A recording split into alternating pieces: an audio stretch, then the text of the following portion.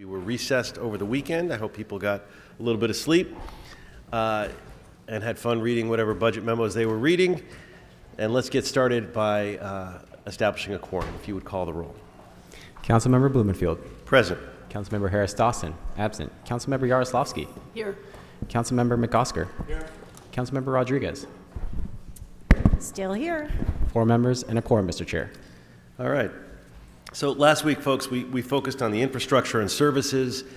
It was pretty depressing last week. We learned that our city is, being held together in some ways by tape and baling wire and all of that, and that we're very underinvested in our infrastructure.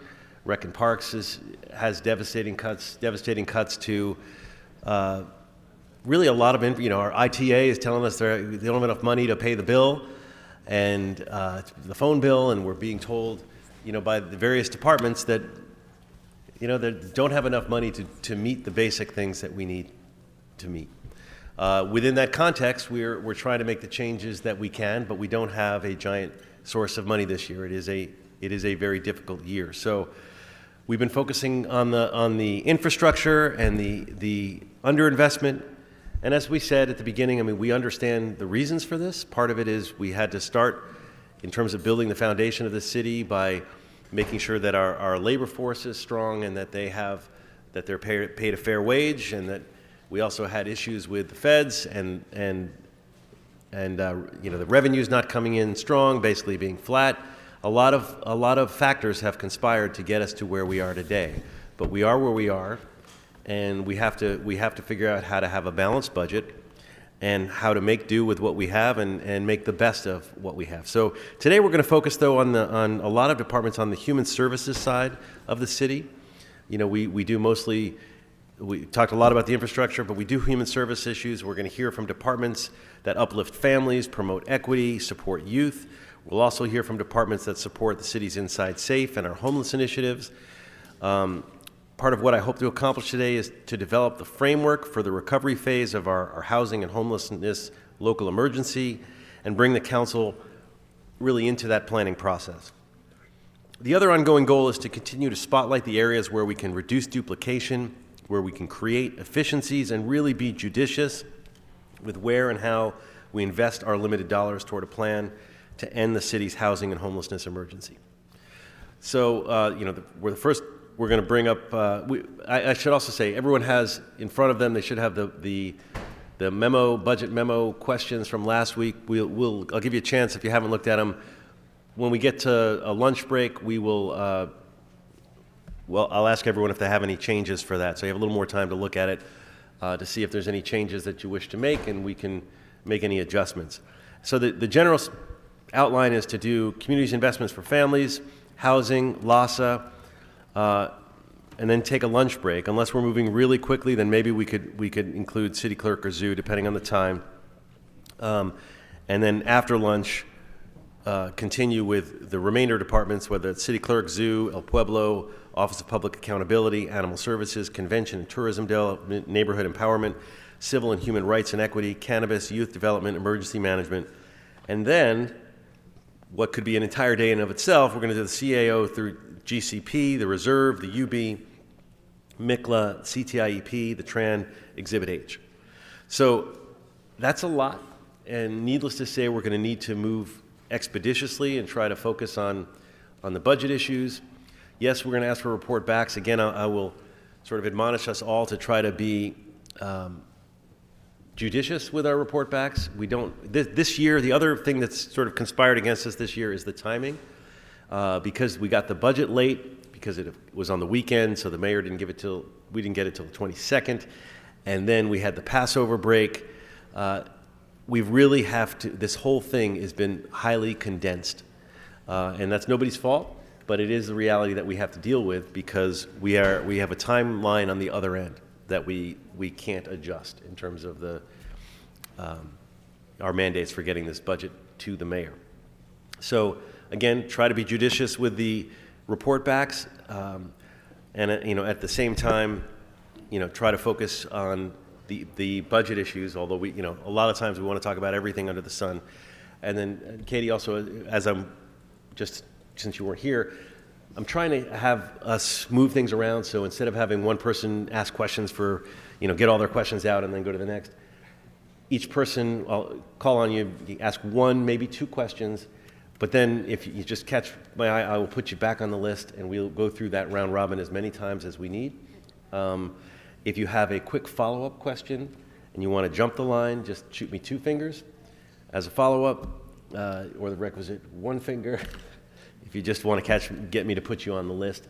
And I try to mix it up, who's going first and that kind of thing based on just catching your eye. So let's jump in and move to bring up the Community Investment for Families and get started. We'll have Abigail Marquez and her team come to the table. While you do, I want to commend you for all that you've accomplished. Meeting all the grant timeline requirements is no easy feat, and you and your team have really done this. On top of expanding our Family Source Center, advancing the city's language access initiatives, and running a number of programs that uplift Angelenos from poverty. CIFD serves an integral role in homelessness prevention, providing safe havens for domestic violence survivors, supplementing the work of our housing department and LAHSA, and we're fortunate to have capable staff under your leadership. Welcome, and give you the floor for a minute or two, and then we can jump into questions. Thank you, Councilmember Bloomingfield, and good morning, members of the Budget and Innovation Committee. I want to start by quickly introducing the members of the CIFD executive team who are with me this morning. We have Ruth Rodriguez, our executive officer, Shafi Amir, our chief management analyst in our administration and financial management division, our Assistant General Manager, Rosa Benavides of the Financial Management Division, our Assistant General Manager of Program Operations and Complan, Veronica McDonald, and then of course we're joined by our colleagues from the city, from the CAO's office, and of course we're just really excited for the opportunity to talk about the work that we've been able to accomplish, not just this past year. And we want to start by thanking Mayor Bass and our colleagues in the CAO's office for their support of CIFD's critical programs. We are deeply grateful for the continued funding for our Family Source system, which now includes 19 centers across the city. In the current year, Family Source centers have served more than 46,000 unduplicated individuals, significantly increasing their collective household income by over $12.5 million. We have successfully integrated homelessness prevention strategies into our Family Source system, which is proving to be highly effective. Within the first 6 months of the fiscal year, the integration of the Solid Ground program has led to a 35% increase in housing stability for households on the verge of displacement. Since our establishment in July of 2021, our department's budget has experienced a remarkable growth of 134%, which does not include the additional $200 million in funding we oversee as a citywide administrator of the consolidated plan. Our portfolio now includes 230 contracts with over $250 million in local, state, and federal resources. Our work continues to expand as we are now supporting a citywide language access program, Represent LA, a child care equity framework, and an Office of Community Wealth. As our programs and oversight responsibilities continue to expand, we are facing a significant challenge. Despite a 68% increase in our departmental budget last year, our staffing grew by 5%. This misalignment underscores the urgent need for additional personnel to sustain our workload. In our fiscal year 24-25 budget submission, we identified 17 positions critical to fulfill our funding requirements. Of the 17 positions we identified, the proposed budget authorizes 2 new positions and 3 upgrades for positions currently filled. Respectfully, we request 4 additional positions to help ensure proper oversight of the consolidated plan, which includes 1 additional senior accountant, 2 additional accountants, and 1 new senior management analyst 1. These positions would be fully funded using CDBG admin dollars, including the full reimbursement of related costs to the general fund. The proposed budget does eliminate 1 of our filled positions, a management analyst in our community wealth unit, for whom we do not have a separate vacancy to retain the incumbent. We have filled our positions, streamlined internal operations to maximize staffing efficiencies, and have funding available to support these 4 positions. We request your support. As it relates to our program needs, we are deeply concerned about the anticipated 45% decrease in the Victims of Crime Act funding. These cuts would force some of our shelters to close, impacting over 5,000 survivors. Our domestic violence and human trafficking system cannot afford to lose any additional beds. Last year, we turned away 9,000 survivors seeking shelters because we were unable to offer a shelter due to capacity constraints. Survivors require specialized and confidential emergency shelter, which is both limited and vastly under-resourced within the larger homelessness response system. Our budget submission included a request for an additional $6 million to enhance services for survivors, which would allow us to increase the capacity and then offer additional beds. The cuts to VOCA impede the progress we were hoping to make, as we are now grappling with the need to absorb these cuts over the need to expand services, both of which are critical to reduce the number of unhoused survivors. And the last two programs that I will touch on are the Opportunity LA program, our Children's Savings Account program, which has now enrolled 100,000 students from across LA Unified, and based on research, exponentially increases high school graduation rates and post-secondary educational attainment. Because of this work, we were able to secure an additional $1.5 million state grant for outreach that could be jeopardized if continued funding is not secured. And lastly, we submitted a budget memo related to the funding status of our Represent LA program and can answer any questions about this program or any other programs. Thank you. Great, thank you very much. I'll get it started. In terms of the domestic violence, I do want to get a report back from LAHSA of domestic violence funding from HUD that goes to the LACOC, and if applicable, the City of Los Angeles. LAHSA received $188 million from HUD in fiscal year 23. The report will also include DV funding received over the last 5 years and programs and organizations funded, the total number of DVHT survivors they have served with their funds. Obviously, this is something we're all very concerned about, even though this is a problem that is not of our doing. It is because of the state and federal formulas, and I mean, if you really trace it back, it's to how Trump dismantled some of the way that VOCA was being funded. That's now trickling down to us. Also wanted to ask if you could speak to the impact of Family Source Center to support LAHD that in administering the ULA Emergency Rental Assistance Program. You guys got partial funding, and our Family Source Center served as a crucial in-person support center for that.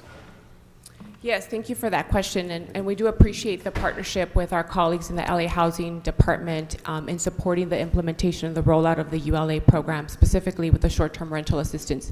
And what's unique about what we were able to offer is the infrastructure of the Family Source system, which allowed families and individuals who needed the one-on-one assistance to complete the application to visit one of our Family Source centers. What we did see, however, is challenges with the amount of funding that was allocated to support this work. This work is time intensive. It does require more than the short-term FTE, the position that was allocated. So we know that funding is limited under ULA, but we would like to re-engage with the LA Housing Department to determine if there are additional resources so that we can allocate one full-time FTE to each Family Source Center for a 12-month period. It was very challenging for any nonprofit to hire someone for a 3 or 4 month period. So they were unable to do that. They have to pull staff from the Family Source program to support the ULA, which is a different population than the Family Source system. The Family Source system is focused on helping families primarily, who are at risk of being evicted or facing housing insecurity. And under ULA, it's much more universal. It includes single adults, it includes seniors, and so it's a different population from the Family Source population. And so again, we're sending mixed messages in some regard to our agencies. We're saying focus on helping families, and then we're adding on these additional programs, which again, we're very happy to do. We see the value of leveraging the Family Source system to do this work. It just is not sustainable if this is something that we want to do for an ongoing period. Right, unless there were another source of funding, or if ULA were to fund those positions or something. Correct. I think because it was the first year, there was funding set aside for a 6-month period, but we've seen in this first year that it's a longer commitment than a 6-month period, and it requires more staff support. And I would also argue that for us as a department, we did not receive additional staff to be able to support the rollout and implementation, and it was our colleagues again in the LA Housing Department can attest to how intensive communication and coordination was, especially during the period where the application was open. Okay. Mr. Jaroslawski. I've got other questions, but I want to keep it moving, so. Thank you. So in responding to 2 motions from my office, your team recently reported on the catastrophic impacts to survivor services due to these VOCA cuts, including the nearly 60% reduction in funding, a loss of 16% of our entire DV shelter beds, and the closure of whole programs. We know that the state's recently informed providers to expect a 45% decrease in funding for next fiscal year, and your report points out that a legal clinic to support crime survivors has already closed. What's the impact going to be to survivors of the city if these cuts occur? Thank you for that question and for your support. I know that you and I went to visit one of the domestic violence shelters in your district, and I know how important this work is to you. The VOCA funding challenges will severely impact, as we mentioned in our report, it translates to a loss of $6.5 million to the local provider community here in our region alone. And it not only impacts the ability for our agencies to continue to offer emergency shelter beds, transitional shelter beds, it would potentially impact or create further delays in our crisis response through our hotlines. It eliminates the legal services that are offered, the case management. What's really great about VOCA funds is that it provides agencies with the flexibility to be able to respond to the variety of needs that they have as agencies. Not only would it reduce the total award to us in the region by $6.5 million, it impacts at least 5,000 survivors, and it eliminates shelter beds. Just to give you context, as a city currently, we're funding 243 emergency beds that are exclusively dedicated for survivors of domestic violence and intimate partner violence. And yet we see an overwhelming need each year. LAPD is reporting anywhere from 40 to 40,000 calls that are DV related annually.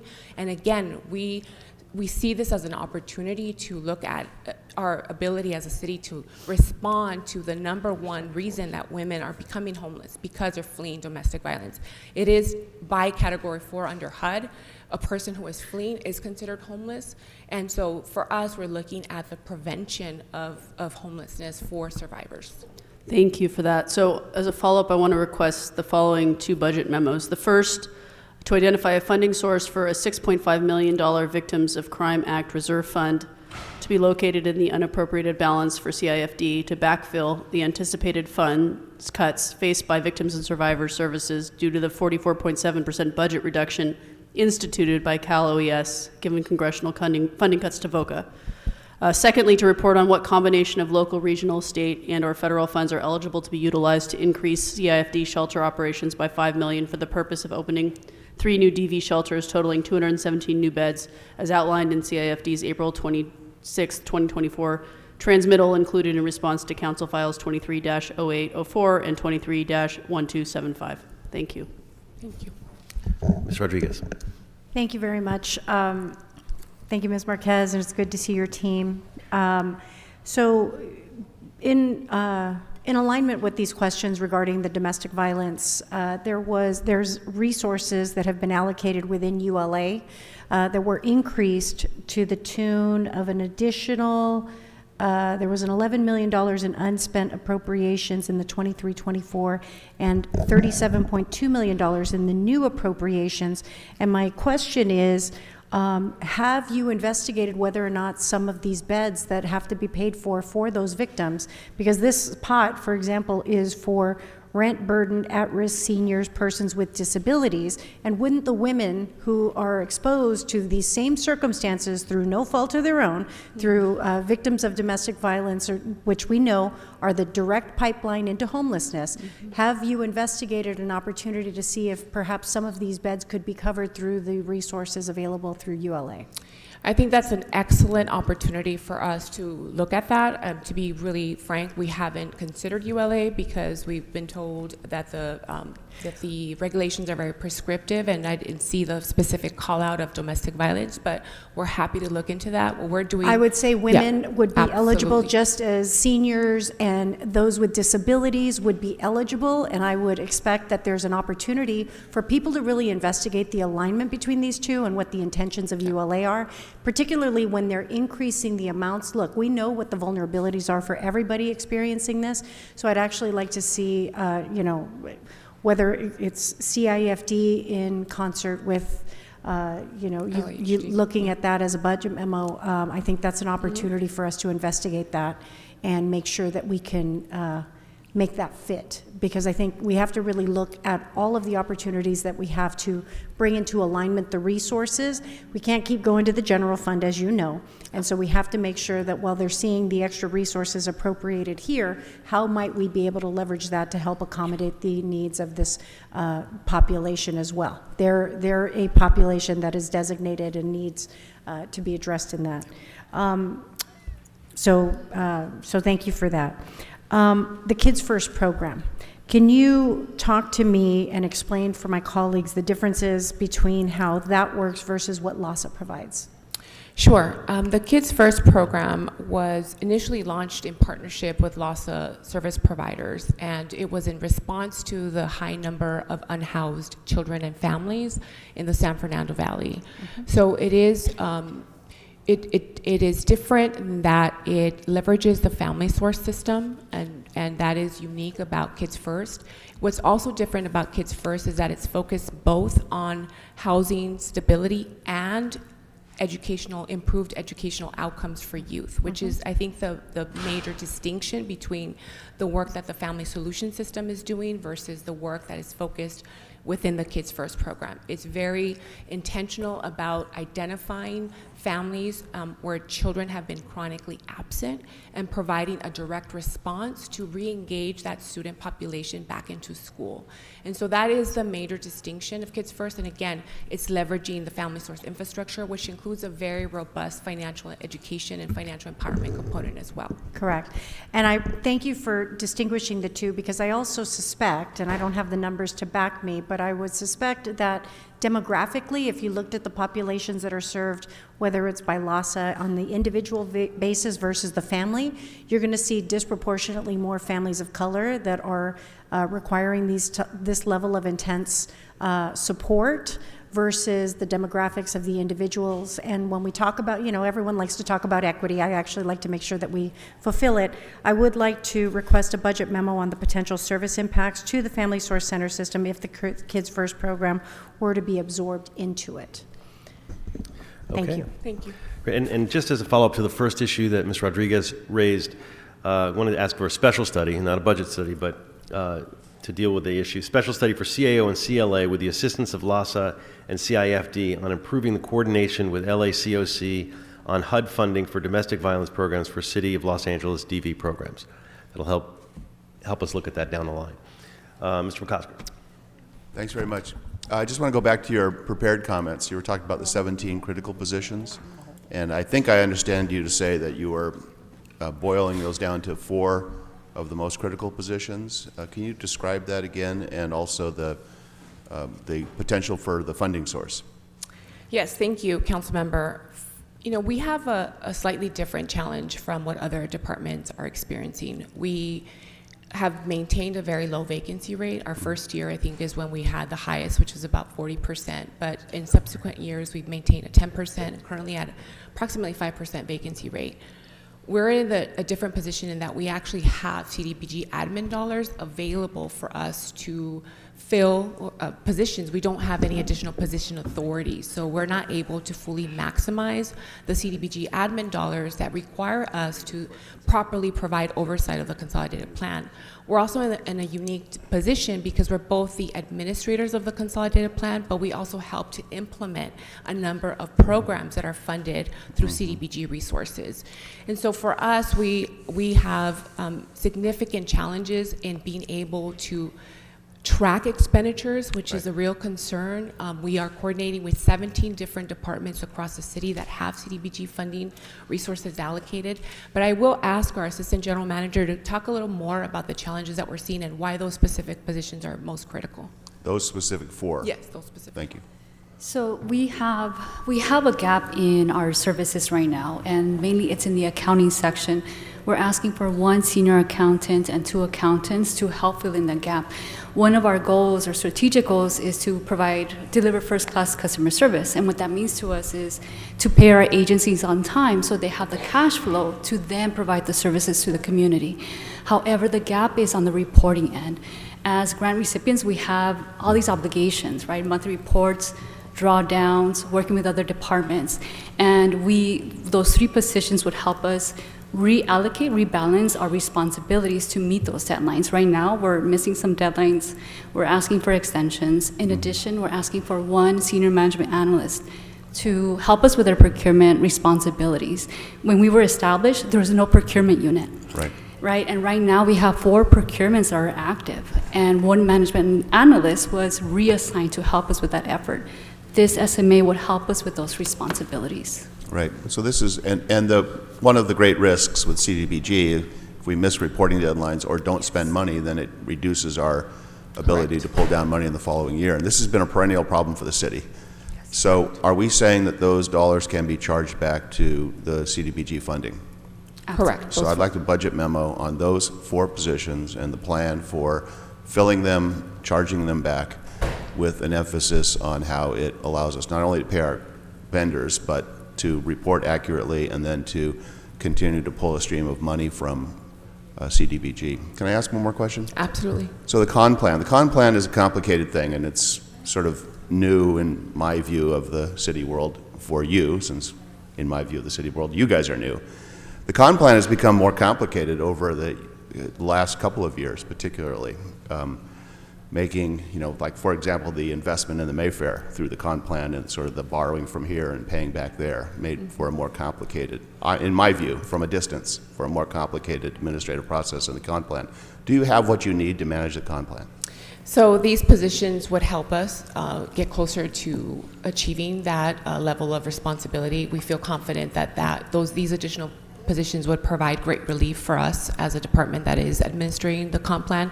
And you're absolutely right, council member, and I know you have direct experience in dealing with timeliness. The comp plan is very complex. It requires a lot of there's a lot of requirements that need to be met. Right. And we, again, serve both as the administrator and the implementer of various program activities. We are happy to share that we have met timeliness, so all of the work that we did to reprogram was not in vain. We were able to protect the city from not losing any of these precious CDBG resources. But you're absolutely right. The additional work that we took on as a department in reprogramming creates more work, which is never easy to also redirect resources from districts that have these priorities.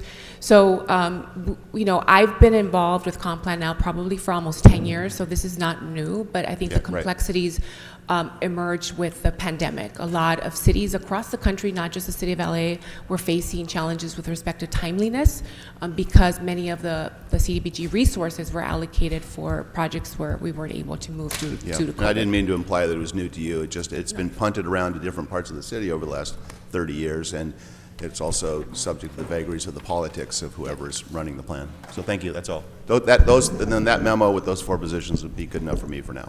Thank you. Ms. Rodriguez. Thank you. So earlier this year, we were very excited to announce your great work in securing a $1.2 million grant in support of the innovative work that we've been doing with respect to Opportunity LA. And so if Opportunity LA is not included in this budget, what happens? So thank you, Councilmember, for your leadership and support of our Opportunity LA program. As I mentioned, it is now the largest children's savings account program in the country. And despite the great work of the governor in the creation of the CalKids program, it is very different than the work that we're doing through the Opportunity LA program. So I do want to emphasize, I know this is important for you, Councilmember, but for the council, that this is not duplicative of what the state is doing. Okay. Opportunity LA supports children, and it provides a universal approach to engaging young people and families in establishing a children's savings account program. We were successful at receiving the $1.5 million state grant because of the reach that we've already been able to achieve in the very short time that we've had this program. And just for context, the state program, the CalKids program, is still vastly underutilized, which is why the state set aside funding specifically for outreach for cities that already have a children's savings account program, so that we can promote both and the opportunity to connect families to more than just one program. And the state program, I think they have about 3.6 million children in the state of California that are potentially eligible for the CalKids program, and I think we're at 300,000 enrolled, whereas we have already enrolled 100,000 students because our program is universal. So the short answer, coming back to that question, is we would lose the $1.5 million grant that we were able to secure if we don't continue to invest and fund the Opportunity LA program. Thank you. Yes, we're not in the business, or at least I think it's important that we don't return those resources, but more importantly, to your point, with the state program being underutilized with all of its availability, it's an opportunity for Angelenos to take full advantage of that if we continue that work. And so this is, again, these are tools to actually, the more financial guidance and support that families have to understanding how to navigate these, just everything around financing and especially for academic opportunities for their families and their kids, it's a better outcome for everybody, because the more tools you give them, the better off that they are in stabilizing their family situations. I'd like to request a budget memo asking the CLA in coordination with the CAO to identify $750,000 in possible homeless service funding or other available funding to help fund the Kids First program and reallocate the current $750,000 allocation to continue the Children's Savings Account program. Thank you. Thank you. That's for 2 special studies, so not on our budget timeline, but special study for CIFD and CLA on the positions and funding for programs required to implement the recommendations of Council File 22-0799 for the city's homeless prevention program expansion, and a special study for SHRED, DUN, YDD, DOA, personnel, and ITA to assist CIFD enhance language access in the city and incorporate the use of technology to accelerate broader implementation across city departments. That's special studies. And with that, colleagues, any additional comments or questions? Thank you so much. We appreciate the work that you do and presenting today. Thank you. Thanks. Thank you all. Next, Thank we you. are going to move to LAHD. And Sewell and team, I want to take the time to thank you for your service to the city. And you've guided us through this city through some very challenging times, solved some very complex problems, and put out many fires. We're indebted for all the different solutions, tenacity, and making everything work. You've guided us through COVID, the COVID emergency, and through the recovery, and the knowledge that you impart on your team at the Housing Department is invaluable. So we're very grateful for your experience and all that you've brought to the table here. Obviously, this is a big department with a lot of issues moving forward. So why don't we get started, and we'll open it up for a quick presentation. Thank you, and good morning, Chair Blumenfield and committee members. I'm Ann Sewell, the General Manager of the Los Angeles Housing Department, and joined today by Tricia Keene, our Executive Officer, and Kevin Rodriguez, our Budget Director. Over the past 4 years at LAHD, we've witnessed dynamic growth in Los Angeles' housing stock, and that leads to growth in our responsibilities. We now have 55,000 affordable units in our portfolio that we monitor and ensure covenant compliance, 880,000 multifamily units that we monitor either through the Rent Stabilization Ordinance or the Systematic Code Enforcement Program, and this last year, we added 400,000 units, including single-family homes, that we now work with on tenant protections. So that's about 36,000 new units just in 4 years, of which 15,000 were new affordable and supportive units. I mention this because even if we don't add new work, we will fall behind because the portfolio of housing is expanding all the time. So that's part of what we wanted to talk to you today. And we've seen, speaking of if we don't add new work, we've seen important and significant growth in the tenant protections, data and reporting needs, and other council and mayoral housing priorities that we collectively would like to implement.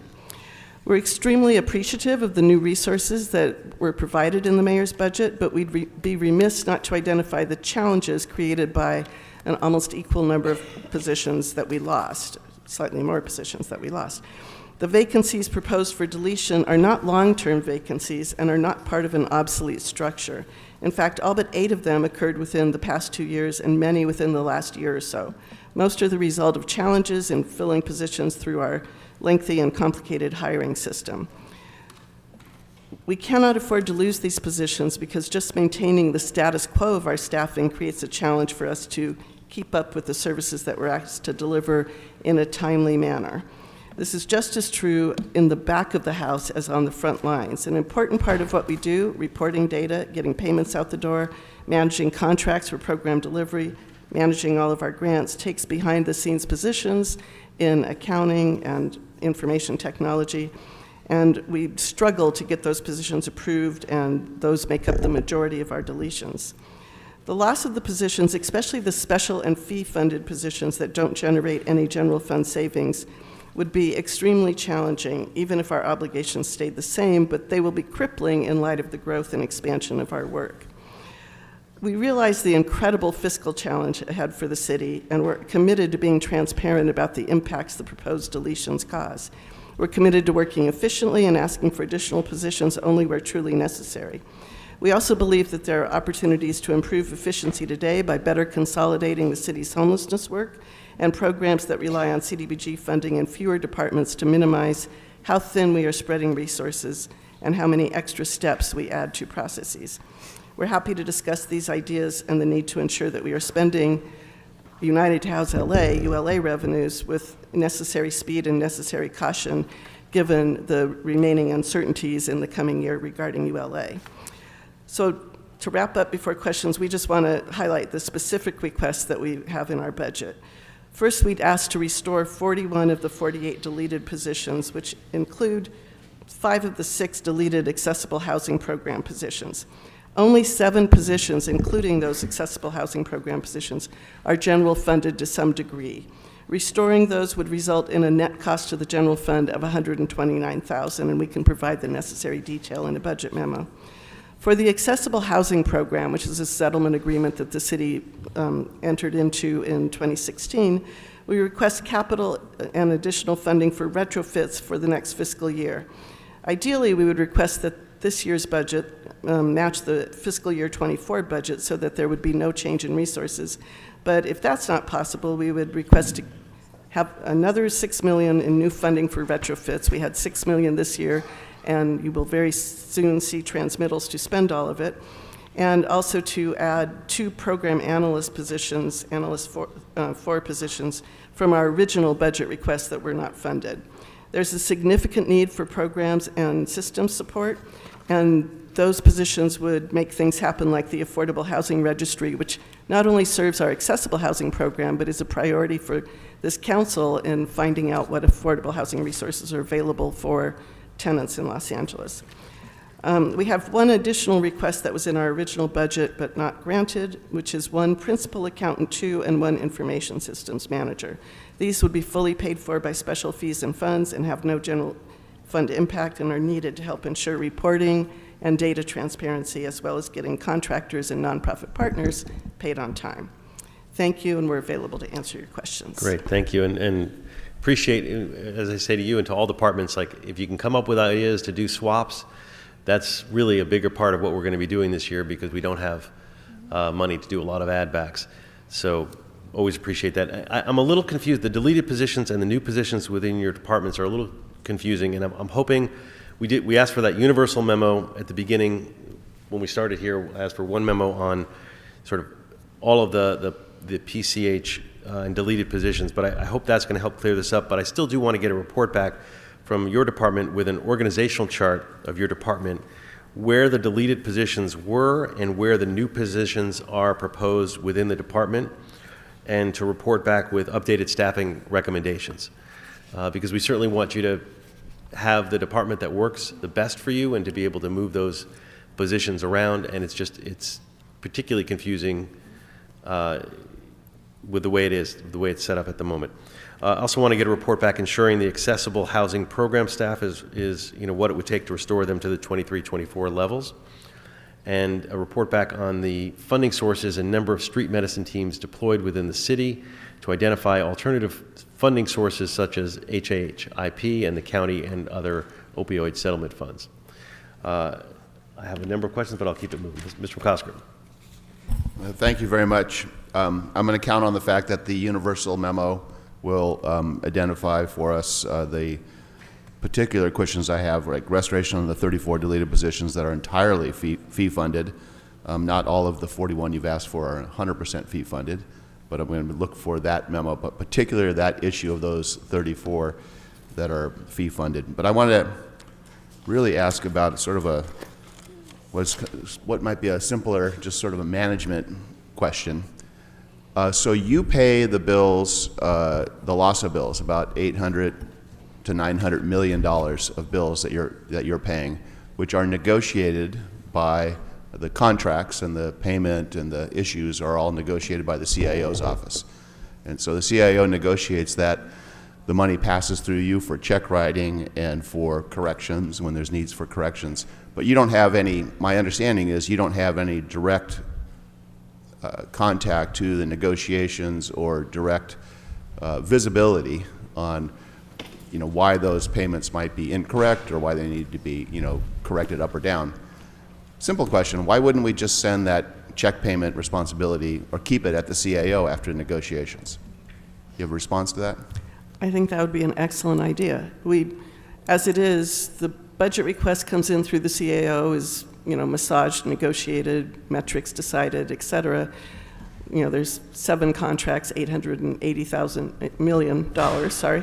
And then it comes to us, invoices come in, they go to the CAO says we have questions. It is a complicated and, clunky process that, we're essentially the ADP for payments. We don't really have any authority in terms of deciding when things are ready to go or not. We're just Do you have getting position checks out the authority door. for those? Do you have positions that are allocated just to that ADP function? We do. We have 6 positions related to LAHSA and some positions related to the HAPA program, which is somewhat connected to it in terms of federal funding sources. Yeah, I'd like it's probably a special study, actually, not a budget memo, a special study on retaining that function or moving that function over to the CAO, so the CAO has the responsibility for not just negotiating the contracts, but paying the contracts, to see if we can create efficiencies within our clunky government. Thanks. Ms. Rodriguez. Thank you, Mr. McCosker, because I had the very similar concern. But I do want to have a budget memo on it, because for me, I look at, like, for example, the USC street medicine.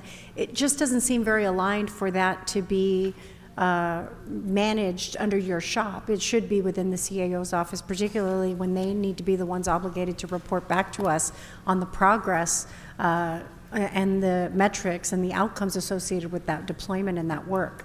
It just doesn't seem very aligned. So I'd actually like to have it as a budget memo so that we can start I recognize the nuance with some of the positions that you talked about, but I think it's really important to start, again, if everyone's going to start feeling some pain, it means that everyone's going to have to take on some added responsibility in this so that we can make sure that you all are focused on the areas that are much more within your wheelhouse and your expertise. And that was I made that request, but just build it right onto that. I made that request as one of the budget report backs, when I read the 3 different ones. Oh. So but add on what you're saying to that, because my way of saying I agree with you. Okay, thanks. Does your budget also provide funding for homeless prevention work?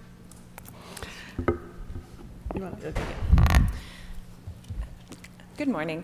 I think one of the programs that more directly relates to service delivery that can be talked about as homeless prevention would be our Handy Worker program.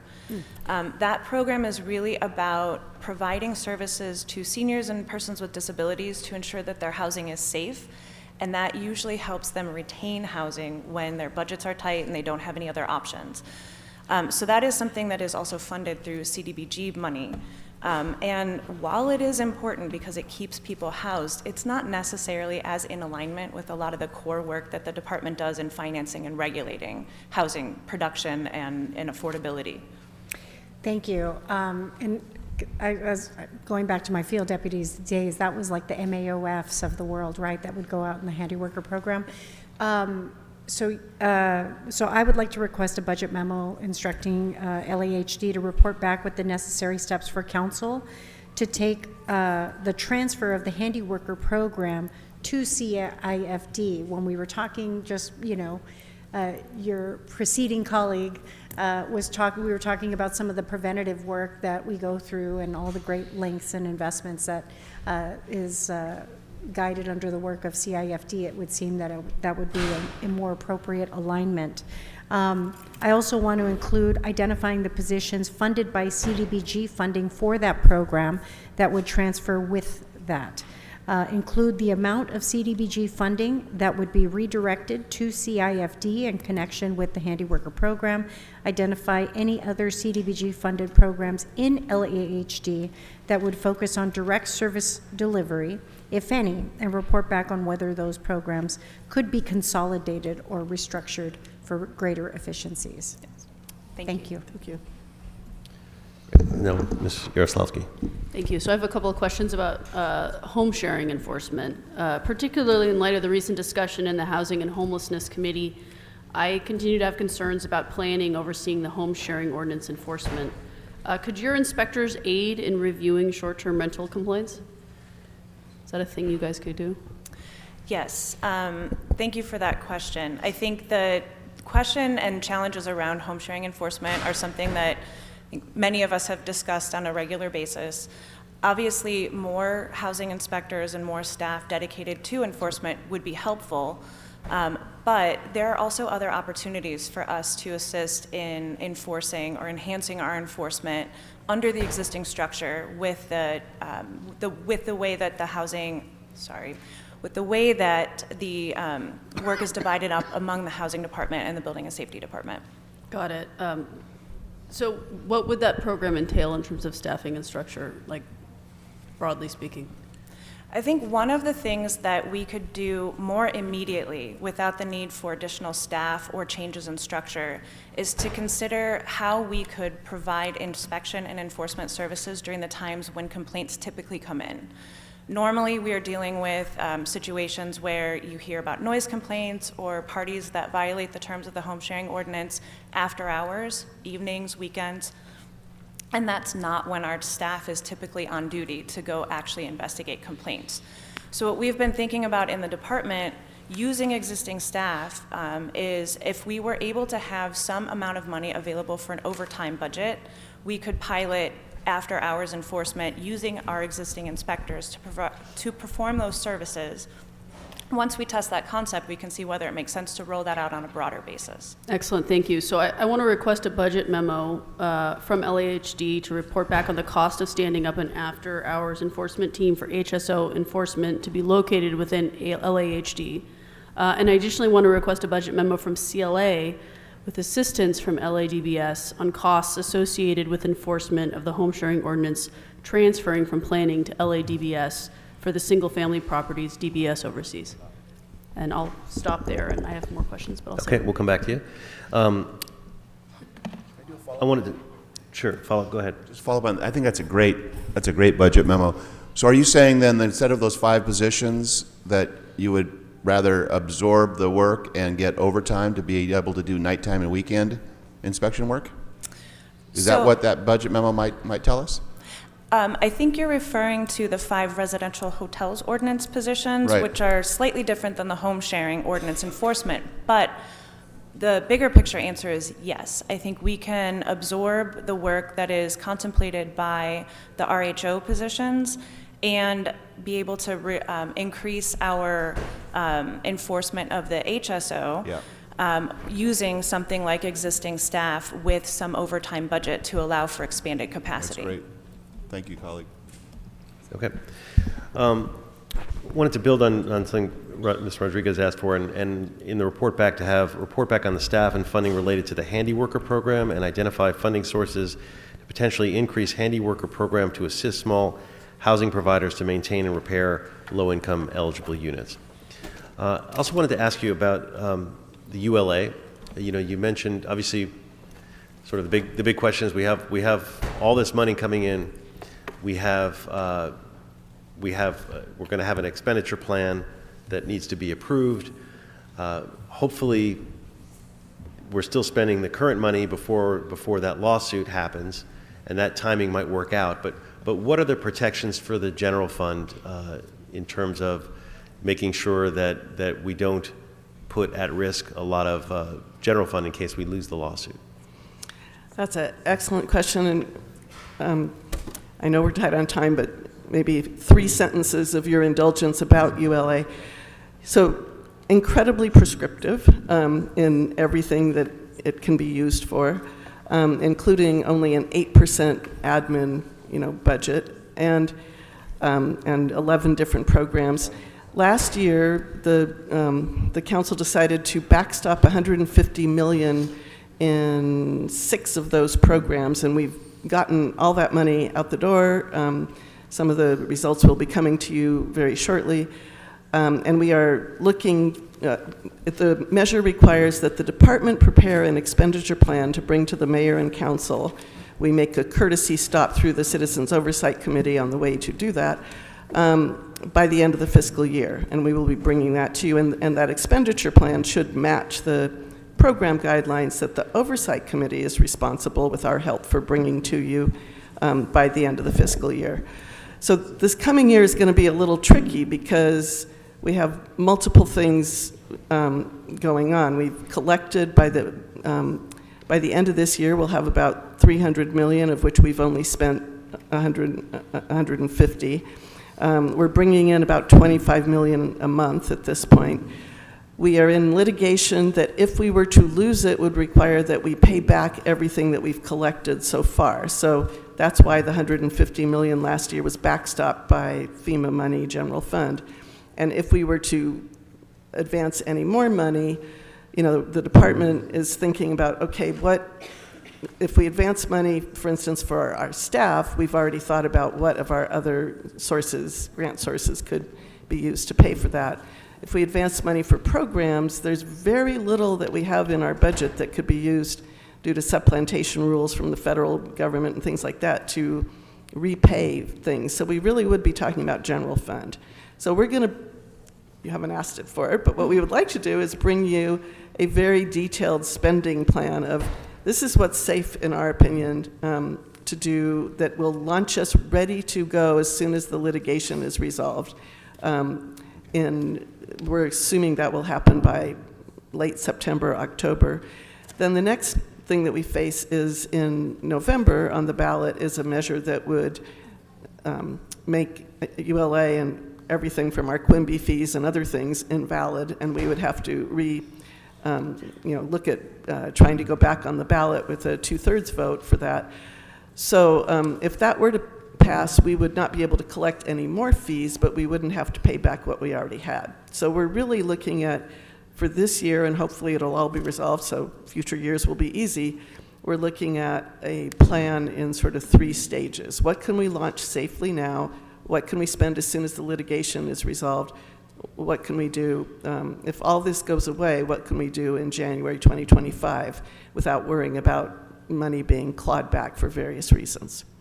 Okay. And then I believe, did the mayor's office have a language on this or want to comment on this as well? Because I know that they wanted to clarify their intentions on this as well. Is that correct, Mr. Hale? Yes, thank you, Mr. Chair. Given the significant exposure to the general fund, the mayor's office would be comfortable if the committee would want to tap the brakes on new commitments to the expenditures until the litigation resolves. We didn't think it was prudent not to, or to come up with a concrete recommendation without input from this committee and without input from the council on the long-term strategy here. But our revenue picture and our reserve picture this year is completely different, I think, than what it was last year. And so that makes a continued path of expenditure from this program significantly harder than it was last year. Right. And I don't think anyone wants to tap the brakes. It's more that we have the spending that's currently in the pipeline from last year, and that's the, that 150, and hopefully, as you mentioned, the timing works out that we resolve this lawsuit before that money is even spent. Given the trajectory, we're kind of on that path. And then we get to spend all of the money that's in there. We want to make sure and very clear, all of us, the mayor's office, this council, want to spend every dime of the ULA money on those ULA priorities. It's just a question of timing and protecting our, this entire budget, which is all at risk because we're so thinly connected here. But appreciate what the mayor is saying on that, and what you have said, Ann, in terms of how that will lay out, and that will be part of it. You have a follow-up, Mr. Yeah, Karstos? I just wanted to, I thank you, Mr. Hale, for your presentation, but I just want to press you to say this more plainly, because a lot of people went out and voted for this, assuming that there'd be money for housing, and there's not. And that's a policy choice that you all are putting forward. And, there are differences of opinion on that. I think some of us think it's a very prudent one, but other folks think, no, the voters said this, we should go along. And we should be very clear with people about why, if we make the decision that we don't spend, we should be very clear with people about why. Because I think this is one of the things that undermines confidence in our democracy. People go to the polls, you say tax these transactions for housing, and then it gets here and we say, but wait. And I just think that needs to be crystal clear to everyone. In terms of what the risks are involved? Yeah, right, and so I think the chair is right. We're not saying tap the brakes, but the brakes are being tapped. Let's just be clear that that's what's happening. Yes. And with everybody. Certainly eyes wide open, as my colleague says all the time. And certainly my office is not recommending tapping the brakes on any of the programs that ULA was designed to implement. The problem is simply that while we have the specter of litigation risk over our heads, every penny of expense that comes out of ULA is essentially coming out of the general fund in the event that we lose that litigation, because we will have to pay every single taxpayer who paid ULA taxes back for the revenues that we collected from that program. Mr. Rodriguez, you want to follow up? Yes, and thank you, Mr. Hale, because those who also listen, it also woefully undercollected the resources that were anticipated from ULA. So had we actually, even in that first fiscal year, expended well beyond what everyone was anticipating, we would be in a much deeper hole right now. And that is the fact. So as much as everyone wants to have a very rosy outlook, that's what happens with ballot measures, and when actual revenues are collected and the actuals versus what the projections were, that's where we have to reconcile it with the general fund. And as we are all living through right now, we would be in a much deeper hole had we done that. So everyone has to actually, these are grown-up conversations around, just as households have to manage their financial circumstances, that's the obligation that we have. So I want to thank you, Mr. Hale, because we do have to really be considerate and act with prudence on this, and that's a marked shift, and I appreciate that. I wanted to include going back to the conversation with respect to the residential hotel ordinance enforcement. We had been successful, for example, just as an example with, and I want to thank you because I think you recognize it. Sorry, Mr. Hale, thank you. We've been successful in creating other enforcement strategies, like, for example, with cannabis enforcement. And so I'd like to request a special study asking the CLA to report on the formation of essentially an enforcement task force. How do we really work? Because I know you will not be doing it alone. It's going to require collaborations, obviously, with planning, city attorney, others, to help implement and effectuate this work when it comes to addressing the issues with the RHO. So I want a special study on that to figure out how we could best maximize these dollars in a semblance of a task force that would be far more effective than just planning it in your office, and you have a resource, but then you don't have aligned support with the city attorney's office, with all the other players that are involved in helping to effectuate any violations that you all come across. And so, so I wanted to request that as a follow-up, and then I have one more item. Okay, well, we'll come back to you. We have a lot of folks on the Okay. queue. Thank you. And just also following up on the ULA discussion, I wanted to get report backs on the status of the ULA program expenditures, including the status and details of the contracts that have been executed. And with regard to the ULA admin dollars, Enable 12 million, and LAHD staff is approximately 4 million. So we want to get a report back on all the positions across departments that are funded with Schedule 58 in fiscal year 23-24, and the proposed for fiscal year 24-25, and the balance of unallocated ULA admin dollars. With that, I will turn over to Ms. Yaroslavsky. Thank you so much. Just a couple questions. The first is about accessible housing programs.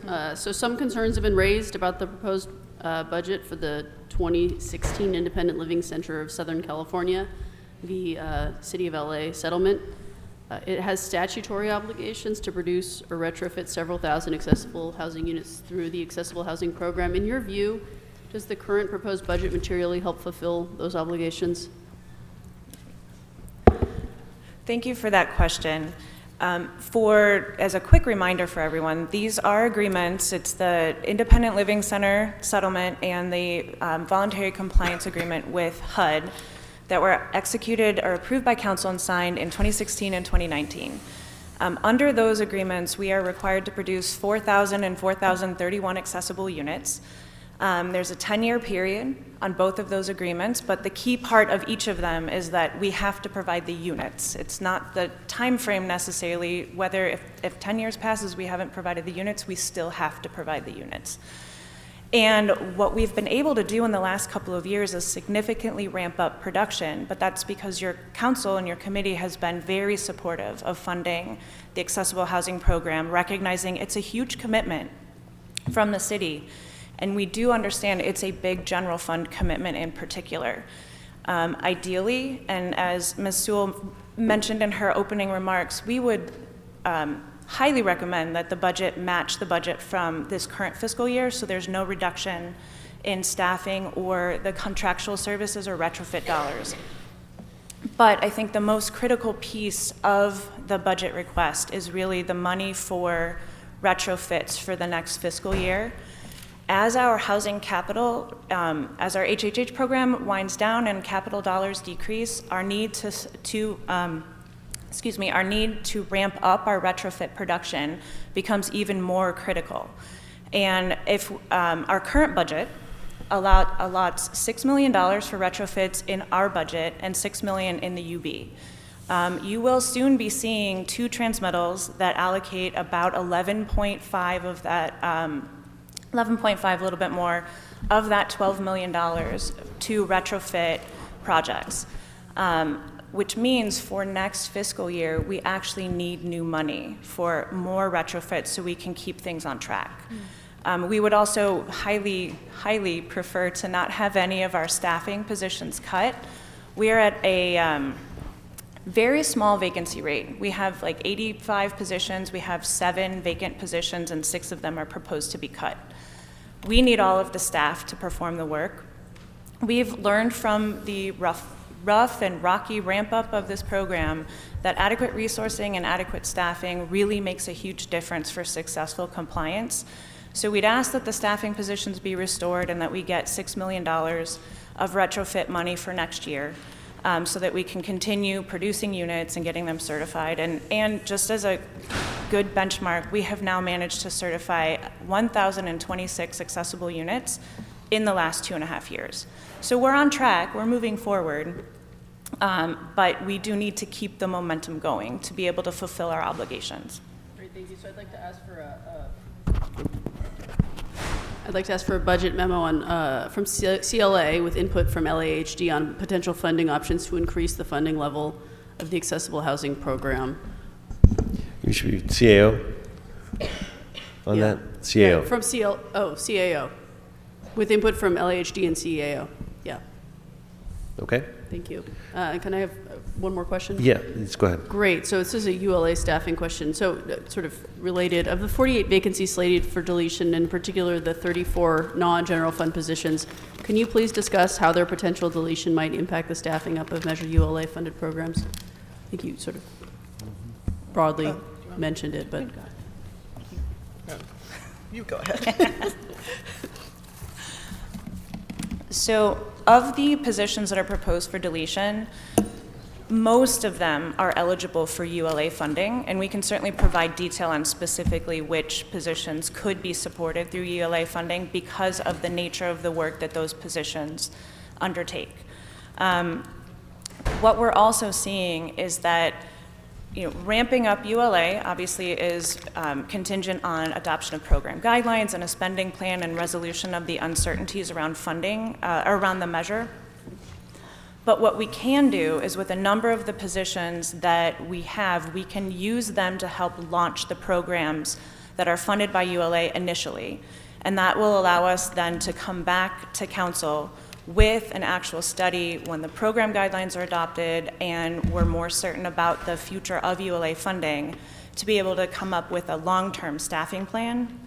But in the meantime, we know that there's work to do to launch the programs, even under the interim phase plan where we spend what is safe and we roll out between the resolution of the lawsuit and November and then move forward. But I think, as your committee has probably heard repeatedly, ramping up staffing levels takes a lot of time. So we can use the vacancies that are proposed for deletion to also help ramp up the ULA programming while we wait for actual long-term staffing. Thank you. Okay, Ms. Rodriguez. Thank you. Were there any positions that were eliminated that would potentially put us in at risk of not complying with any of the legal mandates? Well, besides the ACHP positions that we've definitely discussed, the vast majority of the positions proposed for deletion are either special funded entirely or fee-funded programs. And for the fee-funded programs, for anyone that is familiar with how fees get calculated and adopted, those require some amount of staffing that are tied to the fee calculations to deliver the services that are being provided by that fee. So if we would ramp down the number of positions, we would still need to make sure that we are providing all of the services that are contemplated under the fees at the amount that we're charging. So we would certainly recommend or request that those fee-funded positions be restored so that we can ensure that we're delivering the proper level of service. Okay. Well, I would like a budget memo from Housing regarding the restoration of the 5 of the 6 deleted ACHP positions and allocation of sufficient funding for retrofit projects to meet the legally mandated requirements in the ACSA and the VCA. And I just want to say, Ann, first of all, I want to thank you. I know this is your last budget with us. I just want to personally, from me and my team and all constituents that were the benefactor of your leadership during some very untenable times during COVID, you all really adapted so well and supporting everything that we needed to do in those moments. And I just want to say thank you so much for all of your work and your service to our city. You're deeply, deeply appreciated. Thank you. Certainly echo that, and you've had to endure more than someone should have to endure, and having protests at your house and all that other nonsense. So, Brought me closer to my neighbors. yes, I have a couple of issues up, but I think I'll sort of daylight them with report backs because I don't want to take too much time. But if we get a report back on the expenditure plan for SB2 and how the $20 million earmarked for Project Home Key 3.0 is proposed to be expended, and then to kind of deal with some of our other housing obligations. Report back on the eligible funding sources for affordable housing preservation and funding report for each source of funds and the fund balance. Report back on how many units in the production pipeline are in need of vouchers and/or operating subsidies and what would be the cost. And a report back on the anticipated cost of the management of the Skid Row Housing Trust receivership for 24-25 as a contingency measure. Again, eyes wide open, know what our obligations potentially are, and be prepared on that. Mr. Oslavsky. Oh, Ms. McCosker, go ahead. Thanks very much. I want to go back to the fee-supported positions, and I totally get your point. I mean, the 218 analysis is not just what's the value of the service, but the value of the service is what did we spend to provide that service. Cutting positions naturally reduces the our overhead, our costs of the service, which reduces our service, which logically would mean that we would reduce our fees. Logically, if one takes it to the extreme, to its logical conclusion. What I wanted to ask about SCEP, I don't think we've talked about the Systematic Code Enforcement Program. Sort of where are we on those position authorities? What are you looking for? What did you look for in this budget? What did you get? Do you have any thoughts on SCEP and whether or not we're providing the service we're charging, or whether we're charging enough to provide the service? Do you want to answer what we lost and what we got? So in this budget, we actually were able to get an additional 15 positions for SCEP inspectors. And I think the important thing to note there is that every year the inventory that is subject to SCEP goes up. We add about 9,000 units per year to the universe of units that our SCEP inspectors need to cover. With those 15 additional housing inspectors, we can get back on track for our anticipated 4-year inspection schedule. That would allow us to have about 70 inspectors. They can cover a little over 3,100 units a year for each inspector, and we have a target of about 220,000 units that we need to inspect every year to stay on schedule based on our current inventory. As we increase inventory, we are going to need to add inspectors every few years to catch up, or not to catch up, to keep on track. Keep up, yeah. But for now, if we get those additional 15 inspectors, we will be able to meet our target inspection timelines. Okay, so you're good with that number, you stand pat. Yes. And we do the fee analysis every how many years? 3 years. I think it's every 3 years. Great, thank you. Thank you very much. Thank you. So a couple of questions from CD1 that they asked me to ask. So the percentage of tenant rent complaints resolved within 120 days is down 20% from 21-22. Does LAHD currently have the capacity to address RSO complaints at the level of need? Yeah, go ahead. Actually, one of the things that would help immensely with that is restoring the deleted housing investigator positions. Our housing investigators, different than our housing inspectors, are the staff that help to investigate and resolve complaints that we receive. So that would be critical to helping us address that increased workload, and frankly, to provide the services that we are intending to provide to our constituents. Okay, a couple more questions. A key affordable housing preservation strategy is having dollars available to make, this is also from CD1. A key affordable housing preservation strategy is having dollars available to make preventative capital improvements that will keep units eligible for federal housing subsidies, learning from the lessons of the Skid Row Housing Trust. Are there any plans for this type of expenditure or program in the FY 24-25 budget? In the ULA budget, there will be there are programs that we expect to bring to you recommending, with the support of the COC, be targeted to preservation of those types of housing. We also, in our preservation transmittal that came to you a couple of months ago, proposed to use SB2 and in some cases home dollars. So it really depends on the kind of need, where projects are in their, most projects are not only in need of capital, they are in need of restructuring and refinancing because, partly post-pandemic issues, partly just operating expenses. We've said it over and over again. Insurance has gotten nuts.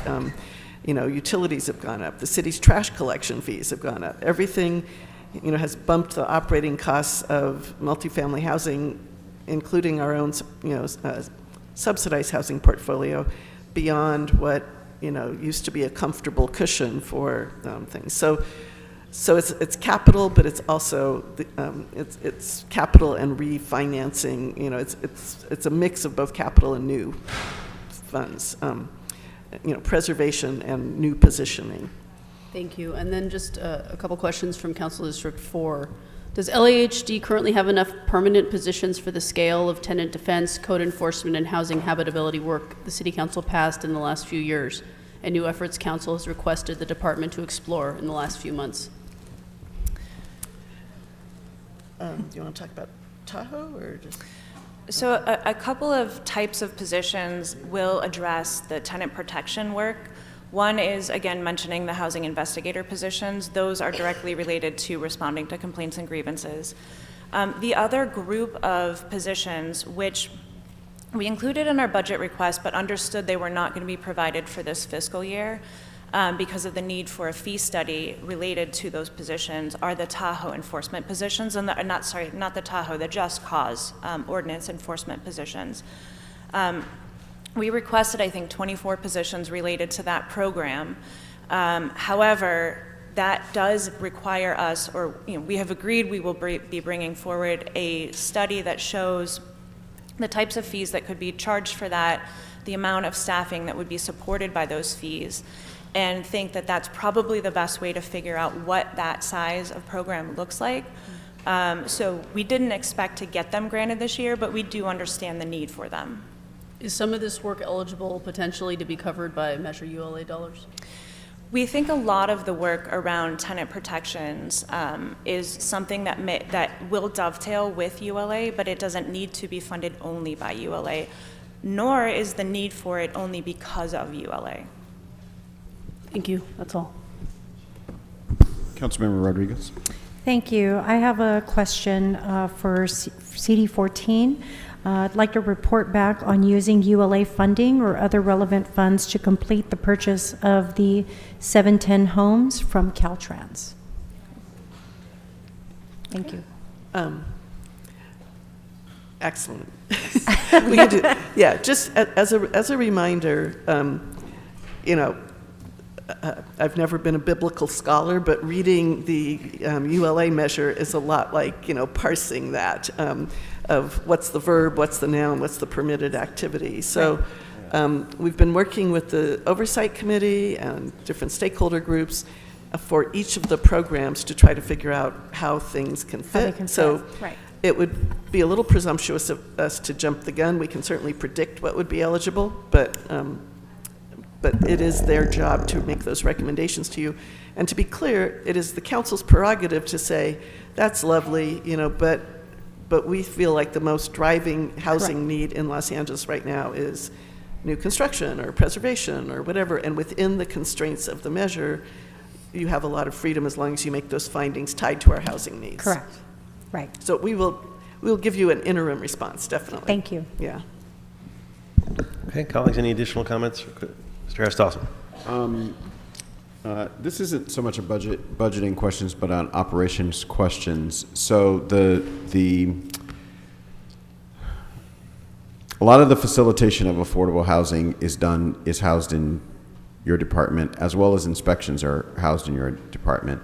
And I just was curious, given everything we're going through now with Skid Row Housing Trust. Just late last week, a big housing provider in my district, District 10, I think in District 1, just filed for bankruptcy. How do those two things work together, if at all, in those units where the city has exposure? So one of the things we asked for in this budget was a finance officer position to help lead an expanded troubled assets unit. In all honesty, probably until 5 years ago, troubled assets were caused mostly by fraud. Somebody did something bad, city attorney came along, we debarred them collectively, we got our property back. It was very rare that we're seeing, bankruptcies among our housing providers like this. So and this is not LA alone, this is nationally, we're seeing problems. We really need to get ahead of this and start predicting, how we can make changes and head those problems off. So we asked for a position. I believe we got that position, but we lost the vacant FIDOs that would have been shifted over to to make up that unit. So when we give you our list of things we wanted restored, those are in it, and those would not be general fund funded.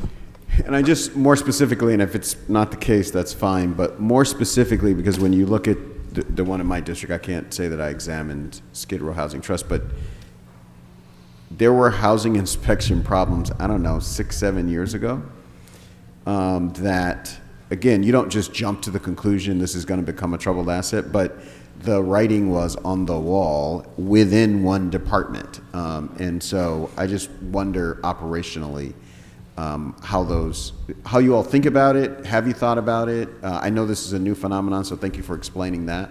But if we don't do that, I would suggest that there be some mechanism where that's maybe the first flag that we notice with regard to folks who are holding a lot of units. Yeah, definitely. Colleagues, any additional comments or questions? We've had a good, exhaustive discussion, a lot of report backs, a lot of important issues. So thank you very much for coming to the table. And we will next move to LAHSA. And as I mentioned, folks, we're gonna go through as many departments as we can before lunch arrives, because we have lunch being provided today for the council and the members. Someone who's providing it? Someone. So it wasn't me today. One of you guys. Oh, Are you doing it? Well, who's doing lunch? yeah. Mike's done it. So Mr. Harris Dawson is graciously supplying lunch for everyone. So we'll do LAHSA, and if it's not here by then, we'll keep going to city clerk and zoo, and however much we can get done during that time. We're moving to LAHSA. Welcome, Dr. Felicia Adams-Kellum. In the short 18 months, I've seen incredible improvements at LAHSA with your focus on active system management. And while there's certainly a lot of work to be done, I know you're committed to working with this council and the mayor to support the city's work. We still have a lot of challenges with LAHSA, but it's been night and day since you've gotten there, and you've really helped make a big difference in a positive way. So why don't we get started? You can give us a little presentation, 2 minutes, and then we'll move forward from there. Thank you. Thank you so much, and I appreciate, Councilmember Bloomingfield, your comments. I hope can you hear me okay? We can, yes. Okay, great. As you said, I'm Dr. Felicia Adams-Kellum, CEO of the Los Angeles Homeless Services Authority. Chair Bloomingfield, Member Harris Dawson, Member McCosker, Member Rodriguez, Member Yaroslavsky, I appreciate this opportunity to speak with you about LAHSA's 2024-25 General Fund request. It's been a year since I sat before you for the first time as LAHSA CEO. And I'm still aware of how dire things are on the streets. And I remain committed to meeting the moment because lives are at stake. I'm making the changes required at LAHSA to become the agency it must be, increasing transparency and accountability, and improving service delivery and housing outcomes. I appreciate how you've all made your priorities known to me. You're helping me put and keep LAHSA on the right path. Chair Bloomingfield and Member Harris Dawson, I believe as you do that neighborhoods that host permanent housing developments must also benefit from them. Member Yaroslavsky and Member McCosker, I share your concerns about winter shelter locations, and I'm committed to LAHSA working more closely with all of you to identify new and different options. Member Rodriguez, outreach isn't working the way either of us want it to. As a start, LAHSA is realigning our coordination zones to correspond to city-county boundaries, as we discussed. I'm not sure why they didn't before, but we're fixing it. Chair Bloomingfield, you told me we need to meter the gas better, and I totally agree. LAHSA must earn the council's confidence that the precious taxpayer funds you entrust to us are having their intended effect. Under my leadership, LAHSA is committed to making progress on our shared priorities, and I know that if we don't, vulnerable people still won't make it. So we're leaning into our role as a hands-on and adopting a whatever-it-takes approach. Our new matching system is designed to give residents of your interim housing sites a better chance and a clear path towards moving into the new buildings in your districts. You've all called this out. And we piloted our new centralized matching function for city-funded Proposition HHH buildings. And 95% of new units were leased up in 45 days, down from a system-wide average of 120 days. We're also working hard to improve contract management and oversight. And I'm sure you're all saying, thank goodness. In fiscal year 2023-24, 80% of service provider contracts were executed by June 1, up from less than 10% 2 years ago. But as you have consistently noted, Member Rodriguez, we must ensure that funding is tied to performance. This year's new contracts will do that by holding some funding until benchmarks are achieved. As the policymakers, you've all expressed deep concerns about LAHSA's data and transparency. One way we're moving and improving here is the new data dashboards that show street outreach, interim housing, housing navigation, and permanent housing performance at the city and district levels. We'll host demonstrations and trainings on these for you in the next few weeks. These dashboards are ready. This is not talk. By providing information by council district, by provider, and by program, they will help answer questions like your recent one in committee, Member Rodriguez, about measuring efficiency through housing placements. We're ready to do that. We have more to do, but we are listening to you and making changes based on your feedback. Finally, I'll note 3 key budget priorities for your consideration.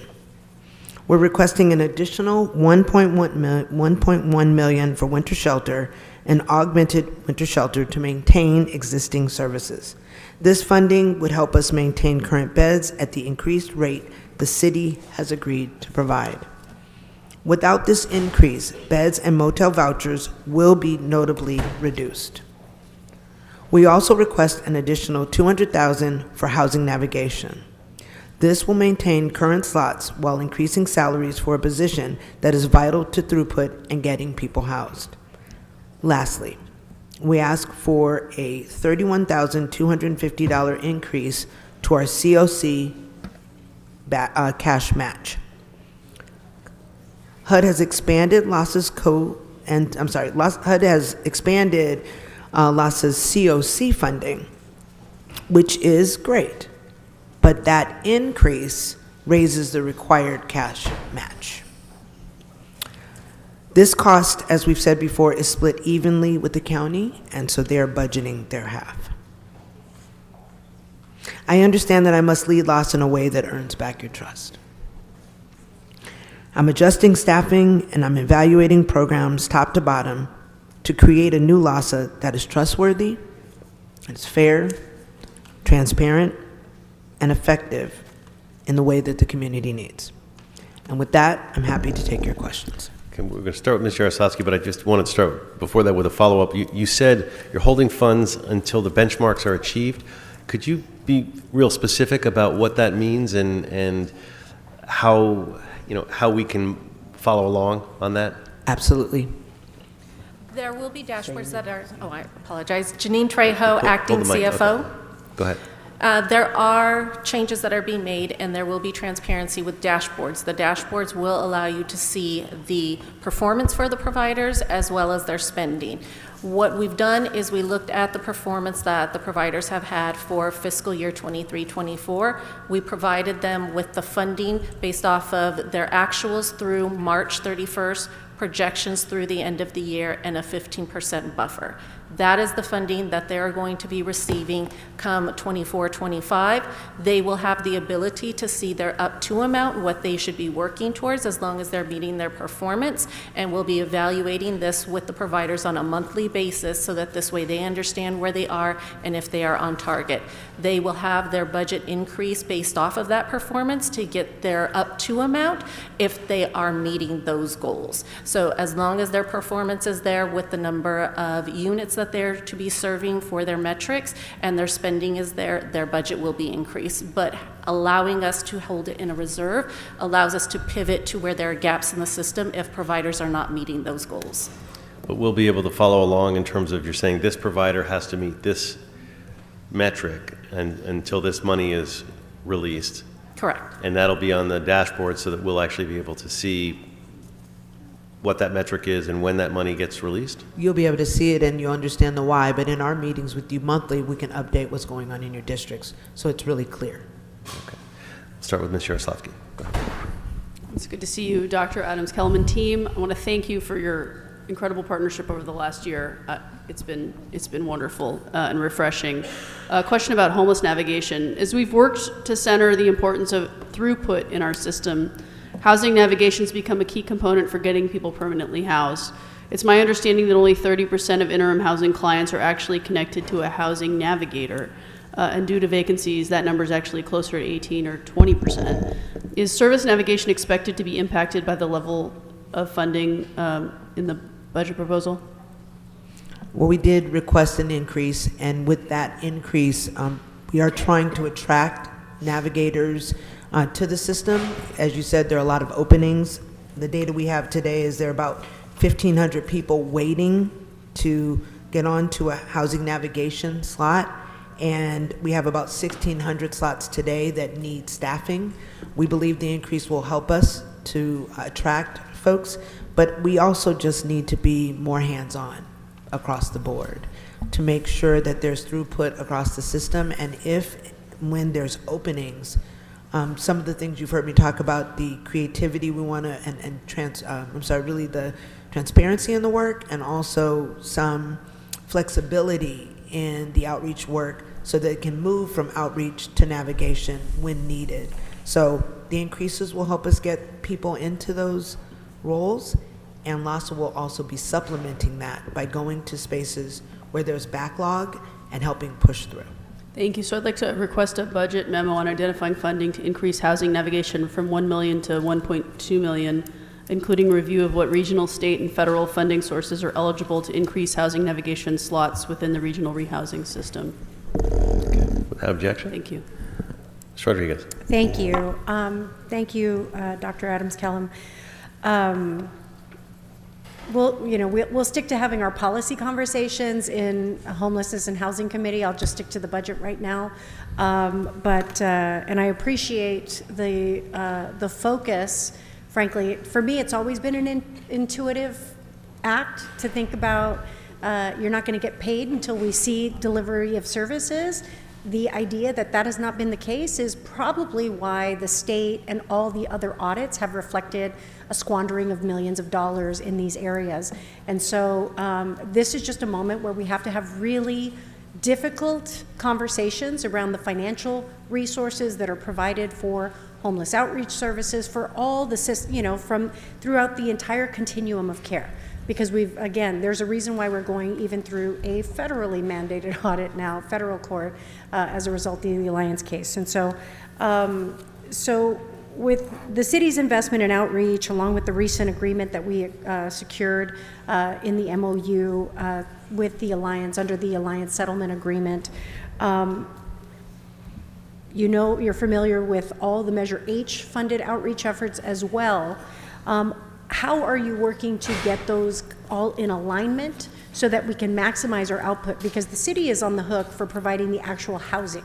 And so if we continue to hemorrhage all of our resources, to use Mr. Harris Dawson's example, we've got a lot of hosts out there taking reservations, but we have no tables. So how would you recommend, given what is programmed currently, how do you recommend the amendments in terms of what the city's role is in order to assure maximum output for our ability to produce the housing units that we need versus the extensive outreach services that we're providing? I think the system needs balance and an overhaul altogether to have greater alignment. We, many years ago, determined that outreach was a significant and important part of the system to engage people to get them indoors. What I've learned in my expertise and work, having done this and pioneered some of the models that I think are effective, and so have you, is that you have to have a resource in hand.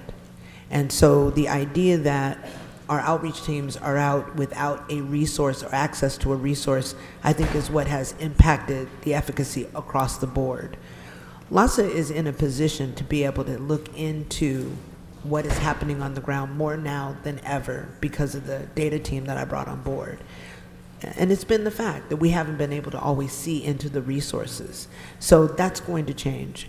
And so I believe that as we begin to track what's happening in each district, and we can know where the multidisciplinary teams are and their focus, that the LAHSA teams need to be more flexible. And when we're doing the large-scale encampments, you need 3 times as many outreach workers at times there because you could be housing 100 people in a day or two. And then the very next day you need, or even the day of, you need data, and the next day you need system work. You need to begin to do the document readiness. And we're beginning to retrain our teams to be ready to do all of that. Once upon a time, that was called case management. Did it all. You didn't need a special navigation team and a special outreach and a special this, a special that.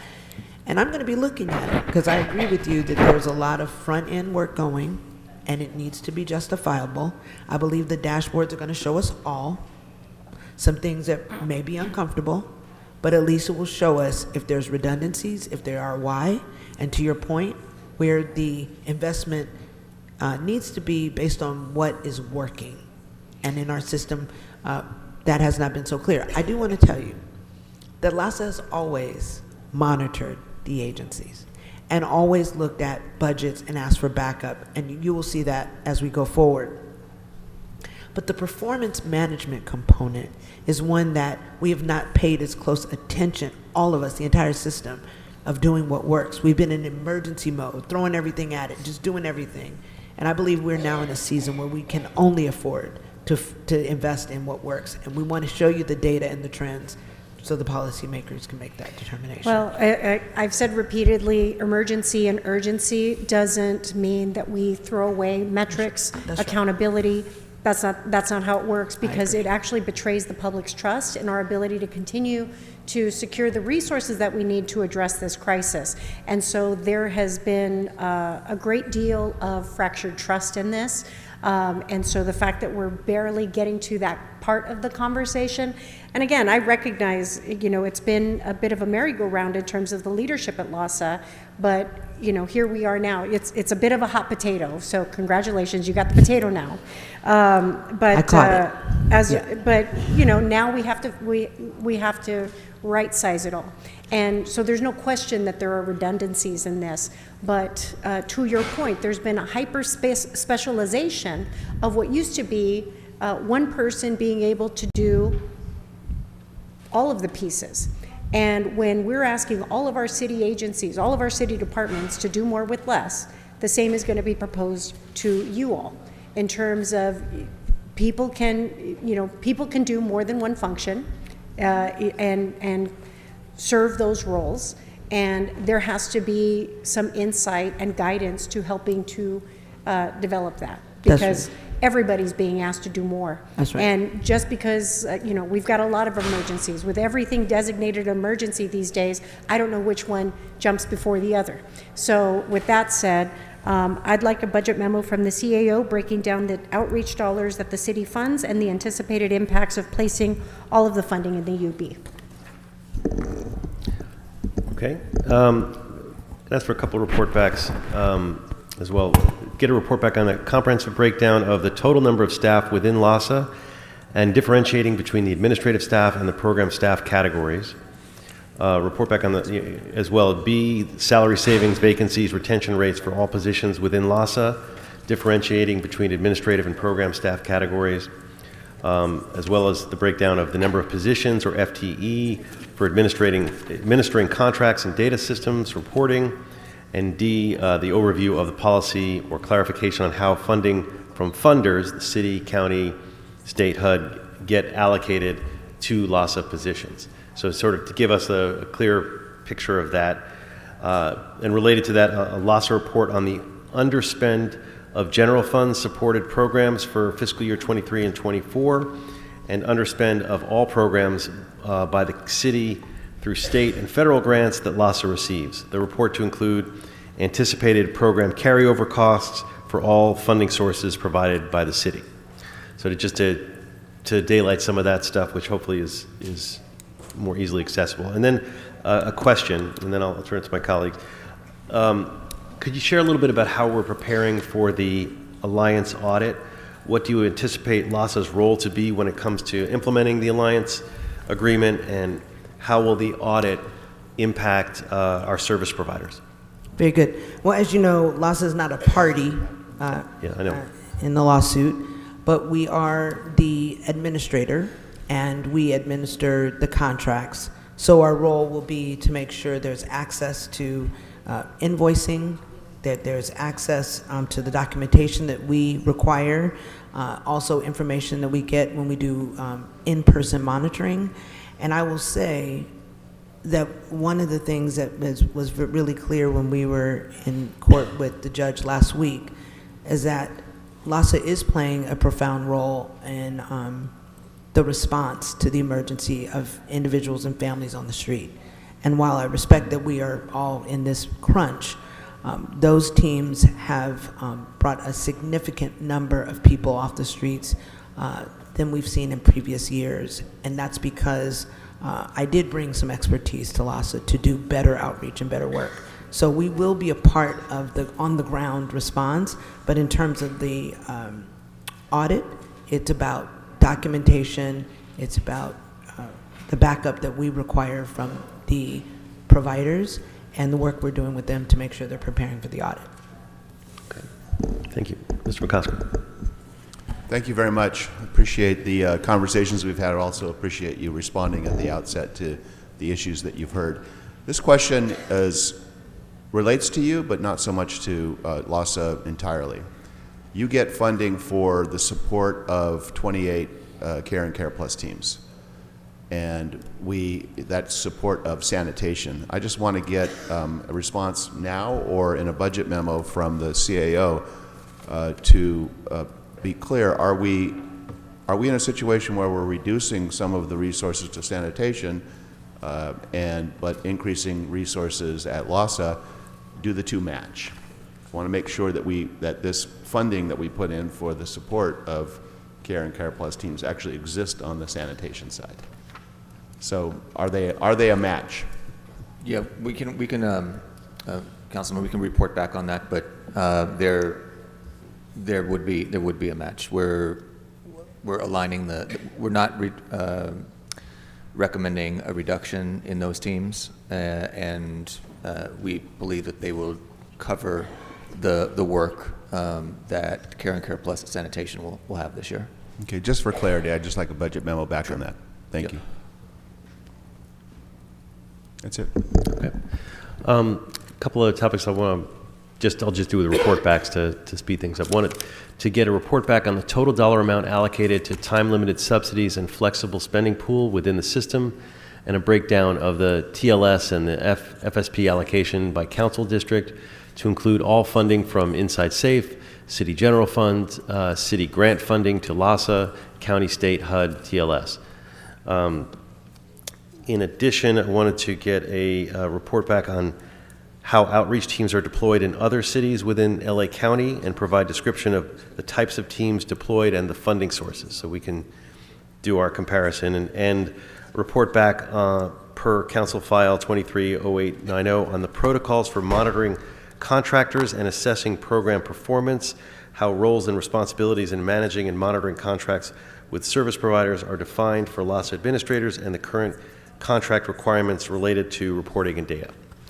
And Ms. Yaroslavsky, and then. Thank you. Just a couple more questions. Care Plus operation reform, sort of back to what Mr. McCosker was talking about. So LASA teams have been part of the Care and Care Plus program from its inception, and in your view, is this the best use of resources on the LASA side?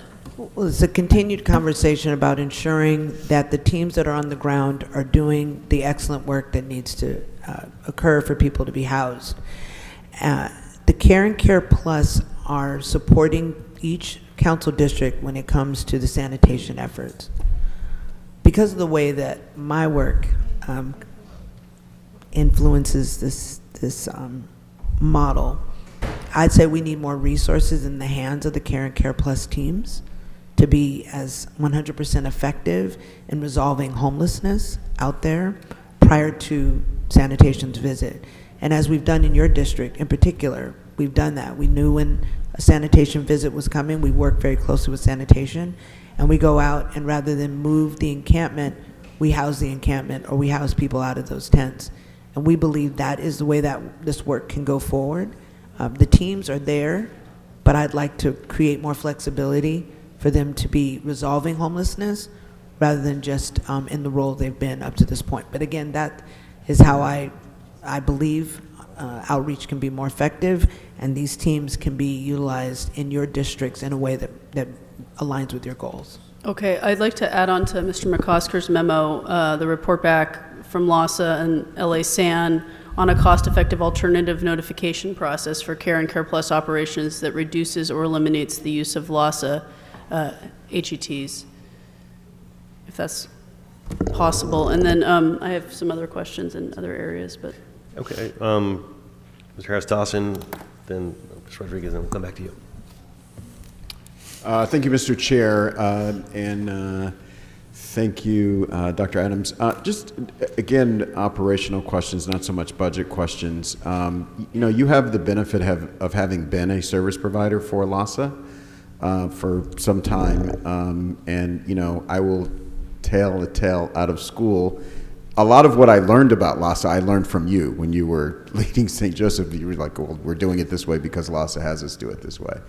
I guess I'm trying to get at what your best thinking is about putting the service providers in the position to do the best work and to do it in a way where everybody can see, because that's effectively what we're asking.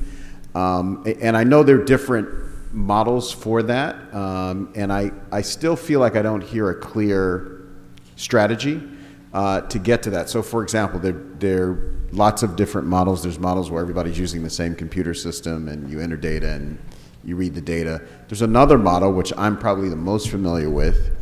When I was leading a nonprofit, you get a grant to do a service, and then the person gives you a grant, and then they either hire someone else to do evaluation or they give you special resources to do evaluation. And I don't hear anything, I don't hear what we're doing that's significantly different that is going to produce different results. So I just wanted to get your thinking about how the operations of what we're doing on a day-to-day basis will produce different results with regard to transparency and our ability as a council and council offices and the public, frankly, to see what is happening and what's happening, what's not happening, and how much it costs. So if I could answer that perfectly, we'd all be out of this terrible crisis, because alignment and a unified vision is what is called for. As a service provider, I had a mission, I had a board, and I had lots of contracts and many other contracts. There was a lot that we were juggling. We believe that an aligned goal and message that is coming out of our KPIs, which focuses all in the system, to end homelessness, focusing on unsheltered homelessness, to interim, and from interim to perm, and the system, meaning LAHSA, leading and guiding in the way of how that data needs to be collected, and providing the service providers with a mandate through our contracting, our monitoring, and our data teams being with each of those teams to help them grow out this work. Because many of us who are here were at another agency, we know what it was like to build it out at St. Joe's. And now Bevan is teaching every provider to be on the same page with LAHSA, to input in the same time frame into the right portals, with the same goal on the end to reduce unsheltered homelessness on the street. That hasn't happened all these years of us having an agreed upon focus of unsheltered homelessness and an agreed upon focus on interim housing to permanency by certain time frames. So we're providing the leadership, we're providing the KPIs. We hope in partnership with you all to implement your vision in your districts. And the only way this really comes alive is that our contract and partnership with the providers is very clear. And that we are talking about data and evaluation, not just doing our best. When we say something is great, like time-limited subsidy, how do we know? Now, we know from California Policy Lab that it is a promising and effective practice. That's what we should be driving in our results. So that is the lead role that we're playing, is to deliver the data, to show where we are right now, to show the providers what we can do to advance, and holding all of ourselves accountable, and for you to be able to see in real time how it's going. You know, if we had done this with CES, we would have known many times what we knew in our hearts, that some of it was working and some of it was not, and we should have had mid-course correction based on data and analysis. And it's a shame that this hasn't been a more data-driven process for the system all these many years, but we're there now, and we will use the data to inform. And sometimes, again, that will be bad news. That will be disappointing, but at least it will be data that we're all sharing.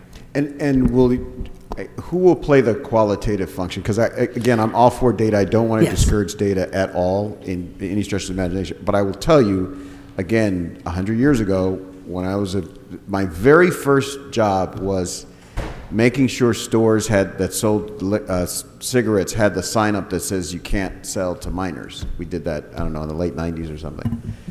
Well, the county would give us a list every day of every store that had it and every store that didn't. And invariably, you go to the store that was supposed to have it and they didn't, or vice versa. Like, there was no replacement for being on the ground. And I guess at some point the data is good, but it's only good if somebody is interpreting what it means, or giving us a sense of this is what's actually happening on the ground in a qualitative sense as opposed to a quantitative sense. Well, both are important. I certainly had to do that with my dissertation because it brings the richness of the experience to bear. So in terms of this work, and you're asking about qualitative, it's our clients. It's their stories. It's what changed their lives. It's what that encampment resolution that brought resources that changed someone's life that they never expected. And we have that information, and we need to bring that to bear. As you said, it shouldn't just be about the numbers. It has to be about numbers, but it has to be about the experience of people on the ground. So it's both. Thank you. Ms. Rodriguez. Thank you. Yes, it has to be about numbers in both sense, but we have to make sure that we're maximizing the resources that we have so that we have the most results in helping as many people as possible. And that's, you know, that's the part of the exercise that's been missing that we need to really make sure is being addressed. What is the administrative services percentages across all the programs that are funded by LAHSA? Do you mean overhead? Yeah. The admin percentage over all. Can you pull in closer? Apologies. The admin percentage over all funding sources that LAHSA has is 5%. Does the city subsidize administrative services for other funding sources from our general fund? No. The city provides LAHSA through the city GF this year, and it's recommended for 24-25 of 15%. Over the city funding sources that LAHSA receives, that breaks down to about 2.7%. LAHSA does not receive admin on all of the funding sources received from the city. And what about the county? The county's breaks down to about 8%. But their services or their contracts actually expand far beyond what the city service area is. Mm-hmm. Okay. Mr. McCosker. I have a quick question from left field. One of the programs that we have in the city of Los Angeles, an important equity program on hiring, is targeted local hire. We have Bridges to Jobs. We have other equity programs. And I don't know the answer to this question. Typically, I do before I ask. Does LAHSA participate in TLH or our equity programs at the city of Los Angeles to bring in folks who would not otherwise have an opportunity? These are from typical zip codes or folks that have some other barrier to entry into the workforce. Let me get back to you, but let me tell you this. We hire people with lived experience. You have the answer? Okay. Yes, I thought I felt you moving. They have this so down.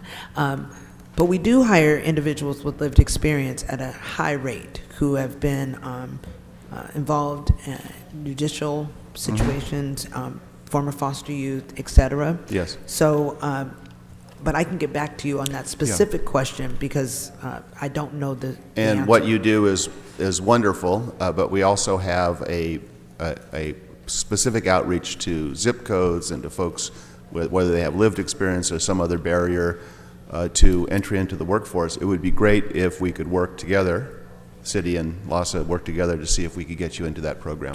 I welcome it. I was at the Homeboys Gala the other day, Homeboy Industries, and I've actually introduced a partnership where we can hire some of the homeboys and homegirls when they graduate from their program. So I'm totally in agreement with doing this, and I'd love to partner with you. Terrific. I would just ask for a special study then for how to incorporate LASA's hiring practices in cooperation with the city into TLH, Bridges of Jobs, and other equity programs as appropriate. Mr. Oslowski. Thank you. Just a question about HUD funding. So as the lead agency for LA's continuum of care, one of your primary responsibilities is administering the funds the region receives from HUD. It's my understanding that HUD requires certain programs to have a local cash match. Can you please explain the implications of the city not increasing funding for COC planning? In order for LASA to be able to maintain the HUD dollars, it is required for the 25% cash match. If that is not met, then LASA cannot maintain that funding, and the funding level would go down. What LASA had received funding for the recommendation was to support the prior amount that LASA had received from HUD, which was $1.25 million. That entitlement was increased to $1.5 million, and that is the additional $31,000 that LASA needs to support that cash match. And the cash match is split 50-50 between the city and the county provided their commitment. So I'd like to request the CLA, with the assistance of LASA, to provide a budget memo on funding to increase COC planning program cash match from $156,250 to $187,500 to ensure the LA COC receives full federal funding. And then I have a CD4. Okay, and on all those, we try to put them to the CAO because the CLA is going to be so busy on all of our report backs. Did I say CLA? Sorry, Yeah. CAO. Right. Sorry. No, we can get the CLA involved if needed on some of the stuff, but we're trying to free them up for what they have to do. Can I get one more and then done? Yeah, go ahead. Okay, great. This is a CD4 question ask. So, due to the uptick in extreme weather conditions extending beyond the normal winter season, LASA stood up numerous emergency response interventions, in part at the behest of city leaders. This council recently stated its desire to see the emergency response system capable of operating beyond just the winter season. Does the $1.56 million allotted to the winter shelter program enable you to operate year-round? No, it does not. That funding is level funding in what LASA had received from 23-24, and that was recommended for 24-25. That would only support the operations of the program for the winter shelter program, and that would be between November to March. With the year-round funding that is needed to address anything that comes outside of those periods, from July through October and April through June, the budget that LASA had originally requested was $4 million. What we would need is an additional 1.1 for the augmented winter shelter program to support the increase in the beds rate for the winter shelter program and the increase in the rate for the motel vouchers. Okay, great. So this is a request from CD4. Request the CEO, with the assistance of LASA, to provide a budget memo on identifying potential funding sources to allow for the year-round operation of the emergency response program at a cost of $4.056 million. Thank you. Okay, thank you. Colleagues, any additional comments or questions? No? All right, well, thank you so much. Appreciate it, and we have a lot to chew on, so thank you. Colleagues, I'm going to see if we can't get through City Clerk, Zoo, and then take a break for lunch. And when I say a break, we have such a busy day. I'm talking about a 15, 20-minute break that we would take and just eat in the back so the staff can also eat and take a break. But then we would continue working. So we're not going to have a long lunch today.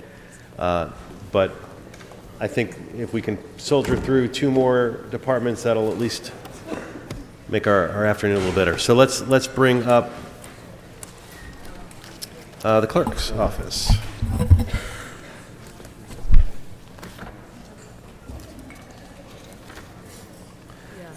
Welcome. Good morning, good afternoon. I think it's afternoon by now. Afternoon, or we'll still pretend it's the morning because we're rolling.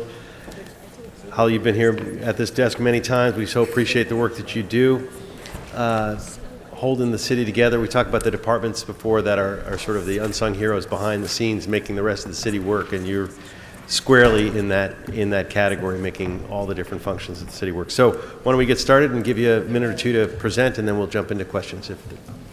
Good morning, and thank you for your time, Chairman Blumenfield and the remaining members of the committee.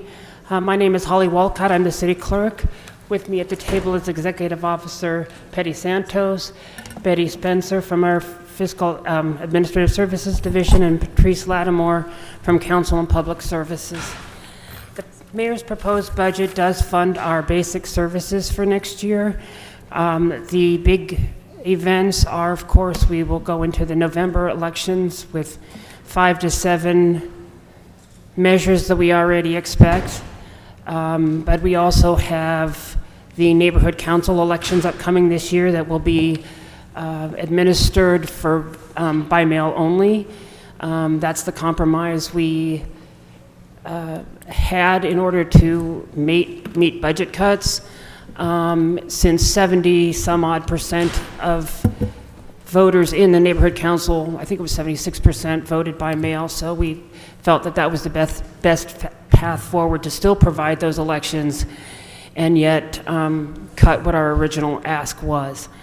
That being said, it's very difficult to follow service providers when we are admin, because a lot of times admin just seems so uninteresting. But as you said, we support everything it is that you do, and we're drowning.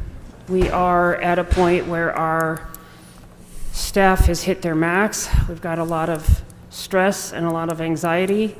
I want to specifically address the points, what I call, or in the aerospace industry, what they call single points of failure.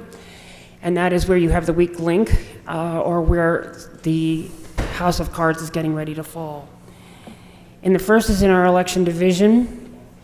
We have a filled senior MA2 in elections. It is the only senior MA2 in elections. But imagine, if you will, if each one of you did not have a chief of staff, how much harder your job would be. This position is filled by an individual who does the budget, candidate filing, hiring, initiative, recall, and referendum petition processes. She helps oversee NC elections oversight, street lighting, ballot tallies, and all other internal elections that we provide for other small entities. The chief is strapped with an inability to take time off, and so with this individual, this position was cut on the anticipation of her retiring. She is not yet retired, but we don't think that elections is viable without this position, so we're asking for reconsideration. Similarly, in records management. Records management has a very small staff. There's 5 people over there, or 5 positions over there. There are a couple scheduled for deletion of this year because they were not filled last year due to hiring complications. But with the existing archivist, who Michael Holland is one of the smartest people you will ever meet. He can find a needle in a haystack. In the 300,000 plus boxes over at the Record Center, he can find you anything. But what he can't do is do this all by himself. And if something were to happen to Michael, if Michael were to move on to, let's say, the Washington, D.C. area and take a job in their National Archives or something, we would be lost because we have literally one person. So you have a single point of failure and no ability to run a records management program. You can run the archives. So that means a higher output for departments in contractual services. Right now, the city spends approximately $500,000 a year on outsourcing records management. Those are for larger departments, DWP, LAPD, where we have a greater capacity to bring some of those records in-house, but we don't have a records manager. So how do you help other departments with their records retention schedules and their records destruction when a city of 4 million people and 50 some odd departments or 40 some odd departments, I'm never quite sure that number, and you don't have a records manager. So I'm asking for reconsideration of that. There's one other filled position we have. It's a senior MA in fiscal. We're currently using a sub-authority. This person does the supervision of the accounting staff, Inside Safe, GCP, and AB 1290. She oversees all of the vendor payments. She has the citywide and department RFPs for translation and interpretation, and she's our emergency management safety coordinator facilities manager. So again, we have a single point of failure when she leaves as well, because we don't have existing staff to pick up that work. So those are the 2 filled positions. There's 2 MA2 that are filled of the 10 positions that are scheduled for deletion.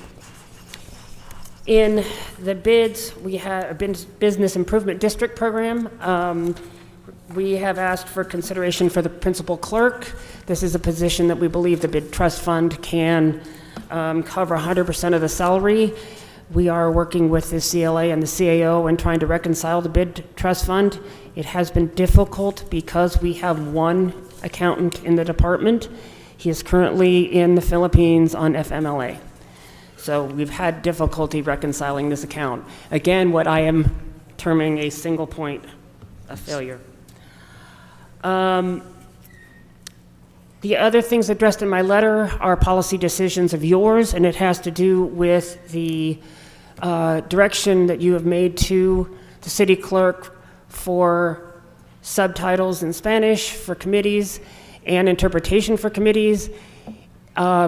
We will continue to operate those programs as long as we have funding.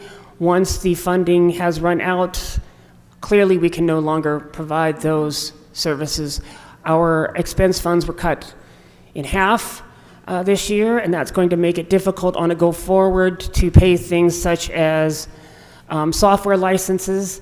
And since 2010, when we had our last big cut, and yes, I was here, and we lost, I know at that point, I can't tell you department-wide, but I know in Council Public Services we lost 50% of our staff there. And how we continued forward was through the use of technology. But if we lose the expense money to go forward through technology, we're just kind of stuck in a place. And you all know, probably better than anyone, how slow payments have seen this past year and things. And this is why. It's a staffing issue. It's a staffing problem. All right. Well, thank you. And you raised that, and this is something I've been harping on. You've probably heard me with different departments about getting our vendors paid, our nonprofits.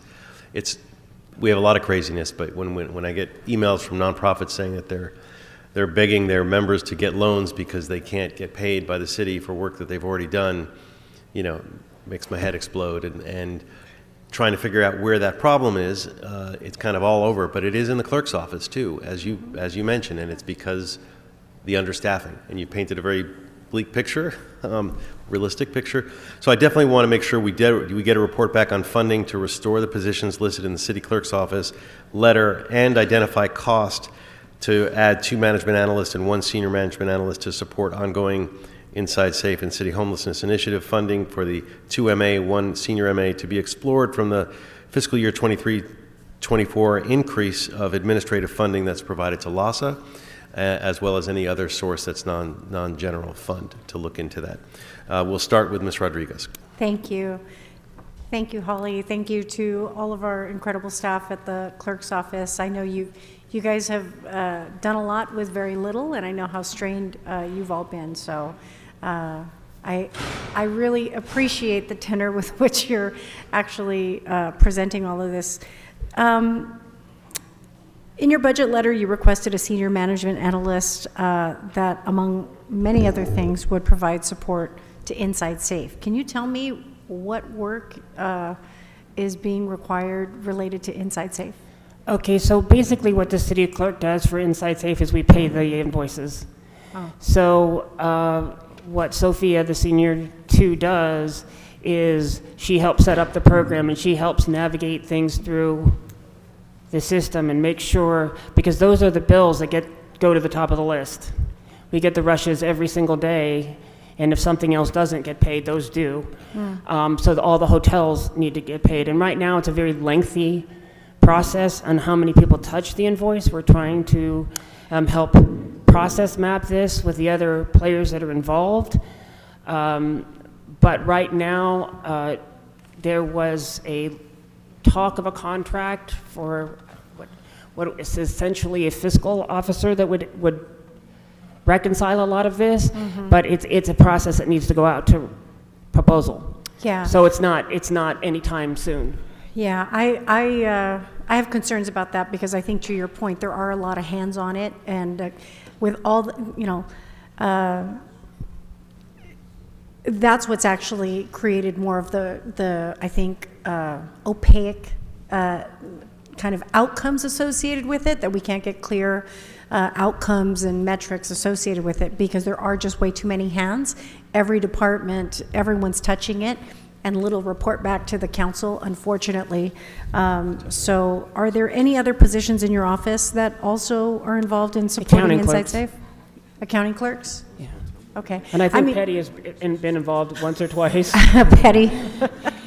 So, I mean, I guess this is also part of a conversation that we need to have in terms of all of the additional roles that are burdened by the way this program has been rolled out. And to your point, you continue to get stripped of a lot of resources, particularly staffing resources that allow you to do some of the basic functions of what your jobs, what your office provides to support this additional program that, again, is not providing a lot of clear metrics and outcomes associated with it. So I think that really needs to be, we need to have as we dig deeper on these programs, again, there's a lot of departments that are being affected and stretched that don't have the resources, that are being asked to do more with less to support work that, again, is not part of their core roles. And to your point, we've got a lot of nonprofits, we've got a lot of service providers that are not getting paid because everybody, the demands of this program are jumping the queue of all the other service providers that are important to many of our communities. So aside from that, so we'll get back to that one because that's going to be a much longer conversation. But I do want to request a budget memo from the CAO to identify $30,000 that will provide the closed captioning in Spanish for all city council and committee meetings. And I would also like a budget memo from the CAO to identify an additional $80,000 that will provide sufficient funding for interpretation and translation services for all city council and committee meetings. Thank you. Without objection. Colleagues, any additional? Mr. McCosker. I think that the Inside Safe discussion is important. It's bigger. It's bigger than the question I'm about to ask. But my thought is that we need to be careful to make sure that we're supporting this core functions, and you've described sort of the breaking point of some really, really core functions. And one thing that jumped out at me, and it might not be a lot of money, but it jumped out at me as a continuation of the services for passport processing. It doesn't strike me as a core service, and what does that cost us? The cost, I'd have to defer to staff, or we could report back. I know it is I'm sorry, let me just refer to Patrice rather than guess. I don't think you're on, yeah. I think he has to turn it on. Oh, okay. Why don't you try it He's again? got There it. you He's go. got it. You're on. Patrice Lattimore, City Clerk's Office. So currently for passport services, we have 3 senior admin clerks for that service that provide those services. The city receives $35 execution fee for each application we process. So in terms of other amounts that we pay out, there really isn't. I mean, they're all basically just your office administration costs that would come under our normal budget. Would you say that fee is covering the time away, the cost of the time that we spend and the time away from other core functions? Well, the staff is dedicated to passport services, so at the moment, doesn't really necessarily take away from other areas, but the $35 cost, at the moment, we haven't received the number of applications that we'd anticipated that would cover 100% of those salaries. But maybe very little, but could I just get a budget memo on the cost of that service and whether or not we're covering the costs. And my sense is that what you've described is this incredibly important functions. I mean, my bias, coming from city attorney work particularly, is that you are the city clerk is the eye of the needle through which everything goes. And we cannot break at the city clerk's office. And so I appreciate the budget memos have been requested before, but we really, really, really have to address this. And this should not be a discussion about whether it's general fund or specially funded. This should be about a discussion as to whether or not we're going to function as a city. Understood. Municipal government. Without a city clerk, there is really not a municipal government. Thanks. Great. Ms. Rodriguez. Thank you. And while I recognize you're at your breaking point, I do want to request a special study from the city clerk's office in partnership with the Department of Neighborhood Empowerment with an expenditure breakdown of the Neighborhood Council Fund broken down by neighborhood council. This study should include recommendations for potential safeguards that can be implemented to ensure neighborhood councils are using the allocated funds in accordance with their intended purposes. And I think you know, we've had previous dialogue around some of the, you know, at times what might appear to be questionable expenditures with some of the neighborhood councils, and we want to make sure that there are, again, consistent practices, that no one is committing any inadvertent infractions with how those dollars were intended to be used. So again, I recognize and appreciate that you guys are stretched, but I think this is an important part of the conversation so that we don't see inappropriate use of those dollars. Thank you. Mr. McCosker. I do have another one. Are you on a path now where we are looking at paying for the BID position fully through the BID, through the funds at the Yes, bids? I owe a reconciliation back to the CAO and CLA. As I stated, we're struggling to get an absolute number, but I believe it's around 1.3 million that we have in excess. But I want to Do you double need check. something from this committee or the council that would enable you to fund the bid positions 100% from that fund, or are you on that path? That would be a discussion between you and the CLA when it comes to making all these decisions. Okay, so that's probably a special study, because I think it is warranted. I mean, the whole point to the business improvement districts, they provide services over and above what we provide, and they should be, you know, paying the full freight, which is just a little bit more. I have argued to the contrary many times in the past, sir. I know. And the reason is because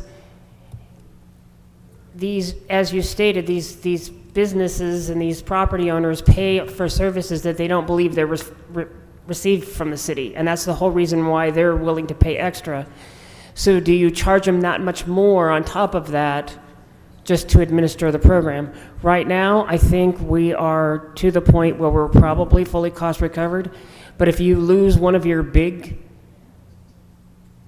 bids, that could change tomorrow. And I think the bid, but I still want to go down this path of making sure that we can fully cost recover on the business improvement district. And it's coming from, and I lived In order in to that do world. so, what you might find is that your very large bids are subsidizing your very small bids. It is currently based on a percentage of the total assessment. So as the assessment amounts go up, so does the amount of money we get. But the money, but the percentages that have been in place have been there. Gosh, I gotta look. Is Karen in the room? 2003, 2004. 2000. No. Now we do owe a report back on cost recovery, but again, due to somewhat of a socialist commentary, I would struggle to say that 100% is available at all times. While I currently believe it is, I don't know if it would be in the future. So we do have a cost recovery study coming back? Mhm. Thank you. We'll wait for that. Thank you. And what I'm hearing is maybe you get flexibility, but the goal is to get the cost recovery, something to that effect. But that's a question for down the line. Speaking of special studies and doing more with less, I'd like to get a special study on client service management system, utilizing technology tools to help improve city programs and contract payment processing. So just not for the budget, but a special study about that kind of technology. Maybe that'll help us do more with less. Anyone else? Additional comments? Mr. McCosker? I just want to go back to the budget memo I asked for on passports. Could that also include the number of passports that we have processed since initiation of the program? Thank you. No problem. Okay. And on the passports, we get a fee from that, right? $35 Right. each. Just does that cover the nut of the? It's part of the budget memo. To find out. Yeah, we have to do the math. Yep. Okay. Seeing no additional questions, thank you very much. Appreciate all you do and appreciate your presentation. Thank you for your time. Even though it was a depressing presentation in many regards because of what we're hearing, but that's not your fault. My at the job moment. here is done. So colleagues, my suggestion is we do one more department and then we take a 20-minute break for lunch. So let's move to the zoo, and then after lunch we would start with El Pueblo, Office of Public Accountability, Animal Services, Convention, Neighborhood Empowerment, Civil and Human Rights, Cannabis, Youth Department, Emergency Management, and then the GCP, Reserve, UB, etc. So, welcome. We have, you guys take care of the animals in this city. You do a tremendous amount focusing on conservation, famously having brought back the California condor. Recent years, this council has invested in master planning at the LA Zoo, as well as large solar battery projects which generate renewable energy on site.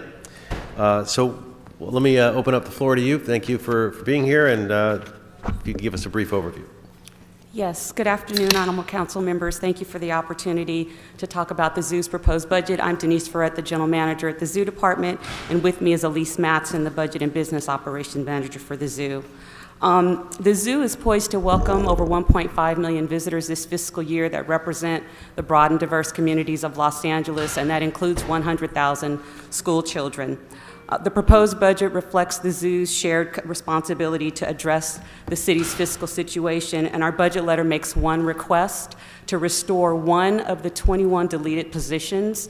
It's a Park Services Attendant 2 that we're requesting be reallocated to an animal keeper position to resolve a classification issue as recommended by the Personnel Department, and this position works in the Animal Nutrition Center, which is part of the daily diet preparation for the animals. I'm going to close my remarks by asking that the PCH process be eliminated for next fiscal year. All departments are going to be operating with fewer resources, and so we just ask that departments be able to manage within their resources and then be held accountable to the budgets that they have. That concludes my remarks, and I'm happy to answer any questions you have. Great, thank you. And your request for the vacant Park Service Attendant, that is a no general fund impact request, correct? Yes, because we're asking for it to be restored with no funding. With no funding, and that you have other positions you want to swap, or you're going to take it, how are you going to pay for it? Well, we won't pay for it until we have the funding to actually fill it. So as other vacancies might occur throughout the fiscal year, we might fill this position in lieu of another position. Got it. So let's get a report back on that restoration in a way that would have no general fund impact. Colleagues, Ms. Rodriguez. Thank you.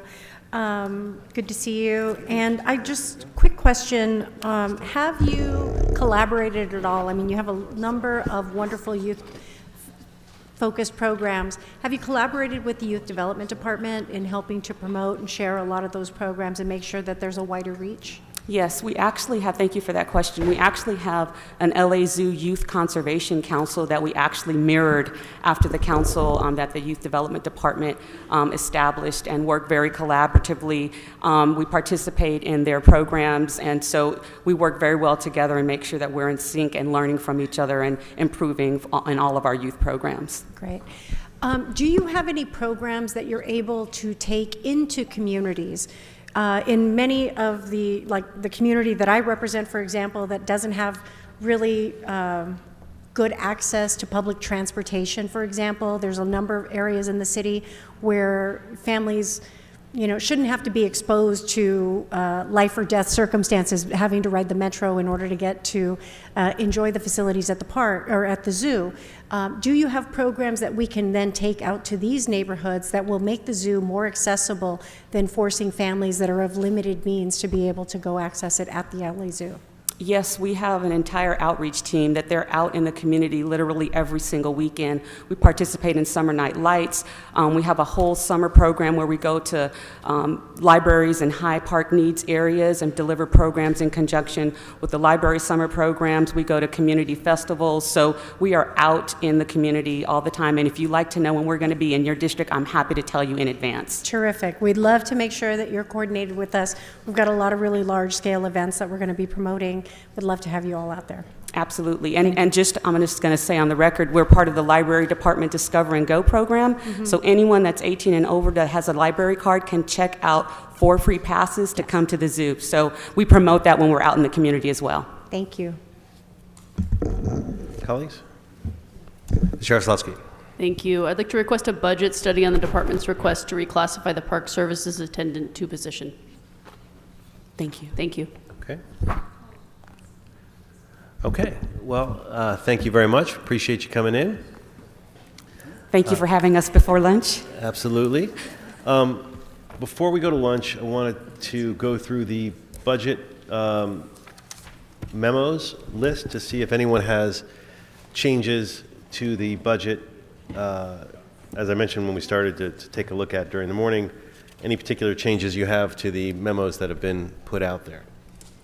Ms. Rodriguez, you want to start? Yes. Unfortunately, I wasn't able to be here for Friday for the conversations with DCA. I wanted to request a special study that begins laying out how visitors to Los Angeles can experience our city, especially the equestrian culture in my district, and from the Northeast Valley to the harbor area and the points in between. So want to get a special study how they can incorporate that in preparation for the 28 Olympics. And also wanted to see, there was a special appropriation 3 funds that was dramatically reduced in the budget for DCA. And, I want a special study on how large-scale council-created events could be incorporated into DCA and programming that was done through the 23-24 budget cycle, broken down by council district from the Special Appropriation 3 fund. Okay. I think I understand that. CLA got that down? Got it? Okay. Without objection, anything else? Any other changes? Thank you. No. Mr. Kosker? I just want to say for the folks, the public listening, we're talking about the budget request, the budget memo request that we've made. This is not. I saw some discussion basically online that there was a concern that budget memos were not made available to the public yet. We're just talking about the requests that we have made, and we're waiting for the budget, eagerly waiting for the budget memos to come back. Yes, this is. Thank you for clarifying. I'm sorry if there was any confusion out there in TV land or internet land or anywhere land. We're asking a lot of questions of our departments, probably too many, and we're going to have to prioritize them in order to be able to get answers in a timely manner. But many of these questions are specifically about the budget. Some of them that are special studies will get answered in the future. None of us have answers to them yet. We merely have the requests for those. And so what we're doing now is we're just making sure that the requests that we made, that we now see in writing, conform to our understanding of what those requests were. And toward that end, I wanted to amend the assigned departments for some of the memos, specifically Public Works, Engineering, Memo 310, assign that to Engineering. Public Works Street Services, Special Study 244, assign that to the CAO.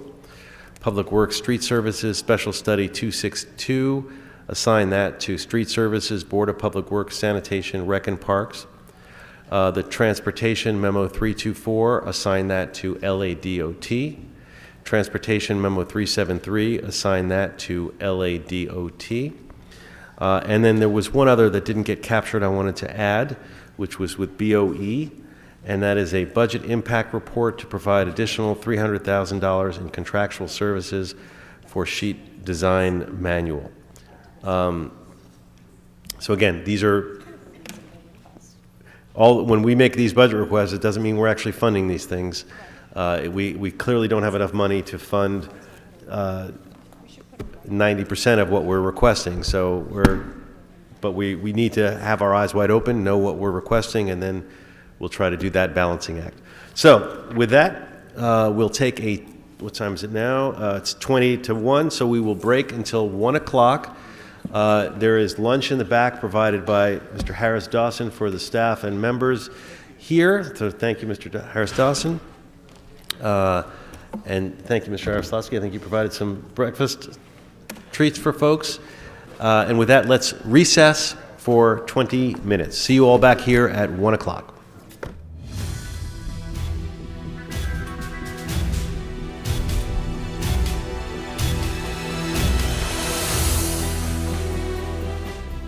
By the Sea event. Enjoy the gardens around the lighthouse with a self-guided stroll and have your gardening questions answered by the volunteers. There will also be craft booths from local vendors and vintage Model T cars on display. Photography is encouraged. General admission is free. A $5 donation is requested for entry to the Tea, with donations going to benefit the gardens. Tea by the Sea is on Saturday, May 11th at 10 a.m. For more information, visit laparks.org/PF Lighthouse. Explore the traditional art of Chinese calligraphy at the Los Angeles Central Library's Art Department on Saturday, May 11th. This workshop, taught by Emmy Lam, is an opportunity to learn about Chinese culture in a creative way. Chinese calligraphy is an art form dating back 5,000 years, and it carries special significance during festivals and celebrations. Attendees will create 24 Chinese characters themselves and get to take home their work. The workshop is free to attend and open to the public. Chinese Calligraphy with Emmy Lam takes place at LA's Central Library on Saturday, May 11th at 2:30 p.m. To learn more, go to lapl.org/events. And that's a look at some things to do.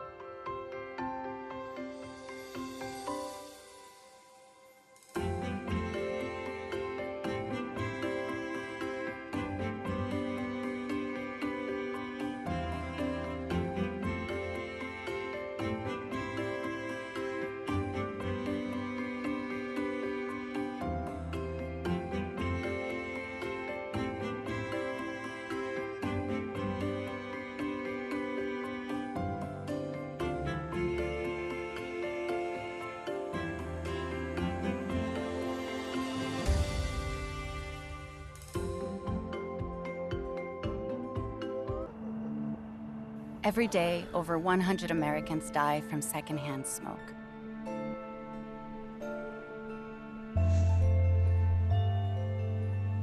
Secondhand smoke in children can cause asthma, ear infections, and increased risk of sudden infant death syndrome. Go to smokefreehomesla.com. Learn how you can protect your home from secondhand smoke.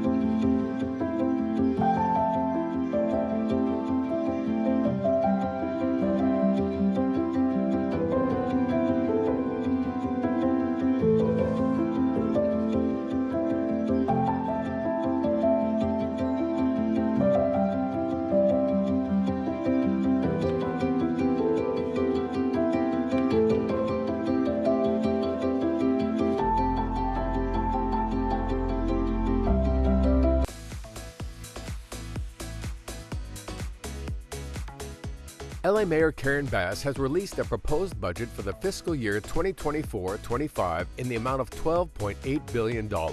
With lower than expected revenues, the budget sets out to maintain staffing in critical city roles, including the Los Angeles Police Department. On the key issue of homelessness, there are cuts to the mayor's Inside Safe program and an overall decrease in proposed funding to $950 million. This budget replenishes the city's cash reserves to ensure that the city remains prepared to weather any uncertainties in the coming year. The mayor's proposed budget now goes to the City Council's Budget Committee for review before a full vote takes place. For more information on the budget, visit the City Administrative Officer at cao.lacity.gov.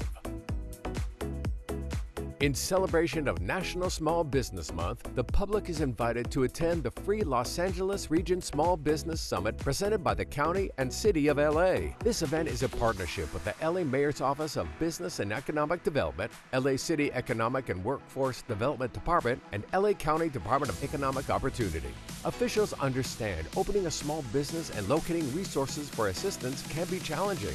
The summit aims to help small businesses recover, grow, and thrive by bringing together top business resources, services, and programs in one place. 2 summits are scheduled in May, with panel discussions and free on-site services taking place on Thursday, May 9th and Wednesday, May 15th. For more information, please visit ewdd.lacity.gov. The Lifeline Rate program offered through the City of LA Office of Finance provides seniors and disabled Angelenos with an exemption on their utility bills. The program is made possible under provisions of the Los Angeles Municipal Code and/or the California Revenue and Taxation Code. To qualify, you must be a user of utilities at a residential address within the City of LA and responsible for the payment of utility bills under your name. Documentation is required, ranging from proof of age for senior citizens to certification by a physician for those with disabilities. You can submit your application 4 ways: mail, email, fax, or in person by appointment at LA's City Hall. For more detailed information, click on the Tax Education tab at finance.lacity.gov.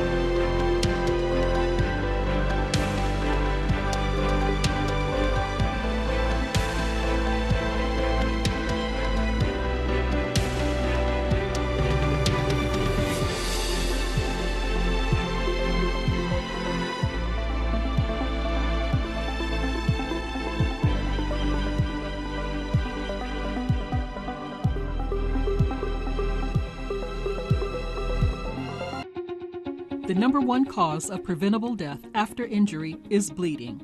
Someone who is severely bleeding can bleed to death in as little as 5 minutes. Minutes count, and your LAFD thanks you for learning how to stop the bleed by following the ABCs. If someone has an injury with blood spurting out of the wound, clothing soaked in blood, bleeding that won't stop, or loss of any part of an arm or leg, you need to act quickly. The first step is A for alert. Have someone call 911. The next step is B for bleeding. Locate the bleeding injury and remove any clothing covering the area so you can see the injury. The final step is C for compress. Use any clean cloth. Apply the dressing directly to the wound and press down hard. Push down on top of the wound with both hands as hard as you can. If blood soaks through the dressing, do not remove it. Add another dressing on top and continue applying steady pressure. Do not release the pressure to check the wound. Keep steady pressure until help arrives.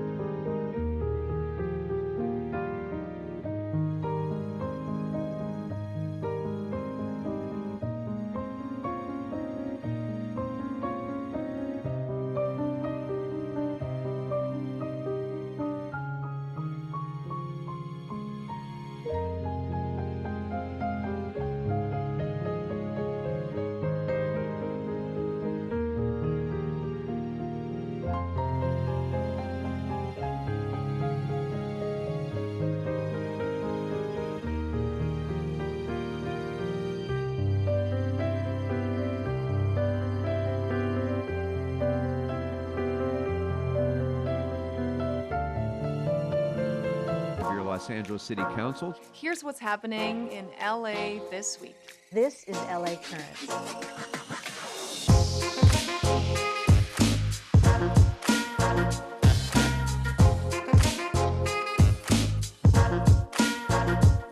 I call on our city to not just dream of the LA we want, but to participate in making the dream come true.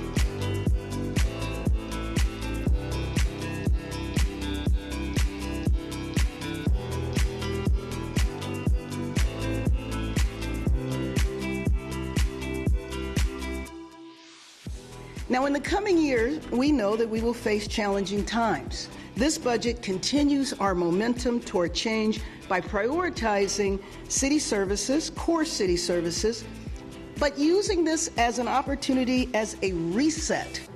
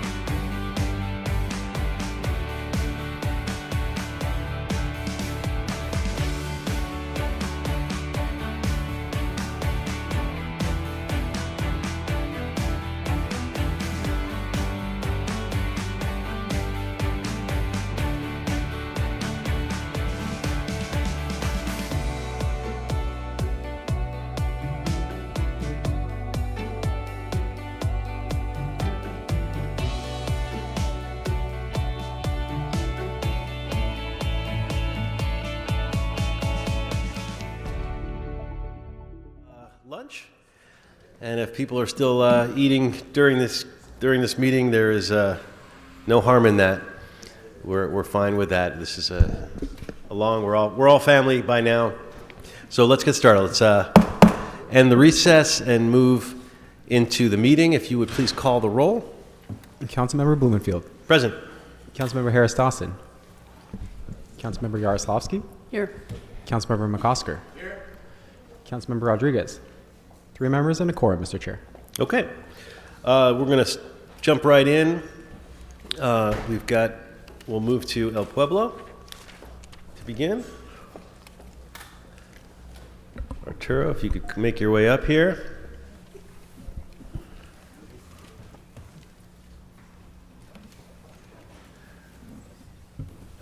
Chavez, welcome. El Pueblo showcases the city's famed historic landmarks and sites. Is home to Alvera Street, where the district integrates retail, restaurants, museums, events, and filming.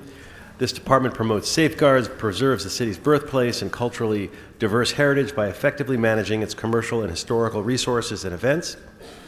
Mr. Chavez, if you'd like to start with a few words. Yes, sir. Good afternoon, Chair Blumenfield and members of the committee. Hopefully you had a good lunch.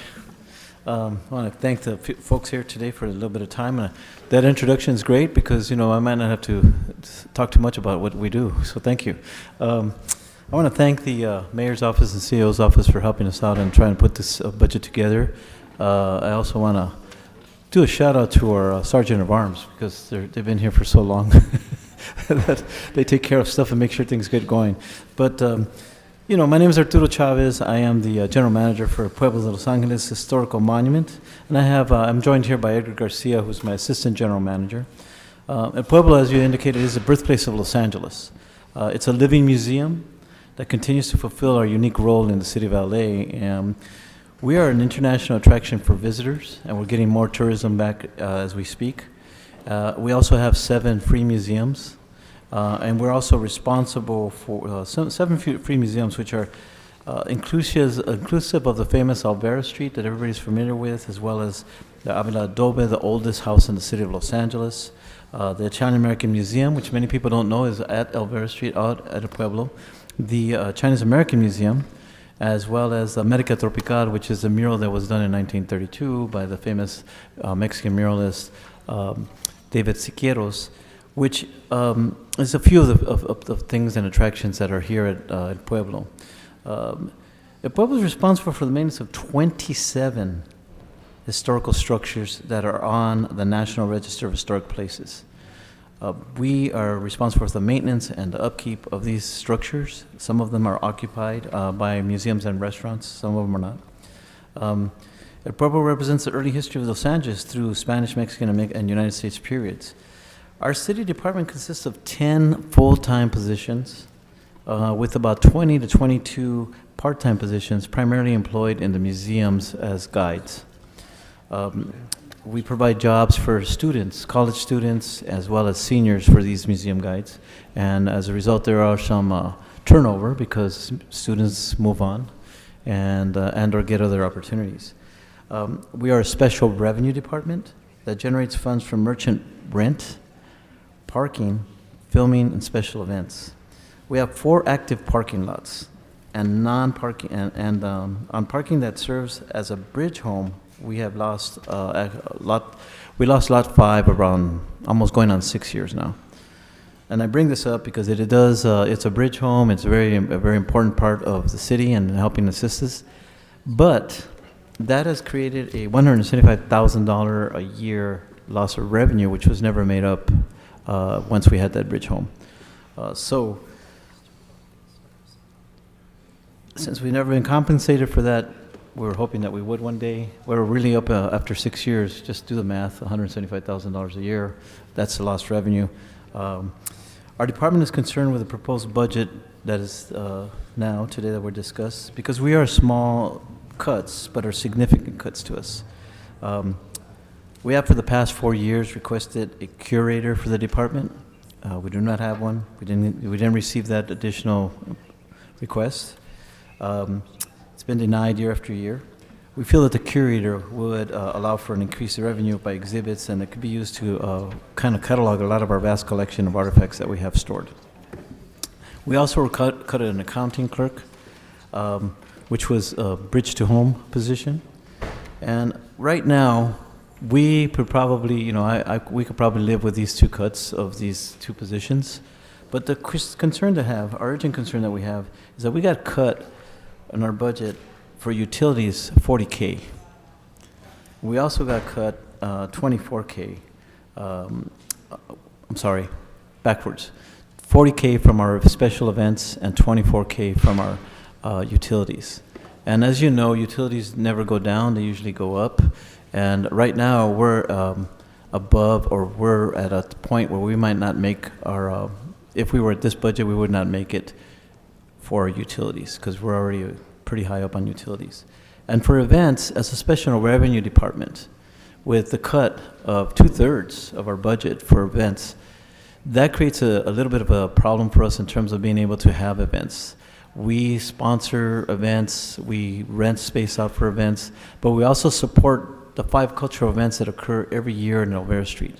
You know, we're talking about supporting the Taste of Italy, we're talking about supporting the Day of the Dead, we're talking about the Blessing of the Animals. These are events that happen with tons of, thousands of people showing up, and we have to do a lot of support systems for that.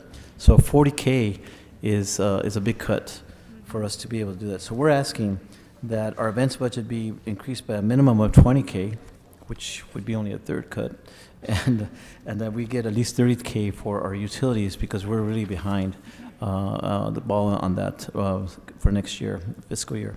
On the upside, we can work with we can work as directed. Less folks with more on the department.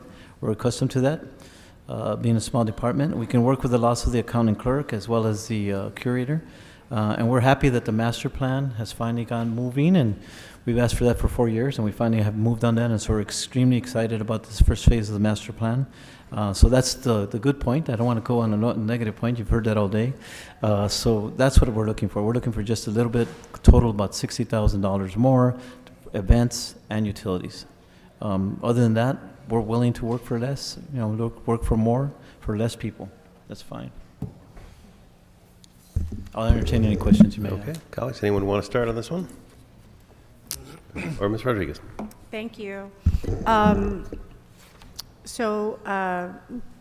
you so much. I know you guys produce a lot of very important cultural events with very minimal resources, as you've indicated, and I know, especially with support of a lot of the historic, the vendors that have been there for generations, and I know the work has been very difficult to kind of get the same level back up to the level of visitors that it was pre-pandemic, but it's really an important cultural asset in the city. It's the history of our city, and so it's really important for us to continue to invest in developing that. We're not talking about substantial amounts of money here that we should be able to accommodate. So I would like a budget memo on identifying the funds that you indicated to help close those financial gaps. And I'd also like to request a budget memo on the feasibility of adding 1 curator 2 position and the possibility of funding this position through special funds. Thank you. And with regards to your utilities, help me understand how it's in such arrears on the utilities and what cooperation we have. I mean, we're really fortunate to be in a position where we have a municipally owned utility company, so help me understand, as a cultural asset, as for all of the kind of those activities, is there any conversations with the Department of Water and Power to help close those gaps? We haven't had any conversations with the Department of Water and Power regarding our utilities, but we have all these buildings that they're pretty big and they're old, so they don't have a lot of insulation, and they need air conditioning that go on pretty much on a regular basis. We're looking at our utilities. We had adapted for fiscal year 23-24. We had like $440,000 for just utilities. To date, as of April 30th, our expenses for utilities is $409,000 $932.23 to be exact. The mayor's proposed budget for the fiscal year 24-25 is $358,000 to $829. We're not even meeting what we're at this point right now. Right. So, like I said, unfortunately, utilities just keep on rising. They don't give us a discount, so, we're concerned about that for the next fiscal year. And again, that's why we wanted to bring it up to your attention, because that's a concern for us at this point. Well, I definitely would like, again, in that budget memo for the CAO to help us identify funds to close that gap. Also, because I would think, and this is a conversation for us to have with DWP, because of the arts and education component that El Pueblo provides, I know with a lot of field trips and young people, there's also special rates, as I understand, for education. Right? So like LA Unified has special rates when it comes to DWP, and so why aren't we looking at that from the Department of Water and Power for the historic cultural monument of Los Angeles? It would seem to me that it would be a natural, because of the educational services that you all provide, would be a nexus to helping to at least garner the reduced rates. So I mean, it doesn't make any sense to me. So I think we should also engage in that conversation with the Department of Water and Power. It's a great idea. It's a great idea. Thank you. I don't know the answer to that either, but maybe the Prop 218 stuff, because I know with other programs we haven't been able to. Well, but if LA Unified gets a reduced rate because it's an education facility, then why shouldn't El Pueblo? And so that's my question. They do it's educational related tours that they're conducting with the Pico House and all of the the Siqueiros mural. All of those things are historic cultural assets that are for the purposes of education and the historic preservation. So I think it would seem to me that would qualify. So great. We'll get an answer. Great. I mean, Yeah. I agree with you substantively. I've been down this road a few times on some other things and always hit that 218 wall, but we should find out the real answer. Mr. McCosker. Good afternoon. Well, the master plan is really important. I'm glad it's happening, and it's coming up in the context of a lot of other changes with Union Station and maybe other amenities in and around you. Will it be looking at sort of the land use issues and the further development exclusively, or will you also look at funding opportunities, revenue sources, the leases, the other ways that we can generate fees in and around El Pueblo? Excuse me. Yes, we think that we'll be able to encompass a lot of that in the first phase in terms of getting input. As I mentioned, we have a lot of structures. Many of them are empty. The Pico House is empty; can only use the first floor. Right. We have the Merced House next to it. We have the substation, which is also only used by GSD. We've had several plans. If you look historically, people have asked for what do you do with the parking lots? What do you do with, we've had a general plan, 1981. And that was when the transition came into the city, took over Pueblo, right? Before it was done, it was the county and the state. And so now the city's managed this since 1981. We need to figure out how's the best use and for everything that we have on site to be able to generate that. As you've seen, the Plaza de Cultura and Artes, which is across the street, fantastic job in renovating that building, fantastic participation. People, we take credit because it's on our campus, kind of. Right. But they were able to do a lot of good work on that, and It's that's a what great we're looking example. at. They changed their business model a little bit, and they do have revenue generation that can support the other activities. Will we look at that sort of thing when we do the Rios master plan study? Yes, we will. Yeah. Thank you. Yeah. Thank you. Colleagues, any additional questions? I guess I'll just add, the budget does allocate 100% of the enterprise fund, right, that you have? So when you're asking for additional funds, are you looking at the general fund, or are you suggesting, are there other funds that you're looking at? We generally have since we're a special revenue fund, we get funds I call it a loan from general fund, because then we end up having to pay most of that funds back. So yeah, that's what we would do. We'd ask for that so we can cover our expenses and then make sure that we generate enough revenue to cover that as we go. But it's kind of like the egg or which came for the chicken or the egg, right? If we don't have the money to do the events, or we don't have the money to keep the lights on, then we can't generate revenue to pay anything back. Yeah, although anytime we can change a resource question into a finance question, we have a better opportunity to solve it. So if what you're saying is that it's a finance question, meaning that if you had a larger event, you would bring in more revenue and you would be able to cover certain costs, it's a slightly different question, because then we have to think about, as a council, is there a way for us to help you sort of finance those costs because you'll be able to recover them, as opposed to, we don't have enough money in our enterprise fund, we need the city's general fund to subsidize.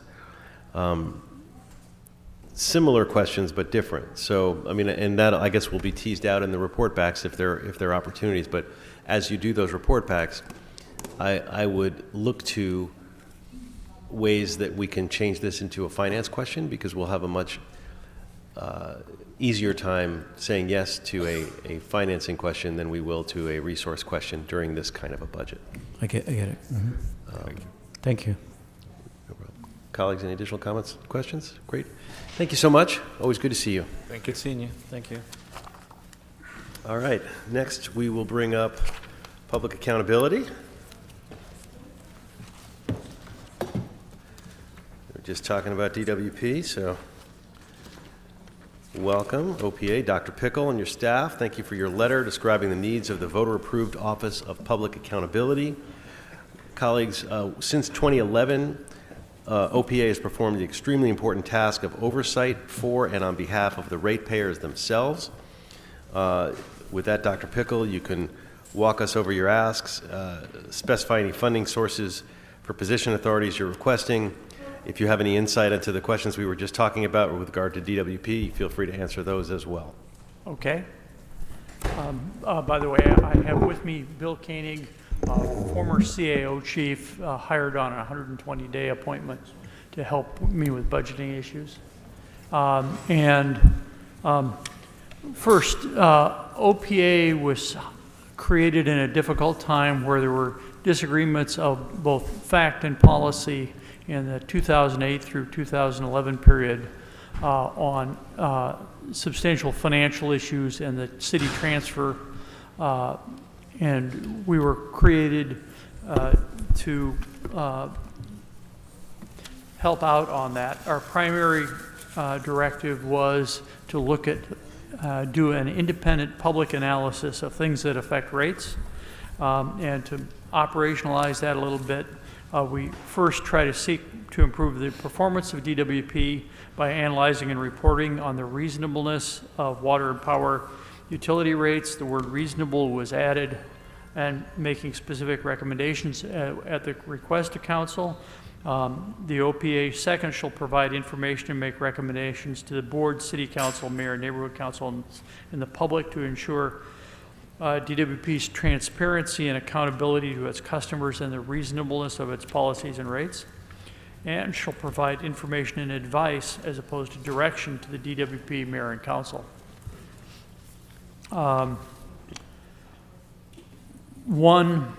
This is a transition year for the Office of Public Accountability and DWP. There is a Citizens Commission now looking for a replacement for me. I have served 12 years. I am not asking to be continued, and that search is underway now. Second, the DWP board president has just changed. A new GM will be before the council at the middle of the month for appointment or approval. And last but not least, the general counsel is retiring at the end of May. So there's a lot going on at DWP. And as proposed, this budget could materially hamper OPA's performance in spite of OPA's costs being fully reimbursed by DWP. There's no benefit to the general fund from the cuts proposed. First, we would like to restore the viability of OPA's 24-25 budget. We would essentially like to go back to what we proposed in our budget submission in the fall. and we've attached that to our letter. We will say that we've tried to keep the positions at the OPA largely exempt, so the new director coming in has the authority to change direction of the office if needed. And retaining those exempt positions is a challenge. So we need at least 7 positions to do that and retain the use of substitute authorities that we feel we need now. The new director may feel differently. And ideally, we would have all 9 positions available. Cutting the contracting budget, especially the contract line for rate analysis. Rate analysis is what we do. We're past time to do some cost of service studies that are required under Propositions 26 and 218 when looking at rates. That budget item is key for the process, and it's not just because of formal, now appears to be once a decade rate reviews, but rates are changed quarterly, semi-annually, and annually. All components, every single component of the rates is subject to an adjustment annually. So we need to continue to review those comprehensively. So in close on that issue, we request adoption of our budget equivalent to what we requested in the fall. 2, we need to improve the OPA budget process. We are not following the budget process in the ad code now. And looking at the ad code, there's some components of ambiguity, but I think it'd be useful to have a special study looking at that jointly by the CLA, the CEO, and OPA to look at following the implementation in the ad code and or what changes might be appropriate.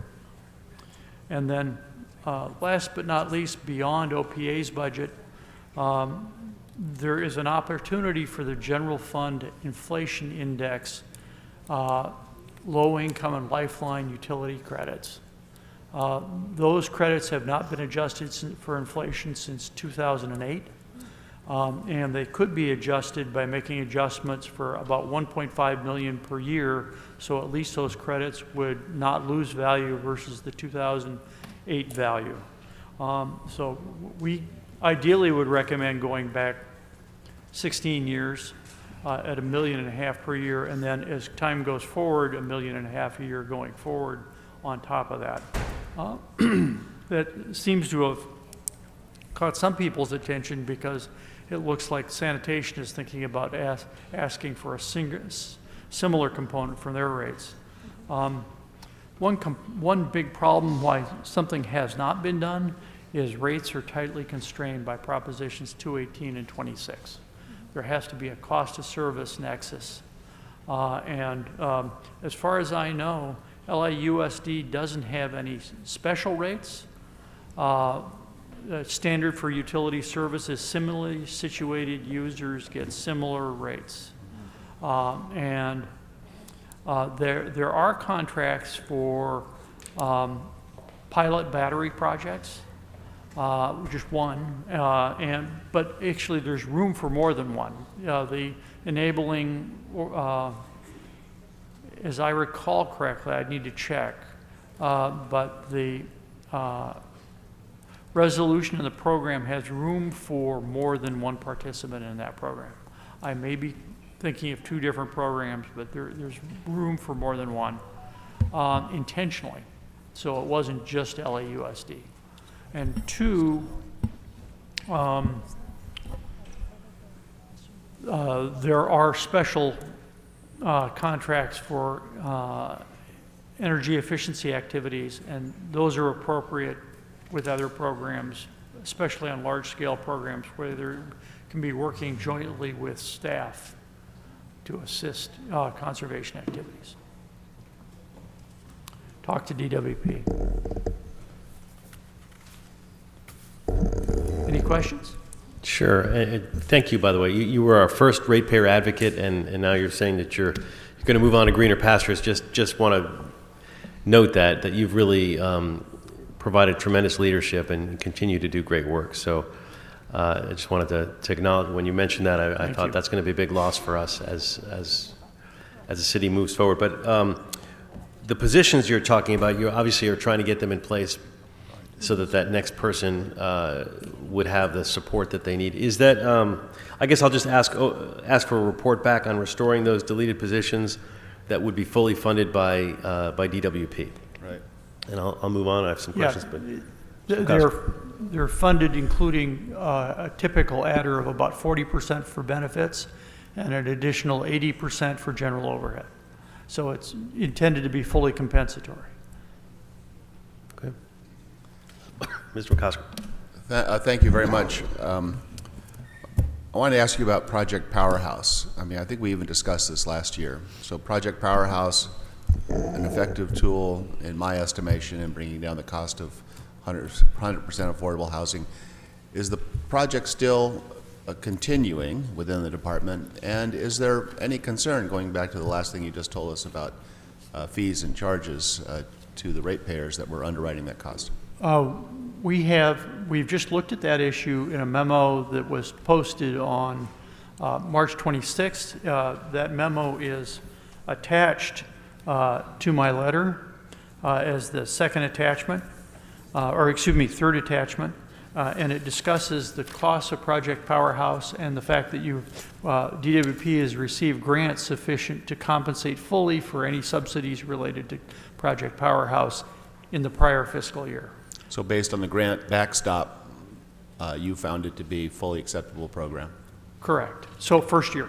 And in your estimation, or in your observations, you see DWP continuing to apply for grants to be able to backstop it in future years? As far as we know. Thank you. Ms. Rodriguez? Thank you, Mr. Bickle. So you indicated in the special study, because of the Lifeline, can you recapture that for me? Because you indicated that obviously Lifeline, the rates of Lifeline haven't changed, yet obviously the costs of service and everything has, and so we're not like, who are we actually helping if we're not making those appropriate adjustments? And frankly, when we're making adjustments for everybody else in the expense of their housing circumstances, we're not doing so for the most vulnerable in our community if we're not adjusting these rates. So what would that entail exactly? It would entail general fund monies flowing to DWP to be allocated between as an additional credit for Lifeline and low-income customers as part of the Lifeline and low-income credits. It'd be a supplemental credit. We don't want to change the power ordinance, but this would have to be an additional credit. And experience during the pandemic where government monies helping people with utility bills were allocated on a variety of bases. Some were on income, some were not. We believe that's doable. Okay. And so a CAO, CLA study to help, a special study in order to help ascertain what that would look like would be appropriate. I was just going to say probably a special study so we could look at Make sure. Thank you, Patty. Yeah. Her mic is on. She said a special study so that they could review the implications. Yeah, I would propose a joint special study. Yeah, I think OP and thank CL. you, and thank you for bringing that forward, because with all the different conversations, I mean, again, unfortunately, we get everyone gets a lot siloed, not a little siloed. Everyone gets siloed in these conversations about what contribute. We're throwing so much money at homelessness to capture people once they're already out. But these are some of the preventative opportunities that we have, particularly when we talk about seniors on fixed incomes. And so these are some of the conversations that we need to really have about how we close those gaps. And so I want to thank you for raising that. You indicated the challenges with hiring for some of the vacancies. What is the skill set that's presenting such challenges to hire those for those vacancies? Ideally, you want people with experience in a number of utility environments, either as a regulator, as an employee in a utility company, or a consultant looking at a lot of utilities, or a lawyer looking at dealing with a lot of utilities. And we have that in the current staff. But we were hiring in an easy time period. We were hiring in 2013-14. We tried hiring in 21-22 and found one good high-level technical person, but by the time we got to the end of it, it was less than 12 months from the time I was going to depart, and I couldn't do it to the guy with a young family to bring him forward at a time with that much uncertainty. The second component that makes hiring difficult is we want to hire exempt people. And getting exemptions is hard. Keeping the exemptions is hard. Okay. Thank you for that. I would suggest that these are important roles, particularly in light of the fact that we've seen, we've had some black eyes over at DWP most recently, that we have to make sure that there's an abundance of efforts to make sure that our ratepayers can have trust in their system and really looking at the fiscal outlook. I do have a question. In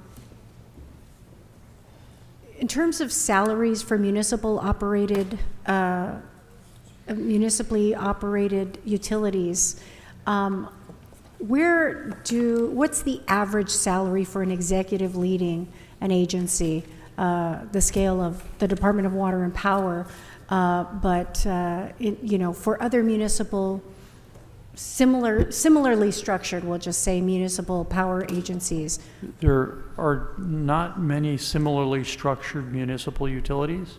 There's only one utility in the U.S. that might be bigger in the U.S. and territories, that's Puerto Rico Electric Power. And given their recent experience, I don't think we want to emulate that experience. Correct, right. We compare DWP to other utilities. DWP is about 15th among 3,000 U.S. utilities, or it's in the second tier or third tier of very large conglomerates. It is bigger than but for municipal, again, these are... They're not... The municipals, it's the largest U.S. municipal, except not counting Puerto Rico Electric Power. Okay.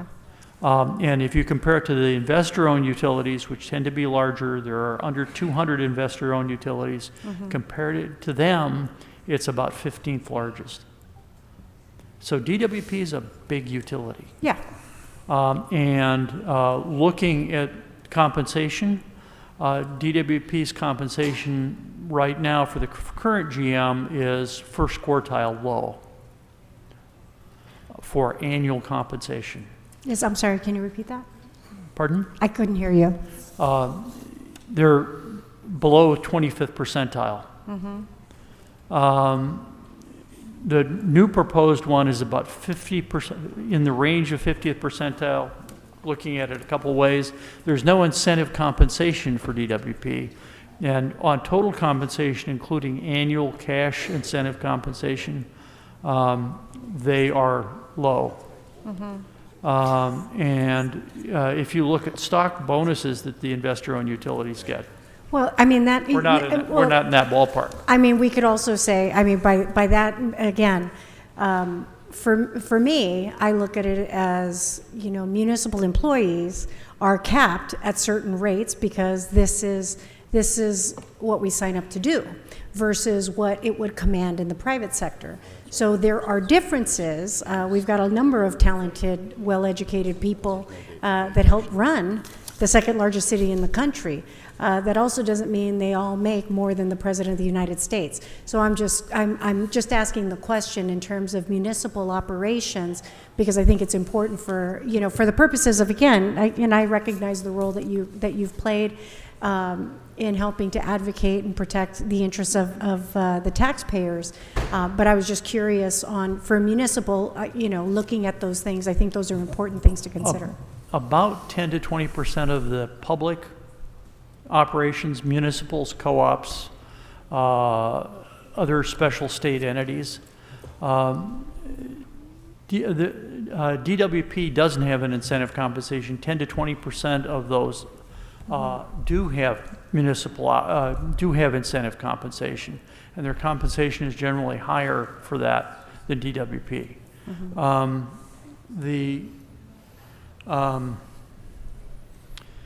The challenge is none of the other municipal operations are on the scale of DWP. And we need to retain talent, and we think it's appropriate to have more talent, especially in the IT areas. We looked at a dozen key positions in the IT area. All but the programmer area were at the bottom quartile of pay relative to others in the utility industry. And we are 25 years behind in our IT capabilities. So you want to reach out to utilities.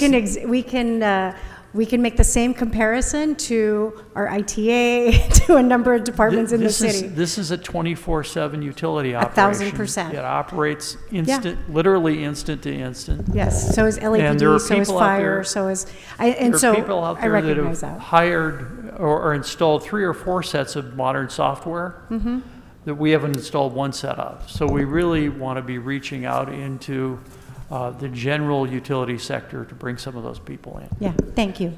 When you say we're 25 years behind, is that an expression, an exaggeration, or is that an actual based on something? Is it? That's a question. Are we really 25 years behind, or is that just In some hyperbole? areas, the field system is more than 25 years old. Oh, okay. Mr. Kosker. I am all for retaining these positions because they're fully refundable by DWP. But I do want to recognize that I think going back to our vacancy exercise in another committee, we looked at the utility rate policy specialist 2 and the policy specialist 3, and the other position was utility rate policy specialist 1. Those 5 positions have never been filled, correct? No. When were they filled? There is 1 person in the utility rate and policy specialist now, 1 or 3 now. There's 1 person in utility rate and policy specialist 2. We had a headhunter hiring for 1 3 and 2 2s. At the same time, we were looking at adding some substitute authorities. We were not able to find qualified people in 2023. For the 2s, we found somebody who was qualified for the 3 in utility IT systems. But it was not appropriate to bring him on this late in the game. I see. So you decided that it would make more sense to have the new leadership be able to bring them in. Correct. Yeah. And one of those positions is filled in lieu, correct? There are two substitute authorities we talked about. One of the substitute authorities is Bill here. Yeah. Well, a well spent position. Anyway, I'm all for it, but I do think that with the new leadership, they need to, in earnest, make sure that they do the recruiting and do all the processing to get these things filled. And part of the reason I'm trying to set the budget up this way is so that we can also ask for some exempt positions, additional exempt positions to go with this, so that he or she doesn't have to walk through that process, or that process is a ways along when they're coming in. It's a 5-year term, and it took me 10 years to get the number I wanted. Yeah. Just so that we're clear, these positions are part of the 150 exempt positions that the city can fill under the charter section, and so they do have to be requested from the mayor's office. You say they are part of the 150? They are part. They're not separate because of the separate charter provisions? No. My position... His is because he's the general manager. So we have a conflict of laws here. Go ahead. What's your position? My position is exempt under the charter provision. Yes, okay. The 2 UPRS 3 positions are exempt under 1001A, so those are not part of the 150. And then I have right now, and thought I had two, I thought I had three, but I only have two. 1001 Bs, which are part of the 150. Just real quick, since as the ratepayer advocate and not trying to turn you into the city attorney, the one way to make sure that we could have specialized rates that are subsidized, if you will, whether it's for school districts, for educational activities, or for folks that are otherwise low income, or for other specialized activities, would be through a vote of the people, correct? Correct.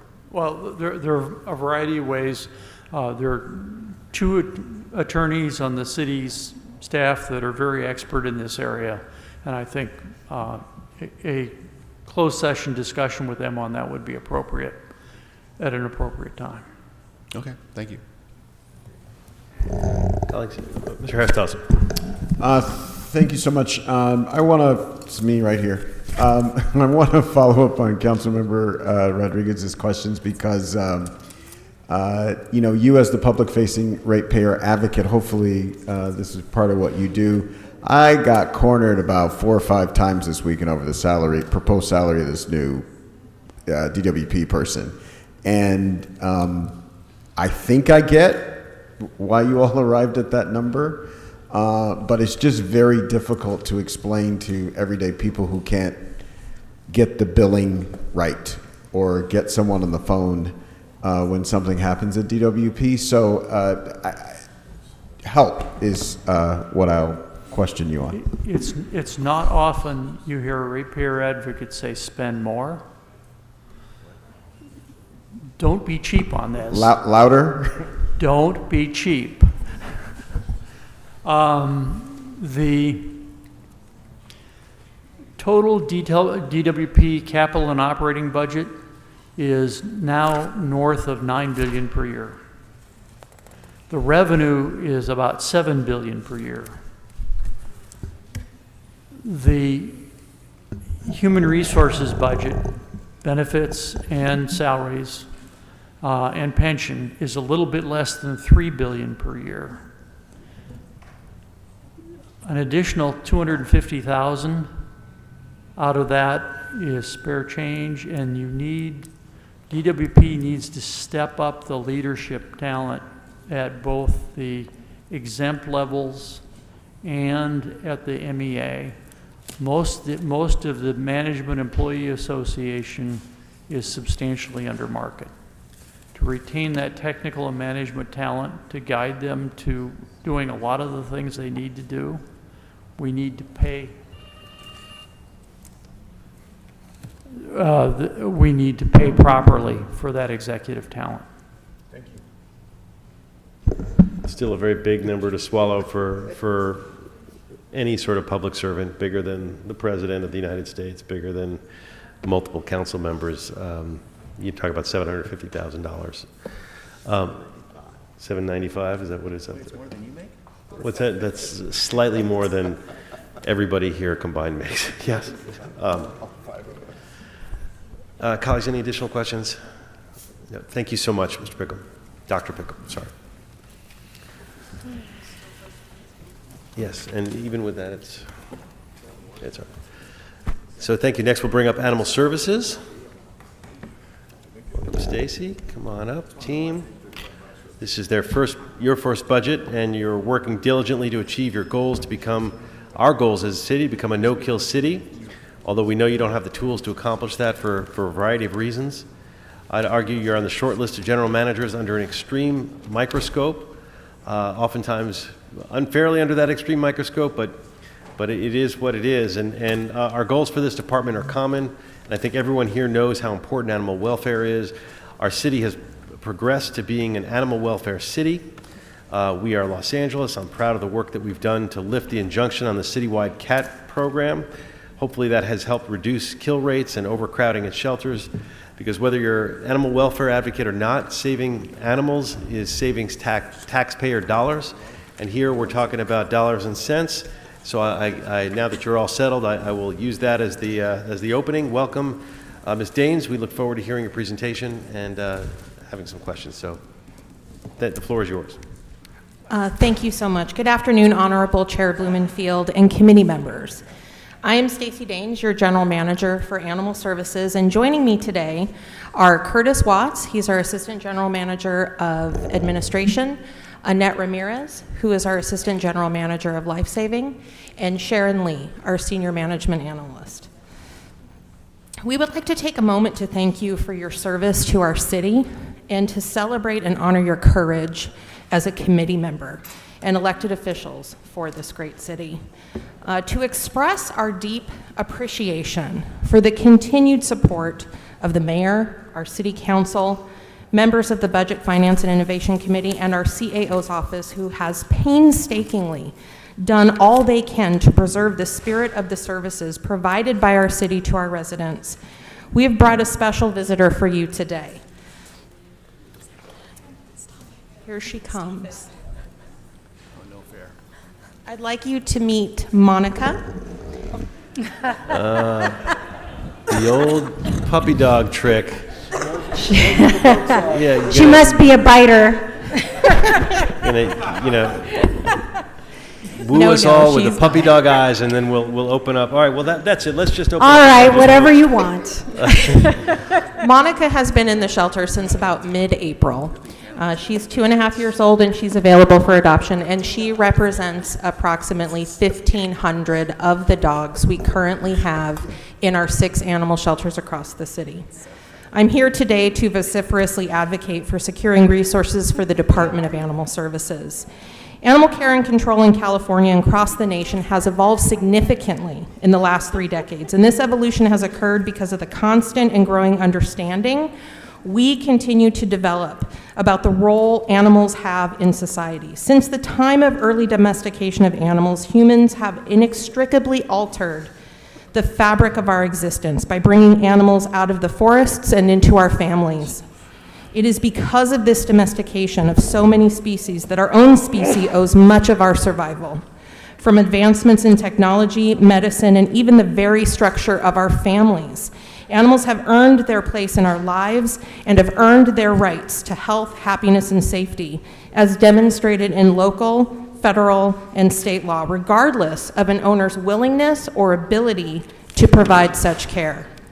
Unfortunately, resources provided for animal services has fallen far out of step of what is required to adequately meet the legal obligations our city has to provide for the animals in our community. By law, animals are entitled to specific care, kindness, medical treatment, and peace, and it is our job in animal services to ensure their welfare needs are met always, not just when we can afford it, not just when we have enough staff. We are to meet these obligations always. The city's ability to meet these needs are guided by the resources allocated to the department. And when we initially provided a budget proposal in November of 2023, we submitted a budget of what it would actually take to provide for the welfare of animals in our community, both inside of our shelter walls and outside.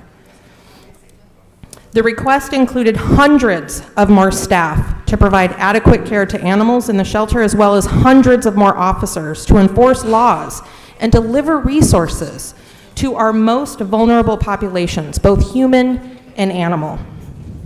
That request was met with mixed reaction. Some felt that the request was tone deaf to the circumstances of the city. Others felt it was not strategic. I stand by the department's original request, if for no other reason than to unflinchingly demonstrate to you, to our city, what would be needed to realize our city's ambitions in protecting and saving lives of not only animals, but by extension, the people who care for them. But a real question is, why should we care about the suffering of animals in and outside of our shelters when so many humans are suffering? The answer is that the suffering of humans and animals are not found along separate paths. They are inextricably linked. Animal suffering is a barometer of human suffering, and the means of alleviating suffering for both humans and animals cannot be conducted separately. In 2008, our country experienced a Great Recession and lives were forever changed. People lost their jobs, their homes, and their sense of safety and security in this world. But what was happening in 2007 was a massive influx of animals into our nation's shelters that lasted for at least 5 years. Had anyone thought to connect what was happening in animal shelters at that time, they could have anticipated the loss of home and hearth and the deep suffering in store for humans not far down the road. We are again in such a moment. While the pandemic briefly reset conditions in animal shelters, we continue to see a growing trend of animal abandonment, relinquishment, and neglect. Why is this happening? Because people are suffering, and when people suffer, animals suffer. It is past time that our city work diligently to fund efforts in the prevention of animal homelessness. This prevention is not an animal welfare initiative. Providing preventative services for animal homelessness is a human welfare delivery system. Preventing animal homelessness contributes to the overall health, happiness, and safety of our communities. So how do we do more with less? I would reframe this and say, how do we focus on what is most important in a pool of dwindling resources? Animal Services is working to address several areas of our operation, knowing that the resources needed to firmly establish the most effective programs and services will come not all at once, but over a long period of time. Our first and most important area of critical need is in the area of spay and neuter. All dogs and cats over the age of 4 months old in the state of California and in our city are required to be spayed and neutered, with very few and rightly so limited exceptions. This council recently took an historic step forward by unanimously approving a moratorium on issuing breeders' permits, which gives 90% of intact licensed pet dog owners the permission and authority to breed their pets while animal shelters fill to beyond capacity, creating suffering for them, the staff who care for them, and the volunteers who give freely of their hearts and time. In order to enforce our spay-neuter ordinance and prevent unnecessary suffering inside and outside of our shelters, the department is in the process of establishing a spay-neuter task force made of animal control and volunteer reserve animal control officers who will take proactive steps and conduct field operations to stop illegal breeding and sales of animals, which are a main cause of suffering and death for animals in shelters nationwide. Our residents need your help to increase their access to affordable spay and neuter. This department conducted a study of spay-neuter resources in our city and our current providers of spay-neuter resources and found that we are on the precipice of losing significant participation in our voucher program if the spay-neuter vouchers are not increased. The increased amounts to nearly double of the current voucher amounts and doubling of our spay-neuter voucher fund. We urge the city to take this absolutely required action to prevent the impending suffering of thousands of animals who are born, suffer, and die on the streets or in the homes of people who simply cannot afford the care these animals are entitled to by law.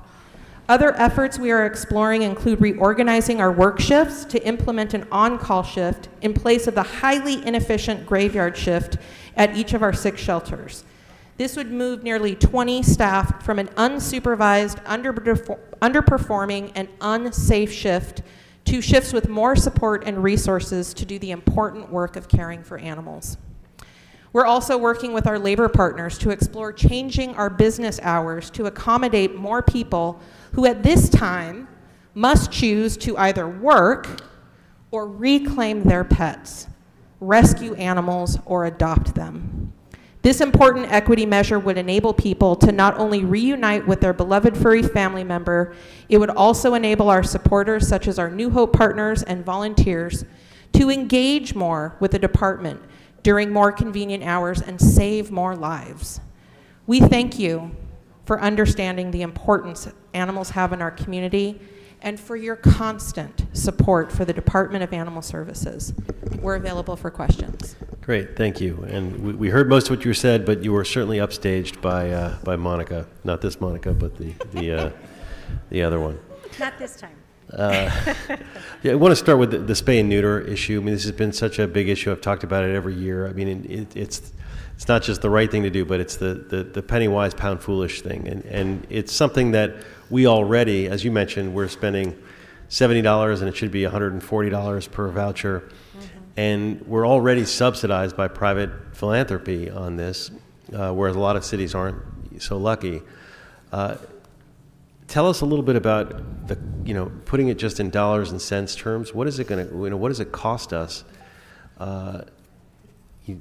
Putting aside the tremendous, issue of having more, the humanitarian issue, but just dollars and cents. What is this costing us? How do we avoid being penny wise and pound foolish here?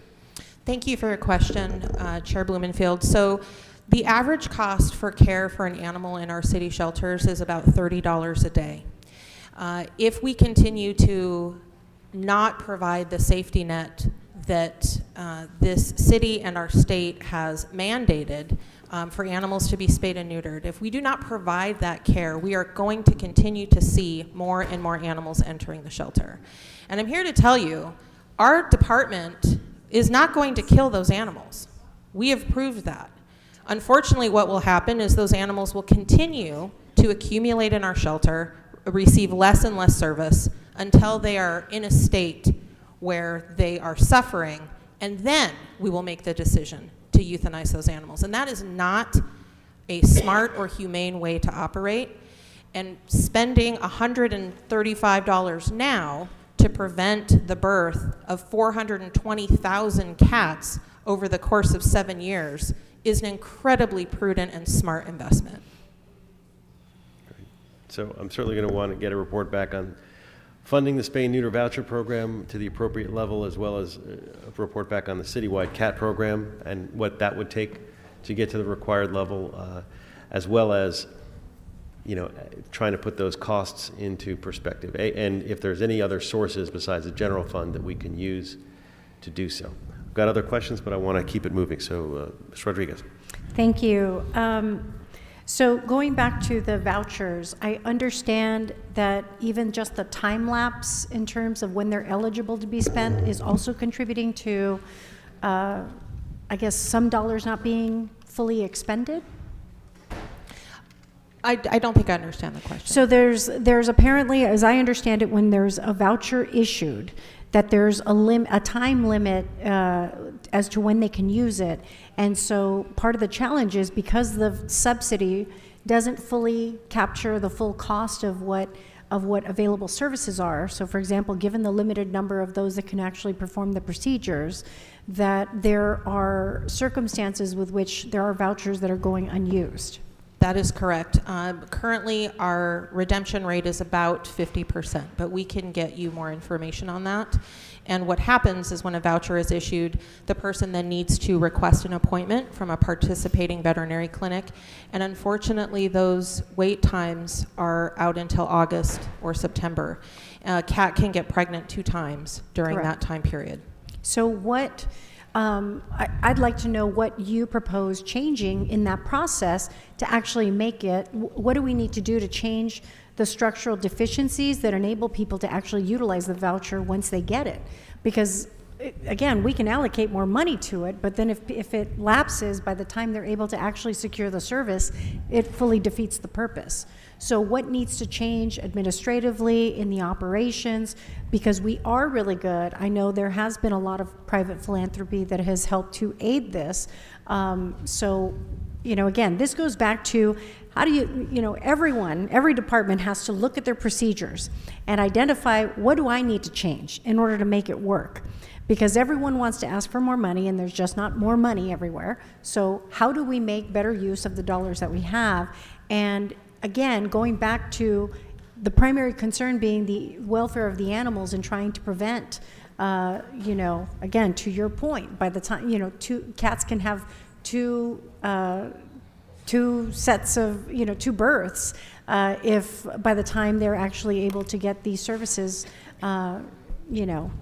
taken care of. So I would like a report back from you, from the department, on what procedural changes you're going to make to the utilization of those vouchers that are going to allow the maximum leverage of the philanthropic dollars, and even some of the, any proposed changes policy-wise that incent or avail more of those services to actually be rendered as a result. Because again, I understand that there's also some because of the cost of what it takes for services, that there are, there's a lot of burden and limits to where those services are accessible, as I understand it. That's correct. Let me just address some of those questions now. So there are lots of different things that we could do with issuing the voucher system, including keeping a running tab and making sure that those vouchers don't expire until the end of the fiscal year, as opposed to 30 days or 90 days or 60 days, because we know that that's not enough time right now to allow somebody to receive a voucher and then to make an appointment that they can get in that time period. So simply extending the expiration date is an important part of that. We do anticipate that if these voucher amounts are increased, we think that we will have more participation from more veterinarians, thereby increasing accessibility and reducing wait times. But that is anecdotal. We don't have any data on that. We have not surveyed non-participants to see what it would take for them to participate. Okay. Well, go ahead. Pull the mic closer to you. Pull the mic closer. It's hard to hear you. I'm sorry. Okay. Sorry. Can you hear me now? Now, perfect. Okay. The department did prepare a report back to Council File number 23-0452 with the recommended voucher values to increase the vouchers for the free certificates as well as the pets that are adopted in our shelters, as well as the discount amount, the mobile spay and neuter, and for the city cat, citywide cat program, I'm sorry. And in order to recommend those increases, we are working with the CAO's office on their report back in regards to the recommendation of those increases. We do currently have 52 veterinarian practices that are either contracted with us or they have a letter of agreement to provide the spay and neuter services. We have heard from at least a couple of the ones that are on our on-call list for contracts that the current voucher values, they are too low, and that based on those voucher values that they would be losing money if they were to do our spay and neuters. And so what we did in preparing this report was that we did survey the participating veterinarians as well as those that have worked with us in the past in order for them to provide that information for us to prepare this report. Okay, and so you requested a budget memo, Mr. I did. Blumenfeld? Okay. So, and again, I think we should take a look at that to figure out what we, and for the department to figure out how we can go ahead and adopt some of those changes that will actually make those vouchers actually more heavily utilized instead of just sitting there and, not being used. Okay, thank you. Anecdotally, I've talked to veterinarians who they take some vouchers, but they can't do too many because they're basically subsidizing. Right. They're doing it almost as a service. Right. That is correct. And so they're only going to do, a small percentage of those, and then the rest for paying folks who want to get it done quickly. So, Mr. McCosker. Thank you very much for being here. I wanted to go to something that you referenced in your letter, and that was the potential of eliminating the graveyard shift at all or maybe some of your shelters. As I understand it, eliminating that shift could put you in the position of reusing those positions or the funding for those positions for on-call overtime for the times that you actually need to respond to the animals or to the public. Are there some? I want you to address that briefly. Are there some shelters that would have more or less a need for a call in the graveyard shift? And is there something that you would need us to do, possibly a budget memo, but the reallocation of resources so that you could properly let the manager manage. How about that? And let you decide when services are needed to stretch the dollar further. Thank you, Councilmember McCosker. So I will tell you that this particular budget and this action in the proposed budget does not directly impact our graveyard shift. It is impacting our way of how we deliver service. Mm-hmm. And so what we've identified is that this particular shift has significantly more resources contributed to it than it's actually providing to the city.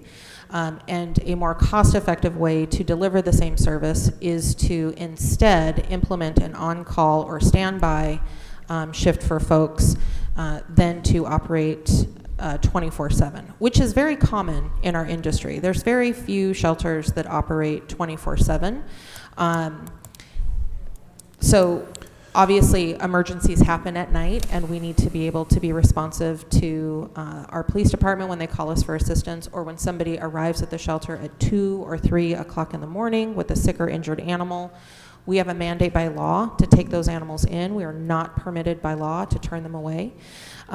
So we think that this is a smarter use of those resources, and that by moving the staff from the graveyard shift, most of the staff, to regular shifts that serve the public and care for animals, we will see far more productivity and an increased level of care that animals in our centers receive. So thank you. You were far more articulate than what I was trying to ask. Do we need a budget memo? I think we do need a budget memo to put you in a position to be able to reallocate those graveyard shift resources to on-call resources or daytime resources as you recommend. I don't know that we do. This is a labor question, and it's part of our meet and confer process. But I'll leave it up to you. Put it out there, whether we need it or not. If we do, we don't want to miss it. So what would it essentially is, what would it take to enable you to shift from a graveyard shift to the as needed? It's clearly something we love when folks have creative ideas to, be more efficient. So this is the time, if you need some authority from us, to ask for it. The budget memo may come back and say there's nothing you can do. We have to go to negotiations or whatnot, and that's fine. Or there's nothing we need to do. I mean, I want to make sure there's no budget impairment. I hate the circumstances where we get half an answer, where we fix the budget but we haven't gone to labor, or we went to labor and we didn't need to go to budget. Just let's get the budget memo back and figure out what the game plan is for giving you a chance to manage and to work with labor partners to deliver the service that they want to deliver. Speaking of efficiency and our resources, and this came up a little bit last year, but I want to just ask about where we are in repurposing some of the facilities at some of our shelters, and mine is informed by the Harbor Shelter, where we have the aviary out front, which is virtually usable for nothing and could be repurposed to be a safe place to put some of our animals. Is that something that you are working on? And I realize everything requires money, but repurposing some of our spaces to make sure we can address the needs that we have in 2024. Thank you for the question. We are taking, specifically for our Harbor Shelter, we are in discussions with your office about taking a look at the aviary that's built. And the problem with the aviary is that it's outside of the protective footprint of the shelter, which means if we house any animals in that aviary, anybody has access to them to pester them, or even animals like raccoons or other wildlife can harass animals that are in that enclosure. So what we have recognized, at least in the Harbor area shelter, is that our need is actually for parking, not this aviary that we're not using. If we can get more people comfortably into the shelter to visit and to adopt, more animals will leave that facility. Right now, you might have the experience of going to the Harbor Shelter and people are parked up along Gaffey, which is a very busy street. It's not safe, waiting for people to leave the parking lot to go into the shelter lot. Just simply adopt animals. So these accessibility issues are very real for our department. People have so many options when it comes to procuring a pet for their family or to increase their family. And if it is inconvenient or difficult, it is so easy for somebody to just go online and pay a lot more extra money for the convenience of purchasing a dog or a cat from a puppy mill or a breeder. So these investments are critical for helping people be able to access our shelters and our services. So that's just one area that we're looking at. This is not for this budget year, but a discussion that does definitely need to be had is a remodeling of some of our shelters to ensure that the enclosures that the animals are housed in are safe and humane. And what was safe and humane 15, 20 years ago is considered unacceptable today. And so we're in that situation with several of our shelters and our enclosures. Well, let's save ourselves a motion sometime in the coming weeks, and let's do a special study on remodeling, repurposing available spaces at our shelters across the city to address the needs of this day and age, with the aviary being an example, and the need for parking instead of an empty bird cage. Thanks. Thank you. You know, at the beginning, you talked so strongly about the need to adopt and the overcrowding, and I know we want to get to 75% occupancy at some point, but we're so far from that. But I did want to give you a chance to highlight something very positive that you've innovated, which is the dog occupancy meter. Tell us a little bit about that and how that's playing in, and if there's anything that we can do in the Budget Committee to support creative ideas like that can hopefully help mitigate this problem. Sure. So our folks in IT did some incredible work in putting together our dog occupancy meter so that when you visit our website, you are immediately educated about what is happening in the shelter today, specifically with dogs. And that meter is updated every 15 minutes, and it pulls directly from the data that we have in our system. But it basically tells folks, you know, look, this is the capacity that we're at today. The capacity meter shows what's sustainable, what's unsustainable, what's overcapacity, what the percentage of overcapacity is. But the other part of that is also letting people know what our capacity is. So our capacity in our city shelters is to care for, we have 737 general population cages for dogs. You know, we don't have a citywide dog program where we can spay and neuter and return dogs back into the streets. The laws for dogs are very different for cats. So what we have seen happen with this occupancy meter is that it has raised a level of awareness to the community, and we are seeing, unlike anything else that has been done, just this piece of information for people to be able to engage in and see, we are seeing the number has gone from, I think we're at 1,580 dogs to now we're below, I think, the 1,500 animal mark. I think the last time we looked it was 1,460 or 1,490.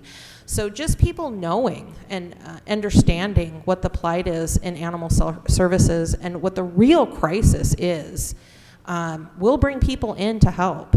If we don't tell that story and we don't let people know about the difficulties that we're experiencing, there's no way we're going to get help. What's the saying? Closed mouths don't get fed. So we are here to open our mouths wide and far to get as fed as possible so that the animals in our care can thrive. But not just the animals, it is the people behind every single one of those animals. It's the person who can't come in to adopt because the hours aren't convenient. It's the person who has to go to their third job instead of coming to the shelter to reclaim their pet. It's the person who's experiencing homelessness that finally got housing but doesn't have housing that will accept their pet. So all of these things are critically important, but the first thing that we need to do is to really let people know where we're at. And so that dog occupancy meter does that, and we're seeing very slow but very positive progress. And that's tied to our Just One More Dog campaign, where we are telling people every single day in the city of Los Angeles, an average of 47 dogs enter our shelters every single day, 365 days a year, and only 46 leave the shelter, which leaves us just one more dog every day.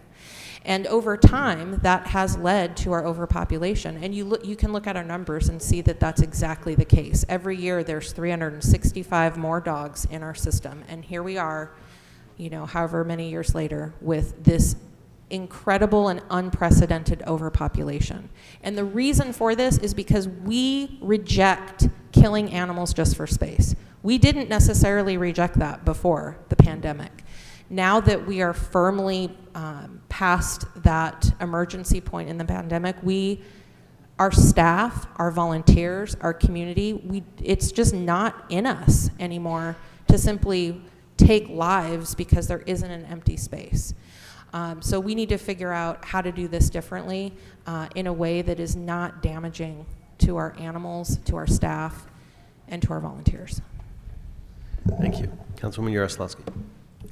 Good afternoon. I have a question about outside funding. So if you all were provided with adequate support, are there opportunities to pursue private and other outside funding to support the department? Is that something you all are looking at? Thank you for the question. Yes, we do. We currently do seek outside funding and support through other funders, through philanthropic grant opportunities. We don't currently have a position that does that. We do have, however, a very talented and skilled individual who is always hunting down resources for the department. It's how we have Chewy trucks that come with truckloads of delivered supplies and food. That's what makes our pet pantry work. We pay for the shipping, but all of the other items are just donated. We have received over $2 million in grant funding over the last couple of years just by reaching out and asking for more support. But again, this is not a job that exists in animal services right now. It is something that it's sort of ad hoc, you know, a supervisor or an animal care technician will just say, hey, can we get this grant? And then we go in the process of looking for it. But that's not part of our department right now. But we are spending a lot of time and resources in finding that, because that's the only way forward if, the environment continues in the way that it is. Thank you. Cosgrove. Thank you. I have a question from our colleague in CD1. Actually, a budget memo and a couple of questions. What effect does the deletion of the 2 vet technicians have on the operations of the shelters across the city? Does this have any impact on licensing for shelters that the city operates? And another question before I ask for the budget memo. What impact will we have by the discontinuance of 1 admin clerk for the licensing unit? So I have your first question. Could you repeat the second one, please? What impacts will you see from the discontinuance of 1 administrative clerk for the licensing unit? Okay, I'll take the first one, and then the next question I'll give that to AGM Curtis Watts. So the deletion of the 2 vacant registered veterinary technicians, I want to first back up and say that there were proposed eliminations beyond the eliminations that were presented in this final, in the mayor's budget. And so our CAO's office kept all of the departments very much informed about the conditions of our financial situation and the things that we would probably be asked to do. And so in doing so, they had recommended some eliminations for our department. We came back to them and said, thank you, we see that there's clearly a target here. Can we propose alternate eliminations? And they were very supportive of that. And in fact, what you see in this proposed budget are the eliminations that the department presented. And so the reason that we elected to request the elimination of 2 RVT positions is because we always hold a number of vacancies in RVTs. It's not the same vacancy. Certainly those positions are filled quickly after they are vacated, but there is a pool of vacancy that exists. And so we knew that the elimination of 2 RVT positions would not significantly impact the operation. So there is not a significant impact to the operation as it stands. However, I think we all would agree and know and understand that the level of service that we are providing to animals in our care and to the community is far below what's expected and what the law requires. Okay, thank you. So you had put those 2 positions up, given all the circumstances that you were put in, and that was in conversation with the CIO. So I'll ask about the licensing unit and the admin clerk.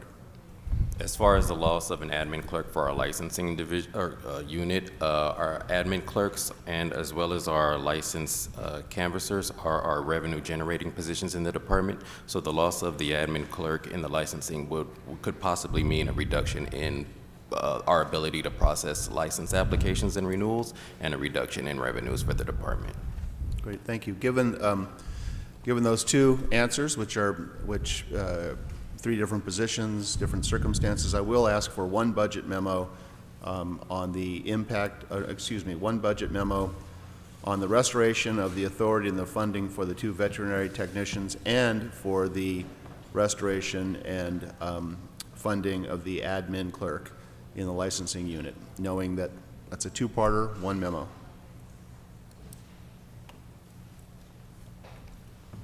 Thanks.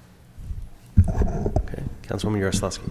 Thank you. I just want to follow up from the question I asked about how you're going about getting outside funding. I'd like to ask for a study on details, on the specifics on what a position could entail, including classification and funding needs, so that you don't have to do it on an ad hoc basis, but had someone focused exclusively on bringing outside resources into the department. Thank you. Great. Seeing no additional questions, thank you. Thank you for being creative in how you filled positions, as you mentioned in the letter, and for taking on this important role this year and the work that you're already doing and that's cut out for you for this upcoming year. So thank you very much. Thank you. We'll now move to Tourism Department. Ask Mr. Doan Liu and team to come on up.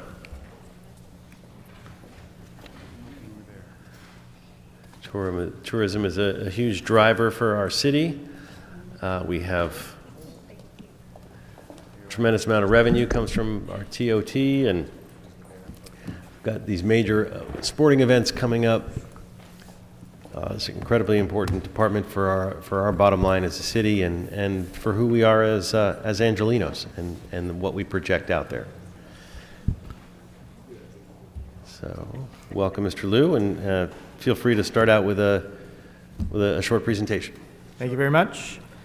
Doan Liu, City Tourism Department. Out of respect for your time and appreciation of the long agenda you have before you, I have no opening remarks other than to say we're pleased with the proposed budget and thank the Mayor's Office and the CAO for their hard work. I'm happy to answer any questions you may have. Great.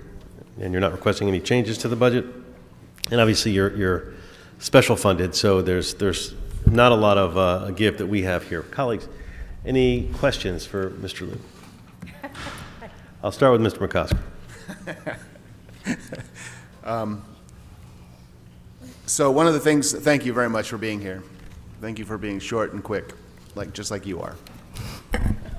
Hey. Last time it was short and sweet. Short and sweet. I didn't say sweet. Hey, I want to ask about it's not directly related to the budget, although everything does cost money, the promotion of individual neighborhoods. I mean, we are a city of great neighborhoods with, fabulous places in the valley, on the east side, and the west side, and the south side. How is it coming with your promotion of getting sort of this intra-city tourism going? Because we hate it when folks land at LAX and go to Disneyland and say they were in LA.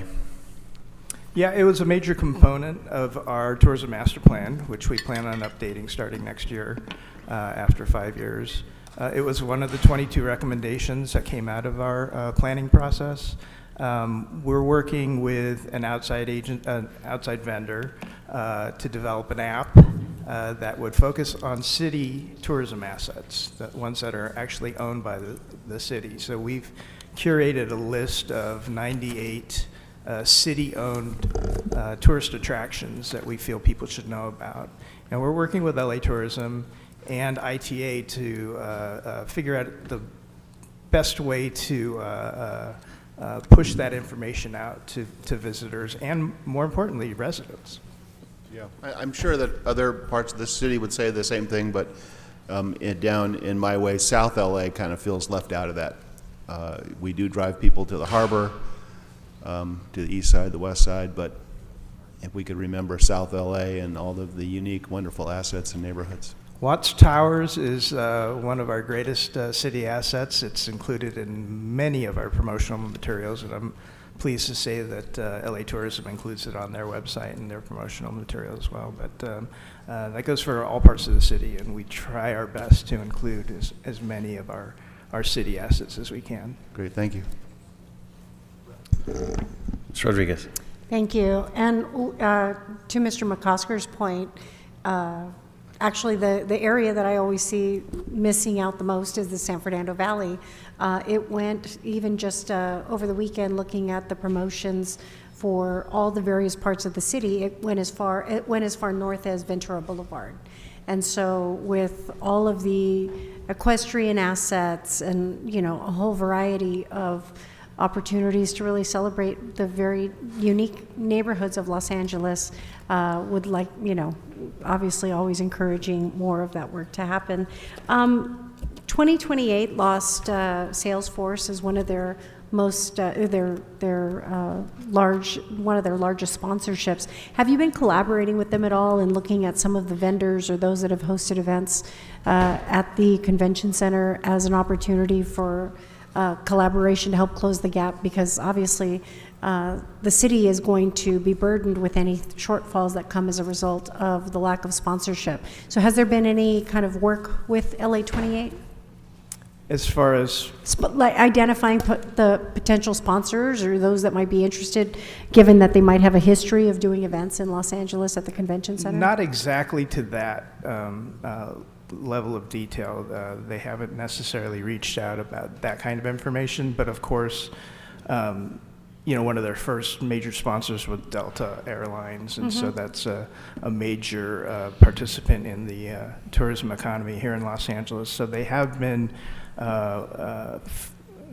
reaching out, throwing a wide net, including many of the industry partners that we work with. We are more than happy to sit down with them. I think right now we've been focusing on venue plans and other areas, but no, we haven't had any direct contact with their partnership division. Okay. Yeah, it would seem to me, obviously, because as you know, what happens if we're not able to achieve that. So I think any additional support or connection would be helpful and beneficial. Absolutely. Thank you. All right, seeing no comments or questions, we'll just say you got a great tie, and thank you for coming. Very good. Thank you very much. Absolutely, thank you. All right, colleagues, we have, what do we have? 6 more departments, and then we have 6 more major topics, so we are far from done. So let's bring up done. Waka waka. Oh my gosh. A damaged humor bone.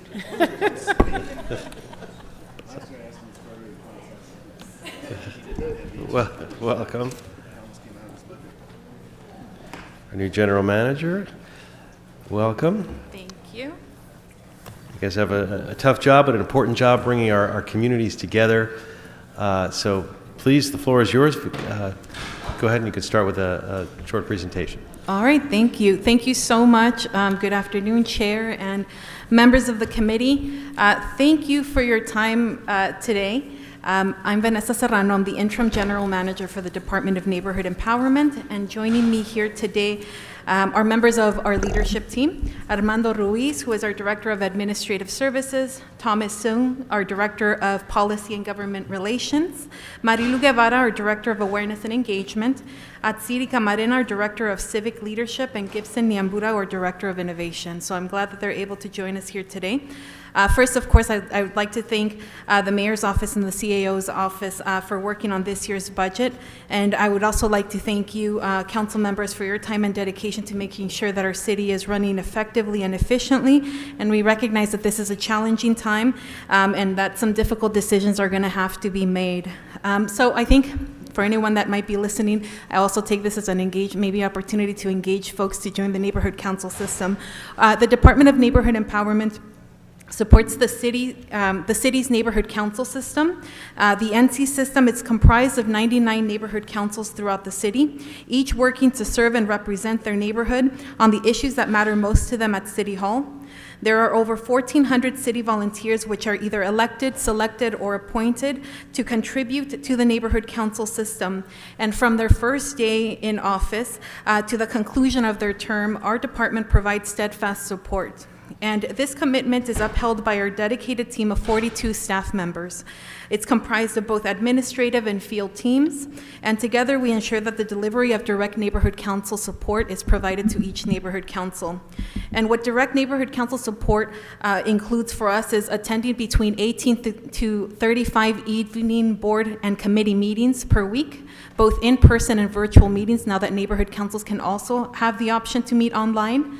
It includes providing support to board members' leadership development through trainings, retreats, and workshops. We also support neighborhood councils in the development of outreach strategies to increase awareness and engagement among their neighbors, facilitating the filling of vacant positions, and inviting more people to attend meetings. We connect neighborhood councils to city departments that can support their efforts and address their concerns and questions about the delivery of city services. We process board rosters as new members join to ensure that everyone has access to the required training for full participation at that very first meeting. We review hundreds of agendas each month and post them to the city's early notification system to keep stakeholders informed about the discussions happening in their neighborhood so that they may attend and also participate. We also work closely with city partners, the Office of the City Attorney to address legal questions and concerns, and the Office of the City Clerk to address neighborhood council funding related matters. These are just a few of the ways that our department provides support to the neighborhood council system.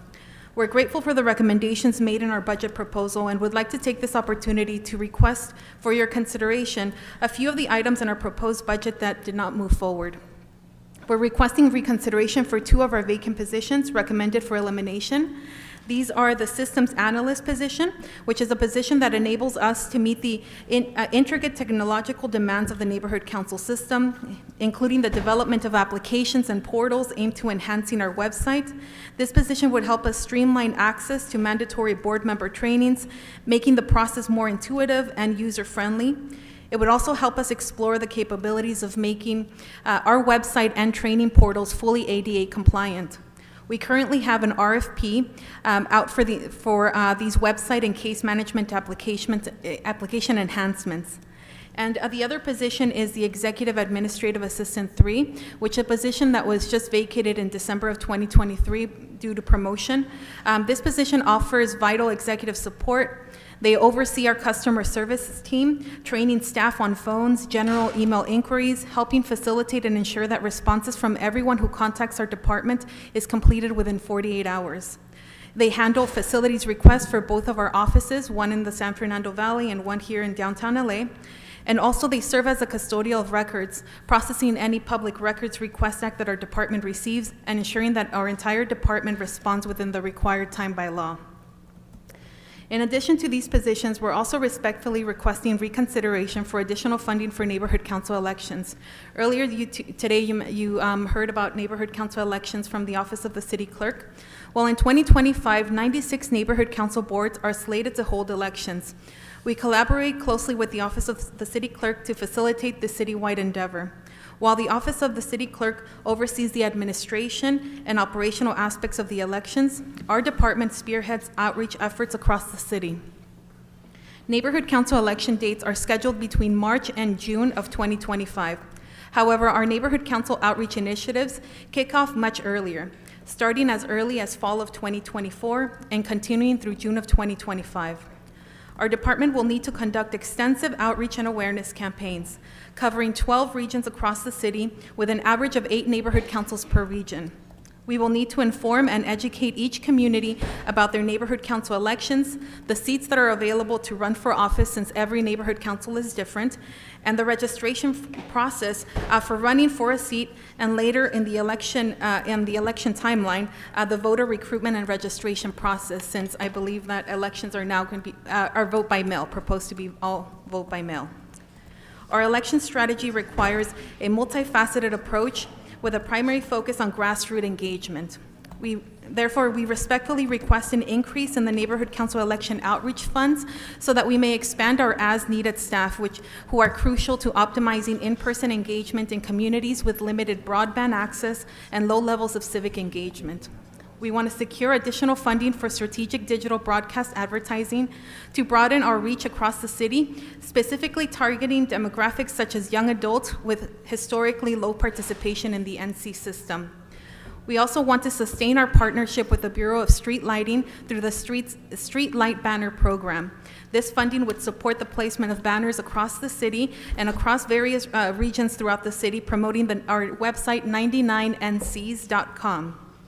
which, if anyone visits that website, it directs them to our page where it informs them of different ways that they can participate in the neighborhood council.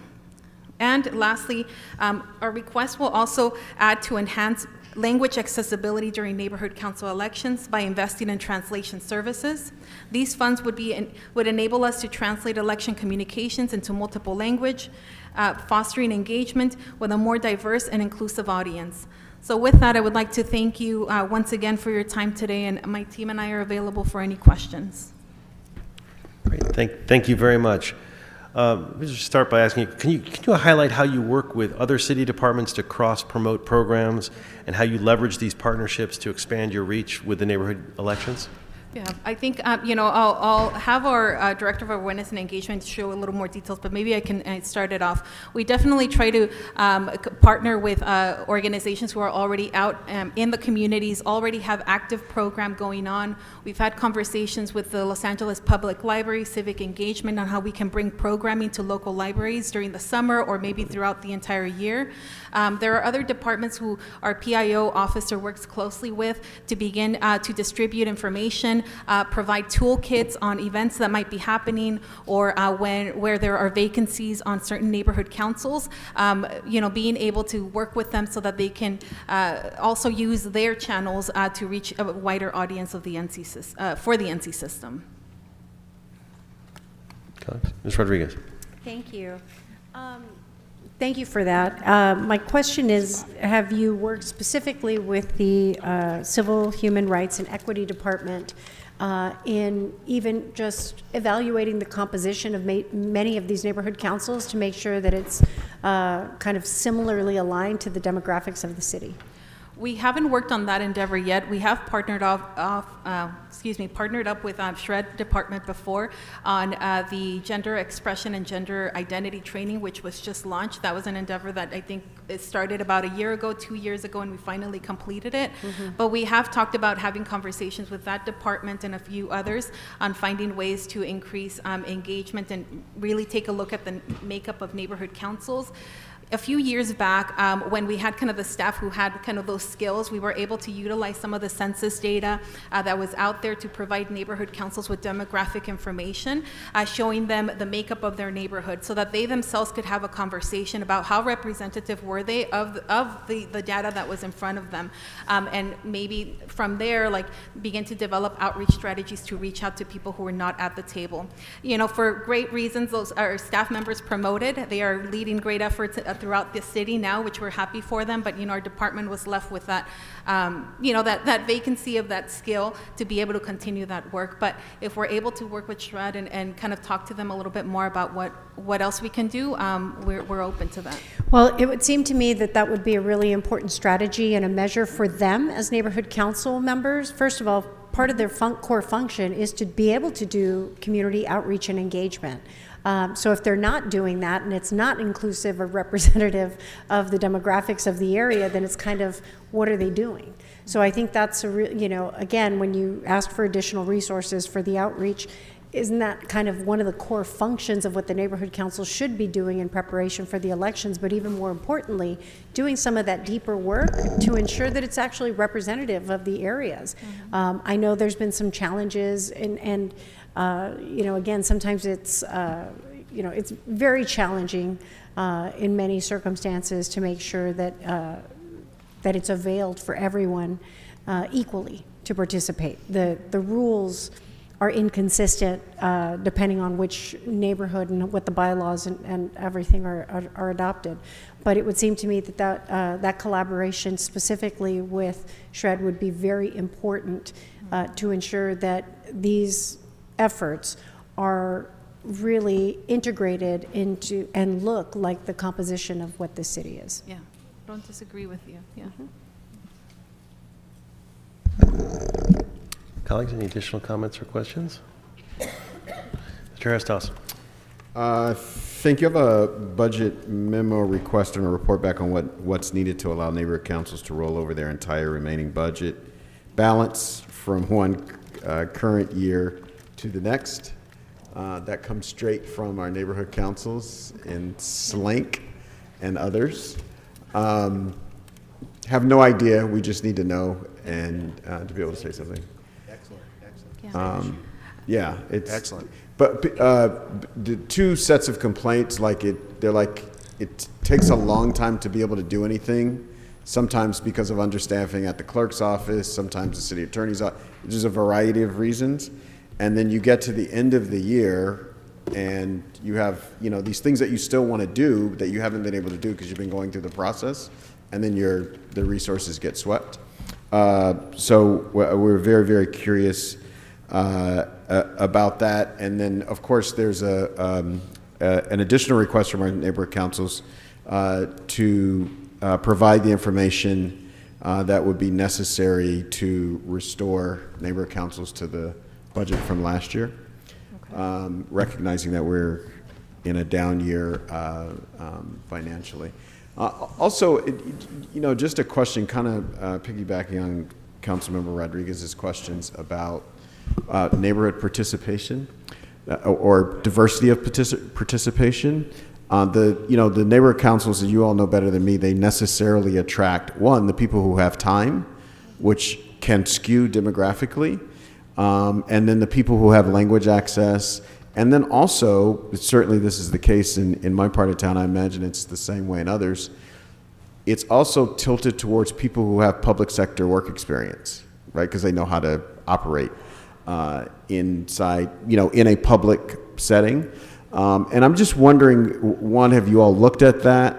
The sort of narrow band of people that it tends to attract, and then what are ways to diversify?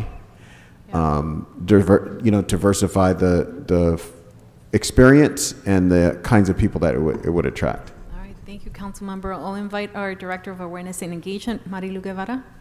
Thank you for that. Thank you for that question. Our budget, specifically as it speaks to awareness and engagement, is driven by equity and a strategy for inclusion. We know, based on the CAO's Equity Index tool, that about 47 neighborhood councils are in communities with a history of low inequity or lack of resources, right? So as a result, our response to that is a multi-tier, rollout of a awareness and engagement campaign that includes working with community-based partners who are in those communities, who are trusted messengers, who have some built-in capacity that we can tap into. Additionally, I think it's also looking at and building our capacity around putting kind of boots on the ground, our field team. Our as-needed staff is a big component to that. I can speak to, as of now, we've done already 105 events this fiscal year, and that's the in-person engagement that we need. And that's that element that's at the heart of really engaging individuals, right? Beyond just what's in written materials. I think also including youth in the conversation, right? We had a successful youth conference this year. Continuing that, having the capacity for that, working with the Youth Development Department has been a great opportunity, LAUSD, LAPL. So being able to have the capacity to build on those partnerships and instill in a younger generation participation at the really grassroots level, I think, as the general manager has already mentioned, messaging is important, but also messaging in the language that's easy to understand and easy to communicate, right? So that we make sure that we're reaching all communities. We appreciate your question, and we look forward to working with your council offices to make sure that we can, close in the gap on that. Just a real quick follow-up. Thank you for your answer. That was extremely enlightening. Just a quick follow-up on that. This is a community organizer question. A lot of times our neighborhood council meetings are at libraries. Does it work within you all structure to provide the library with some funding so there can be childcare during the night that the meeting is? Because that opens it up for a bunch of people that just can't come to a meeting. If they can bring their kids, and two, there's something for them to do when their kids get there. Yeah. Thank you. A few years back, I remember there were conversations where some neighborhood councils wanted to explore the possibility of providing childcare at their meetings. I can look back and kind of find out for you kind of where things might have, gotten stuck, or where the neighborhood council went through with it. But I haven't heard of an NC that provides that. But that's, that is, now neighborhood councils are able to meet both either in person or online. However, we still have quite a number of neighborhood councils that want to meet in person. They want their community to come in. So they're still kind of working to address what are those needs, and childcare is one of them, that sometimes prevents participation too. I mean, they're right there at the library or the park, so yeah. Seems natural. Mm-hmm. Yes, yeah, and we do have neighborhood councils meeting at the libraries or the rec centers, so there's a lot of summer programming that's happening too, so finding ways to maybe match up and see what opportunities exist. Thank you. And certainly, we might have more luck going with the libraries and getting them, because they have more funding than everybody here at this point. Maybe they're willing to do that as a benefit than the neighborhood councils providing the libraries money. Just right. Yeah, and well, excuse me. Sorry. And Councilmember, I think to your question about the rollover, we held a South LA town hall with the Board of Neighborhood Commissioners a few months back, and the discussion, the Office of the City Clerk and the Office of the City Attorney that work directly with the NC were there too, and those concerns also came up. Neighborhood councils with the increase of rent if they're paying rent at a space, or just services if they're working with specific vendor. The request to restore their funds to what they originally started with, and also the possibility of rolling over, since some of them, some of them may take a little while to build up, because of vacancies, to be able to take action. I think the city, that neighborhood council funding is with the Office of the City Clerk, but we can kind of take a look at what we can provide too. Thank you.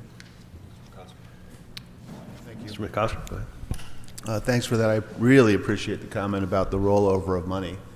I have a question. When the money doesn't roll over, where does it go? Just gets swept into the general fund? It goes back to the general fund. Yes. My sense of this is that at the end of the year, each of us have the experience of one or more of our neighborhood councils ask us to help them scramble to hang on to the money, and we introduce motions, and we go through all these machinations, and we spend more time, energy, and money in time to save that money than it's worth. So I just want to underscore my colleague's question. It would be great to have that money automatically roll over.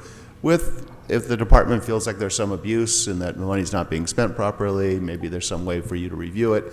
But it would be so much better and probably so much more economical to have the money just roll over year by year. Okay. That's my first question. That's my first statement. My question is, or maybe it's an observation, is that on language services, we don't have enough money to do language services everywhere, apparently. But we have some real obvious examples where it's just absolutely necessary, and it's hurting our community that we don't have available language services. And I will use the example of Watts Neighborhood Council. A traditional African American community, a great community, a lot of engagement, and then Latino community members who probably, more than in other areas, absolutely depend upon those language services. And we have a network with our developments where folks have, are real leaders in their community. They show up at neighborhood council, they run for office, no language services, and it just locks them out.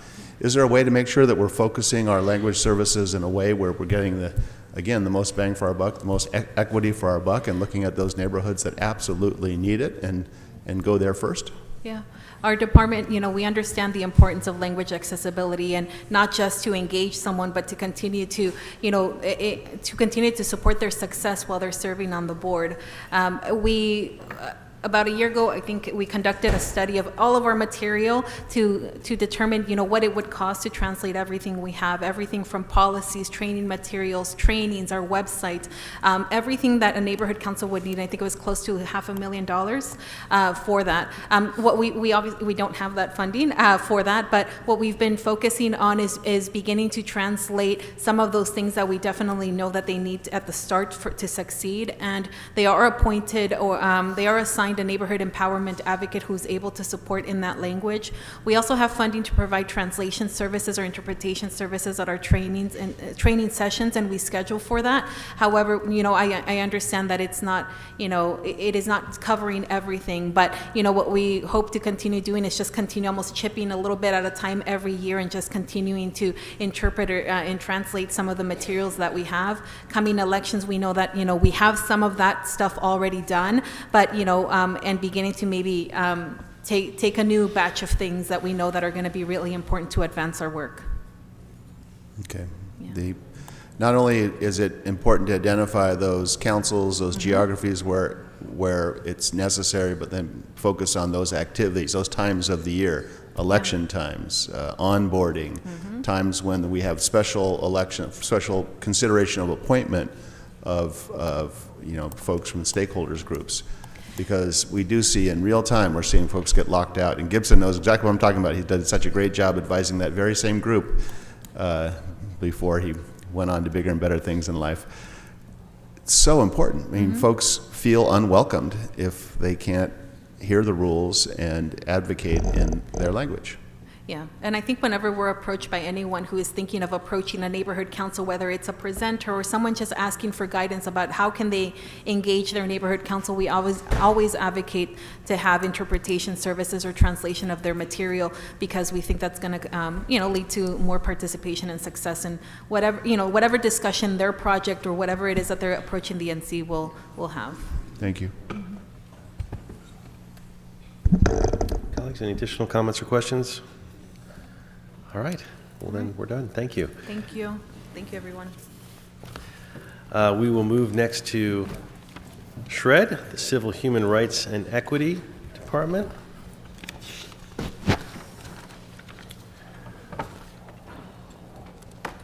This is an agency that is complex, has been growing in recent years, adding positions to fight workplace discrimination based on race, gender, sexual preference, and more. Interested in how we're working with diaspora communities that are making a living here. I had there was a budget memo that didn't get captured that I wanted to read in. Sure. So yeah, before we get started, go ahead. Okay. A budget memo from LAFD on restoring 2 system analysts, class code 1596, and 2 senior system analyst 1s. Oh, I thought it was for the last part. That's fine. Yeah, and then at the end we'll go through all that. But that's all good. Anytime someone wants to bring one in. Please, welcome.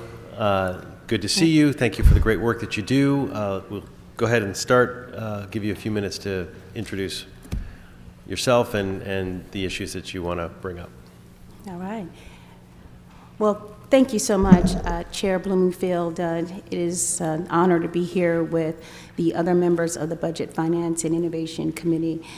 Want to acknowledge definitely Councilmember Harris-Dawson, Councilmember McCosker, Councilmember Yaroslavsky, Councilmember Rodriguez. Appreciate your leadership and the support of making sure we have a Los Angeles for all. I want to tell you all that we understand the complexity of this year's budget, and we have some needs, but we also have solutions to move forward in these spaces. You should know that we're joined here today by several members of the Civil Rights Enforcement team, Civil Rights team. To my right, we have Assistant General Manager of Civil Rights Enforcement, Kim Kasreliovich. And seated to my left, we have the Chief Operating Officer, Nicole Bryant. We also have the Director of Office of Race and Equity, our very own Diamond James. And we have our Director of Finance, Accounting, and Budget, Francia Bent, who is with us today. I would like to thank you, the Mayor's Office and the CAO's Office for their support as it relates to this budget and this work, particularly during this tough year. We not only use a tough year as it relates to budgets, we have significant issues as it relates to hate crimes on the rise in Los Angeles, in America in general, and pretty much all over the world. But we are particularly concerned about this election year. We know that hate crimes are proposed to go up at least about 18%, and we are breaking records every year in these spaces. And of course, there are many studies that can show and quantify how much this costs our economy. There's some numbers up to like $3 billion are lost in the United States as it relates to, people having challenges with hate crimes, being victims, and also, in addition to being victims, we also know that it hurts our economy. If people don't feel comfortable leaving their homes because they're concerned about hate and discrimination, it is a challenge. The other aspects are we need to make sure that we hold people accountable in the city of Los Angeles, and this is an issue that affects many members, even when we think about the digital divide. These are spaces that harm communities when there is discrimination in so many spaces. So I'm going to go over quickly the budget requests and some of the proposed changes we have. Of course, you all know that we had 6 positions denied to community affairs advocate positions, 4 management analyst positions. Of course, we asked for a regular authority for 6 civil rights enforcement positions, and we are pleased to have 3 of those positions granted for regular authority. We also know we were denied the $13.6 million for LA Repair in Peace and Healing Centers, and we understand the complexity of that situation, particularly as we think about the one-time dollars that we had set aside for those programs, and I believe that as a department, we will think of other ways and other creative solutions to support our community-based organizations in some of our most impacted communities. You should know that when we look at other aspects of our budget, there are some things where we have concerns as it relates to dollars. And what I like to do is to provide some solutions as we move forward, but I need to also make a record of some of our needs. One of our needs will be to address the reduction in contractual services. When you think about some of the needs we'll have as we move forward in our enforcement efforts, a lot of the companies that are coming to our phone lines as places where people are complaining about, we're talking companies that are well worth over $1 billion. A lot of these issues have happened to many Angelenos. We're getting multiple complaints from Angelenos from a number of council districts. And actually, I do have our top 4 council districts. Just to let you know, our top districts are Council District 9, 4, 6, and 13, where our complaints are coming from. But I think it's important for you to know that as we bring cases against some of these folks, we will need some expertise, especially when we look at issues as it relate to the digital divide, major supermarkets, et cetera. We, of course, had all 9 of our vacancies eliminated, and we've gone through the PCH process to see if we can bring back 3 of those positions, 2 of which were a targeted local hire. Another position was actually a Bridges to Jobs position. So I think it's important for you to know that we have challenges in these spaces, but we do have some solutions. So here we are. we are asking, I'll go over our quick 6 needs, but I think I want to focus on the fact that we have only about $135,000 of requests, period. Which is a small request, and as you know, we're one of the smaller departments, less than 1% of the city's budget. What we're asking for is to add resolution authority for 4 positions at a total of about $88,000. I think it's important to know that we're not asking for new positions. We are asking merely for add delete to make sure that we deal with the fact that we're suffering with as it relates to retention. Many of the small departments have retention issues. So 2 management analysts and 2 community affairs advocates. Other requests, this request will actually be offset by a recent vacancy, which will cover the entire difference as it relates to the add delete for these 4 positions. We are also asking for salaries as needed. These are positions, is $50,000 for positions that we use for our part-time workers, as well as some of our consultant-based or hearing officer positions as it relates to our discrimination enforcement cases. And then we have we are actually asking to have 2 positions regularized, and those are the 2 principal project coordinator positions, one of which was an add delete that from last year that actually had regular authority, and so we lost that for one of our principal project coordinators. So for 2 of our principal project coordinators, we are asking for those 2 positions to go from resolution authority to regular authority. And of course, we are asking, also reminding you that we have a need for a possible mid-year UB transfer based on any additional dollars that aren't given at this time. In the event that the economy gets better and the revenues are improved. And then finally, I just want to let you know that we're willing to use the offset for the add delete of a position vacancy. We have high impact employees, and they are being taken from us from some of our larger departments, as well as some entities outside of the city of Los Angeles, like LA County. And that position vacancy will relieve $93,000 in funds. I'm completing all of my requests at this time, and I'm open for questions. Thank you. Great. Well, thank you. And appreciate you doing what we've asked all the departments to do, which is, because we're in such a difficult time, to try to come up with add deletes and substitutes. So I want to make sure we do get a report back on those of your adding position authorities and delegations found in other departments that are no impact to the general fund, specifically the add resolution authority for 2 community affairs positions, the add resolution authority for 2 management analyst positions, the regularized 2 principal project coordinator positions at no cost, and the delete of 1 project coordinator and 1 human relations advocate, the delete of 1 senior project coordinator and 1 human relations advocate, the delete of the recently vacated human relations advocate position for offsets of the $93,572,000. So that seems to be a good swap, and we encourage that kind of creativity, but of course we'll do it in the form of a report back right now, because we need to make sure that CAO, CLA sign off on those, that balancing. Mr. McCosker, you want to follow up? Thank you.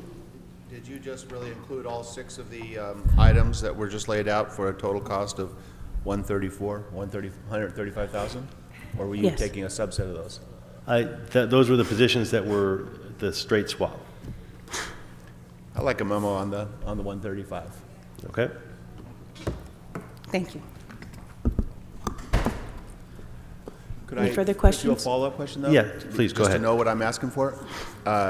On number 3 in your 6-point brief memo, you're asking for no contractual services reduction. What goes into the $90,000? What are examples of the services provided by those contracts?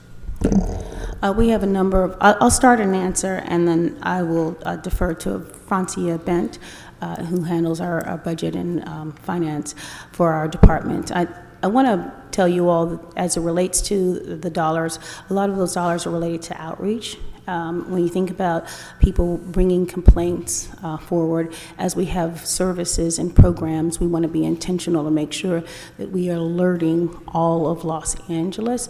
A lot of these dollars are used for community-based operations, particularly community-based publications. I want to be intentional to let you know that we also have IT needs. We have information technology support needed in these for our department. We're a small department, and we continue to be denied a systems analyst position. So that's a major place where we have resources going for contractual services. And another major place we have resources going is to help us with our security aspects of our department. You may know we are located down in the Los Angeles Mall, away from just under City Hall East, and we have substantial public safety needs for our staff. So I just want to check to see if Francia Bent has anything else we need to add. I think we're clear. Those are the three major contractual service needs that we have. Great, thank you. you. Thanks very much. Thank you. Colleague, Mr. Aristos. Thank you so much for your presentation and your work. I have a question from Council District 4, and it is, how does this budget meaningfully combat wage theft for low-wage workers who are disproportionately workers of color, women, and immigrants? When you think about wage theft, there are a number of ways that this department can provide support in these spaces.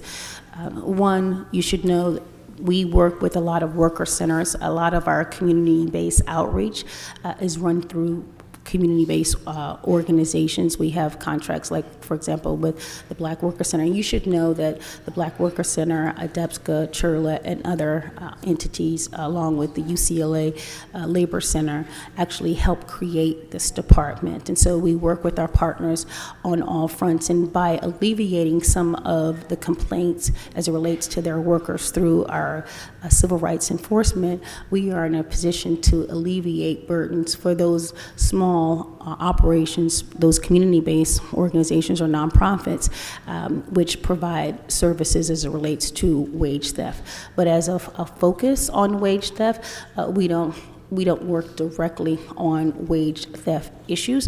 However, when people are discriminated against as it relates to their primary language, or thinking about when we think about their primary language or their sorry, I'm forgetting the other categories we use. As it relates to, thank you so much, as it relates to their citizenship status, that's what I couldn't think.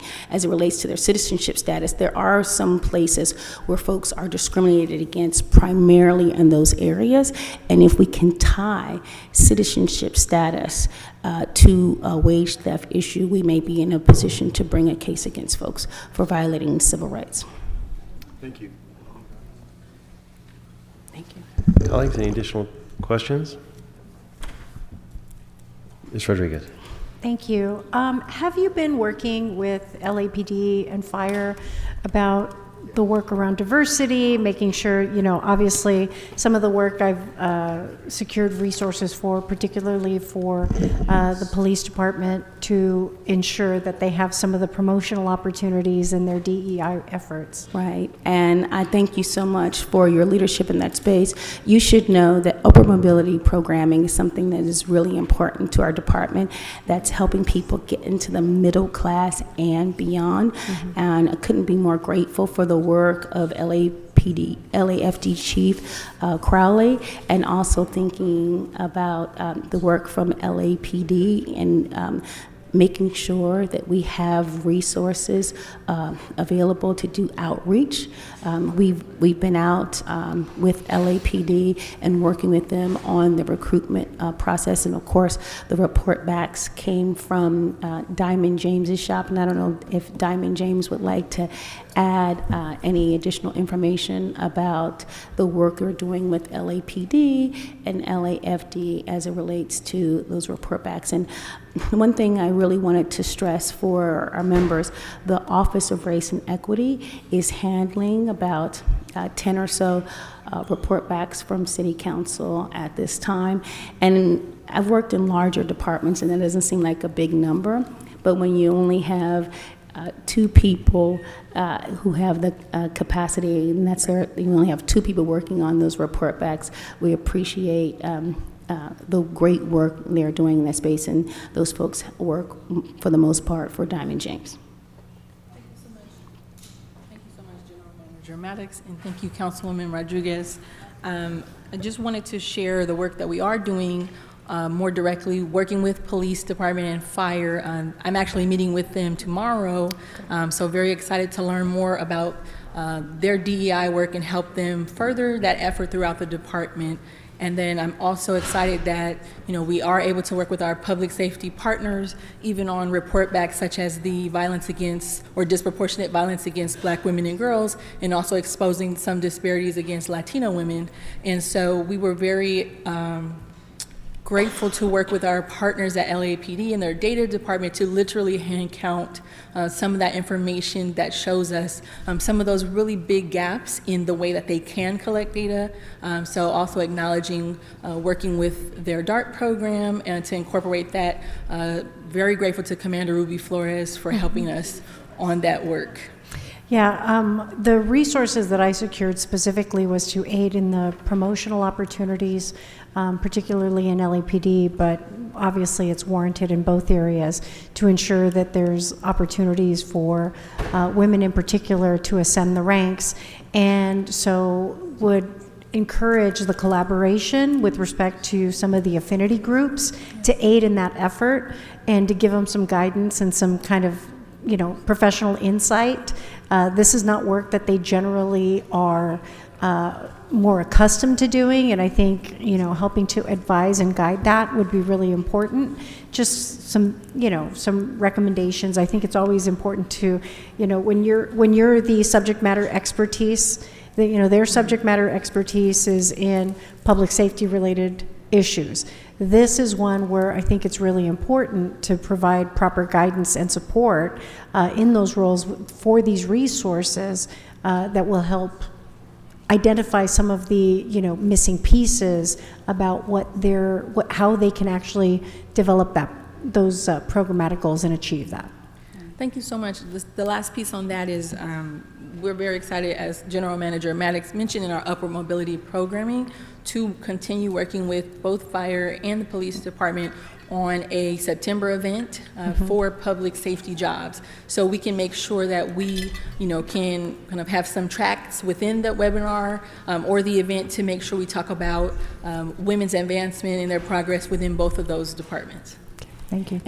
And finally, Council Member, I think it's important for you to know we have the Commission on the Status of Women in our department, and we can have this be an assignment which they can take over for us, and we can help shepherd in other solutions. And again, I just wanted to echo the work of now Deputy Chief Ruby Flores and making sure we were connected to so many of the affinity organizations within LAPD for our various Heritage Month celebrations and other events. Thank you. Yeah, I mean, those heritage events and those things that's fine. But I really want to make sure that we're getting to the root of what we need to get to, and that is how the cultural shifts and the accessibility to the opportunities and exposing these individuals that have historically not been represented in the higher ranks. That's the critical piece. Yes, thank you. Understood. Thank you so much. Any further questions? I don't think we have any more questions, so thank you so much. Appreciate the great work that you do. Thank you, members. All right. Next, we will move to the Department of Cannabis Regulation. Michelle Garakian and her team, come on up. Take a moment while they're coming up to shine a light on the outstanding work your department's been doing. Share some key stats to illustrate that. Since 2018, DCR's commercial cannabis business has generated over $528 million in tax revenue for the city. Over the past 3 budget cycles, we've seen a remarkable $40 million in taxes coming from in from our social equity operators alone. In terms of compliance and enforcement, DCR's division has impressively reviewed and resolved 95% of all complaints received through its portal. I want to express my gratitude to you and your team for your dedication to ensuring safe access to cannabis through local licensing, as well as the invaluable social equity program. We're setting a standard here in LA in promoting equitable ownership and employment opportunities within the industry, and your efforts are commendable. Now that your team's all settled, I will turn the floor over to you for a brief presentation. Thank you very much. And we hope to be as brief as possible, given the long day that you all have had. So good afternoon, Chair Blumenfeld and esteemed committee members. I am Michelle Garakian, the Executive Director of the City of Los Angeles Department of Cannabis Regulation, otherwise known as DCR. Joining me today are key members from the DCR executive team, including Dr. Amani Brown, who is the director of our social equity program, Jason Colleen to my right, assistant executive director, and Zach DeCourse over here on my left, who is DCR's new admin director.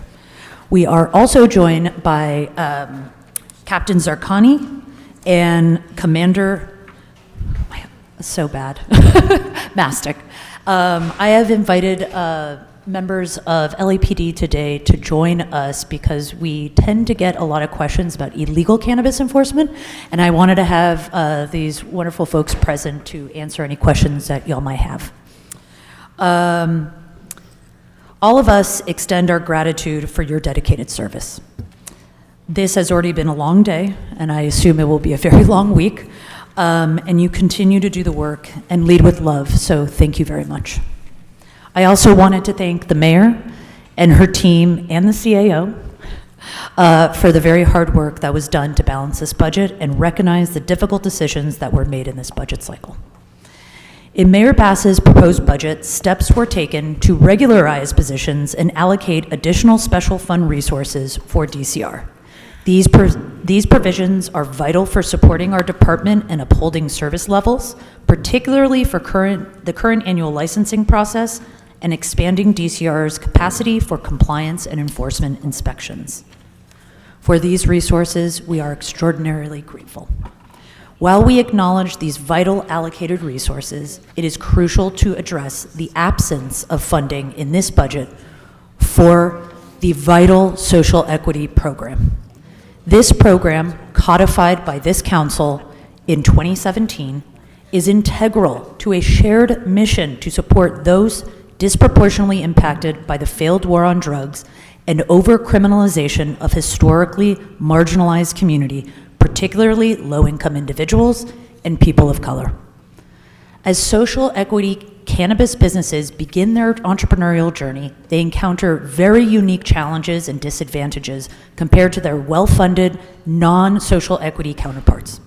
These folks face regulatory barriers, limited access to capital and funding, competition from more well-established, well-funded businesses, not to mention the pernicious illegal market.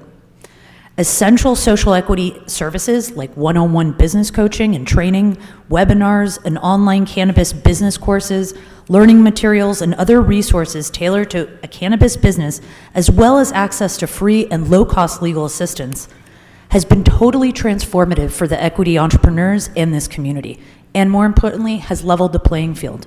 Currently, 77%, thank you, Dr. Brown, of our social equity license operators, these are the folks who are currently paying city taxes, utilize every aspect of this program.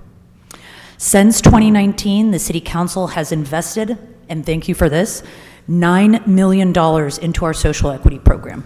We believe this investment has yielded significant returns, with the social equity community contributing over $40 million in tax revenue to the city's general fund. That is an impressive return on investment. This program and the resources provided have previously been funded through the general fund, since we are not able to use our special fund dollars.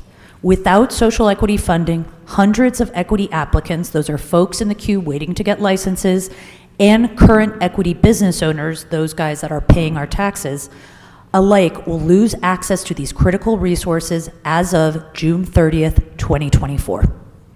Today, we advocate for the continued funding of $2.5 million for our social equity program. As we all know, this isn't just an investment. This isn't just about financial support. It is about fostering thousands of jobs, supporting the small business community, as well as created much-needed tax revenue. Thank you for considering the importance of this funding, not just for our department, but for the equitable future of this city. Thank you. Anyone want to start out?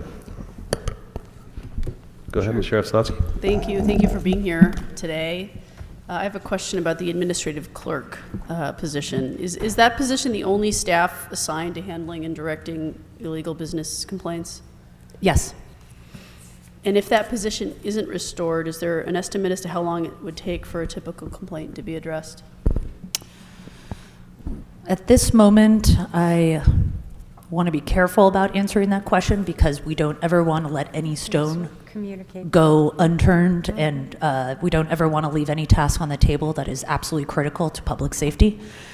So DCR will work as hard as we can to ensure that there's no gap in service, but this particular position, which is a TLH funded position, is very critical to liaising with not just DWP, DBS, but most importantly LAPD, and verifying whether or not a business is legal or illegal.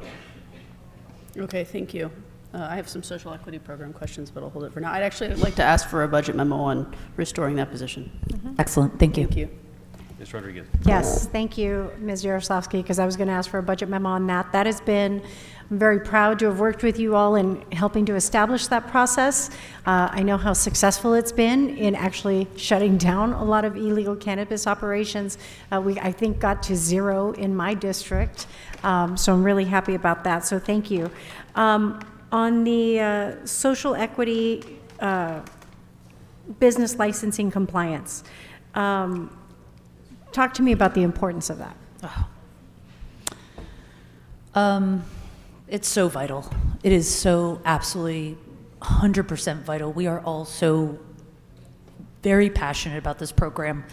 It has helped hundreds of people get access to critical services, critical and important information that's really just very cannabis focused. These are folks that have come through a pipeline, they've been verified as social equity applicants, they have, sometimes they're coming with very little entrepreneurial experience, so it's almost like they're going to cannabis business college, if you will. And we're providing to use a homelessness related, we're providing really wraparound services.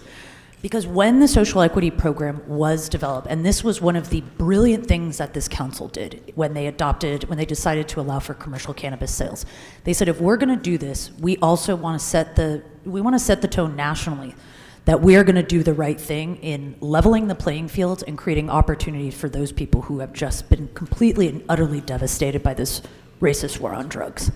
And that is exactly what you did, and we're actually seeing the benefit of that. But access to services like, priority processing, so all new retail, which are like the most lucrative license types, and cultivation licenses go to social equity applicants. Then we have the wraparound services. We have one-on-one business coaching, which is probably one of our most popular programs. We have low cost and free legal services that we provide these folks. We have, access to hundreds of webinars. We have access to a self-modulated online learning resource. It's kind of like an online cannabis business school, if you will, and hundreds of other opportunities for these folks. It's so important, and we've actually seen the investment, the return on investment here. I mean, it's hard to say whether or not this is the causation, but the city invested $9 million in equity applicants, and we have seen a return of $40 million in taxpayer money. So it's absolutely vital. Well, thank you for sharing that. And, Michelle, I want to say I'm really impressed with how you've really taken on this role. I think you've done an outstanding job I know the challenges from the inception of this department and just navigating it, but I think you have just been incredibly, you've just been a doer. You've just managed to get in there, navigate around some very challenging dynamics, but much like how we aid small businesses with our business source centers. I mean, you're talking, to your point, you're talking about entrepreneurs whose success we actually count on for the purposes of revenue in this city. So if we're not helping to aid them in navigating around some of the pitfalls, for example, then what are we actually doing? And so because it does generate a great deal, as you indicated, a return to that minimal investment, I think it is something that we should be reevaluating. And so I'd like to request a budget memo to include $2.5 million into DCR's budget for the social equity business licensing compliance program. Thank you. Thank you. Ma'am, appreciate it. Okay. Mr. McCosker? Yeah. Mr. Oslowski, do you want to follow up on the equity? I think I'm okay for now. Thank you. Great. Isn't that great? You brought the cops and nobody asked the question. I brought them for Ms. Rodriguez because she usually asks us every year, and I don't have the right answer, so I just wanted to bring them just in case if you had any questions. I mean, I'll throw the softball then. I mean, we all know that this is the big, that we would be making a lot more money as a city, and we'd have a much better system if we could stop the illegal operations. And every year we have a million reasons why it's difficult to stop them, and we try to turn their power off, and we try to daylight which ones are legal and illegal. We can't use the cannabis money to go after directly after them, so we have our own separate enforcement operation, and yet we know that the dollars invested in going after the illegal ones will make the legal ones more profitable and legality more profitable, and that's good for our social equity and it's good for our city, and yet we haven't stamped out the black market by any means. So what else do we need to do? And I'll throw it up. And I'll actually add to that, Mr. Blumenfield, the exposure, the health exposure, given the lack of testing and just the quality of the cannabis, for example, that so many people, because of the untested and black market dynamic, can frankly expose far more. We've seen it with a lot of youngsters, for example, in the San Fernando Valley.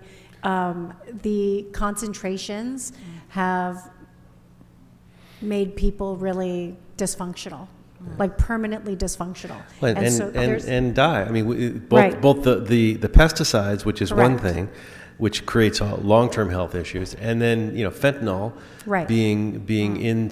I had a horrible case in my district of a kid who had died from buying marijuana illegally, which was laced with fentanyl and led to his death. So that's exactly right. That's the other consequence, which I didn't even outline. This is preventive, right? This is just prevention, and it's just far more cost-effective, and we can't ignore it. And so thank you. So then the question, since you guys are here, what else do we need to do to make sure that we're cracking down on the illegal operations? And how do we, whether it's a budget issue or a non-budget issue, some sort of policy issue, why can't we get that done? And if you pull a microphone, so. Good afternoon, Commander Mastic from Detective Bureau. The efforts we have been engaging have been largely successful. We've shut down numerous cannabis dispensaries. Going back to our efforts from the 21-22 fiscal year, 387 search warrants, 380 arrests for felonies, 457 misdemeanors, 116 guns seized. The 22-23 fiscal year, 437 search warrants, 228 felony arrests, and 350 misdemeanor arrests, along with 136 guns seized. And then just this last fiscal year, year to date, 23-24, 405 search warrants, with 175 felony arrests, 302 misdemeanor arrests, and 144 guns seized. And as far as enforcement of unlicensed dispensaries, right now we're only tracking 53 open. I have it broken down by different parts of the city, but the model we're using right now has been very, very effective. So my recommendation would be continue the current model, continue the current funding, continue the current model. Great. No, and we appreciate that, and I didn't mean to imply that it wasn't working, but it's still now. If you go online at Weed Maps or any of the other sites, you'll see a whole lot of places, of which probably a lot of them are not licensed. Is that right? That's correct, sir. I think the area where we're lacking is accountability.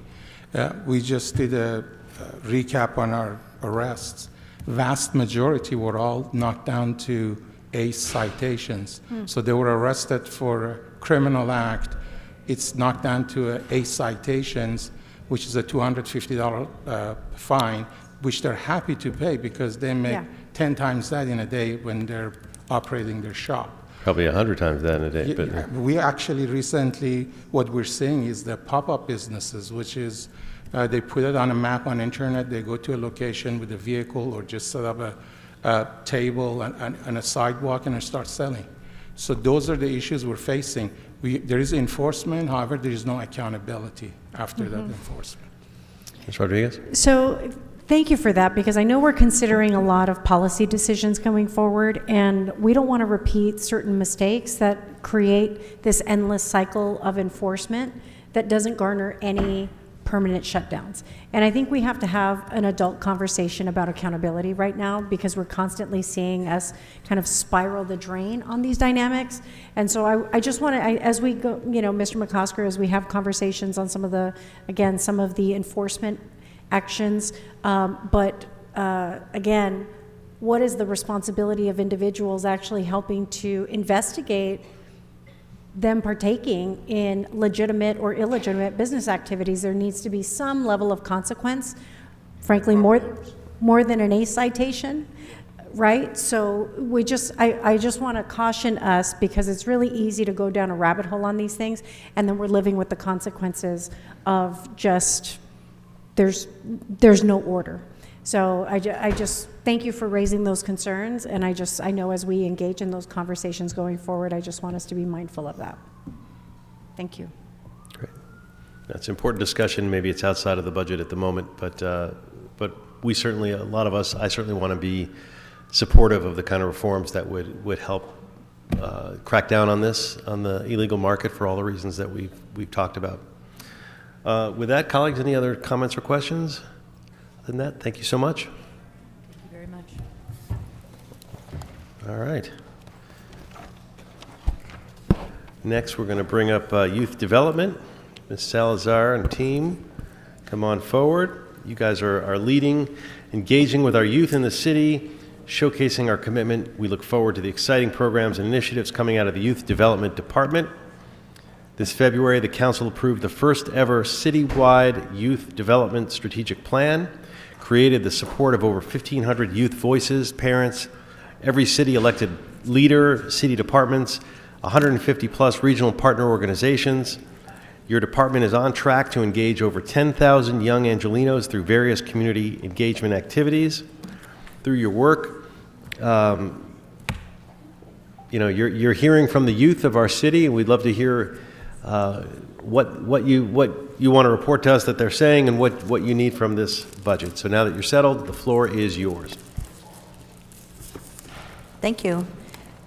Good afternoon, council members. Lisa Salazar, Executive Director of the Youth Development Department. I'm joined by members of our leadership team. To my right, Ramon Covarrubias. To my left, Michael Bouvet, Sheldon Cruz, and Joey Garcia. My remarks will be brief. Thank you for the opportunity to discuss our proposed budget. I want to thank you, the mayor, the CAO, for your leadership and guidance as the city faces great financial challenges and uncertainties. We are thankful for the resources provided in the mayor's budget. Next fiscal year, we have major priorities and projects ready for implementation.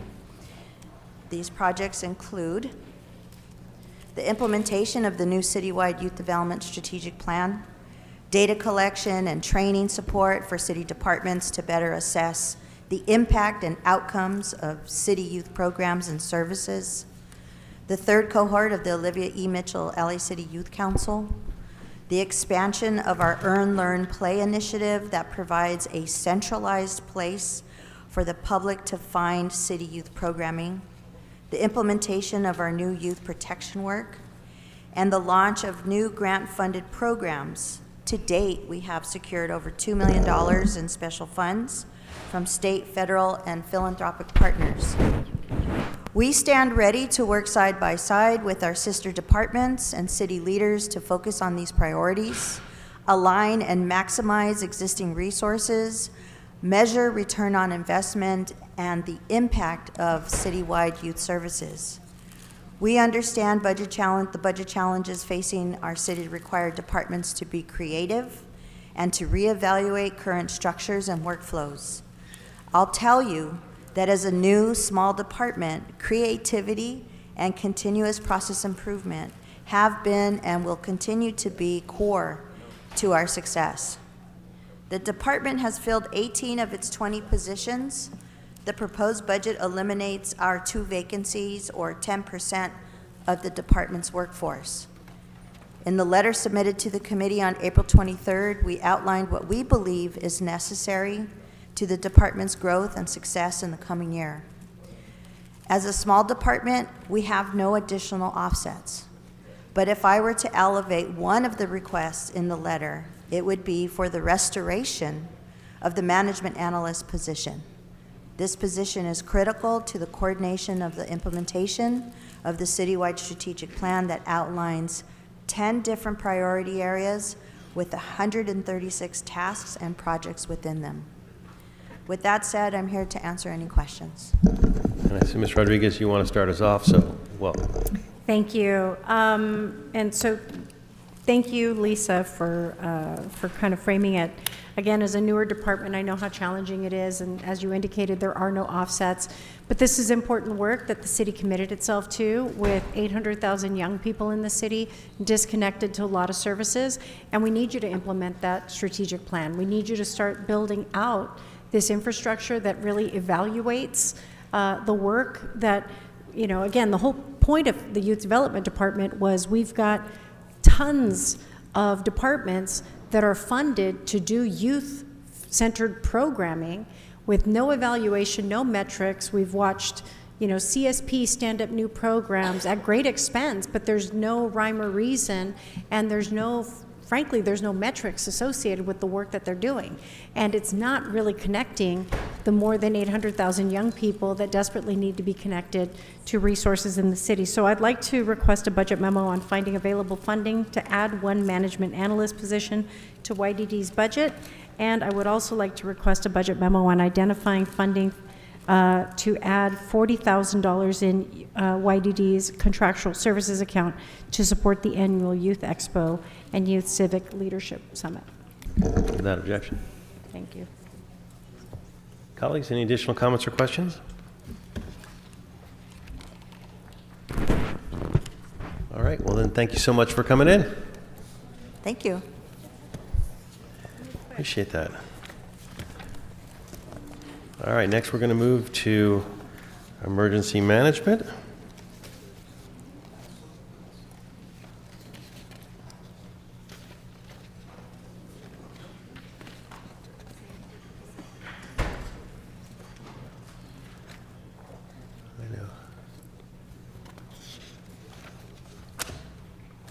Our General Manager, Carol Parks, coming forward, and the team.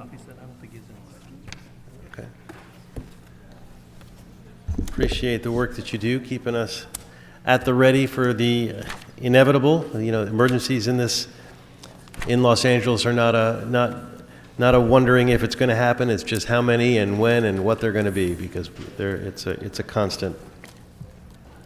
So welcome, and the floor is yours to. All right, good afternoon. Thank you to the committee here. My name is Carol Parks. I am the General Manager of the Emergency Management Department. I'm joined by my senior leadership.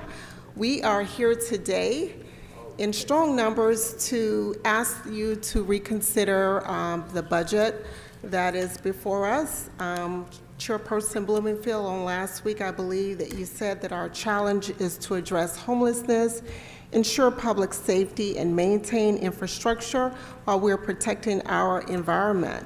And EMD is just one of several leaders in the public safety sector to address all of these efforts. So we are here today to ask that you allow us to retain funding and authority to fill all current vacant positions proposed to be eliminated in the next fiscal year. This includes 2 Emergency Management Coordinator 1 positions and an additional vacancy due to a recent retirement. In exchange for one of the vacant EMC 1 positions, we're asking that it be considered to be filled by an Emergency Management Coordinator 2 position, which will oversee a new division dedicated to fulfill recovery and resiliency efforts here in the city. We understand that this will have little to no budget impact for our current fiscal year. In addition, we're asking for $75,000 in the Emergency Operations Fund to address any necessary repairs that we will undoubtedly need to be sure that our EOC is ready at a moment's notice to operate efficiently and in its optimal capacity. With your support, we can ensure that we can be available and ready when we are required to act, oftentimes at a moment's notice. We want to be equipped and empowered to answer it with unwavering resolve.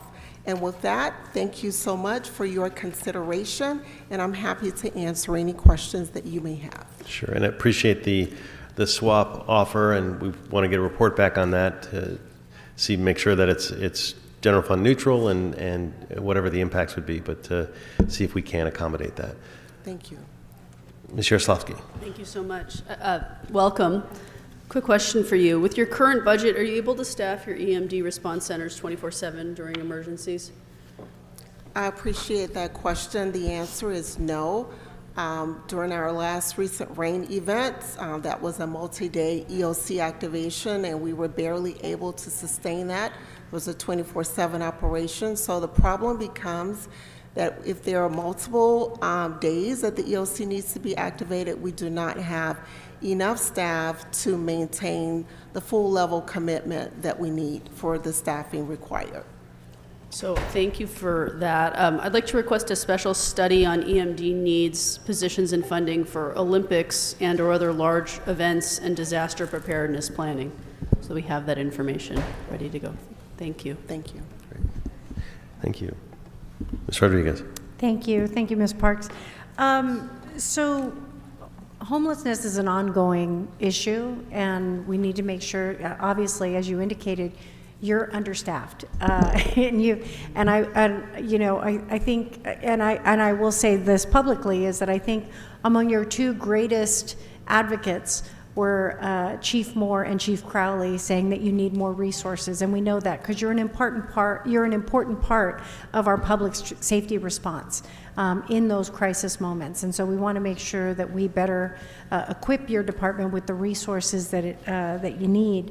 And so while I appreciate the homeless preparedness and response funding line item, I was curious as to whether or not this funding would be better utilized for an AGM position for you to, again, we have to make sure that all of the positions that you need, you're one person, and we got to make sure that you're fully staffed, and I know you lost some critical staffing, and I think what might be better utilized for the purposes of a very comprehensive emergency responses to consider either an AGM position, a public relations director, or an emergency coordinator 2 position. Do you have any thoughts on that?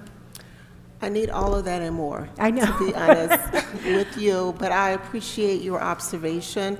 My original budget request did include an additional assistant general manager. Gary Singer is my current assistant general manager, and it's more than he can handle. Of course. It's more than I can handle, too, especially if we think about what's on the horizon.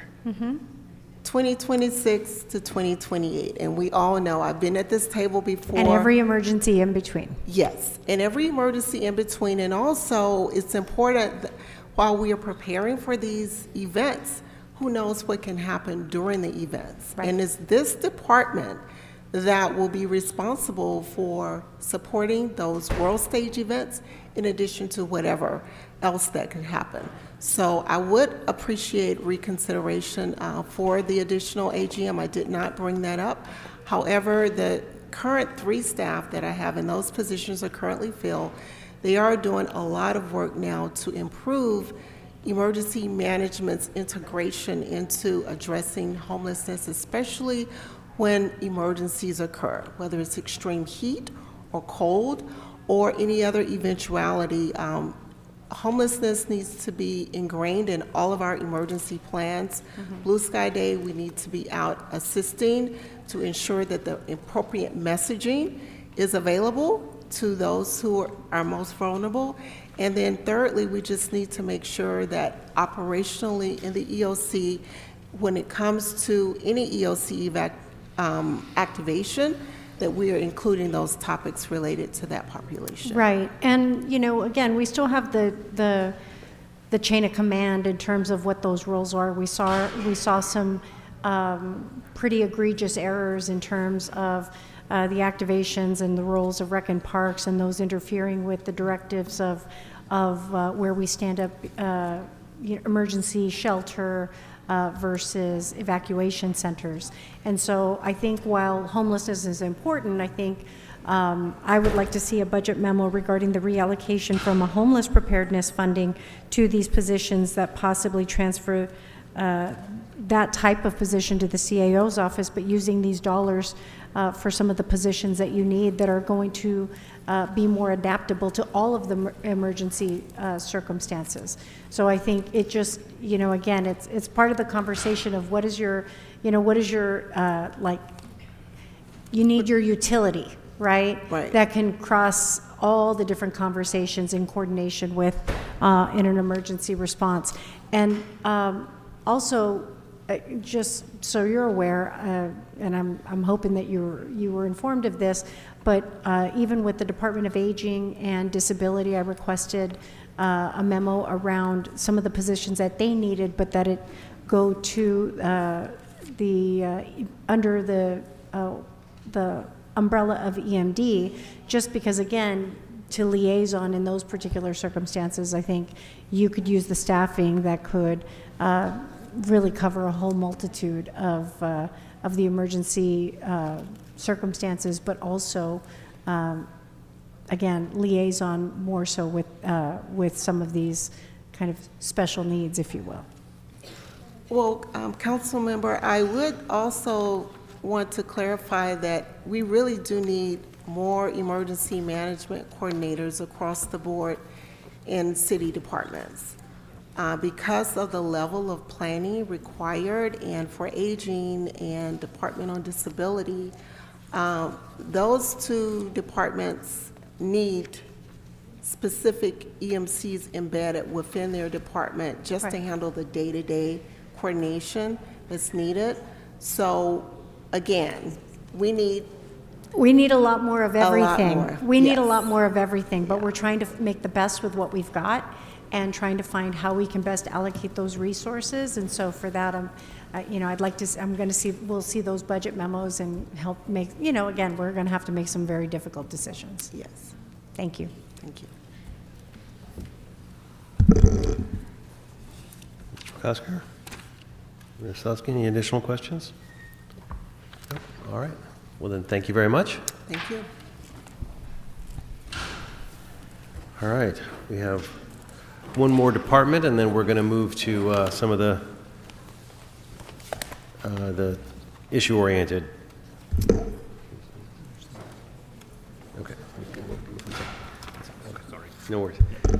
So we'll bring up the CAO. And first off, thank you for shepherding us through what is a painful budget. As the last few days of hearings have made clear, this budget will result in cuts, sometimes very deep cuts to essential city services. Appreciate the effort that has gone into trying to ensure the budget and avoid layoffs. But throughout this process, departments have expressed concern about a number of things. Some cases, departments have crews or even teams that have to function as a whole, but the position cuts have left holes in partial teams. So I want to know about the flexibility that departments have to ensure that we're staffed efficiently. You got a number of other questions, but why don't I start by just opening the floor to talk about your budget as well, specifically. So. Okay. All right. Thank you very much, Mr. Chairman. Matt Szabo, City Administrator. officer. So we have a number of items to run through, starting with the CAO budget. Just going to have staff come to the table as necessary as we get to each item. I won't take a lot of time on the CAO budget, $31 million budget. We have 6 positions slated for elimination, would bring our vacancy rate down to 2.3%. Those positions are in the unarmed model of crisis response on the climate impact team, an accounting clerk, and 3 senior administrative clerks.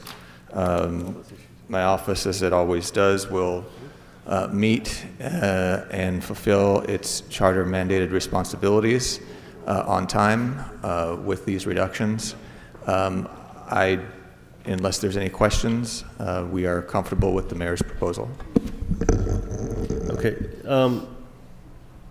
Several of the general managers has talked about the amount of time that it takes to restore vacant positions when the city's finances will improve. It's one reason why they're asking you to leave vacant positions funding. What's your solution to that? The solution to restore vacant, I'm sorry, the solution to restore. So, yeah, but just the timing of once we do get there, of restoring those vacant positions. Well, I guess if the question is if we are to delete vacant positions, it would take, there's a process to restore those positions. I'd say a couple of things. Number one, we've been very effective in adding positions and providing positions. In the last 2 budgets alone, we added more than 2,000 positions. There was a process, of course. There's a proposal. This committee considers it. This committee makes an instruction to add positions. We have issued a budget memo. I believe we've issued it, that does discuss the issue of the need to actually eliminate the positions. And that has to do as much with where we are structurally as anything else. So I don't know if we want to discuss that now or discuss that when we're discussing the budget memos. But it remains the very strong position of this office that we, given the situation that we're in currently, given the fact that we're facing 3 years of a structural deficit in our current outlook, even after assuming the reduction of those positions, that department budgets are cut through, in part, the elimination of vacant positions. Ms. Yaroslavsky. Thank you. So council voted very recently in the last couple of weeks to approve the Climate Action Adaptation Plan and to have that approved and put into the city's general plan. This instructed this CAO to identify $1.5 million in funding for the creation of a cap. I just want to confirm that this $1.5 million is not yet in the proposed budget as it's just passed through council, correct? Yeah, that's correct. Okay, so I'd like to request a budget memo on finding options to place it in this year's budget as directed by council, please. And then I also have one more budget memo. I'd like to request a budget memo on moving the Affordable Housing Liaison Unit in the respective positions from the CAO to LAHD. Okay. Ms. Rodriguez? Thank you. Matt, can you talk about the difference between the 2 positions that perform in your shop versus LAHD for the street medicine? That's funded in the housing department?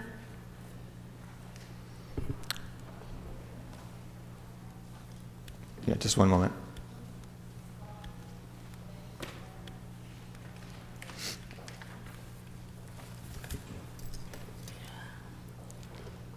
Good afternoon, Ed Gibson with the CAO's office. You had asked the question, what's the difference between CAO's office and LAHD?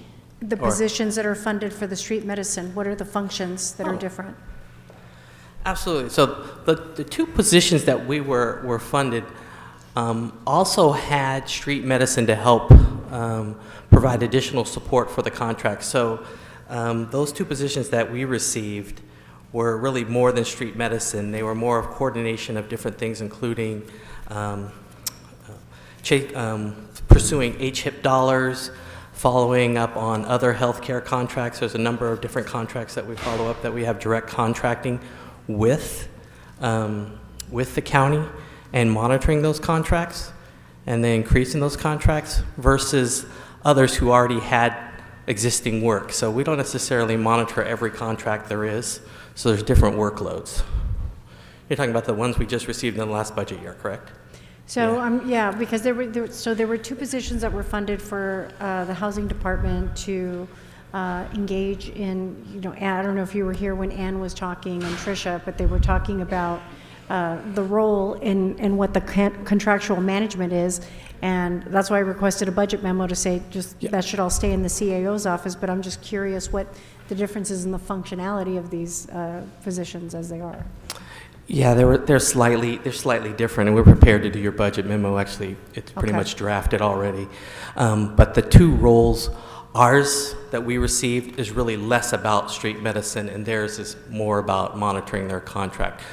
We do have street medicine as part of that work, but it's not the entirety as alluded to in her conversation. Okay. Yeah. So but I don't want to. But it seems like it would be more in alignment with the CAO's body of work. But okay. Yeah. Thank you. I'll just go into comment to say when you take a look at the work, the housing department has all the contracts that are directly with LAHSA and the funding and the monitoring and the actual negotiation. And I know there was an alluding to that we do a lot of the negotiation, and that's actually not fully accurate to say, because most of those contracts are happening between the housing department and LAHSA itself. But we also have some oversight because we move money and we ask questions. Yeah, and that's what we need more of, those that have the authority to move money and ask questions, because unfortunately we've not gotten, we've had a very terrible experience historically with getting answers from LAHSA, among others, that are not reporting back, being transparent, showing metrics associated with the work, and so there's just no more room or time. It's all been exhausted, and patience especially, so we're going to make sure that those things start to be recalibrated. But thank you. Well, I just want to follow up on that. So I think you're talking about the LAHSA folks, but the two positions from LAHD to CAO that they were suggesting, those street medicine positions, are they enough to coordinate the street medicine teams with the city if they get shifted to you?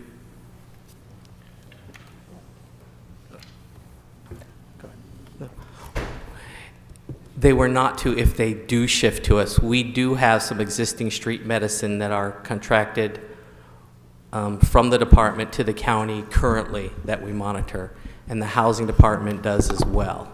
They're in two separate places, if that's... Well, and the housing department has suggested that it would make more sense for it to be in one place and not two places, and that one place being you and not them. Yeah, I think the difference being is that if the contract goes through LAHSA, the housing department is managing all LAHSA contracts where we do not see that, as opposed to the direct contract that we happen to have with the county for services now for those street medicine teams. I know it's similar. I didn't create it, but we do take care of it. All right. Well, we can. We have a basic disagreement on facts. It sounds like the facts are not clear. I mean, what housing department is telling us is you negotiate those contracts, you make decisions about who gets paid and when they get paid, and when there's a mispayment, it comes to you, and then you write a note over to housing department to write the check. I don't think we care which one it's in, but we are looking for an efficiency so that we don't play this constant city game of you go from department to department to department and you bounce back and forth. We'll make that clear in the report. Yeah. I had a question. Oh, go ahead. It's actually a smaller question, but you have an airport's budgetary support 9-month funding for a position in the budget, which I'm fine with, but a couple of questions. One is airports paying for it? And then secondly, what's it for? And if it's a good thing, is there a need for it at DWP and Harbor?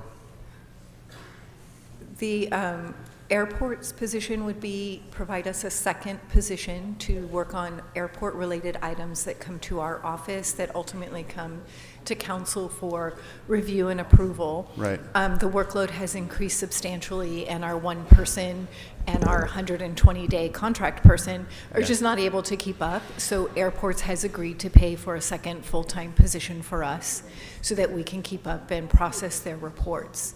DWP also pays for a position in our office as well as the port. And right now, the one positions on those two assignments are sufficient. So at the airport with the modernization plan and the massive contracts, you're just finding that you need that additional support and you're asking for 9 months funding to be able to fill the position? And Correct. It's fully paid? It's 100% paid, yes. Okay, thank you. Okay. And then always want us to get serious about realigning functions and eliminating duplication and trying to dedupe things. For example, Board of Public Works has a climate emergency management office. You have a climate impact team. The mayor has a green workforce sustainability plan. This is at the same time that we're actually cutting our climate work when it comes to decarbonization, our transportation, public works, that would be actually taking direct action to reduce our emissions. And I just throw that out there. How are we going to consolidate all that so that we're actually deduping and moving in, a consistent, efficient way? And these are all big priorities. All those departments are important. Right. I think every one of those offices was established as a result of a priority from either the mayor's office or this body, and they have different charges, different responsibilities. The climate team in my office, as would be expected, is there to provide you with information on the impact of how we're spending our money, what we're funding, and to do that kind of analysis. So it's that kind of work that budget analysis work that would come from this office. That's the work that the climate team in the office of the CAO would do. If the request is to look to consolidate those efforts, that could be something that we could report back on, consistent with the instruction that you gave when we adopted the priority critical hiring process. Yeah, I would certainly like to get a report back on that, and that may be part of the next effort after this budget, where we're really trying to dedupe and create more efficiencies. It's painful sometimes to see a lot of the planning and the actual doing. We end up cutting. In this case, a lot of our big climate goals we're cutting, the decarb and some of the other important things that we need to do. But sort of just putting a flag in that to move forward. Colleagues, any additional questions for CAO? Just to repeat something, I think you told us that the memo has come out, which I haven't read yet since we've been here, on leaving vacant positions unfunded, not eliminating them, leaving them unfunded, and your point being that it's so easy for us to add positions. We've added 2,000 positions the last 2 years. The point I was trying to make is that we do the flavor of the day positions. So we do, 3 climate actions, and we do passports in the clerk's office because those are, fun and interesting to do. But the thing that we don't add back in are those core essential services. So I'll read the memo, I'll read it with care, but I really wanted us to focus on those things that when we get all excited about, read the LA Times and decide that later that day we're going to introduce a new motion to add 10 positions, we add the new function and we sort of have this mission creep, but we don't get back to the fact that we have to have core services so that folks can, move money, the whole accountants and analysts. Not a question, just something that I'll come back to when I read the memo. And for clarification, the memo has not been released. Okay. It's been signed, but it hasn't made its way out yet. So. Okay, thanks. Okay, any additional questions? I know you guys are sticking around, but any questions on the CAO's budget?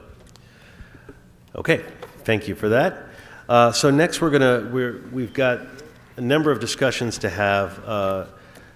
We're going to talk about the reserve, then the UB, then MICLA, then CTIEP, then the TRAN, then Exhibit H, and then as a fun way to end, we'll We'll move to GCP as our last topic, and that'll include the homeless budget and the Inside Safe funding.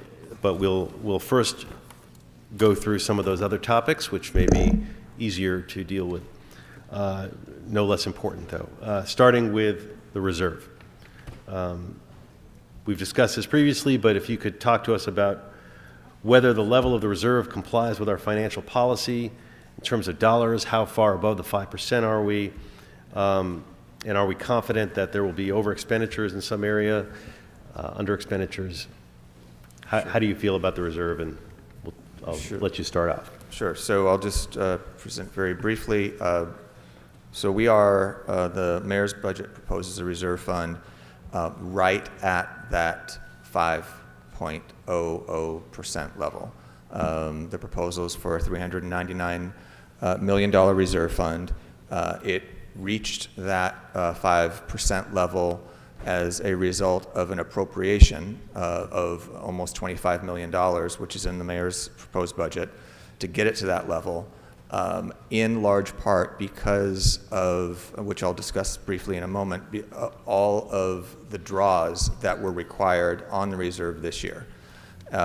So the reserve fund, whereas this year we were north of 8%, we are barely at 5%, which is compliant with our financial policies.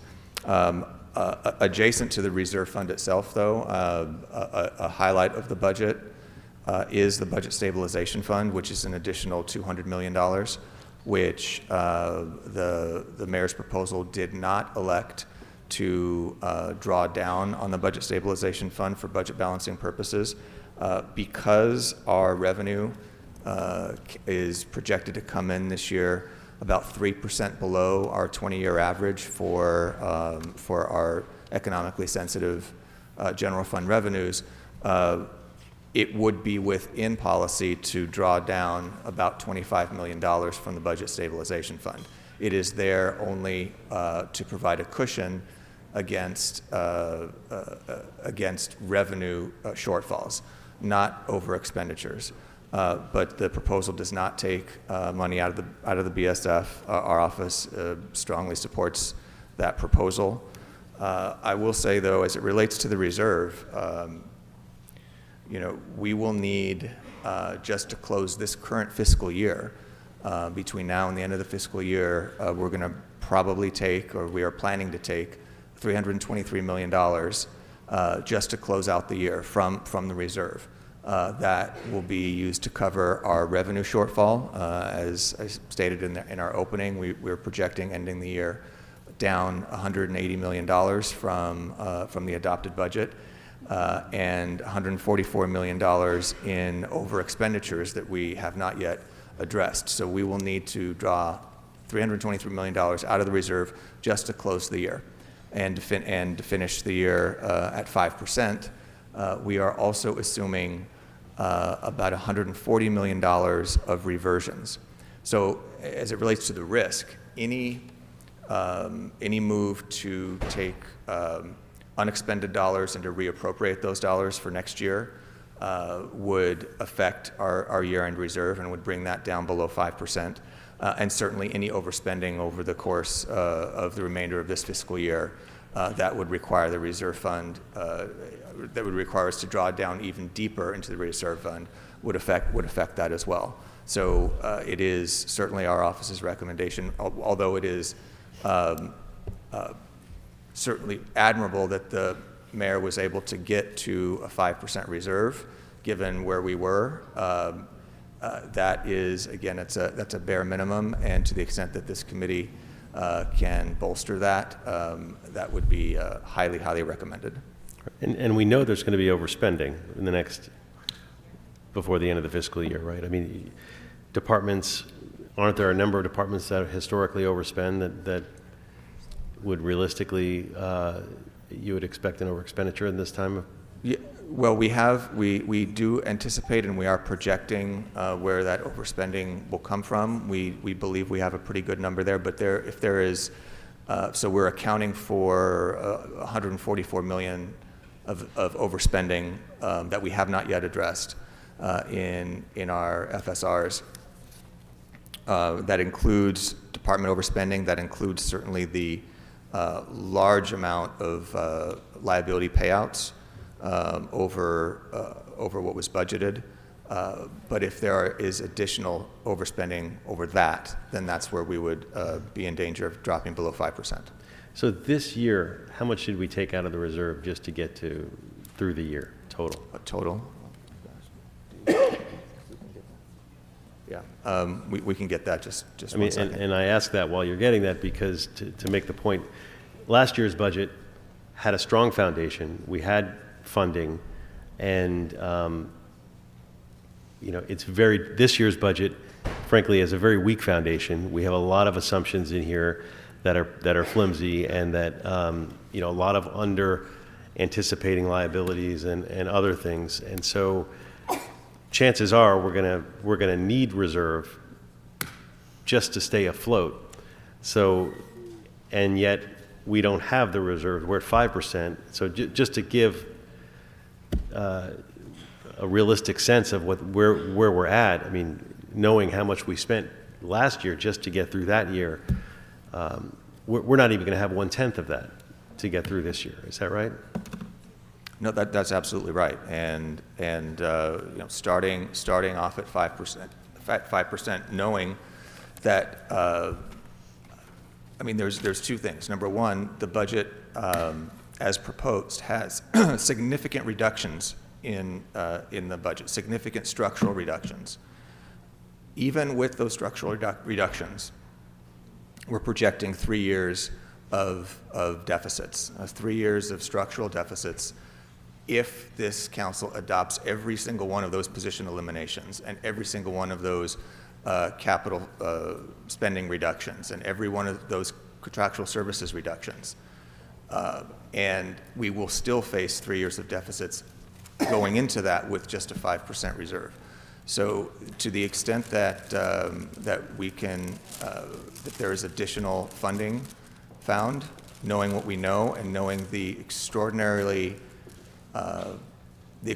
liabilities that we're likely to face, as you pointed out, Mr. Chair, there really, from this office's perspective, should not be a higher priority, given what we know now, than increasing the reserves and maintaining the structural reductions. Colleagues, any discussion on the reserve? No. Okay. Then let's move on to the UB. I do have an answer for you on the reserve fund. We have transferred $424 million out of the reserve. Right. We will by the end of the year. Right. Okay, thank you. Which is, then that's just to keep afloat from last year. That's just to close the year, yes, to cover all expenditures, yes. Okay, let's just sort of, hate to throw the cold water on everyone, but it's important that we have our eyes wide open, as we say. Okay, let's move to the UB. Do you want to? Yes. So unappropriated balance. This is an area where we can place expenditures or appropriations without appropriating, so I say unappropriated balance, if there's uncertainty. So we have nearly $300 million in the unappropriated balance. I will highlight two areas of importance, and we can discuss any of the others at the committee's desire. But we have one of the largest additions to the unappropriated balance to the UB. About 41% of the $297 million is the department payroll reconciliation item, and that is to cover the additional dollars that we anticipate will be required to cover the cost impact of the recently and soon to be approved contracts. And that's important. That distinction is important for a number of reasons. So number one, there are the salary increases, the base wage increases for the civilians are included in the department's base budgets. The base wage increases and other increases for LAPD are included in LAPD's base budget. But there are other provisions, including the sick and personal leave payouts, the minimum wage increases, the health care for intermittent workers, and then targeted adjustments, special adjustments that have not been applied yet. So we needed to set aside money for those increases. They would be applied to the department's budgets for the following year. We also have set aside dollars significant. I'm not going to say exactly how much we've set aside because we're currently in negotiations, but we have set aside tens of millions of dollars for what we anticipate will be the first year impact to LAFD for the firefighter contract. And the reason I do want to point that out and draw your attention to that is there was significant discussion about LAFD's budget and the fact that there was a 2.5% decrease over the adopted budget last year. If we included in the department's budget the dollars for the salary increases as we have included in the civilian departments and in LAPD, LAFD would have had a fairly significant increase year over year. Thank you. That's some important drills. One place where there's not an increase, which is, and I know there's some reasons for this, which I want to give you a chance to explain, is something that is a collective priority for all of us, which is the unarmed response. We launched 3 teams this year. CAO has been working with Harvard's Government Performance Lab to assist with research and technical assistance. We've been hearing from LA Forward Coalition about evaluating of that performance lab.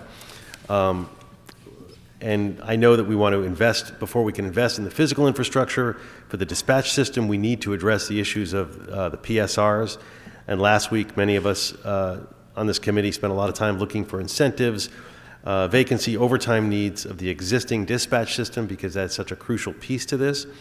So I know some of the unallocated funds from this year will roll over to next year. And that's going to be part of the solution, but I wanted you to address that because that's sort of a glaring zero that I don't want to be reflective of our collective priority, because I know that every member of this council is very bullish on the unarmed response, and we want to fund that out as much as possible. Sure. So this is one area I just, as we discussed the reserve fund, I discussed the importance of needing the unspent dollars to bolster the reserve fund and to not reappropriate. This is one area where there will be a very significant reappropriation of about $10.4 million. So that will be available next year. That's why you don't see a new item in the UB. There are also dollars when we get to the GCP discussion. There are also dollars in GCP for that purpose as well. Okay, thank you. Colleagues, any additional questions on the UB? Was that? I do. Yes, Mr. McCosker. A smaller item, but also important. Not continued in the UB is Hazardous Materials Response Program, about $170,000 last year for LAFD. How was that spent down, or was it spent down, and what's the plan for the future? You can respond, yeah. Hi, Janelle Irving with the Office of the CAO. Those funds were not spent down in this current year. Those funds were placed in the UB pending classification and program policy kind of discussions on that program. They have not been spent this year, and it is assumed in this budget that they will be reverted to the reserve fund. So they are part of the assumptions that got to 5%. That is for the current year. So wait a minute. So it was not spent down, so it'll go to the reserve fund. It's part of our 5%. Does that mean that the LAFD will not have access to funding for their hazardous materials response program, or is it otherwise taken care of?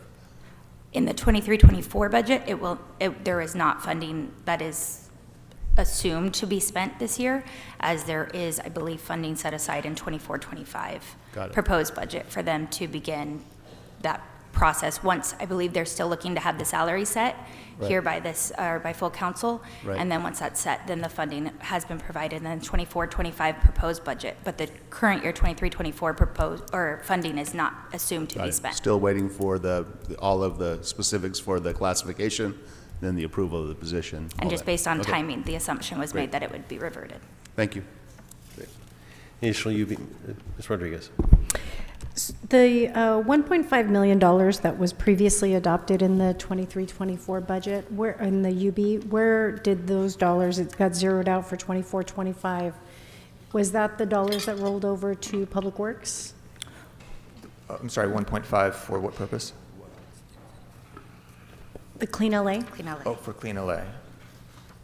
That funding is also assumed to be reverted to the reserve fund at the end of this year. So that funding has not been requested. The department was utilizing the funding that was provided within their budget, Which was for the Clean LA right. was sufficient, and so the funding for the Clean LA is assumed to revert to the reserve fund at the end of this year. Okay. And the $10 million for LA County Metropolitan, what does that cover? That funding was set aside in the UB this year, pending further discussions and negotiations with Metro for an increase in the contract for MTA. The funding was in the police budget for a similar level and so during the contract, they issued a contract for this year. The agreement did not require the use of this $10 million. As a result, it's set aside kind of contingent upon revenue from MTA. So because it's all recoverable. Yes, it would be if it was expended. And so this funding was set aside in the UB contingent upon an increased level in the contract and therefore revenue that would be received. The contract did not exceed, and so the expenditure here will essentially revert to the reserve fund, but it's really unrealized revenue. Okay. The revenue will not come in and the expenditure will not be made. Okay, thank you. Okay, any additional comments on UB? All right, then we'll move to MICLA. Thanks. Do you want these?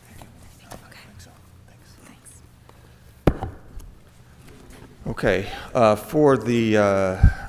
for MICLA, Capital Finance Administration Fund, have other folks come up here. $213 million is proposed. Some of the highlights of the authorizations in the proposed budget include $51 million for fire vehicle replacements, $26 million for police vehicle replacements, $25.5 million for GSD vehicle replacements, $22.5 million for convention center projects. That is not related to the expansion. That is, those are basic maintenance projects, and $12.3 million for sanitation care plus vehicles.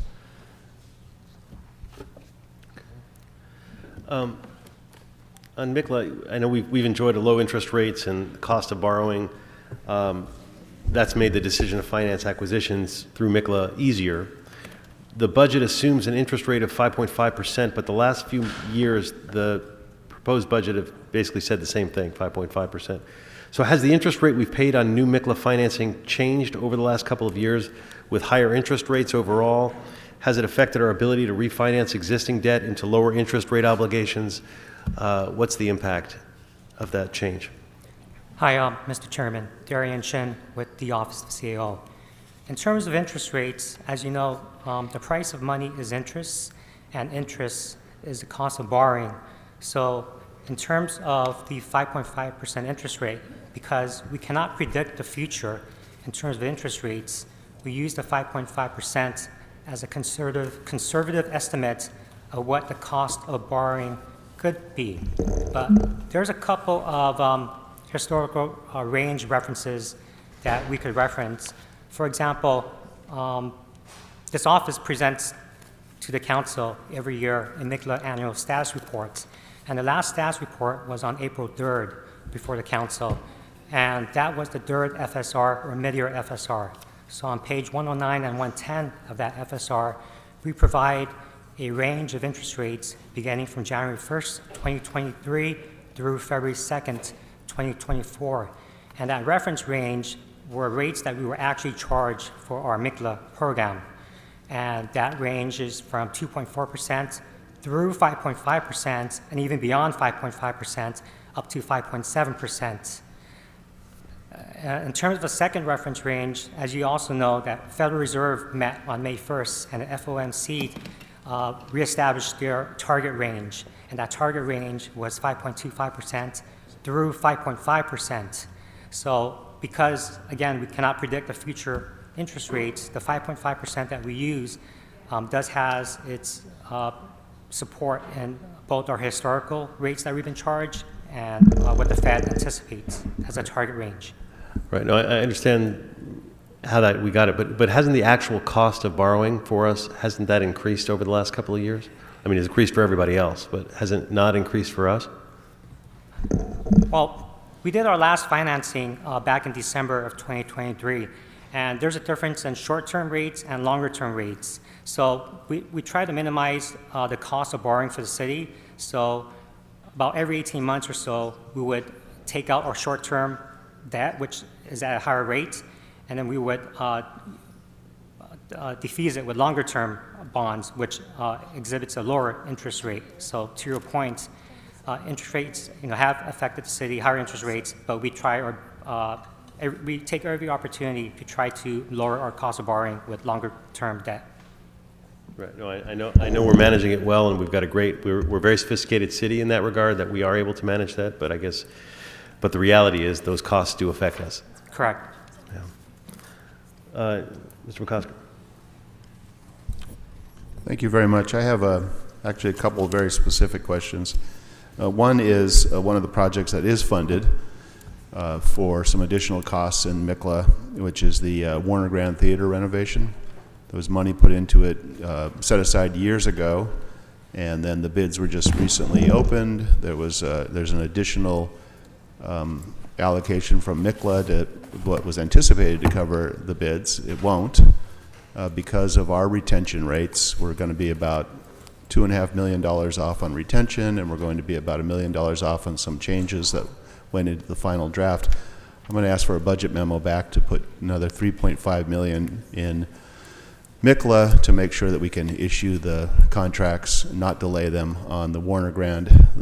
While it's more money, a delay would only cost us even more than this. The second one, also very specific. There's a out of service fire station in the 1-5. It used to be 53s, fire station 53s. Now it's a nuisance in the community.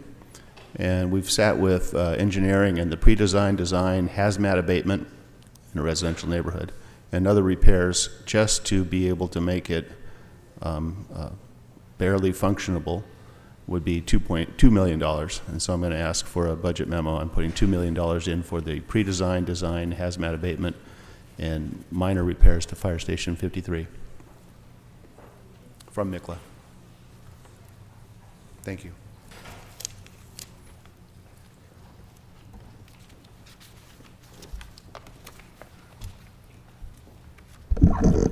Okay. Any additional questions on MICLA? Ms. Rodriguez. So it shows 51 million for LAFD vehicle replacement, and I was just curious, Fire had indicated that if they had sheet metal workers or the sheet metal worker position replaced or filled, that they would, because they had so many vehicles that were actually out of service because it needed the sheet metal work. So I was just curious, of this 51 million, how many of what vehicles are we talking about for acquisition, and whether or not we could offset that by just restoring that position and doing the repairs. If I recall, Chief Crowley indicated, I want to say about 40-something rigs that were out of commission that just required that. So that could be an opportunity for some offsets.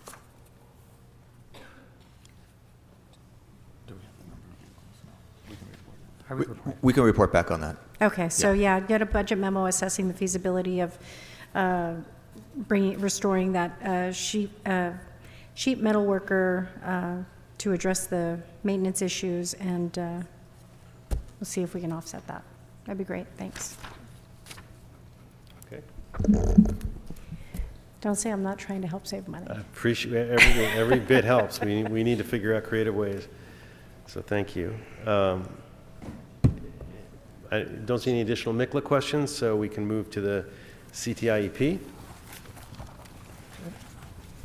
All right, I'll introduce the item as other staff are coming up here. But our capital and technology improvement expenditure program is proposed in 24-25 at $398 million. a little bit more than that. That represents about a 30% reduction over the adopted budget in 23-24. As it relates to the municipal facilities program, $22.5 million is proposed for that. For our physical plant projects, that's the streets, bikeways, sidewalks, etc. $132 million is proposed for that. $326 million is proposed in SCM funds for clean water projects, and another 16 for technology projects. We will note that the city's financial policy of expending at least 1.5% of general fund revenue on capital improvements is not met in the proposed budget. There's $75 million in general funds.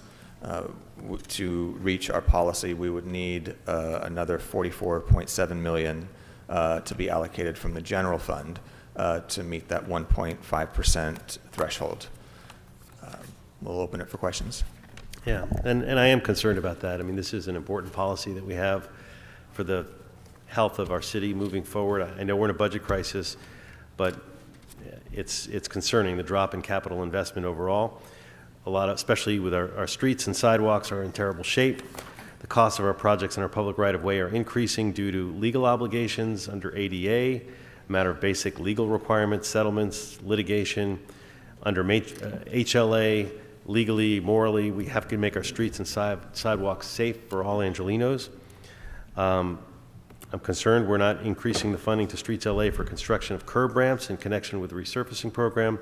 So toward that end, I want to get a report back regarding the estimated cost of ensuring construction and remediation of curb ramps in connection with the resurfacing program without reducing lane miles of resurfacing or PCI, and what the options are for funding. And I know it's a tall order, but it's, again, eyes wide open kind of thing. And it's harder to see our progress to the standards we set for ourselves, especially as we work to deliver traffic, infrastructure, and our fully renewable carbon-free sites, facilities. I notice this is the first year that we're making mention of GHG and other decarb goals within the CTIEP. And I want to note that BOE has already pointed out that a focus on funding electrification and decarb is an all-hands-on-deck necessity, especially when it comes to funding. So if you could explain how the CAO and the city is incorporating GHG, the decarb goals into this and future budgets, how close we are to connecting every dollar spent to our GHG and other particulate emission elimination goals, what funding practices you expect to change in the future. And so I'll ask for a special study from the CAO on the coordination of general fund, special fund, and debt issuance to ensure greenhouse gas elimination and renewable energy systems. And this report should forecast how our renewable carbon-free investments will eventually phase out carbon fuel spending. I asked a bunch of rhetorical questions there. I won't ask you to, no, they weren't rhetorical, they were real, but I won't ask you to answer them now, but I'll put those into the special report. Also, we have a 40% reduction in clean water projects. This is historically the largest share of the CTIEP. What explains the reduction, and what does it mean for our One Water policy and our focus to recycle every drop? Yeah. Just one moment.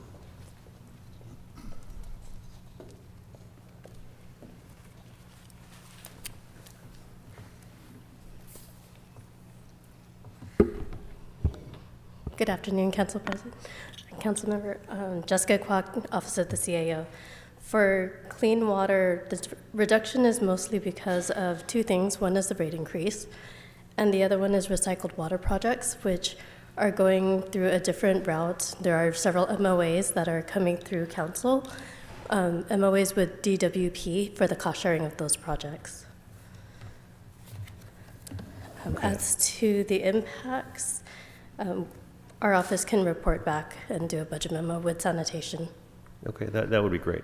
Put that. I've got some other questions and issues, but I want to keep it moving. So, Ms. Rodriguez. Thank you. So there are a number of departments that are in the process of adopting new technology for asset management, for example, to, for facilities management and whatnot. And I know large-scale migrations of technology have obviously come at great cost. People underestimate the amount of time, like some of the checks in the migrations, whether it's to a cloud, whether it's to, for example, HRP, like we've discovered a lot of these issues, and it's come at the cost of substantial change order costs and whatnot. Has there been an effort to ensure that, even on the contracting end, because for example, there's a number of different departments that are utilizing the same contractor.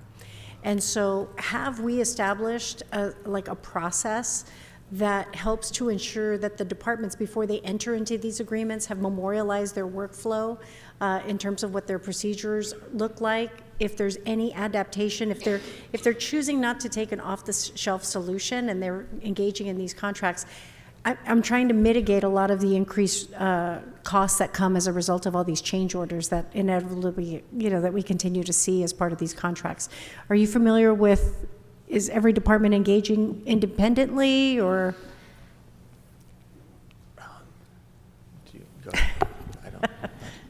Ben Sahel with the CAO. I think for the most part, yes, departments do engage with contracts independently. Even if it's for the same vendor, oftentimes each department has their own way of doing things, if you will. And what I have found in my experience, and particularly with the Human Resource Project, the PACER replacement, is that a lot of times there are business processes that the city does not want to change. They want to keep existing business processes, and that requires the new software to kind of conform to the city business processes, as opposed to the latter, as opposed to the city changing its processes to meet kind of the so-called off-the-shelf software. We make the software vendors change their configuration to meet our needs, our practices, and that comes, with those change orders that you might see coming through. Has there ever been an evaluation, or is that something that ITA does? I mean, honestly, it's just kind of, it's kind of management practice, right? It's, we keep doing the same thing because we've always done it that way, but it's not a reevaluation of our procedural rules to identify more efficient ways of doing work and to save us money in the long run. So is that a function that? Well, it does take place, and I'm not going to say that it's at the whole scale that this is, we are so, strict on the way we want to do things that we're not flexible. There's a lot of business processes that are going to change, in particular with kind of the new system coming in, Workday, or the city is changing its business practices. But I'm just saying that there's a lot of instances where, we've established certain ways of moving things through our bureaucracy here in the city. And it's sometimes easier for the vendor actually to change to what we're asking for than the other way around. Okay.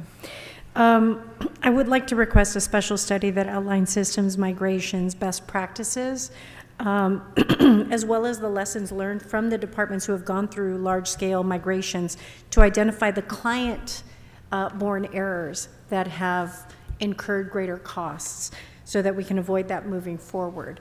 It's, I remember when I was in Public Works, we would have conversations about, like, for example, contract coordinators. When they left, people didn't know what the process was and the procedure was in terms of that workflow. And if we don't have it memorialized by department, so that when they engage in pursuing these kind of systems overhauls, sometimes it's client-borne expense, because we forgot about this piece, or we forgot about this piece, and that requires a change order. And so I think, given the financial circumstances that we're in, before we engage in any new contracting with some of these departments, I think it's important for us to have that kind of insightful conversation, because everyone's going out there and pursuing and procuring these services, and we end up paying, a much larger price as a result. Thank you. Mr. McCosker. Thank you. One of the items in this budget is $625,000 to address nuisance abatement issues at city-owned properties. It's both a relatively small number given the number of nuisances at city-owned properties, and also a very specific number. Is there a backstory to this? What's this for, besides nuisance abatement at city properties? Leslie with the CAO's office. So traditionally, this item has been funded at above that $800,000 annual level. And over the past 3 years, we have actually been spending at about $1 million. And so yes, that's kind of the backstory. And yeah. So we just reduced it because of the times. How is it typically released from, how is it allocated out? Because it's for citywide. Oh, I I'm see. sure you get more requests than, Yes, that's than correct. you can So fund. Yes, so the General Services Department generally puts together a work plan for the year, and so we have a proposed work plan at the beginning of each budget season that, and where we know what the kind of the priorities are citywide among all of the properties and departments. So it's owned by General Services, and they put the priorities out for how to use this money to address nuisance abatement at city-owned properties. And I would imagine with that amount of money, really all they can do is what we often ask them to do, is take a look at this nuisance property and give us a study and tell us how we can fix it, and then the number comes back to be 10 times, 50 times this. Yes, correct. So we basically prioritize based on like the highest needs that GSD is identified at that time. But this is something that we've done year after year. It's the first time I've noticed it. Yes, this is an annual program. Thank you. Is that all for you, Mr. McCosker? That is all for me. Okay, Thank you, great. Madam Chair. Okay, I just have a couple of questions. So what can the CAO's office do to ensure that we're compliant with the 1.5% matching, things like that? How are we going to get there, or as close to it as possible? Well, ultimately, that's a matter of a spending priority by the mayor and the council. It's a general fund obligation. It's a policy that says it has to be general fund. So there is not a lot of flexibility there. You would need to identify $44 million in either new revenue or reductions and allocate that towards projects that are either underfunded or are not funded. Thank you. Can you talk a little bit about what accounted for the underspend this year and what the impacts are to infrastructure? The underspend, the general fund underspend is a budgetary reality. There was just so little available general fund that the proposed budget did as much as it possibly could within the confines of our financial reality. I don't know if anyone else wants to address any of the special fund reductions. I guess not. Okay. Thank you. Okay. BOE expressed concern about the consequences of failing to move forward with the LA River segments 1 and 2, the headwaters.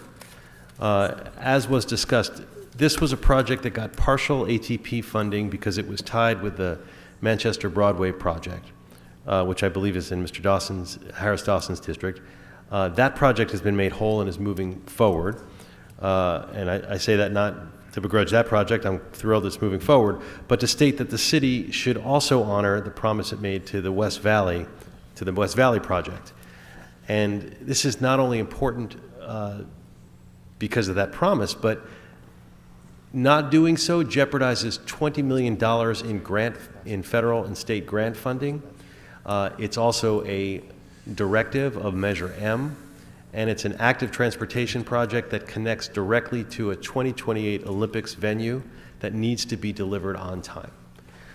So I know we're creating an issue that will need to be solved in a future year, but I'm going to request a report that could talk about a budget instruction or other language that would direct that the LA River project be bid and awarded this calendar year to keep that going.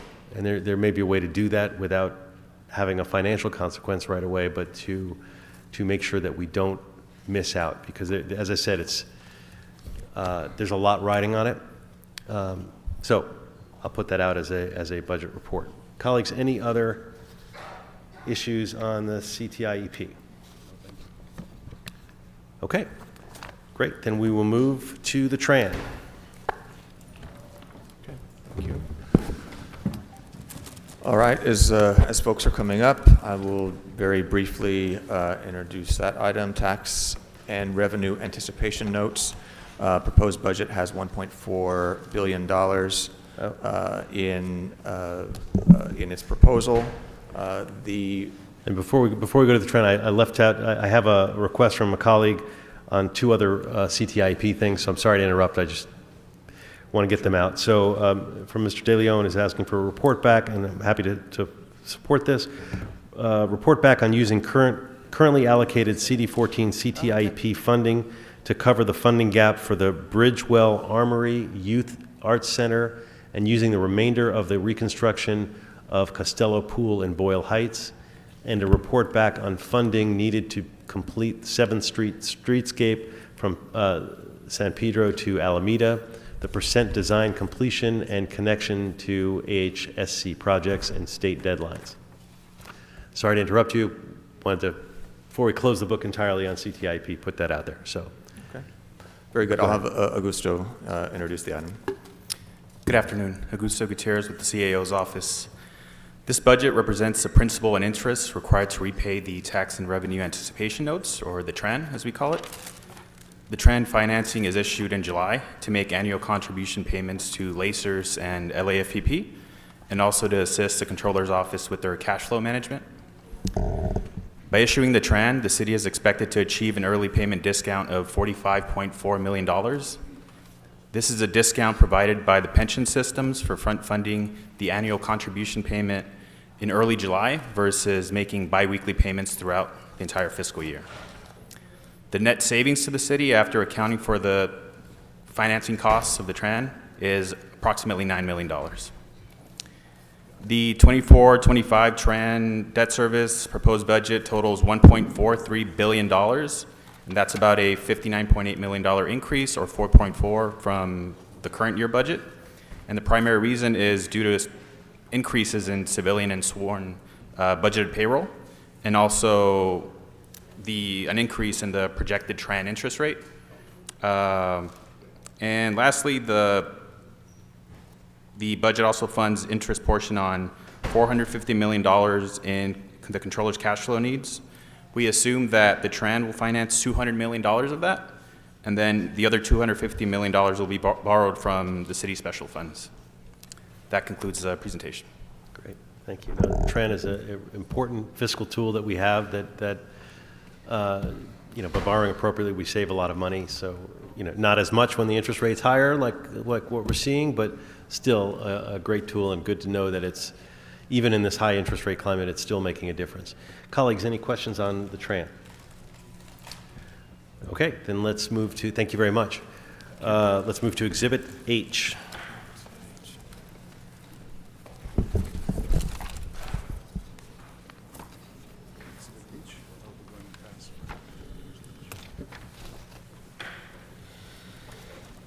Okay, Exhibit H includes the items proposed by the mayor that would be required to implement the budget. There are also some policy matters that are proposed in Exhibit H. I won't go through all of them. One of them, though, I will point out is the inclusion of a grants unit in the office of the CAO, or that we would report on creating a grants unit to better coordinate and seek grant funds, which would be important as we enter a few tough fiscal years. And I will just stop there. You can see what the items are. If you have any questions, we're happy to answer. All right, does anyone want to start on this one? Mr. Rodriguez? Yes, I wanted to make a proposed change to item 12. I'd like to replace the language for line item 12 with the following language.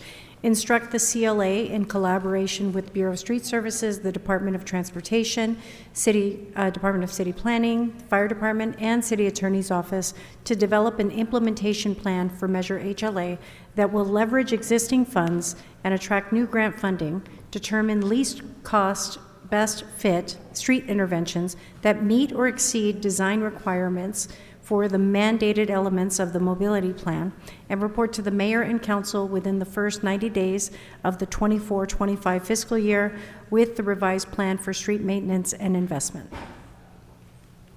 Okay, we'll get a report on that change. I mean, put it out there so we can all look at it. But it sounded good. Yes. Colleagues, another one on the, I had a question about number 10, the Bureau of Sanitation. It says to instruct the Public Works Bureau of Sanitation to report on fee studies, recommendations, including required charter, et cetera. And it mentions solid waste, clean water, and watershed. Does it include the SWRF? Yes, that includes SWRF. It does. I want to mention that in the last year's budget, that instruction was included in last year's budget, in the 23-24 Exhibit H instructions. The review of SWRF was included in that one. I didn't hear the last part of what you said. In the current year budget, yeah, that was the instruction in the current year budget to review the SWRF.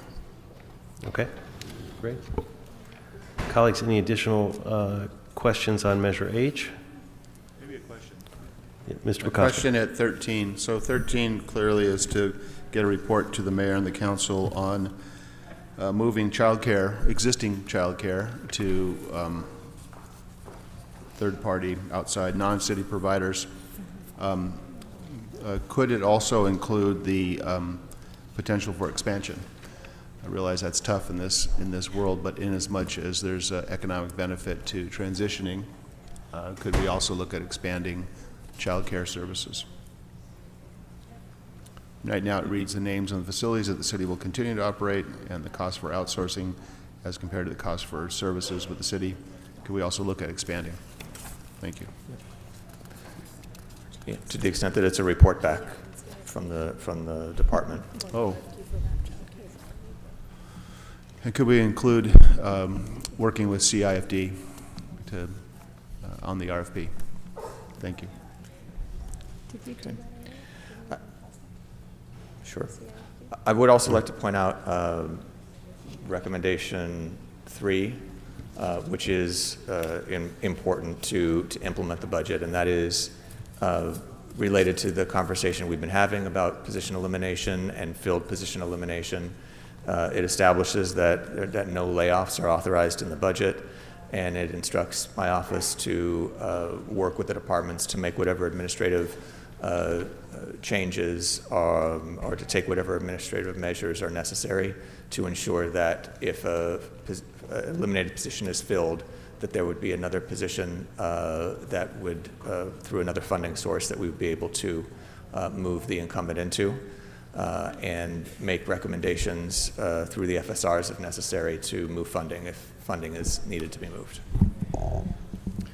Right, that's in there, and we also have that memo to try. We'd like to do as much of that as we can up front. Yep. Obviously, the instruction is important because we're not going to be able to do. There'll be ones that fall through the cracks, right? Ms. Jaroslawski. Thank you. I have a couple of questions about item 5, the grants program. Go ahead. So how many positions and how much funding do you anticipate will be required to stand this up? So we're looking at that. Yeah, do you want to? I'm going to have Yolanda come up and address that.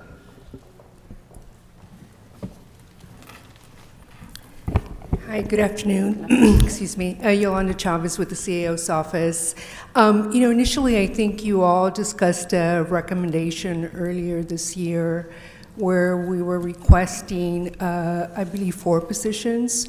We have actually repurposed 2 of our positions to work exclusively on grants. So we are requesting 4 positions to be able to do additional grant training, inform departments of grant opportunities, and provide technical assistance in tracking and reporting. Excuse me. Great. And you just sort of talked about, you have 2 positions right now, and that's allowed you to go after local, state, federal grants.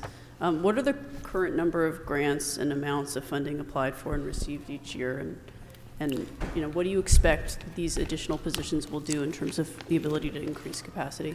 So we actually, in the budget, there are actually the expected grant receipts that the city gets overall. We do track that now.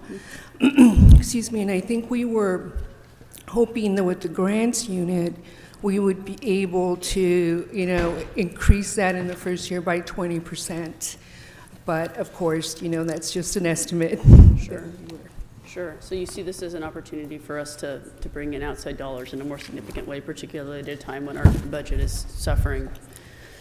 Right. But I do want to clarify, because I think that it's important to note that our proposal is not that these people are grant writers, because I think we all know that that in order to write a grant, you really have to have expertise, right? And so what this personnel would be doing was ensuring that the city was not missing opportunities for grants, ensuring that departments are getting the technical assistance and training, both on grant writing, but also on compliance once we receive the grants, and also being able to track deadlines, being able to track also personnel needs from departments that actually have done very well with grants and may need additional personnel that can be funded by grants. So I just wanted to clarify that. These are not, it's very difficult for one person to be able to say, write a grant for engineering or transportation, because you really need those engineers to be working on the scope for that grant. So just wanted to clarify there's that. real coordination between the departments to make sure that the expertise is there as the application is being put together. Exactly. And we actually do a lot of coordination now in terms of when there are grant opportunities and several departments are interested, in terms of coordinating to ensure that the right department is applying for the grant or they're applying jointly. I think you probably have also seen our reports requesting authority for grants that we write on behalf of departments that come through the Budget Committee. Okay, thank you very much. Ms. Rodriguez. Yeah, I just had a follow-up, Ms. Jaroslavsky, because we went through this last week with a number of the departments that have been successful in securing grants. And one of the things that we're trying to mitigate right now in terms of even some of the staffing reductions is trying to actually protect the grants that we already have. So this is a dynamic that we can go after more grants, but we don't have the staffing necessary to implement it unless it covers additional staff. So it's a really difficult dynamic that we're balancing right now. And I just want to be mindful of that as we have these conversations going forward, because we can go out and get the money. We don't want to go out and get it just to return it. And we are seeing ourselves currently under duress of doing just that with potentially hundreds of millions of dollars from ATP and other sources that we've been very successful in competing for. But right now, given our staffing levels, are under duress for implementation. So I just wanted to, again, because having not been here for that conversation, I want to make sure you understand that's also some of the challenges that we're balancing. So I'm really concerned about, again, we can do this in the CAO's office, but it falls on the shoulders of all of our city family to implement, and then of course all the compliance issues that come along with that. Thanks. Anything? Yes, Mr. McCauser. By the way, this issue of the grants group did come up at PA, and we recommended against it. But our only reason for recommending against it was because it was mid-year, and we said do it at the budget. So here we are in the budget. Sounds good to me. But I wanted to ask you, council member, on number 12. I love the amendment, but if you could add in BOE if necessary to confer with, that would be great. Sure. Thank you. Okay. Anything else on Exhibit H? All right, then let's move to GCP and the homelessness budget. A lot of items in GCP. I know that the big item is going to be Inside Safe, so we can talk about that. This is something many of us have been very involved with. 3 of us on the committee. Yeah, I didn't get any such requests. No, it's okay.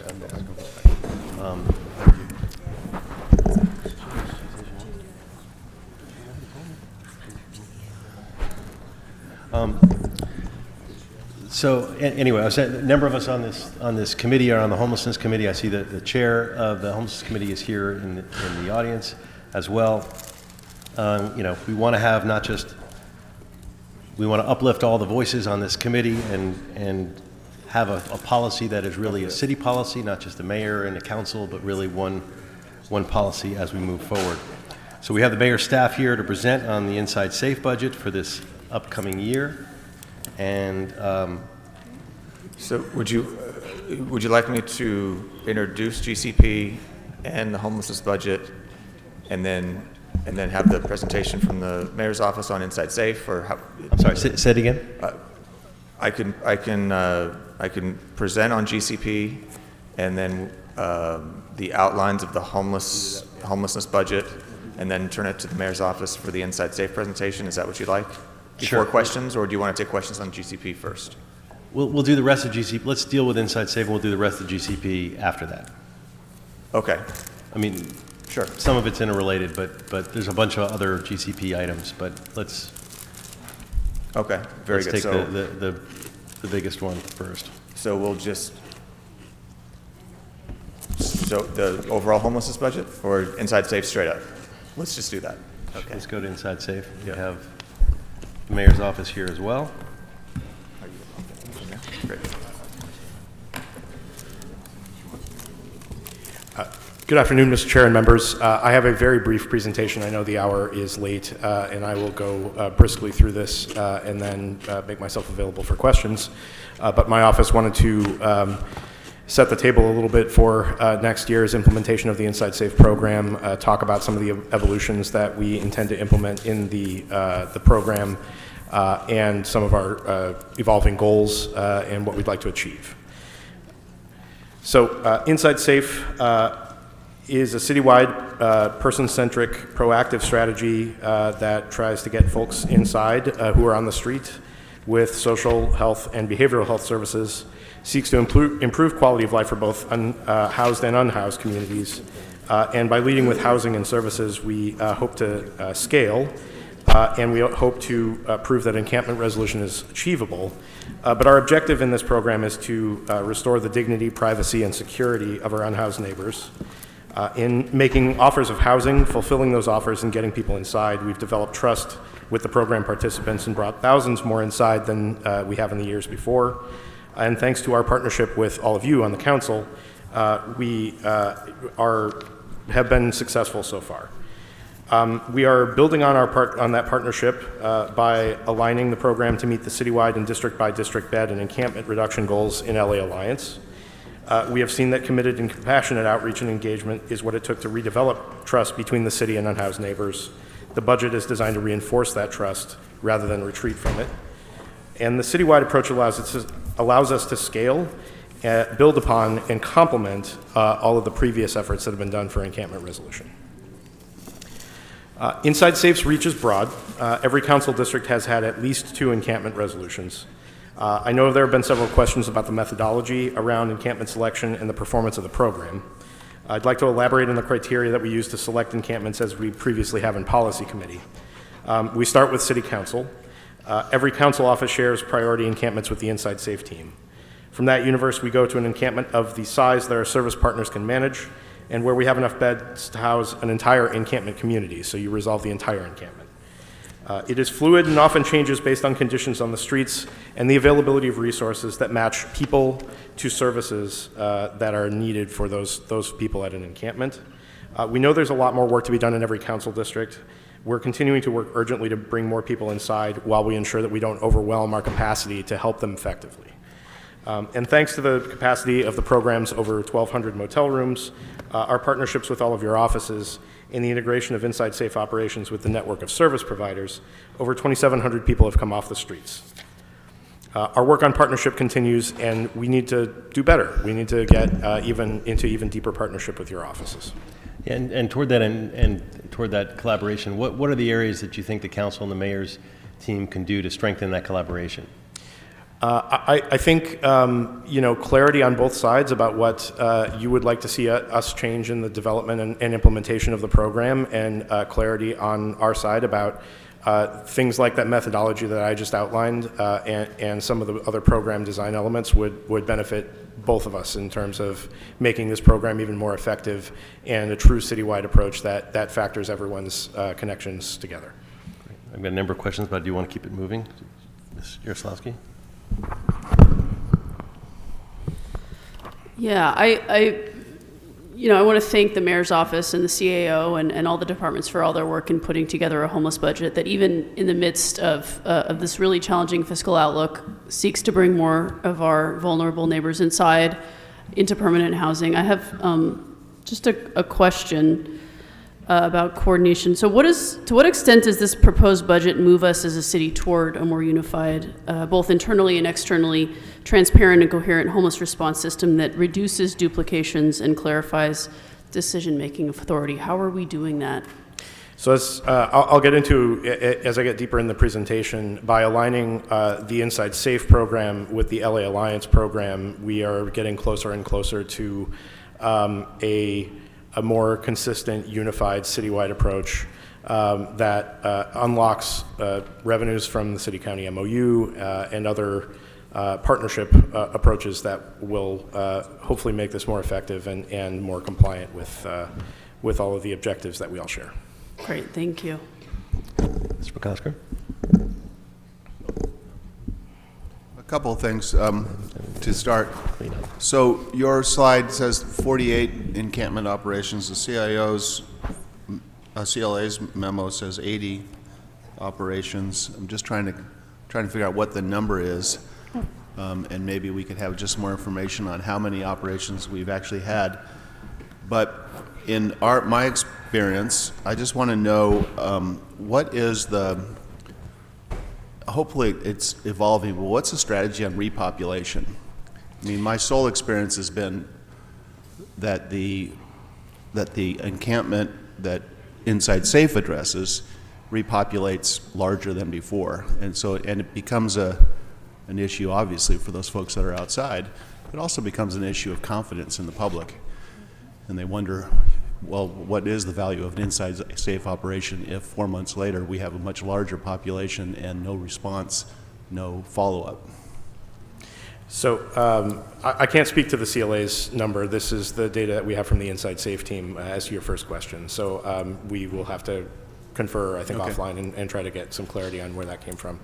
But as to repopulation, one of the things that the mayor instructed our team to look at is for our outreach teams to proactively go out and survey the encampments that or the locations that we've already resolved in encampments and ensure that we're keeping on top of it. And, our answer, I think, is the same, was that committed, persistent outreach to every encampment, whether that's one that existed before or one that exists again, and get folks off the street. Through what resource? When you go, I know the mayor's office has its own outreach team. You use your personal outreach team to do that? That's my understanding, but I'm not the expert on that the policy design elements, and I should have stated at the outset, I'm trying to put this in a budgetary context, but for those sort of nitty-gritty policy details, I'd be happy to go back to our team and get responses to those. Okay, thank you. Ms. Rodriguez. Thank you. Matt, so I'm sorry that you're in this situation right now, having to answer these questions, because I recognize that you're not familiar with all the intricacies around the program and how it functions.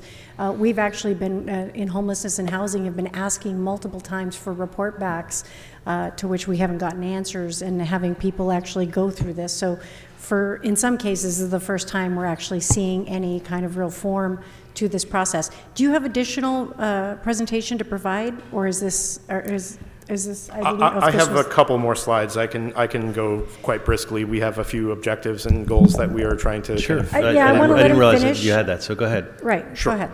We didn't mean to cut you off on the presentation. No. I will get through it, and hopefully we can have a few questions at the end. But the mayor has two primary goals for 24-25 in the Inside Safe program.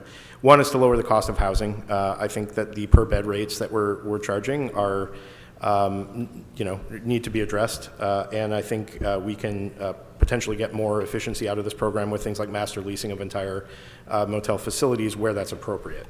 And then we also need to strengthen service delivery and enhance our integration with the approaches that I discussed with regards to LA Alliance, and make sure that we're able to tap into all the funds that the city-county MOU provides.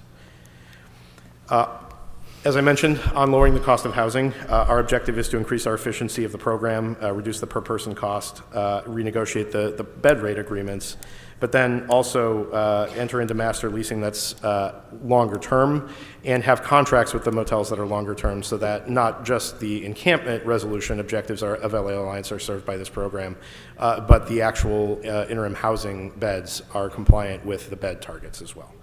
Our office appreciates the collaborative spirit that we've developed as we've tried to get to a city-county MOU, and appreciate the partnership with all of you in crossing that finish line. We also are leveraging state funding to $33 million over 2 years for the creation of 500 interim beds that will count towards Alliance and are eligible for county service reimbursements. The state grant requires us to build a tiny home or modular home kind of project, and we'll be pursuing that. We're also responsibly managing the asset that the Inside Safe program invested in last year, with $5 million allocated to property management, utilities, O&M for the Mayfair facility, in addition to the services funding that will be available for all the beds at the Mayfair. We are also pursuing strengthening our housing pipeline and leveraging the investments that this council and the mayor have collectively made in the availability of home key units and fast track loan units, over 1,500 units of housing that will be available for us to transition participants from all types of interim housing, not just Inside Safe, into. And Measure HHH has over 8,600 total units in the pipeline that will be the next step for where participants in programs like Inside Safe, but also tiny home villages and ABH facilities will move. And then lastly, we've put together a budget that we think will allow all these evolutions to proceed. Last year was about an urgent response and surging resources to deal with the crisis of emergency, crisis of homelessness. This year is about refining the program, sharpening our objectives, and getting more efficient. I don't know a single program that the city has ever implemented in my time here where in its first year it was perfect and no one had any notes. So this is very much a budget that is focused on making the improvements, hearing from all of you, and addressing the concerns that many of you have raised in many different contexts about the way that this program operates. We are working towards greater equity in our encampment resolution efforts, alignment to the point-in-time count, and addressing homeless population where the homeless population is. It has $70 million for interim housing, $60 million for supportive services, while we are aligning all of the beds to LA Alliance. And then additional funding for transition of participants into permanent housing, as well as new interim beds and services to serve more participants, and the outreach services necessary to continue our operations. And that is the conclusion of my presentation. Okay. And I realize, Matt, you were talking about presenting on the homeless budget. I think our questions are going to be too inextricably linked. Maybe you want to do that homeless budget presentation, and then we can ask about all of it and the relationship between the two, because I should have listened to you more clearly when you were suggesting that up front, because we had a whole song and dance planned. It was yeah, no, do your song and dance together, because there's no way to separate them. So and I need to apologize, Mr. Chair, but my laptop is out of batteries, so I'm going to have to use my phone. All right. I am not improv. I'm not texting in the middle of the hearing. But as Mr. Hale presented on, the overall homelessness budget does decrease by about 26%, from $1.277 billion in 23-24 to $950 million in 24-25, primarily because of two significant increases, one being $170 million decrease in new funding for Inside Safe. So the new funding for Inside Safe is $80 million. As Mr. Hale walked through, it includes $72 million in rollover funds from what is anticipated not to be spent this year, and an additional $33 million in state funding. And then there is a decrease as well to $80 million from, and I will need to find that number. Just as a follow-up, is it really, it's a decrease from what was funded last year, but in terms of what was spent, because is it a decrease? Because you're looking at, obviously we're rolling over a portion of it, so that portion wasn't spent. So if you actually add up what we're going to be budgeting for compared to what we were spending this year, they're probably much more closely aligned, no? The numbers would match up pretty closely. Right. So yes. By that gauge, it's actually a level spend on homelessness. It's not a decrease. Well, it's a significant decrease in new funding allocated to the program, and year over year, if we were to continue this pace of expense, we would need to increase new funding available to the program. Right. But in terms of the money actually spent this year versus the money that would be spent next year, it's the same.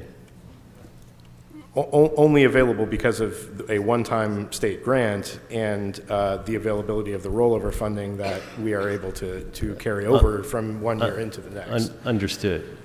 But I mean, I think it's an important distinction, because when folks are looking at how we're spending on homelessness, or this year, and we're talking about it as if we're lowering the inside safe by a large amount, it's actually flat in terms of what we're spending, it sounds like. And I just want to confirm that, because of the one time and because of the rollover. Well, I think that's correct, and I think that we are able to achieve that because I consider the grant and the rollover one-time funding, right? Because the rollover, once it's spent, it's gone. And so it is a one-time expenditure that we're carrying over to continue the current pace of operations and continue the current. Right. And I didn't mean to follow up. Sorry, just let me jump in a little bit. Plain, not a budget expert at all, as you all are. Again, constituents, why is the mayor cutting homelessness funding? We still have people in the street. Are the people going to get kicked out of the motels? That's what's at stake. Well, but when you put out, we're reducing spending, that's what you get back from the public. And if in fact nobody's getting kicked out of motels, we're still doing the same things, then none of that is the case, I think, is what I'm hearing. That's correct, based on the architecture of this It's program. a level spend. Right.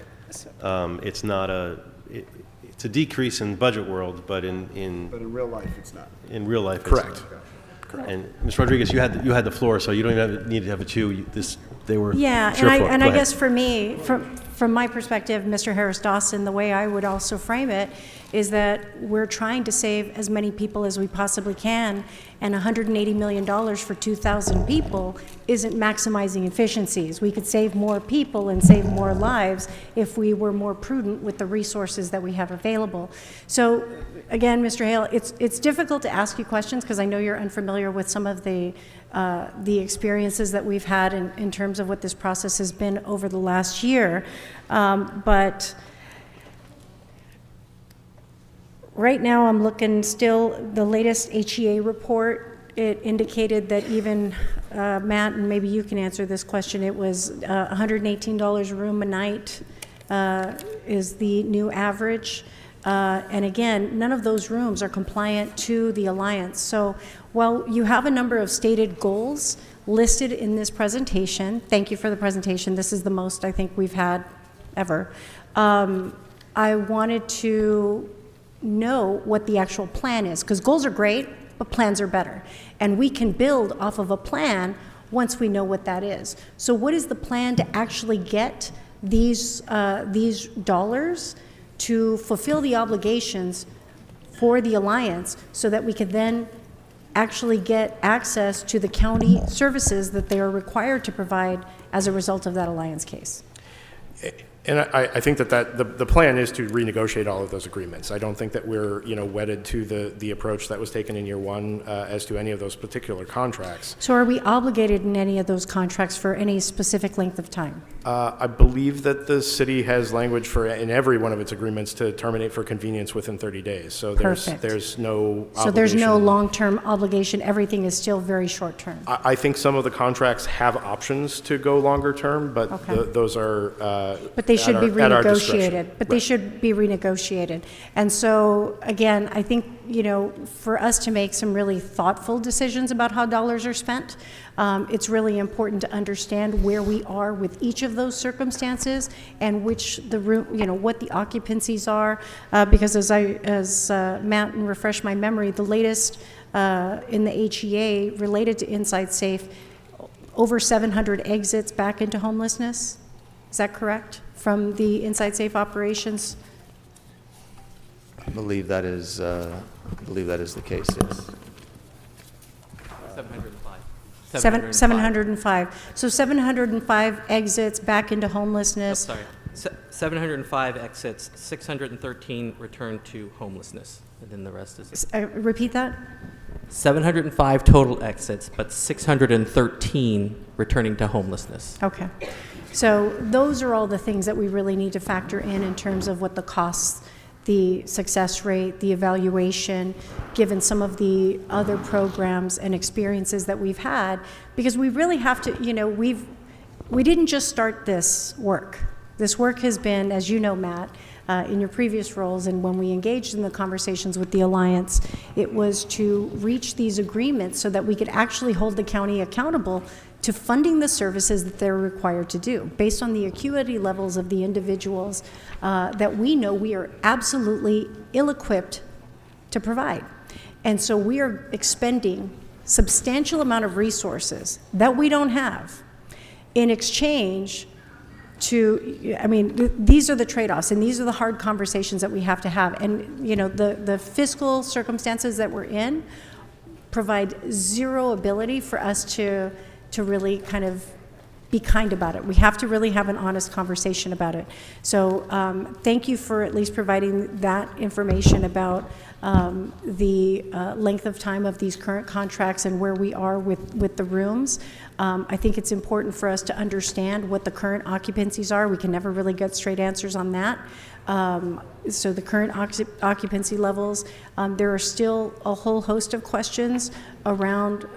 I realize you gave the broad scope of encampment resolutions and why they were selected, but it has been inconsistent in its application, and it hasn't been equitably distributed. We've seen multiple encampment resolutions of the same encampments and not equitably distributed across the city. So I think there's just a lot more work that we need to do, and I'm going to go ahead and just pause there for now and afford my colleagues to ask any additional questions that you hopefully will be able to answer. Ms. Jaroslawski. Yeah, thank you. I just have a question about this $60 million figure under the services and supportive service provision. Do we anticipate that some of this might be a smaller number after we get benefit and services from the county as part of the settlement? I mean, it's a big number. They should be doing this for us, right? That is certainly our hope. By conforming all of the beds to the LA Alliance settlement objective, which is to have them operational through 2027, we would be able to unlock the county services and scale using the revenues instead of leaving that trapped in services. So no one wants to achieve this more than the mayor of getting all of these agreements conforming to LA Alliance. Okay, and I just have, as long as I have this slide up here, when we've thought about, at least my team and I have thought about master leasing, we've thought about it across a bunch of different types of housing, or interim, permanent, PSH, all of it. And in this, it sort of looks more like you're thinking about permanent, it being mostly for permanent housing. But you mentioned it possibly being using in the context of interim when you made your remarks at the beginning. So it seems to me like we should be doing master leasing everywhere, not just for the permanent side. Is that contemplated? by the mayor's office? So I would say that's probably a question that we address with Lourdes and her team. Okay. These are general fund revenues, so they're flexible, and I think we could deploy them in any number of ways based on consensus around a policy objective. Okay, thank you.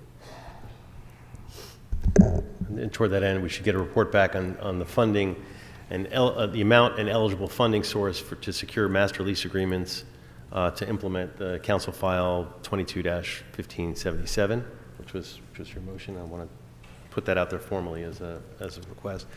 And then, how much was spent this year on Inside Safe, excluding Mayfair?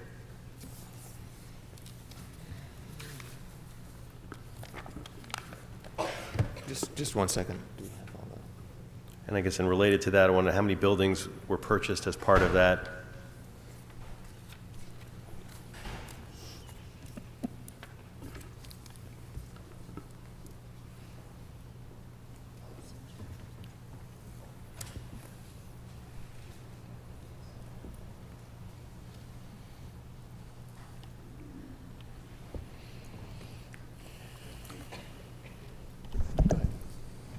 Good afternoon, Kendra. Good afternoon, Kendra Leo with the CAO's office. Right now, what we spent to date, subtracting the acquisition for Mayfair, is approximately $80 million. $80 million. And then, how many buildings are being purchased? Just the Mayfair? Correct. That's the only acquisition. Okay. So we've spent about $44 million on Inside Safe Motels, $24 million on the Grand extension. It's anticipated to cost about $18.9 million to continue the motels through next year, and the rollover from this year will cover the booking agreements for next year. What are the additional costs related to the motels that are anticipated that will require your office to tap the $80 million of new Inside Safe dollars, not the rollover?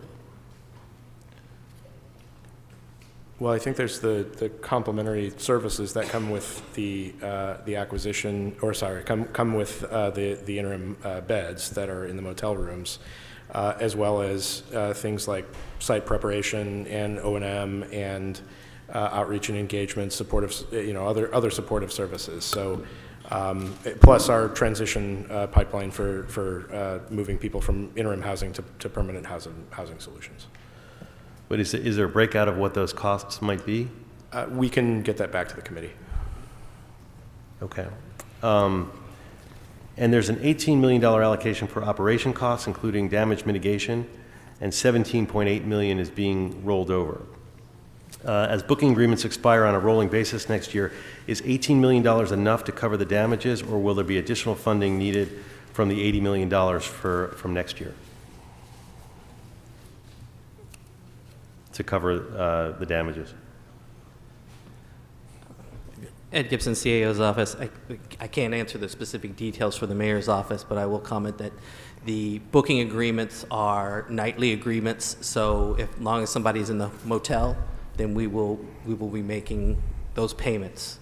And then the occupancy agreements are ones that we have a longer term agreement for which we make the payment each month, regardless of occupancy number.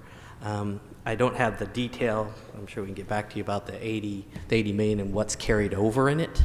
Right.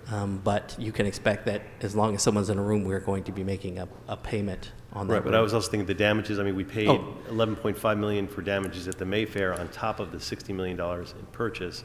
And as we wind down other hotels, are there costs, damages costs that we need to be aware of that are going to be part of this? Yes, there are continuing and ongoing damage costs. We have multiple claims submitted already. Hopefully they should be all within the number that's estimated for damage claims as they are right now. Mayfair is a different animal with the size of that payment. The rest of these are much smaller. Okay. Did you follow up? I had a follow-up to your master lease memo. Sure. That's all right. Thank you. So I just want to add on to that budget memo request. And this is, I guess, for Lassa to answer, on the estimated number of additional units that could be master leased with an additional $5 million, $10 million, and $25 million annually, and a contemplation of potential funding sources. And that can be across the spectrum from interim to permanent, just sort of what we think we can get if we do it in bulk. Thank you. All right. Ms. McCosker? Thank you. So the Mayfair is in that category of permanent interim supportive housing. I think we asked this last year or through the year. Are there any plans anywhere in this proposed budget to acquire more permanent interim supportive housing facilities? We had heard at one time there was a list of 7 being analyzed, and we heard there were none, then I heard there were 5, then I heard there were none. What's the plan? So the grant from the state will be new permanent interim housing interventions through, the investment in the tiny home villages or modular villages. So that'll be another 500 units. I think there are always conversations about opportunities for additional sites that we might be able to stand up new permanent interventions. I'm not aware of any specific plans at the moment, but we could certainly report back to you on what might be in I'm the asking hopper. specifically about hotel acquisitions anywhere in the... Oh, hotel acquisitions, not that I'm aware of. All right. Thank you. Thank you. Okay, and then following on the, I'll keep it moving. Ms. Rodriguez, go ahead. Thank you. So I just to remind all my colleagues, among the threats, we'll just call it, if we don't start fulfilling our obligations under the alliance agreement, okay, we have essentially a consent decree that we can't default on. Right now, we are currently facing penalties, including an audit, as a result of the fact that there's been more than a year of non-responsiveness to some of the initial compliance, the outline compliance goals and targets. So with that, I just want to make sure that we're all understanding that anything that isn't contractually obligated in terms of our rooms, and I don't care what kind of room is it, interim, permanent, tiny home, whatever you want to call it, congregate living, all of those things, so long as they are available, each bed through 2028 falls short of our compliance goals. If we are not compliant, then we end up seeking penalties, experiencing penalties, which we are already in the process of going through and trying to mitigate at this moment. So I just want to remind everybody about what agreements we are obligated to fulfill, so that as we talk about these dollars, anything short of that does nothing to get us closer to compliance and puts our fiscal circumstance at risk to being taken over by the courts. And I just want to remind everybody of that. That's like, everyone just has to understand that fundamentally. So that's why, like, again, Matt, sorry you're in that seat now, but it's just one of these conversations where it's like we have to have actual plans and actual costs associated with it and understand what it's all going to entail, because we will also continue to be paying for services that the county should otherwise be providing. And shame on us that we're not currently in that position. But that's as a result of trust for more than a year and not seeing that effectuated. So I'm just going to go ahead and ask for my report backs and my budget memos. I would like the CAO to report in a budget memo on what funding from the HEA Inside Safe line item has already been contractually obligated for the 24-25 budget and what dollars are not. I would also like them to include an instruction that allows the administration of the account to include the chief legislative analyst and counsel for construction of interim housing solutions that ensures that we are able to comply with the LA Alliance settlement. I know it's listed in this direction, but I just, I want to make sure that we continue to make sure that our funding is really focused on meeting those obligations, because anything short of that is only going to cost taxpayers and this city more money and penalties that we already cannot pay. And so that's less people being helped and attorneys and all of these costs going out to cover that because we're not in compliance. So I just want to make sure that, again, we can do all these presentations, but we need to see an actual plan in writing, and we need to know what the costs are associated with that, because we obviously have zero flexibility in the financial circumstances of the city that we really need to be, this is just the hard and real conversation that we can't afford to play around with anymore. Right.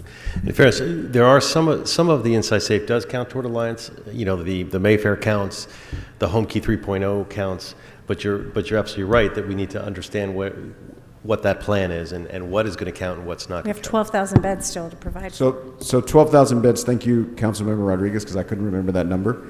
12,000 beds for the Alliance. I noticed, and it was eye-popping in your report, Mr. Hale, not to be confused with the other Matt, you said 8,000 beds in the 8,000 units from HHH? Yes, In the 80 pipeline? When do you Yes. expect they're going to come on? That's going to vary depending on the state of development of each project. How many do we expect this year? I will have to go back and get that from the housing department, I think. And do those, of those 8,800, like- how many of those count towards the Alliance? If I may. As of our last report, ending at the end of March, there were 8,586 Okay. that were counted toward Alliance in some stage or fashion under development that all met the timelines required to meet the Alliance requirement for permanent supportive housing, primarily HHH, of course. Of that number, 3,018 are already open, and 5,568 are pending in some status moving along the way that have commitments to them from the city. So is it right for me to calculate, based on what you've said, that our expectation is within some, in the pipeline to me means sometime in the next couple years? Let me clarify that. Does in the pipeline mean sometimes within the next 24 months? Is that a reasonable understanding of that statement? It's a fair question. It's scheduled to be completed before June, or by June of 2027, which is the Alliance deadline, June 13, 2027. So if it falls within opening before that period, that is how it's counted here in the chart. So if projects fall behind and they miss, it doesn't count towards the Alliance? If they miss the date, it does not count. This is the importance of staying on top of these projects. Yes, So getting those projects done on time, got it. Okay. I'm just trying to, in my head, get the math together for how we're going to reach the number. So basically, we've got these tiny homes coming. We got the HHH. That's the Montague share of it, I think, from what you're saying. Correct. And then we've got to close the gap from there. Correct. Got it. Thank you. I wanted to ask about the 17th HEA report. There's $159 million that's been expended as part of the Inside Safe program. And HomeKey 3.0, which is 364 units, there was $20.47 million being provided in general fund Inside Safe dollars to match the state's $105 million in HomeKey dollars. What will the $20.47 of the Inside Safe dollars be used for? Will it be operating costs, rental subsidies, supportive services? Do we know? We can report back in better detail, but the predominance of the funds that we sent out were for capital for the project, and then there was some funds set aside for operating costs.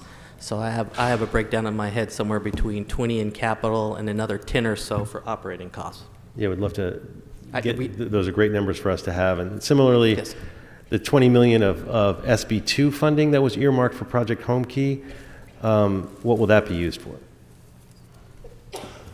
I don't have the details of that, of the SB2 dollars. Because that's also part of the Inside Safe, the next. It was leveraged up. So I'm going to say it was probably for capital, but we will have to confirm that. I don't want to guess. Okay. And the state grant, the $33 million state grant, how much of the Inside Safe dollars will be utilized to cover the gap to build out the interim units funded by the $33 million state grant? Do we know that? Sorry, can you say that one more time? How much of the... So there's a $33 million state grant. Yes. And how much Inside Safe money are we going to use to cover the gap to build out the interim units that were funded by that gap? So on the slide that you see in front of us, the acquisition opportunities, that $24 million will be used to cover the gap for the state grant and make sure that we are able to do site preparation and all of the kind of prep work to make the grant work. Right, and how are we going to decide what kind of interim, I know there's the tiny homes, or I call them cabin communities, and then there's the new ones which are more expensive that have restrooms in them. How do we make those decisions in terms of what's the most effective? I'll or have there's to... the two-story modular. I mean, there's a lot of different options, and it's a policy choice that obviously we all want to make. And that also is going to depend, I think, on exactly what the location might be, the site needs there, what site prep would need to be done in order to facilitate each type. But I think that what we can do is reach back out to Lourdes' team and find out how what their thought process is around that. Ms. Rodriguez? Yeah, I would like to just make the recommendation. We've done this exercise, Matt, as you know, before, under roadmaps, and the CAO was imperative to, and working with the council, to identify the locations that were the most cost-effective locations, and we rolled them out. Can you remind me, Matt Zabel, how long that took? I don't know, maybe you guys remember, you guys can remember better than I do at this point. But We did that in 18 months. 18 months. We would have already, if we actually listened to what we knew, we might already be here. We might have already resolved a lot of these issues, but that wasn't the path that was chosen. So I just want to remind everybody that this is not a new practice. We've actually done these things before, and we've done it in the most prudent, cost-effective manner based on the dollars that we had available to us at the time. And there's a way for us to help achieve compliance. And so my encouragement is to look at the models that we've had, like what we did under roadmaps, to identify the most cost-effective solutions, to work with the council to help make that happen. Because we've done it before, we can do it again. And the timing is even more constrained now because we've squandered a lot of time and money. Thank you. Mr. Oslovsky. Thank you. I'd just like to ask for a special study on how we could leverage the LA Alliance MOU service dollars to cover services at Project Home Key 3.0 sites that come online within the next 3 years. Okay. Thank you. May I do that? Yeah. The Home Key 3 sites that are being funded, because of their nature, will be covered by Alliance. That is the expectation. So. All of them? All of them. Okay. Yep. So because we are acquiring an active, a building that's already completed, sans any immediate remediation or anything that needs to be done, they should be operational within a year or so. The housing department's responsible for that, but we have noted that down as the future project and for Alliance. Okay. Just not counted yet. Yeah. Okay. Mr. Harris Dawson, go ahead. Confusion alert. So, Mr. Use your mic. Oh, sorry. Mr. McCosker asked earlier, were we acquiring any more hotels? And you all said no. And now you just said that we're going to acquire other buildings. Can you make those two things work together for me? I'll try to. They've already made those offers and commitments already, so I took that as a future comment, not a... Okay, I'll be more careful the way I ask questions then. Yeah. I would have... Yeah, I would have appreciated that answer. So my apologies. Thank you. We'll provide clarity. Thanks. The housing department applied for, at the direction of the mayor's office, for Home Key 3, and they were awarded, and they are in the process of closing those acquisitions. They weren't all And they came hotels. before council, yeah. Yeah, and Mr. McCosker, my apologies as well. I thought that you were referring to new funded through this budget. Okay. Home Keys are hotels, and I have a hotel that's being converted to permanent housing. Right. So same kind of thing. And So ours is a senior assisted living facility. So they run the gamut.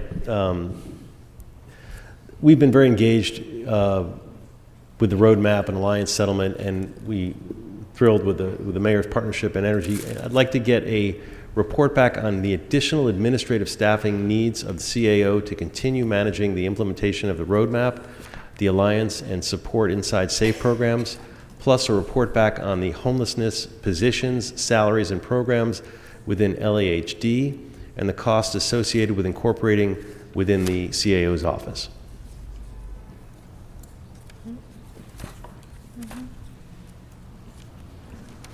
Mr. Rodriguez, did you say you had something? That's fine. No? Oh, I thought you said something. No, that's fine. Okay. So on the homelessness budget, of the $16 million we provide to LAHSA for shelter and housing intervention, why is only $1 million being committed to housing navigation? Or are there other funding sources that also fund housing navigation?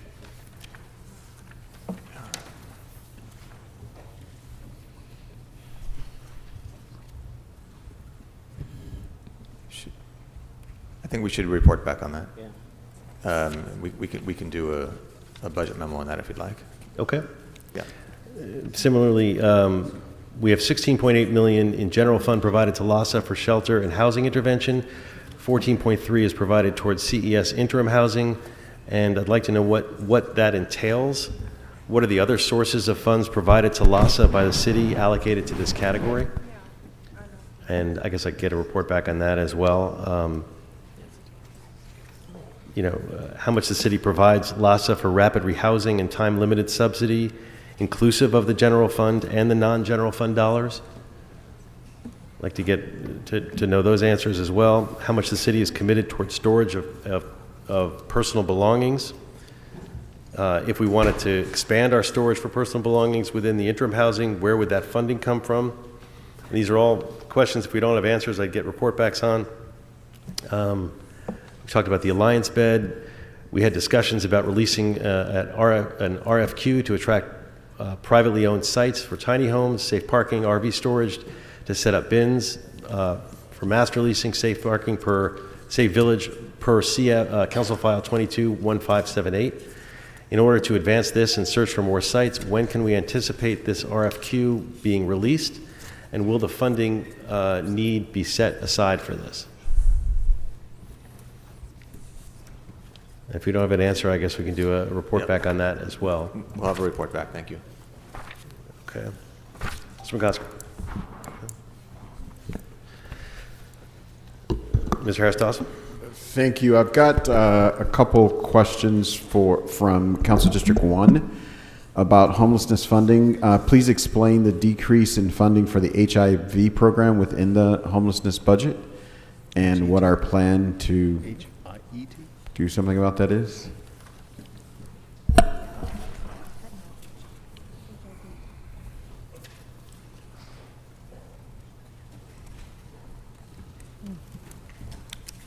We'll have to report back on that. Okay. Yep. And then the second question is about funding from the county or the state or the federal government around people who are homeless people who are also undocumented. Right now, it seems like there are a lot of bans on that funding. What, if anything, are we doing to address that population? So, because the Inside Safe program is flexible and uses city funds, we would be able to run operations and encampment resolution to help that population. Okay. Thank you. Ms. Rodriguez? Yes. I've discovered some concerns around some of the safe parking operations, that they've been inconsistent, ill-staffed.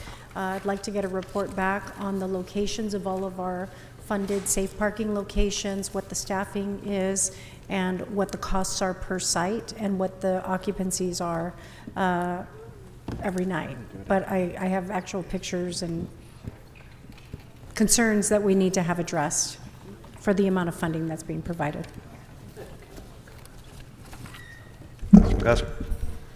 Thank you. I have a question about the HET homeless outreach teams. How will the new teams be distributed through the city? What will be the mechanism for assigning those teams? Should they be funded? For the HIT teams? Yeah. So currently, all the HIT teams are currently deployed. The predominance of those HIT teams are tied to care and care plus activities. And so they're broken up by sanitation in the areas that they work in the council districts, and so they do that coordination.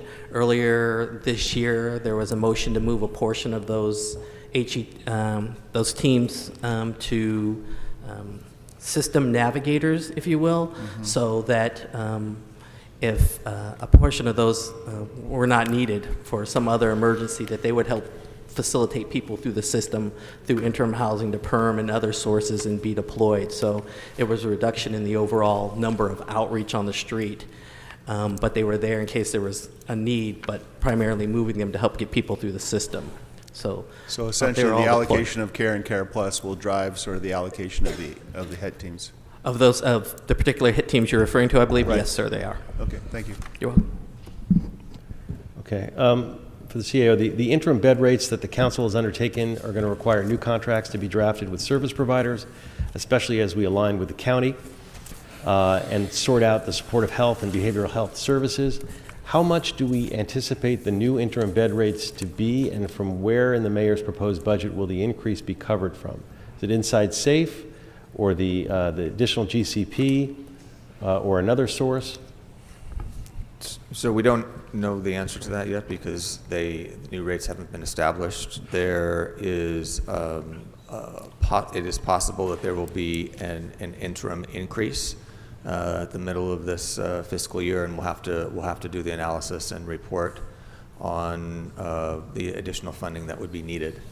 I will say that as it relates to, well, I'll back up. As of now, the new rates are supposed to go in at the end of the fiscal year, and so we'll have an opportunity to look at that before we're considering the following year's budget.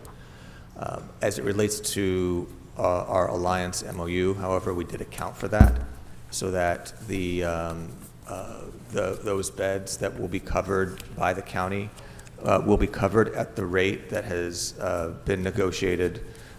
So beds that are already established, those rates will be covered. Beds that are about to come online prior to the increase in the bed rate will be covered at whatever rate we have negotiated.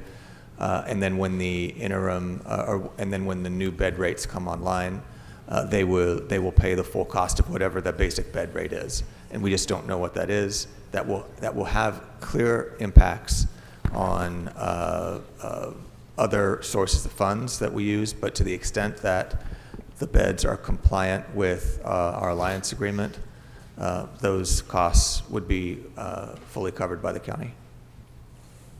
Okay. I want to ask about the Circle program. Council offices are asking for Circle to expand. Will the $8 million in the budget proposal cover that expansion? At this point in time, the base amount that's in the GCP will not cover any expansions to new areas.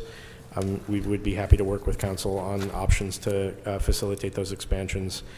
We are hoping to get the council support to use a portion of the rollover balance to continue the expansions that were adopted from the rollover balance in the UB to facilitate the continued expansion that was done mid-year in the 23-24 fiscal year.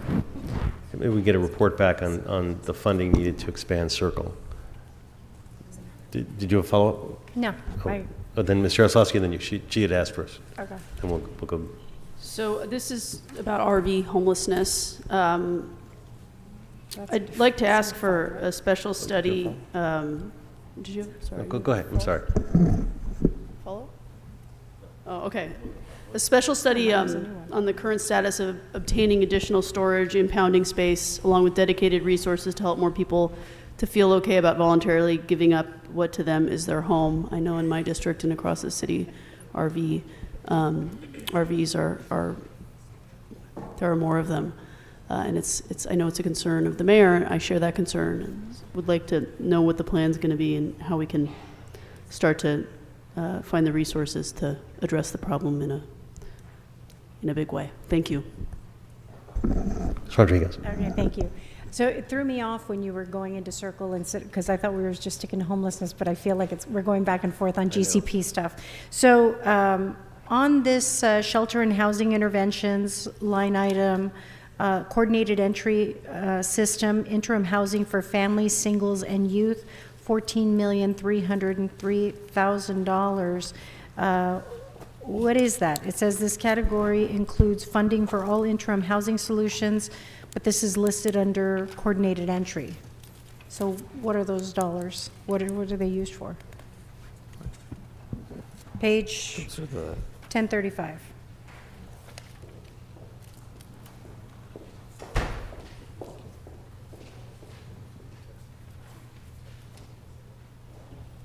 Good afternoon, Mindy Patonson with the Office of the CAO. So that line item is specifically for crisis housing, so that's assisting families, youth, and individuals, adult individuals as well.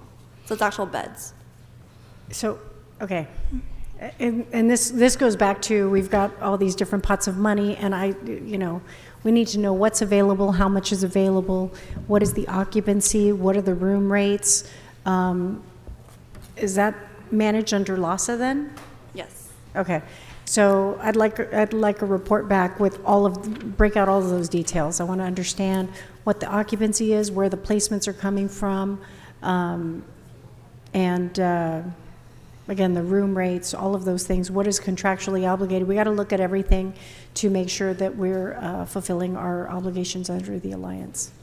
Thank you. What are the resources that you're going to need to update the CAO's website so that we can post more information, including the actual contracts, like the way that the county does it? I don't know that we'll need additional resources. I think we'll just need some time to update the website and make sure that the information that is desired is up on the page. Okay. I want to bring up a sort of a big elephant in the room, which is the audit coming up. We heard from LASA about how they're preparing for that. The audit is going to be a game changer in many ways, potentially, about how we spend the money and obviously accountability. You know, we know it's been a consistent theme and concern from this council. We want to make sure that we're part of that process and we have sort of full accountability. It's why, you know, we had this discussion last year and we kind of settled on the Starbucks card as a way to create some accountability. What does the audit mean in terms of the inside safe spending? How is that going to pivot? Well, I think the audit could potentially be a game changer or not. I mean, it depends on the breadth and scope and depth of that audit and how long it takes to conclude. I think one concern that we have is if it, you know, stretches on well into the fiscal year. We have a currently operating program that has people that rely on it in order to stay housed. And we want to make sure that the audit does drive our decision making where there is information that can inform our decision making, but that we're not limited to the conclusion of the audit to continue the progress that we're making on ensuring that these interventions are serving people. Yeah, I guess it's a big unknown. But isn't the audit, doesn't it have a date certain? Isn't it 4 months or 5 months? I think that, yes, I think that the court will certainly put a time limit on it, but what I'm trying to convey is that may limit or affect how useful the audit ends up being if it is, you know, confined to a particular window of time, or it may drive the cost up of the audit there's the window of time that they're looking at, that's what is at odds, whether it's going to be a year or 2 years. But my understanding is that the completion of the audit is like a 4 or 5 month deadline. Regardless of how many years they look at, it may cost more money, but aren't they start to finish going to be finished on, you know, September something or? Unclear. They're going to conduct their initial assessment and then determine how much information they'll be able to provide us, and then we'll determine how long that will take. I mean, as you know, the scope of work is the scope of work for this audit is enormous. Ms. Rodriguez? I just have a follow-up for that, and I you know, we could go a long way even if you know, the receipts that are posted on the CAO site might as well be on a post-it that says services rendered. There's no backup. There's no really ascertaining what was funded for Inside Safe. We see none of those details. So I think what could be an accelerant for that audit would be to aid in providing a lot of those details. Those are details that have thus far not been really provided to the council. So I think, you know, just as, you know, whether it's the federal court or this council, I think we're all looking for the same information to be provided. And I would just ask for everyone's cooperation to help us getting there. I know the CLA's office was working on trying to get receipts and documentation around what the Inside Safe operations were, because they were not being communicated or shared to the council nor reported back to the committee. And so, you know, again, I asked LASA, for example, on the reverse engineering of where for all the outreach services that we provide, because there's a lot of redundancies in outreach from whatever the mayor's office is doing on Inside Safe, whatever contracts are being pursued with individual service providers, and then what's funded everywhere else by the county and all these other agencies. And so there's a lot of, it's way too opaque, and we need to clean that all up. So to the greatest extent that I think, we can accelerate all these outcomes, someone's got the receipts, because, we're cutting the checks, so you know what you're paying them for. So all you got to do is provide all that information to us, just as you would to the federal court, and I think we'll get it a lot faster. Terrence Dawson. Thank you, Mr. Chair. And I just want to register, this isn't so much a question, I just want to register opinion about this audit, which I'm really happy is being done. But I'm concerned up to and including not even knowing when it's going to be done, because it sounds like, if I'm understanding the two of you correctly, that hasn't even been declared yet. But we should be clear, this is Judge Carter's audit. This is going to have the things in it Judge Carter wants to know, which a lot of them are probably things we want to know too. But I think this council has very specific questions that may or may not be answered with this audit, and I just worry that we're putting a lot on an audit that isn't even our product. I will confess and raise my hand and say I could have asked for an audit at any time as a member of this council. I didn't. But now that this one is done, I don't want us to conflate that this audit satisfies the questions that this council has been asking, because it might do that, but it also very well might not. And based on what I've heard Judge Carter say, it doesn't seem like, there will be some overlap, but we're still going to have a lot of questions after this audit. And, Mr. Harris Dawson, just to piggyback on that, a lot of that audit was born based on the fact that the council still couldn't even get those answers in committee. And so these are questions that we've been asking for some time, very basic fundamental questions that were not being answered. So this audit was born out of a lack of transparency on how these dollars are being expended.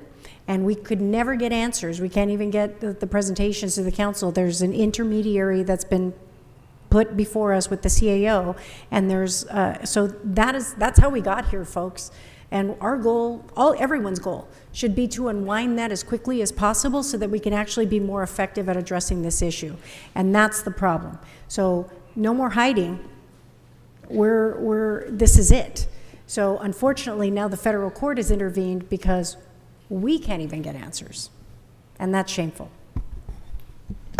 And the audit, I should say, was informed by what we are putting forward. We did have, as a city, we've had a voice into what questions are being audited, and they did say it would be 5 months. So it'll be 5 months, 6 months. It's not going to be a year, and 5 months, if it's already started or starting, should be done. June, July, August, September, October. So it's not that far off that we're going to be getting some of these answers that we've been wanting and that are in all of our interests for accountability. I guess I want to put it out there. I've heard a lot of talk about the need for accountability on Inside Safe. I'm very bullish on trying to make sure that we support the mayor's priorities for Inside Safe, but we've also talked about that we have to have accountability, and we should have, the council should be part of it. I get very frustrated when it's the mayor's program and the council's program. It's one city. And the question is, how do we unify that? How do we move forward with more accountability? And I want to get a report back on sort of the spectrum of options, because there really is a spectrum. And you have what's in the mayor's proposed budget, which I'm concerned about, because it doesn't even have the Starbucks card that we had in our budget. And at the very least, we have to have that. I can't believe we would give that up. That is a step backwards on accountability. So. And that is not too much to ask. It hasn't been that big of a burden. So, but on the far extreme of the spectrum, it would be don't have the Starbucks card. Just in this budget, just give all the money, and it's kind of like a blank check. Then you sort of, as you move the spectrum over this way, the next step would be having the Starbucks card, just like we did last year, but nothing else. Then sort of the next step in the middle there would probably be something about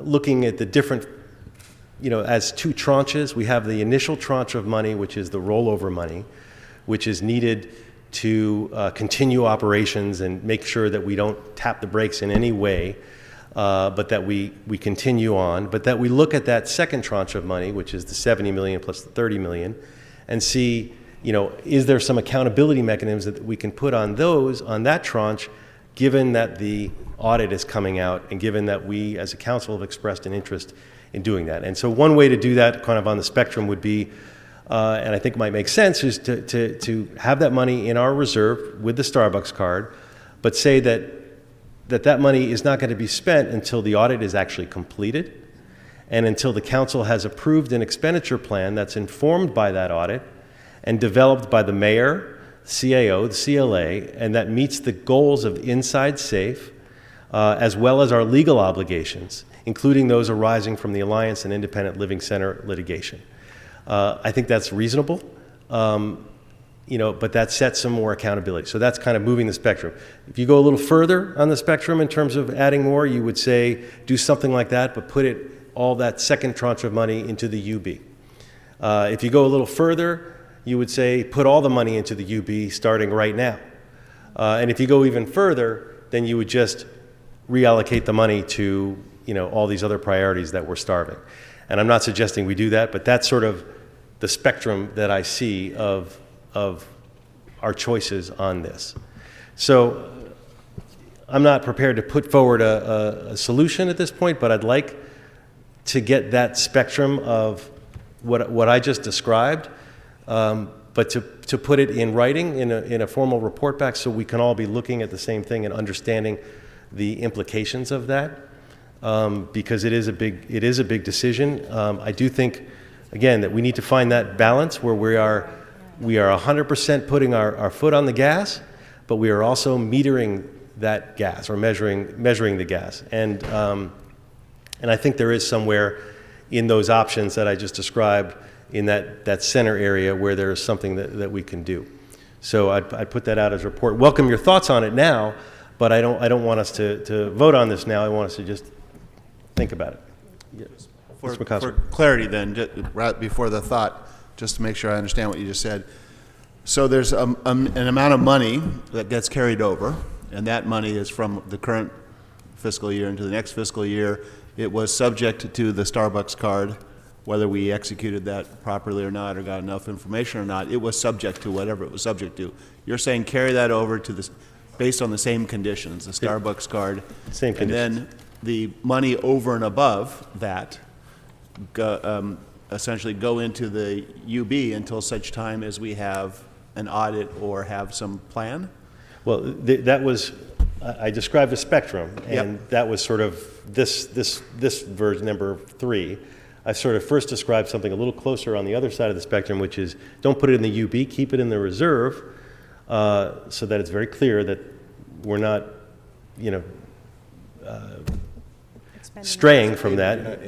We're not ending, but either, I mean, they're very similar, but the first option would be keep it in that reserve, but say that it shouldn't be spent until the audit is complete. And obviously we can go, if the audit is dragging on, we can always go and change that. Till the audit is, if the money's needed. The audit is complete and the council has approved an expenditure plan that's informed by that audit and that is developed by the mayor, CAO, CLA, that meets the Inside Safe goals, first and foremost, and the legal obligations, including those arising from the Alliance and the Independent Living Center litigation. And that would be administered by the mayor and CAO, CLA. So I appreciate that we would measure it against something, but to say the Inside Safe goals, wouldn't it make sense for us also to be looking at the Alliance case? Because the point is well taken that if we're spending this kind of dough, we should be getting... That's why I said Inside Safe goals and the legal obligations, including those from the Alliance case. Got it. And the Independent Living Center case, or any other legal obligation, because we have to, those are real things. We have to deal with those. So, but the key is that it's putting a little bit of a window there for us to look at, and then we would come back and we would approve that expenditure plan. Now, I was that was the option I was suggesting, which was the keeping it in the reserve. If you took the next step on the spectrum, you would do the same kind of thing, but you would put it in the UB. Right. Mm-hmm. And then, sorry, go ahead. No, thank you, Mr. Blumenfield. And again, I would say the goals of Inside Safe should be aligned with our goals with our obligations under the Alliance. Those two things should be in alignment. Because we are under duress of falling out of compliance. We are already out of compliance with that. Let's just call it as it is. And so that's only going to burden us with further penalties if we aren't fulfilling those obligations. That's first and foremost. Secondly, what I would say is I'm less comfortable about a rollover pending what the actual contractual obligations are for the rooms that are currently there, what the occupancies are, informed by all of those things. Otherwise, I think if we continue to fund the program as it's currently being implemented, we've already seen some of the shortcomings with it, and we have to repair those things. And we have to see a plan to actually resolve it, because we can't keep doing this for absence of having an actual plan that we can fund, that we can start getting fulfillment on. And so similar to what we lived through as a result of Project Room Key, which is why we have, for example, what we're trying to, with the LA Grand, it was an expensive endeavor as we started to decommission that and move people out into an alternative solution. We're kind of almost reliving those same experiences. So I would just, again, in your options, I would like to include that option that actually, also includes that report back that has the assessment of what rooms are contractually obligated for what length of time, so that we can actually ascertain how much is required to be rolled over immediately, just because we have those obligations, and what the occupancies are currently for those rooms. Because I think if we don't, it's, we have to figure out how we're going to start moving forward in a more thoughtful manner that brings us into compliance with that settlement agreement. Yeah, even that sort of is on the spectrum. So if I hear you correctly, so one thought is to just kind of roll it all over that's there without that. And then you go a little bit further on the accountability side, and it's what you're saying, which is don't roll it all over, just roll over what is contractually obligated and necessary, which is certainly a way, as I say, on the spectrum, that's a little further on that side, which it's on the accountability side, because it is, and it makes sense in that regard. The potential downside is, though, it may not allow the flexibility of the moment to do some other things in the next few months as we wait for this audit. We don't necessarily want to be caught in stasis. And I don't think we're going to be caught, because if there's anything that this council has been good at, it's been scheduling it and moving this money very quickly. The problem is that, I've already lived that lesson. And when we entrusted those resources, we failed to get the report backs. And so let's get the plan. Let's get the plan that shows us how it's going to be implemented, and then we can release those dollars. I hear you. And the other thing just to think about is that timing, the $70 million that's currently there, chances are we're not going to be able to spend that before we get the audit. If you just look at the rate of expenditure that we've had, that money's not going to be spent before the audit. So it's not, for folks who are worried that somehow this is slowing things down, it's not going to, given our trajectory. But I hear what Ms. Rodriguez is saying, and you got to follow up, Ms. Yeah, I just wanted to weigh in on this question and the part that is, for me, the big giant elephant in the room, and that is encampment resolution. So, frankly, the Alliance lawsuit, the city's beholden to it, we agreed to it. The Alliance lawsuit has nothing to do with the vast majority of our neighborhoods. And the indicator, the accountability that matters to the people who vote for me did that encampment go away or not? No one ever asked me about the LA Alliance lawsuit. So, and again, it's not to say that the lawsuit isn't important, but there are other things that are important too. And our ultimate accountability, my ultimate accountability is to the voters. And so, one of the things I think I really like the spectrum that the chair has laid out. But one of the things that is frustratingly missing from every conversation that we have on this is what difference does it make to the residents?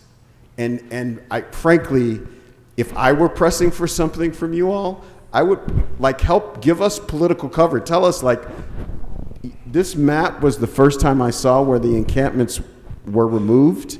It would be great if we know, because we know some of them are removed and they stay removed, some are removed and they repopulate, some of them get big. All of those things would be helpful to know.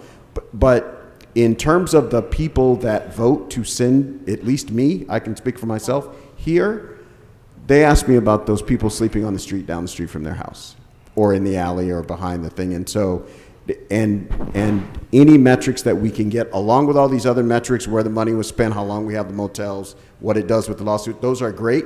But please, for God's sakes, tell us what encampment you got rid of, for how long, and how much it costs. And that lets us make a better policy decision about what we're doing going forward. Because, for again, this council member, I don't want to go back to my voters and say, well, we satisfied LA Alliance. And they're going to say to me, who is that? So, again, we want to do that, but there are other things that matter with regard to homeless. Although our legal obligation is to resolve the encampments. Right. So they are very much aligned. And Mr. Harris-Dawson, and if, we were doing encampment resolutions before Inside Safe. No, so there's nothing that I'm sorry, I want to cut you off, Ms. Rodriguez. I have any number of my encampments that we cleaned up several times before Inside Safe, and in each case, we never had any place to send the people. We never had a place to send the people in the encampments, and invariably, the very same people would end up there. It is categorically different in my experience. Okay. Well, and again, I have again, none of us has a laboratory of more than, from what I could see from this map, no council district has more than 3 of these Inside Safe. So it's not like we have all this science and data that we can go by. But I want to give testimony. It is qualitatively different, and I would suggest to you, I think you will find that that's the case in large swaths of the city. Well, and just, again, I can only go by my experience, where we did the first single largest encampment resolution in the city that held the record, which was Paxton and Bradley, and 100% of those individuals were housed, and it never repopulated. So we have a number of examples where that has actually been done. And it really depends on, yes, it does depend on the availability of the rooms. We worked very closely with our service providers in those areas, and there are more cost-effective ways of doing it.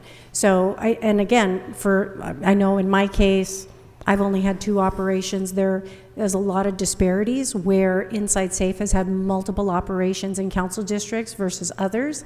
And so, again, there was not a lot of information and feedback loops to understand how, why, all of the above. But I think we have plenty of examples citywide where people were housed, people were put on a permanent path and placed into permanent housing, and encampment resolutions were completed before Inside Safe. Yeah, I'll add to that. Certainly, Inside Safe has been great. We got a hotel in my district where we were able to put folks. But before that, when Judge Carter came out and we went to all my underpasses and we did encampment resolutions and made them 4118 sites, we were able to we opened up around that same time 3 different interim sites. We opened up a bridge home and 2 tiny homes, a 52 home village, a 74 home village. And we got all those people that were there into those interim sites. That worked. The problem was, of course, once they were in the interim sites, there wasn't a lot of places for them to go. And so some of them have been languishing for years in there. And some of them have transitioned. But at the end of the day, Inside Safe and the tiny homes, the bridge homes, it's all the same. It's all of our constituents. And we want them all to transition to something else. We don't want to say this one, the effectiveness can't just be which one gets the more resources to get people to permanent supportive housing, because we know it's having the resources in permanent supportive housing that gets people out of the interim sites, regardless of what interim site it is, and regardless of how they got there, whether it was through Inside Safe or through an encampment resolution or just through everyday outreach. You know, we're out there on my team, and you know, whenever an opening happens in one of our tiny homes, we're out there getting the next person in, so that opening is, you know, that bed doesn't even get cold, because we want to get folks off the street. Mr. Chair, may I offer a couple closing observations? Please. One of the other core objectives of Inside Safe is to put people first, and that is not a compliance target. That's just to focus on serving the homeless population better than we have in the past. And the other objective is to do that at scale, which you can only do when you run as a citywide program as opposed to a sort of one-off, not integrated program that operates citywide. So just as you're contemplating, you know, the committee's action, I would just ask that you consider that the scale, it may be more difficult to achieve in a constrained sort of financial environment. And when we say citywide, we want, because we want it to be the city program. And that means council, mayor, all of us locking arms and moving forward on it. We are a city of 15 different districts.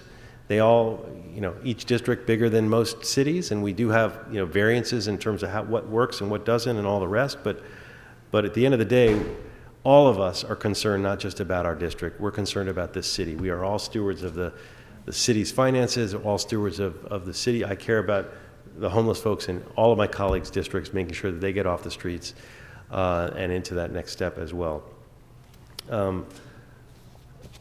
We could keep going on about this for a while. Any other thoughts on the? We have some other GCP items, but in terms of the homelessness and the Inside Safe, opening it up, and then obviously we don't have solutions. I threw out that spectrum, which we'll have to discuss. What ways that can work for everybody, including and especially our mayor. You've asked for a budget memo on your. I asked for a budget memo on the spectrum. Right. I indicated sort of where I'm leaning, but I want to hear where you're all leaning, and then we'll have to discuss that in the rack up and see what that is. But I also didn't. Nobody should be jammed because we're just kind of coming up with this now. I want to read it and do it in the rack up. What's that? I want to read it and do it in the rack up. I think I appreciate a lot of what you're saying, although maybe a little more protection. A little more protection on making sure that we are. Express that out, because we want when they write up the spectrum. The UB does it for me. Okay, so as I described the spectrum, you were sort of on that one, which is putting all of it in the UB, or just the second? No. I probably pieces of what you said. I think the carryover money staying on the Starbucks card, using that procedure, then the additional money awaiting expenditure based on either an audit, which comes, if it comes, and if it's responsive, because I appreciate Marquise Harris Dawson's comment that it might not even cover the issues we want to cover, but then some sort of informed plan to then release it according to whatever procedure makes sense for us at that time. Okay. Making sure that we can continue to spend, because this is an emergency and we need to keep spending, but there certainly is a lot of money in the rollover to continue to spend at the rate that we've been spending.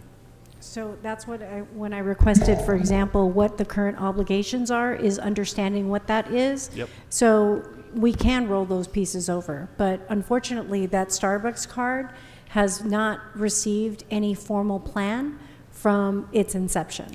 That was supposed to be reported back to committee. And I kind of alluded to that because I said the Starbucks card, whether we've properly executed it or not. Right. I think we have not been vigilant about getting. No, we've been asking. It's just not been provided, and so that's why I think it's. But it's really also important. been on us in that we don't affirmatively vote. We put it in such a way that we had to affirmatively stop it, but we haven't actually put up for a vote to affirmatively stop the $25 million re-up, which was in our prerogative, but I think none of us wanted to do that because we don't want to be hostile to the way that it's going. But that is certainly something that, under the card, it is our prerogative but we haven't exercised it. So I understand what you're saying, in that it hasn't created that accountability, in part maybe because of the way it's set up, but some of that is on us for not exercising it. Sorry, Mr. Herstausen, you had something? No, I wanted to associate myself with Mr. McCosker's comments. I mean, I think the Starbucks card, as I understood it, was supposed to provide the accountability, because if we weren't getting what we wanted, we could say, shut the Starbucks card down. And you're right, we didn't even have vigorous conversations in council, but I will tell you, in committee we did. And Councilmember Rodriguez is right. We asked and asked and asked and asked twice in different ways, different people, and didn't get that. So I think if you're going to have the Starbucks card, I mean, you got to use it. I mean, like, it's got to be used, or else we'll be back saying, well, we don't have any accountability, even though we put this accountability measure in place. Right, because it is an accountability measure, but obviously there are stronger ones, and that's where the spectrum comes in, where we just laid out, I think, 6 different options on the I don't know. You guys have to decipher it, but I'm for the strongest measure of accountability in this, and I just got to lay it out there, because again, we were promised all of those report backs. They never came, and it was, okay, we'll come back at you. Okay, we're going to report, and then the reports completely ceased. So we got to call it out, guys. We don't have the money to play games. We just don't. And until we start fulfilling the obligations and holding the county accountable for a lot of the obligations and the resources that they need to provide for the services, we're paying twice. So we can't afford to play these games anymore. I understand. We're trying to be very respectful, but it's costing us way too much money, and we need to be successful at this. We can't continue to fund failure. It's just not okay. We have to get our obligations in order, and we have to have accountability. So, Mr. Chair, based on this discussion, we'll provide the committee with options designed for you to be able to give the CLA clear direction. Okay, and you understood the 6 ones I laid out? Yes, and we will go back to the tape if we need to. To be filled in further. All right, I think we can put this to bed for the moment, the inside safe and the homelessness, and there are other elements of the GCP, however, that you may want to touch on. Are there? So for GCP, the non-inside safe GCP. While he's doing that, can we look into, as a revenue option, can we look into getting Starbucks to sponsor this whole program? Yes. Yeah. Lots of free ads. This is the most advertising they've gotten from us ever. To be clear, what it is for folks who don't realize, and it's only because I'm addicted to caffeine, and I have a card that basically after $25, it immediately puts in more. But it's any sort of refill concept that we have. We should maybe use the more generic term. Metro Fast Lane, let's call it that. Metro Pass, like a Metro Pass refill is a better way to look at it. We should copyright lock arms, so that we get paid every time someone uses that phrase. Can I start with the budget memo, since they're finding their stuff? Yes, go ahead. All right, I have a budget memo from Councilmember Rahman from the 4th District, requests the $17 million in GCP dash additional homeless services line item be referred to the HHH and BFI committee to determine how these funds will be spent by council with the assistance from the CALA and CAO. Yeah, and that's, I'm glad you raised that, and Councilwoman Rahman raised that. So there's $17 million, and maybe you speak to that, that's in this budget that's for the council to spend, but we don't have an expenditure plan. And so it would make sense for us to put together an expenditure plan, and that may involve a certain portion of it where each council district gets to pilot a different amount for different programs, or it may involve something that we as the council put together. But frankly, it also might just be, if we ultimately put together an expenditure plan for the second tranche of money, it may just be part of that, and to increase that, because at the end of the day, it's still awkward to have this council plan and then the mayor plan, but I'm happy to get that report back about having H&H look at that, and we really need to put some policy around it, because right now it's it's pretty open-ended. And do you want to speak to that, Matt? The only thing I'd say about that is the additional homeless services item is, I would look at it similar to the UB reserve for mid-year adjustments. Invariably, throughout the year, there's always going to be over expenditures, gaps that we identify and we need to adjust to. Certainly that is the case in developing homeless interventions. So it's the reason that it is there is to provide flexible funding that could be used in any manner deemed necessary by the council to fill gaps in projects or to provide additional services where necessary. So that's where I would ask you to think about whether you would want to actually program all of those dollars on the front end. You're suggesting putting it in the UB, or you're suggesting just not programming it? I'm suggesting that that is an account that's used to fill unanticipated needs. Which is different than Inside Safe? Well, can I just register on this, weigh in on this? I think the idea here, without having studied it, even within a council district, and I guess I can speak for my council district. So, you know, Mr. McCosker, Mr. Price, and I, we have encampments that border the 110 freeway. Those encampments are fundamentally different than the ones that are inside neighborhoods. Inside Safe works great at the ones in the neighborhoods or, you know, behind a mini mall or in an alley. The ones by the freeway take dramatically more expense, attention, repeated efforts, all of that. And so you need flexibility in a council office to be able to distinguish and actually do what's needed in a location, which is not even the same within council district, much less across the city. Similarly, like in my district, we have a lot of very spread out encampments of 2, 4, 6, you know, which don't really lend themselves to an Inside Safe operation unless you aggregate a whole lot of them, but cumulatively have a big impact. So I see what you're saying about that. Sheriff Slavsky. So I just want to make sure I understand what this 17 million is for. My understanding was that it gave us some flexibility to address issues in our own districts. Is that not what it was intended for? Or is that what you're both saying? Well, and then we can ask the mayor because it's her proposal, or the mayor's staff, what's their proposal to put it in, but of what I guess I'd like some more information on what it was envisioned as being for. Is it really for us to address homelessness in our own districts and have some extra spending money for what you're talking about, or is it Ms. Rodriguez has a follow-up on that. Program citywide? Yeah, so historically, as I recall, it's been to kind of close gaps for shortfalls in projects or operations or whatever the circumstances are. So it allows the flexibility for us to have the money that's dedicated for homelessness, but we're kind of closing those shortfalls.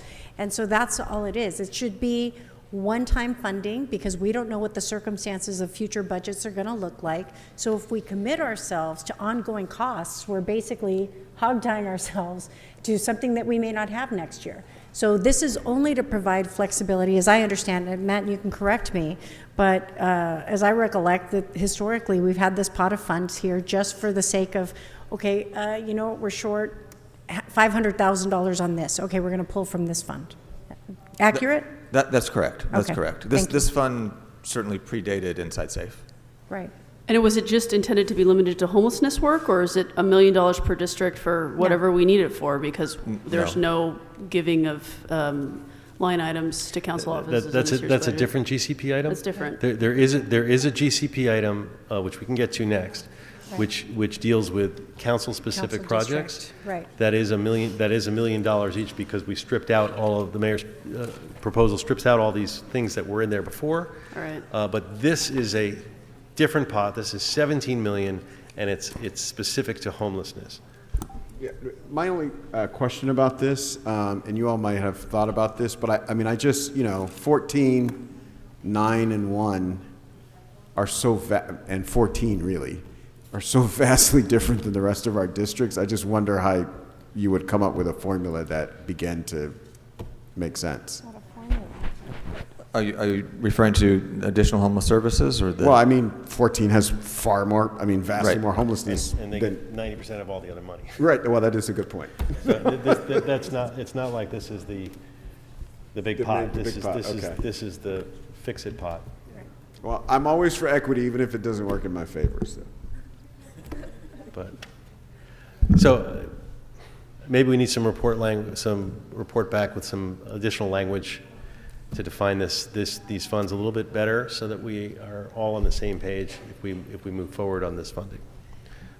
And if I Rodriguez. could actually just tack on to that, then Matt, the easiest way would be for you to report back how those dollars were used previously, because as I understand it, it's been the previous budgets, if I recall, it was over 50 million one year, and it's gotten substantially lower. Last year it was 34 million. 17. No, this year's. This year's 17, and then the previous year was 55. Or 55? Yes. Okay, so it's getting lower because our budget is what it is.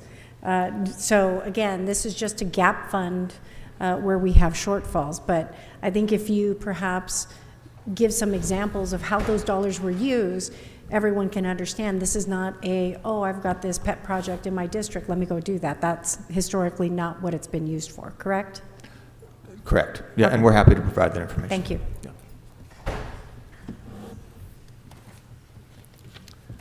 Okay. Any other questions on that item? Any other items you want to highlight on the GCP, or does anybody want to ask about on the GCP? We talked about the council projects. Maybe you want to highlight that to clarify that it's very different than, they're similar numbers, but they're very different accounts.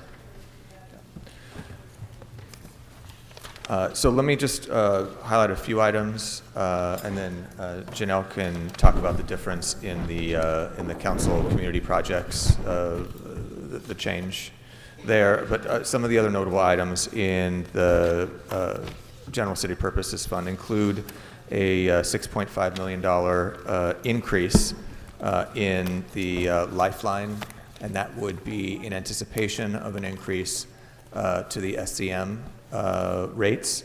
As the rates increase, our obligation to fund with general fund, the Lifeline increases to a total of $17 million.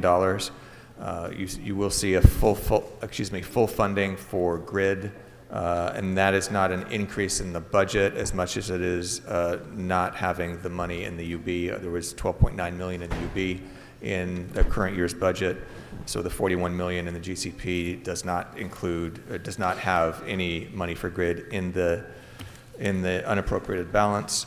Some of the reductions, as I said, the new appropriation for Inside Safe reduced by $170 million. LA's Best also reduced by $2.5 million, and a number of other more minor reductions as well. Do you want to address the? Thanks. Good evening. Janelle Irving with the Office of the CAO. As you mentioned, Chair, the Council Community Projects line item previously in the GCP did have designated projects associated with it. And so this, in the 24-25 proposed budget, it is now a council projects account that has $15 million allocated. And that is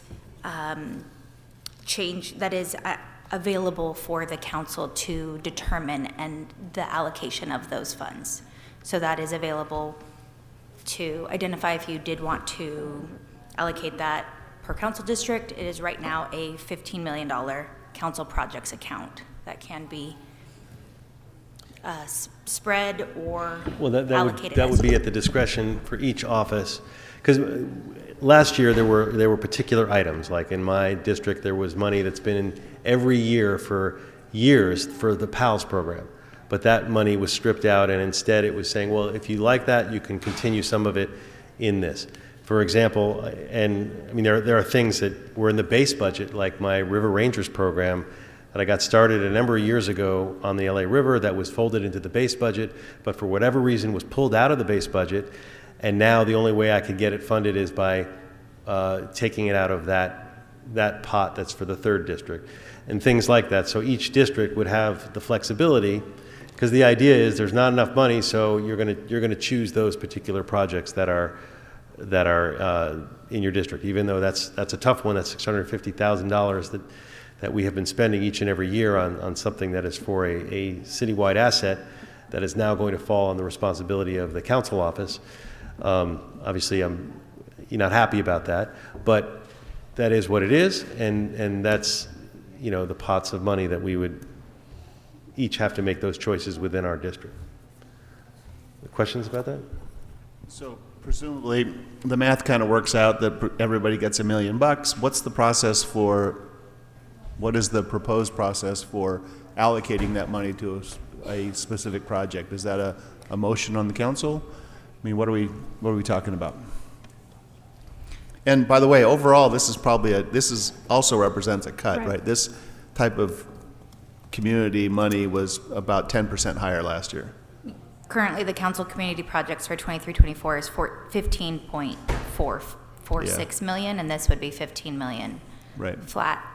As far as the proposed budget does not indicate a specific allocation requirement or plan or hold. So we could council. That would be a technically council. instruct that $1 million to each council district go to our GCPs, right? Yes, in which you have case, the ability. it would be determined by a motion or resolution, like a district funding would be. Correct? Correct. That's how you would spend it. You would put a motion to spend the portion of it that's CD 15, and that would move forward. That's my understanding. I'm saying it out loud to clarify it. Or could we do the instruction as part of the report back that just $1 million, that it be allocated $1 million per council district to go to their individual council-controlled account? Okay, so the CLA will work that out as part of the report back. So it'll come back in the rack-up then? We'll just make the final decision there? What's that? We'll make a final decision at the rack-up? Yeah, assuming if we keep this line item in there, which is the shrinking of the overall projects, Right. CLA will have language that we will approve or disapprove during the rack-up. Can I just Yes. ask that it be as flexible as possible, and we're going to use it to pay for staff, so. Yeah, it'll be flexible. Yeah, great. And we'll all be able to see that in the rack-up. Thank you. For a variety of uses it can be used for. Okay, other GCP items, Ms. Rodriguez. Okay. So I'd like a budget memo on the crisis response teams. The cost of each deployment in the fiscal year 23-24 and break it down by quarter. Similarly, I'd like a budget memo on the community safety funding that was allocated in the fiscal year 23-24, broken down by quarter. Also, this allocation of over $400,000 for community engagement. Again, what did it cover? And break it all down by quarter. And then I don't know if you got, I got others, but I can. Go ahead. Okay. The $200,000 for Green Workforce Sustainability Plan funding. Just a budget memo on how it was allocated, what are those dollars used for? The infrastructure planning funding of $500,000. Just wondered if that would be better placed in BOE's budget. So just again, a budget memo on how the infrastructure planning funding was allocated in the fiscal year 23-24, broken down by quarter.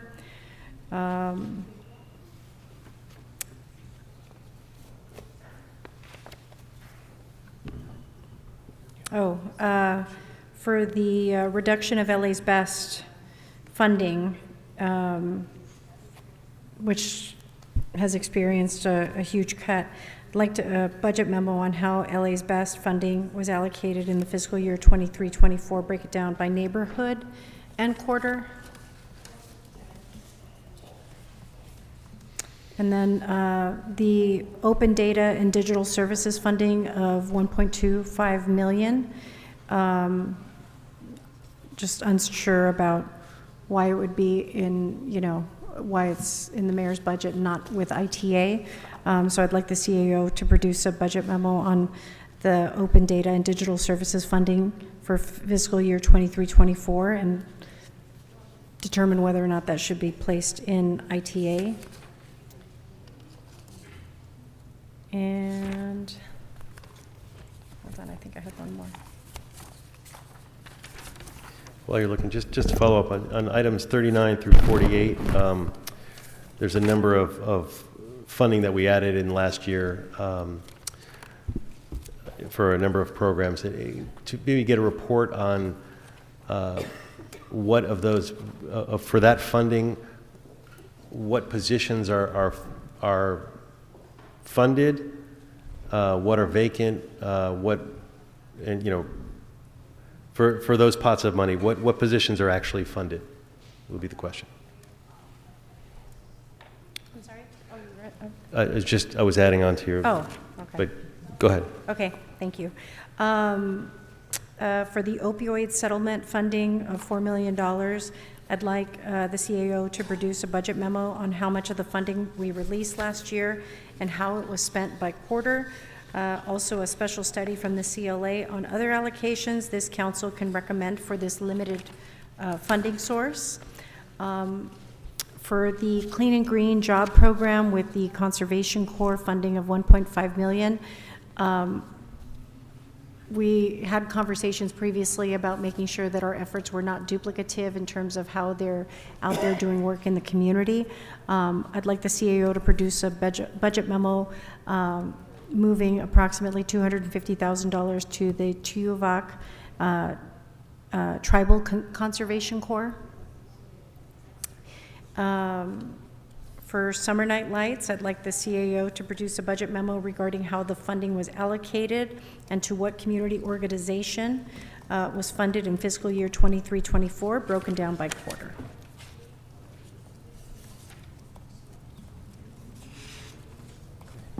Oh, one more. While you're looking at that, we could do regarding the Circle program to add a report back about the funding needed to expand the Circle, where the Circle teams are currently deployed, and the specific cost to expand in areas not covered, such as CD4, CD2, CD3. I kind of asked this question under the department, but I wanted to ask it here as well. Okay. Ms. Rodriguez, back to you. Thank you. Just filling in your time. So last year I had asked for the increased grid funding to be placed in the UB and requested that the mayor's office report back to public safety quarterly, which they agreed to when we first approved the resources upon the transfer last June. Sadly, they've refused to come report back to Public Safety Committee with any of those updates. So I would like to request the CAO produce a budget memo on how the increase of $12,290,869 was allocated in fiscal year 23-24, break it down by quarter. I would like a special study from the CLA with the assistance of the CAO and Mayor's Office to provide a written report to Public Safety Committee on the Gang Reduction Youth Development Program budget, including a detailed account of the nonprofit partners who administer the program. The report should include the scope of work, duration, metrics for measuring success of each contract. And I believe I got it all.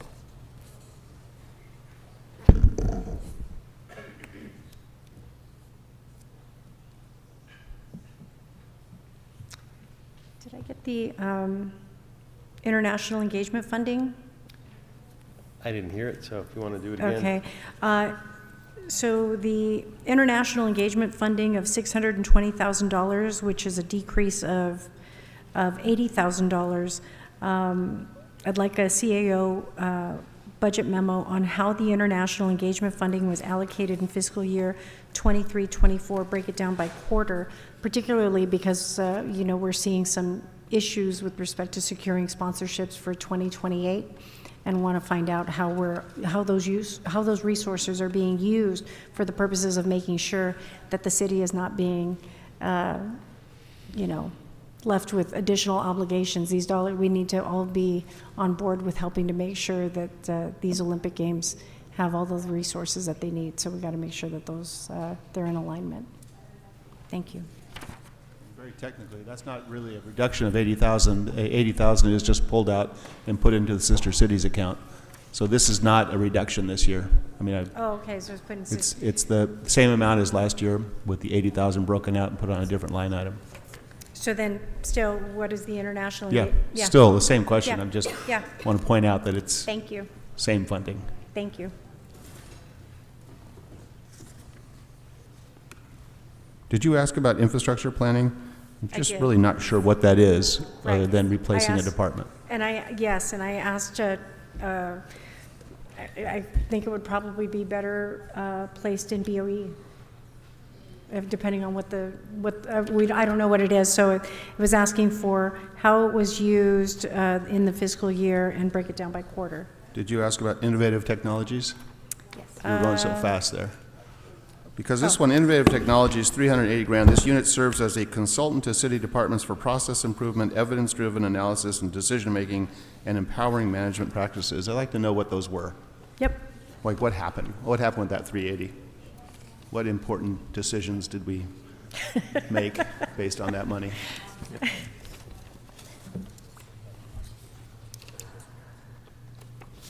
Oh, I'm sorry to interrupt.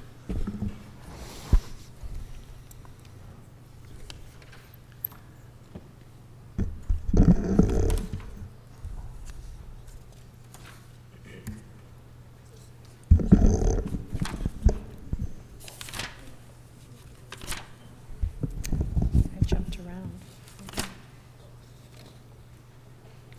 Oh, the equity and inclusion allocation, $250,000. Like a budget memo on how the equity and inclusion funding was allocated and in what parts of the city in fiscal year 23-24, broken down by quarter.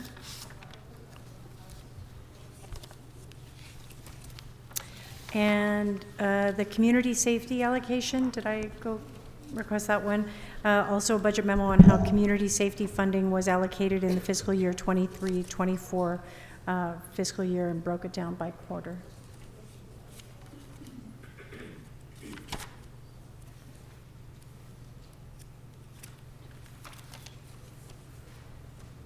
And the Angelino Connect program, funding for $300,000, CAO budget memo on where in the city the Angelino Connect program operates and the number of people it serves.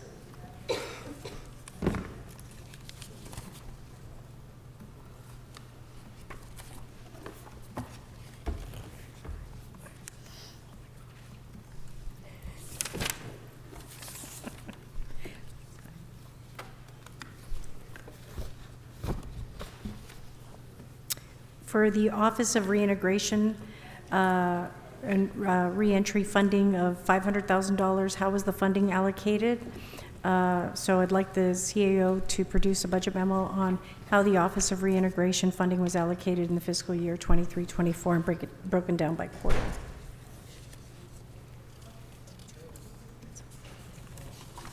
All right. All right.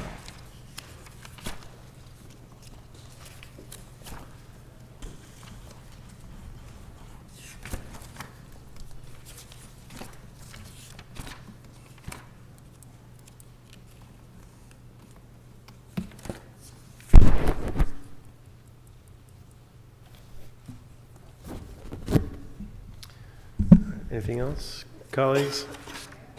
I know it's late, but GCP is our last item. People want to be here all night, so anything else? It's before 7. Yeah. All right. I'm not seeing anything else. And unfortunately, we're not going to get to leave right away because, again, we're in this truncated time frame because of all the reasons we've talked about, the late breaking budget, the coming on the weekend, the Passover holiday, et cetera. So we're really condensed.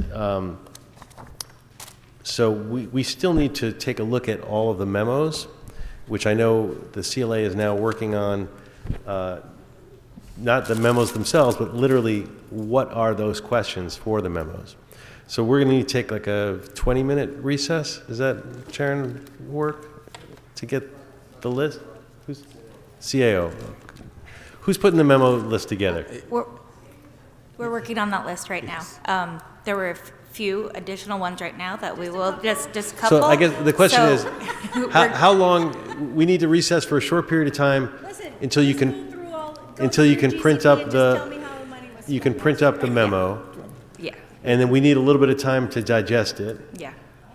So is that 20 minutes? Is that, I don't know how long it's going to take, so. All right, you don't have to do it by quarter, just give me how it was spent. You got it. You're welcome, Thank you. Matt. Thank You're you. welcome. Don't say I'm not nice.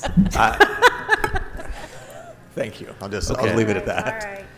20 minutes should be fine. All right, so I mean, this has been a very productive day of hearings. We did finish the actual hearings by 7 o'clock, so that's, we're on time, on schedule, despite a very, very heavy agenda that we had today.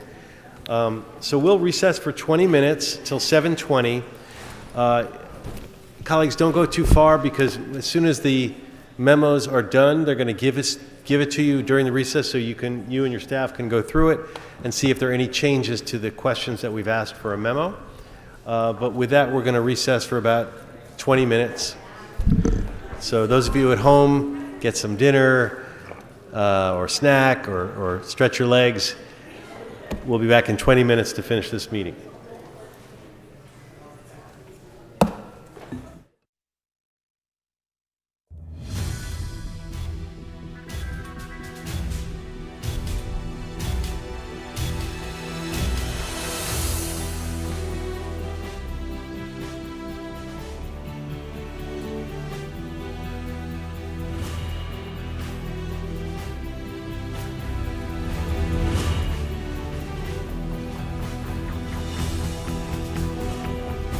Education tab at finance.lacity.gov.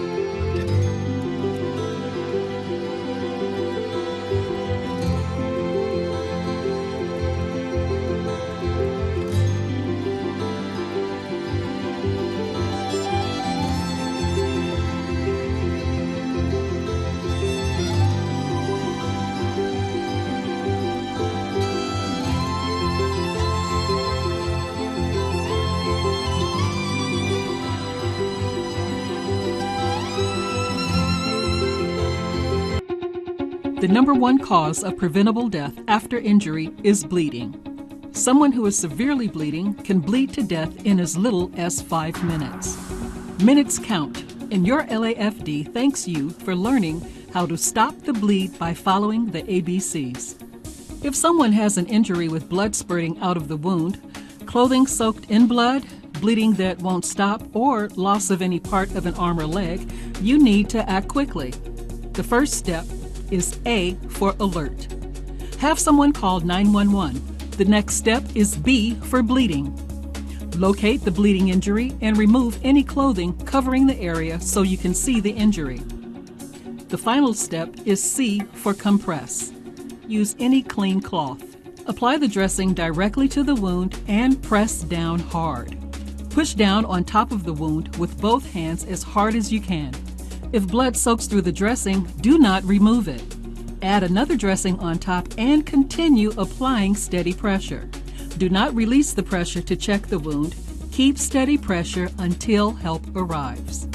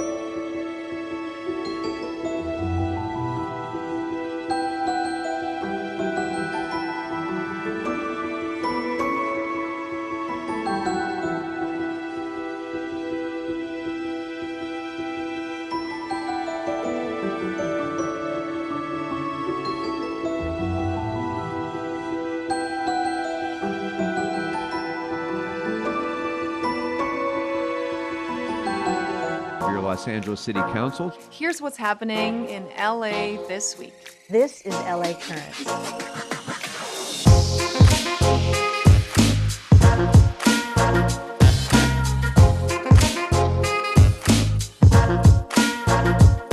I call on our city to not just dream of the LA we want, but to participate in making the dream come true.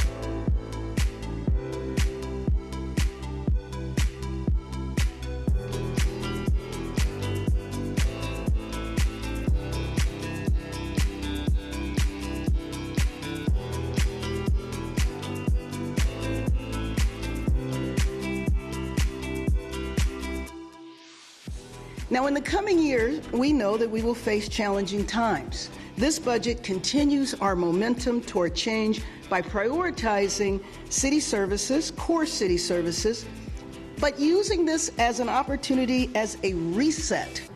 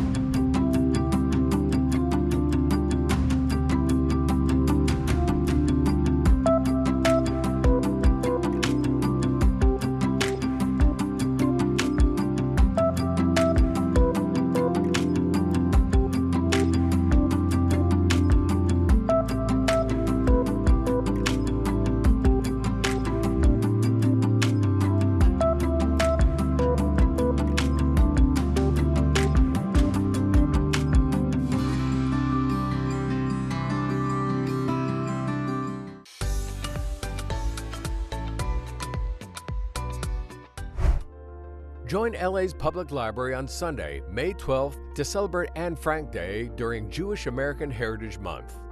Anne Frank showed that young voices matter, and hers carried a strong message of tolerance and hope in the face of adversity. The Anne Frank LA Humanitarian Award will be presented to Trudy Strobel, a Holocaust survivor and tapestry artist.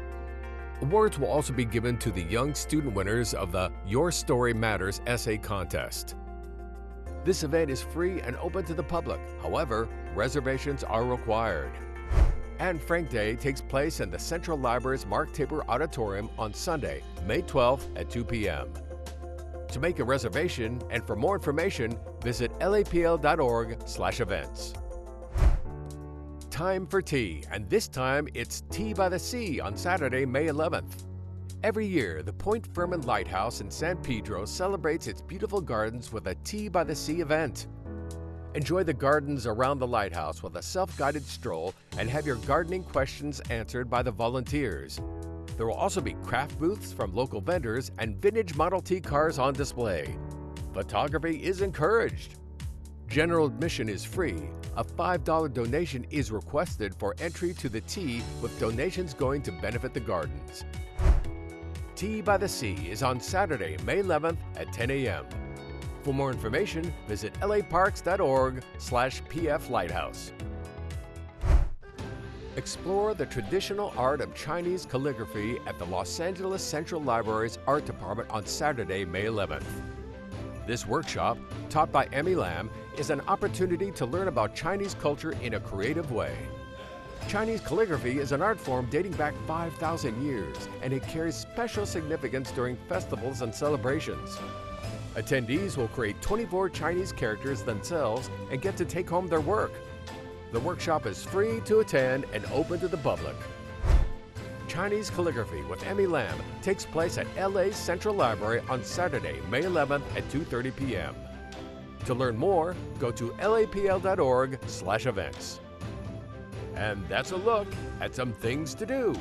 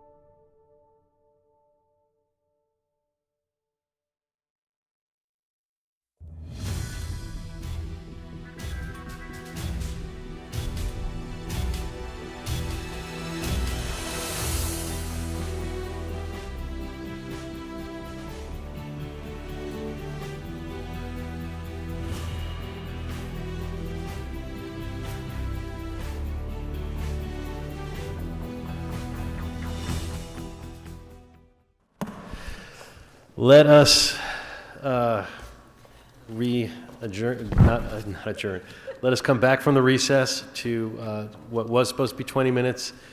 It was actually an hour and 20 minutes, so apologize to everyone for that. We just got the reports, the budget memo questions. Everyone has had a short time to look at it, but we'll be making suggested changes that we can put in, and that'll give us then time for folks to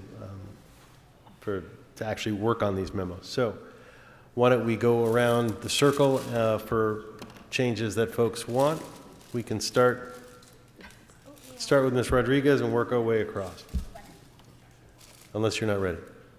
What? I was just going to go around the circle, starting with you, but any changes? No, we don't have no change. We're good. You're good? Okay. Jaroslavsky, do you have any changes? Sure, 3. So for CAFD number 380, I'd like to assign that to CAO. 380 should be assigned to CAO. LAHD number 415 should be assigned to LAHD. And number 607 should be assigned to the CAO with LASA. That's it. Okay. I've got a number of changes on 521, shred, to add the phrase "not to impact the general fund." On city clerk number 459, assign that to the clerk. On housing numbers 393 and 395, assign that to LAHD. Tell me if I'm moving too fast. On housing number 394, assign that to the CAO. On public accountability number 489, assign that to the CAO. On LASA numbers 376 and 443, make that a budget memo. On the mayor number 607, change that to CAO. And on and then 645, I just wanted, the way it's written, you may have it all captured from the discussion, but I thought I would be even more explicit since we had so much conversation about this, that the CAO, CLA should write up the pros and cons of the minimum of at least 6 options from the least restrictive to the most restrictive. This deals with the inside safe. The least restrictive option being no change to the mayor's budget. The second least restrictive option being simply to continue the HEA with the $25 million refill option. The third being to continue the reserve with the auto refill option for the first tranche of money, but for the second tranche to say that no money shall be spent until an audit is complete. The council has approved an expenditure plan informed by that audit to be developed by the mayor, the CAO, and the CLA that meets the inside safe goals and legal obligations, including those arising from the Alliance and Independent Living Center litigation. Funding to be administered by the mayor, CAO, and CLA. The fourth option would read that would allow the first tranche to be spent per the auto refill card, but to move the 80 million HE homeless emergency and GCP to the unappropriated balance to be administered by the mayor, CAO, CLA, and homelessness housing and services to meet both inside safe and Alliance goals and requirements of the Independent Living Center obligation. The fifth option, and this was capturing everything that I was hearing from everybody, would be to place all of the money except for the funds that have already been contracted into the UB. And the sixth option would be the most restrictive, which is to reprogram all of the inside safe funds into other homeless functions and to filling critical gaps in city services. So that is the complete spectrum from least restrictive to most restrictive. As we discussed, some of us fall, I probably fall on number 3. Tim talked about number 4. Monica talked about number 5. I don't think anybody talked about number 1 or number 6, but nobody is wedded to those because we're going to get a report back on what those actually mean. but I wanted to explicitly put all that language in there because the way it was written in the report back may not have captured all of those details. So that's how I understood the different options that all of my colleagues were laying out. Is that clear? And I have it written down. It's as clear as mud. Well, the way it was written was very vague, and we talked about it with great specificity, and so I wanted the language in the question to have that specificity. So if anybody wants to add more specificity to any of those options, no one's wedded to those options, but those are the options that I understood from our discussion. So, and I know Mr. McCosker and I spoke. I think, and again, I don't know that we need 6 because that seems like a lot. That seems like it makes it more confusing if we could distill it to 3. But I think, you know, again, there needs to be an actual plan and an understanding of what expenditures have already been committed as part of even just the rollover. And that's, again, we still don't even have a full understanding or an accounting of what the already expended dollars have gone to. So for that, I think for me, that's why I said my starting point is, yes, the new money has to be in the UB. The rollover money, I'm open to a portion of that rolling over, but the remainder going into the UB, but all of it really pending an actual plan and understanding of what is obligated based on contractual obligations. And again, because we got to figure out how we're going to spend these dollars going forward. Without talking about the merits of it, just to understand the range, I believe what you just stated is what I put as the 5th option. Okay. And if it's not, you just stated it. I think that should be clearly. So hopefully that was clear. That's clearly, because, and we'll see it in writing, and you can add in, the CAO can add the pluses and minuses of these options. But I did want the specificity to reflect. I think that reflects what you are saying, that option number 5. So that shows the spectrum. Obviously, 1 and 6 are probably non-starters for us, but they do show the range. So that's why I wanted the entire range on it. 1 and 6 kind of frame it, but I think that all the combinations and variations are captured in some of those options. And at the rack up, we'd be able to make a decision based on all that analysis. We'll have a discussion, we'll make a decision, we can do refinements to it, but the purpose of right now is to make sure that we are capturing the report back what we are asking. So I'm trying to be explicitly clear on it because it's a tricky topic. Does everybody think that I've captured the options? Certainly the options that people are interested in? Yes, you've captured the options in my view. Okay. Yes. Okay then. I had one more. Go ahead. Thank you. I had 396. 396 was recorded as a management question that was asked and answered.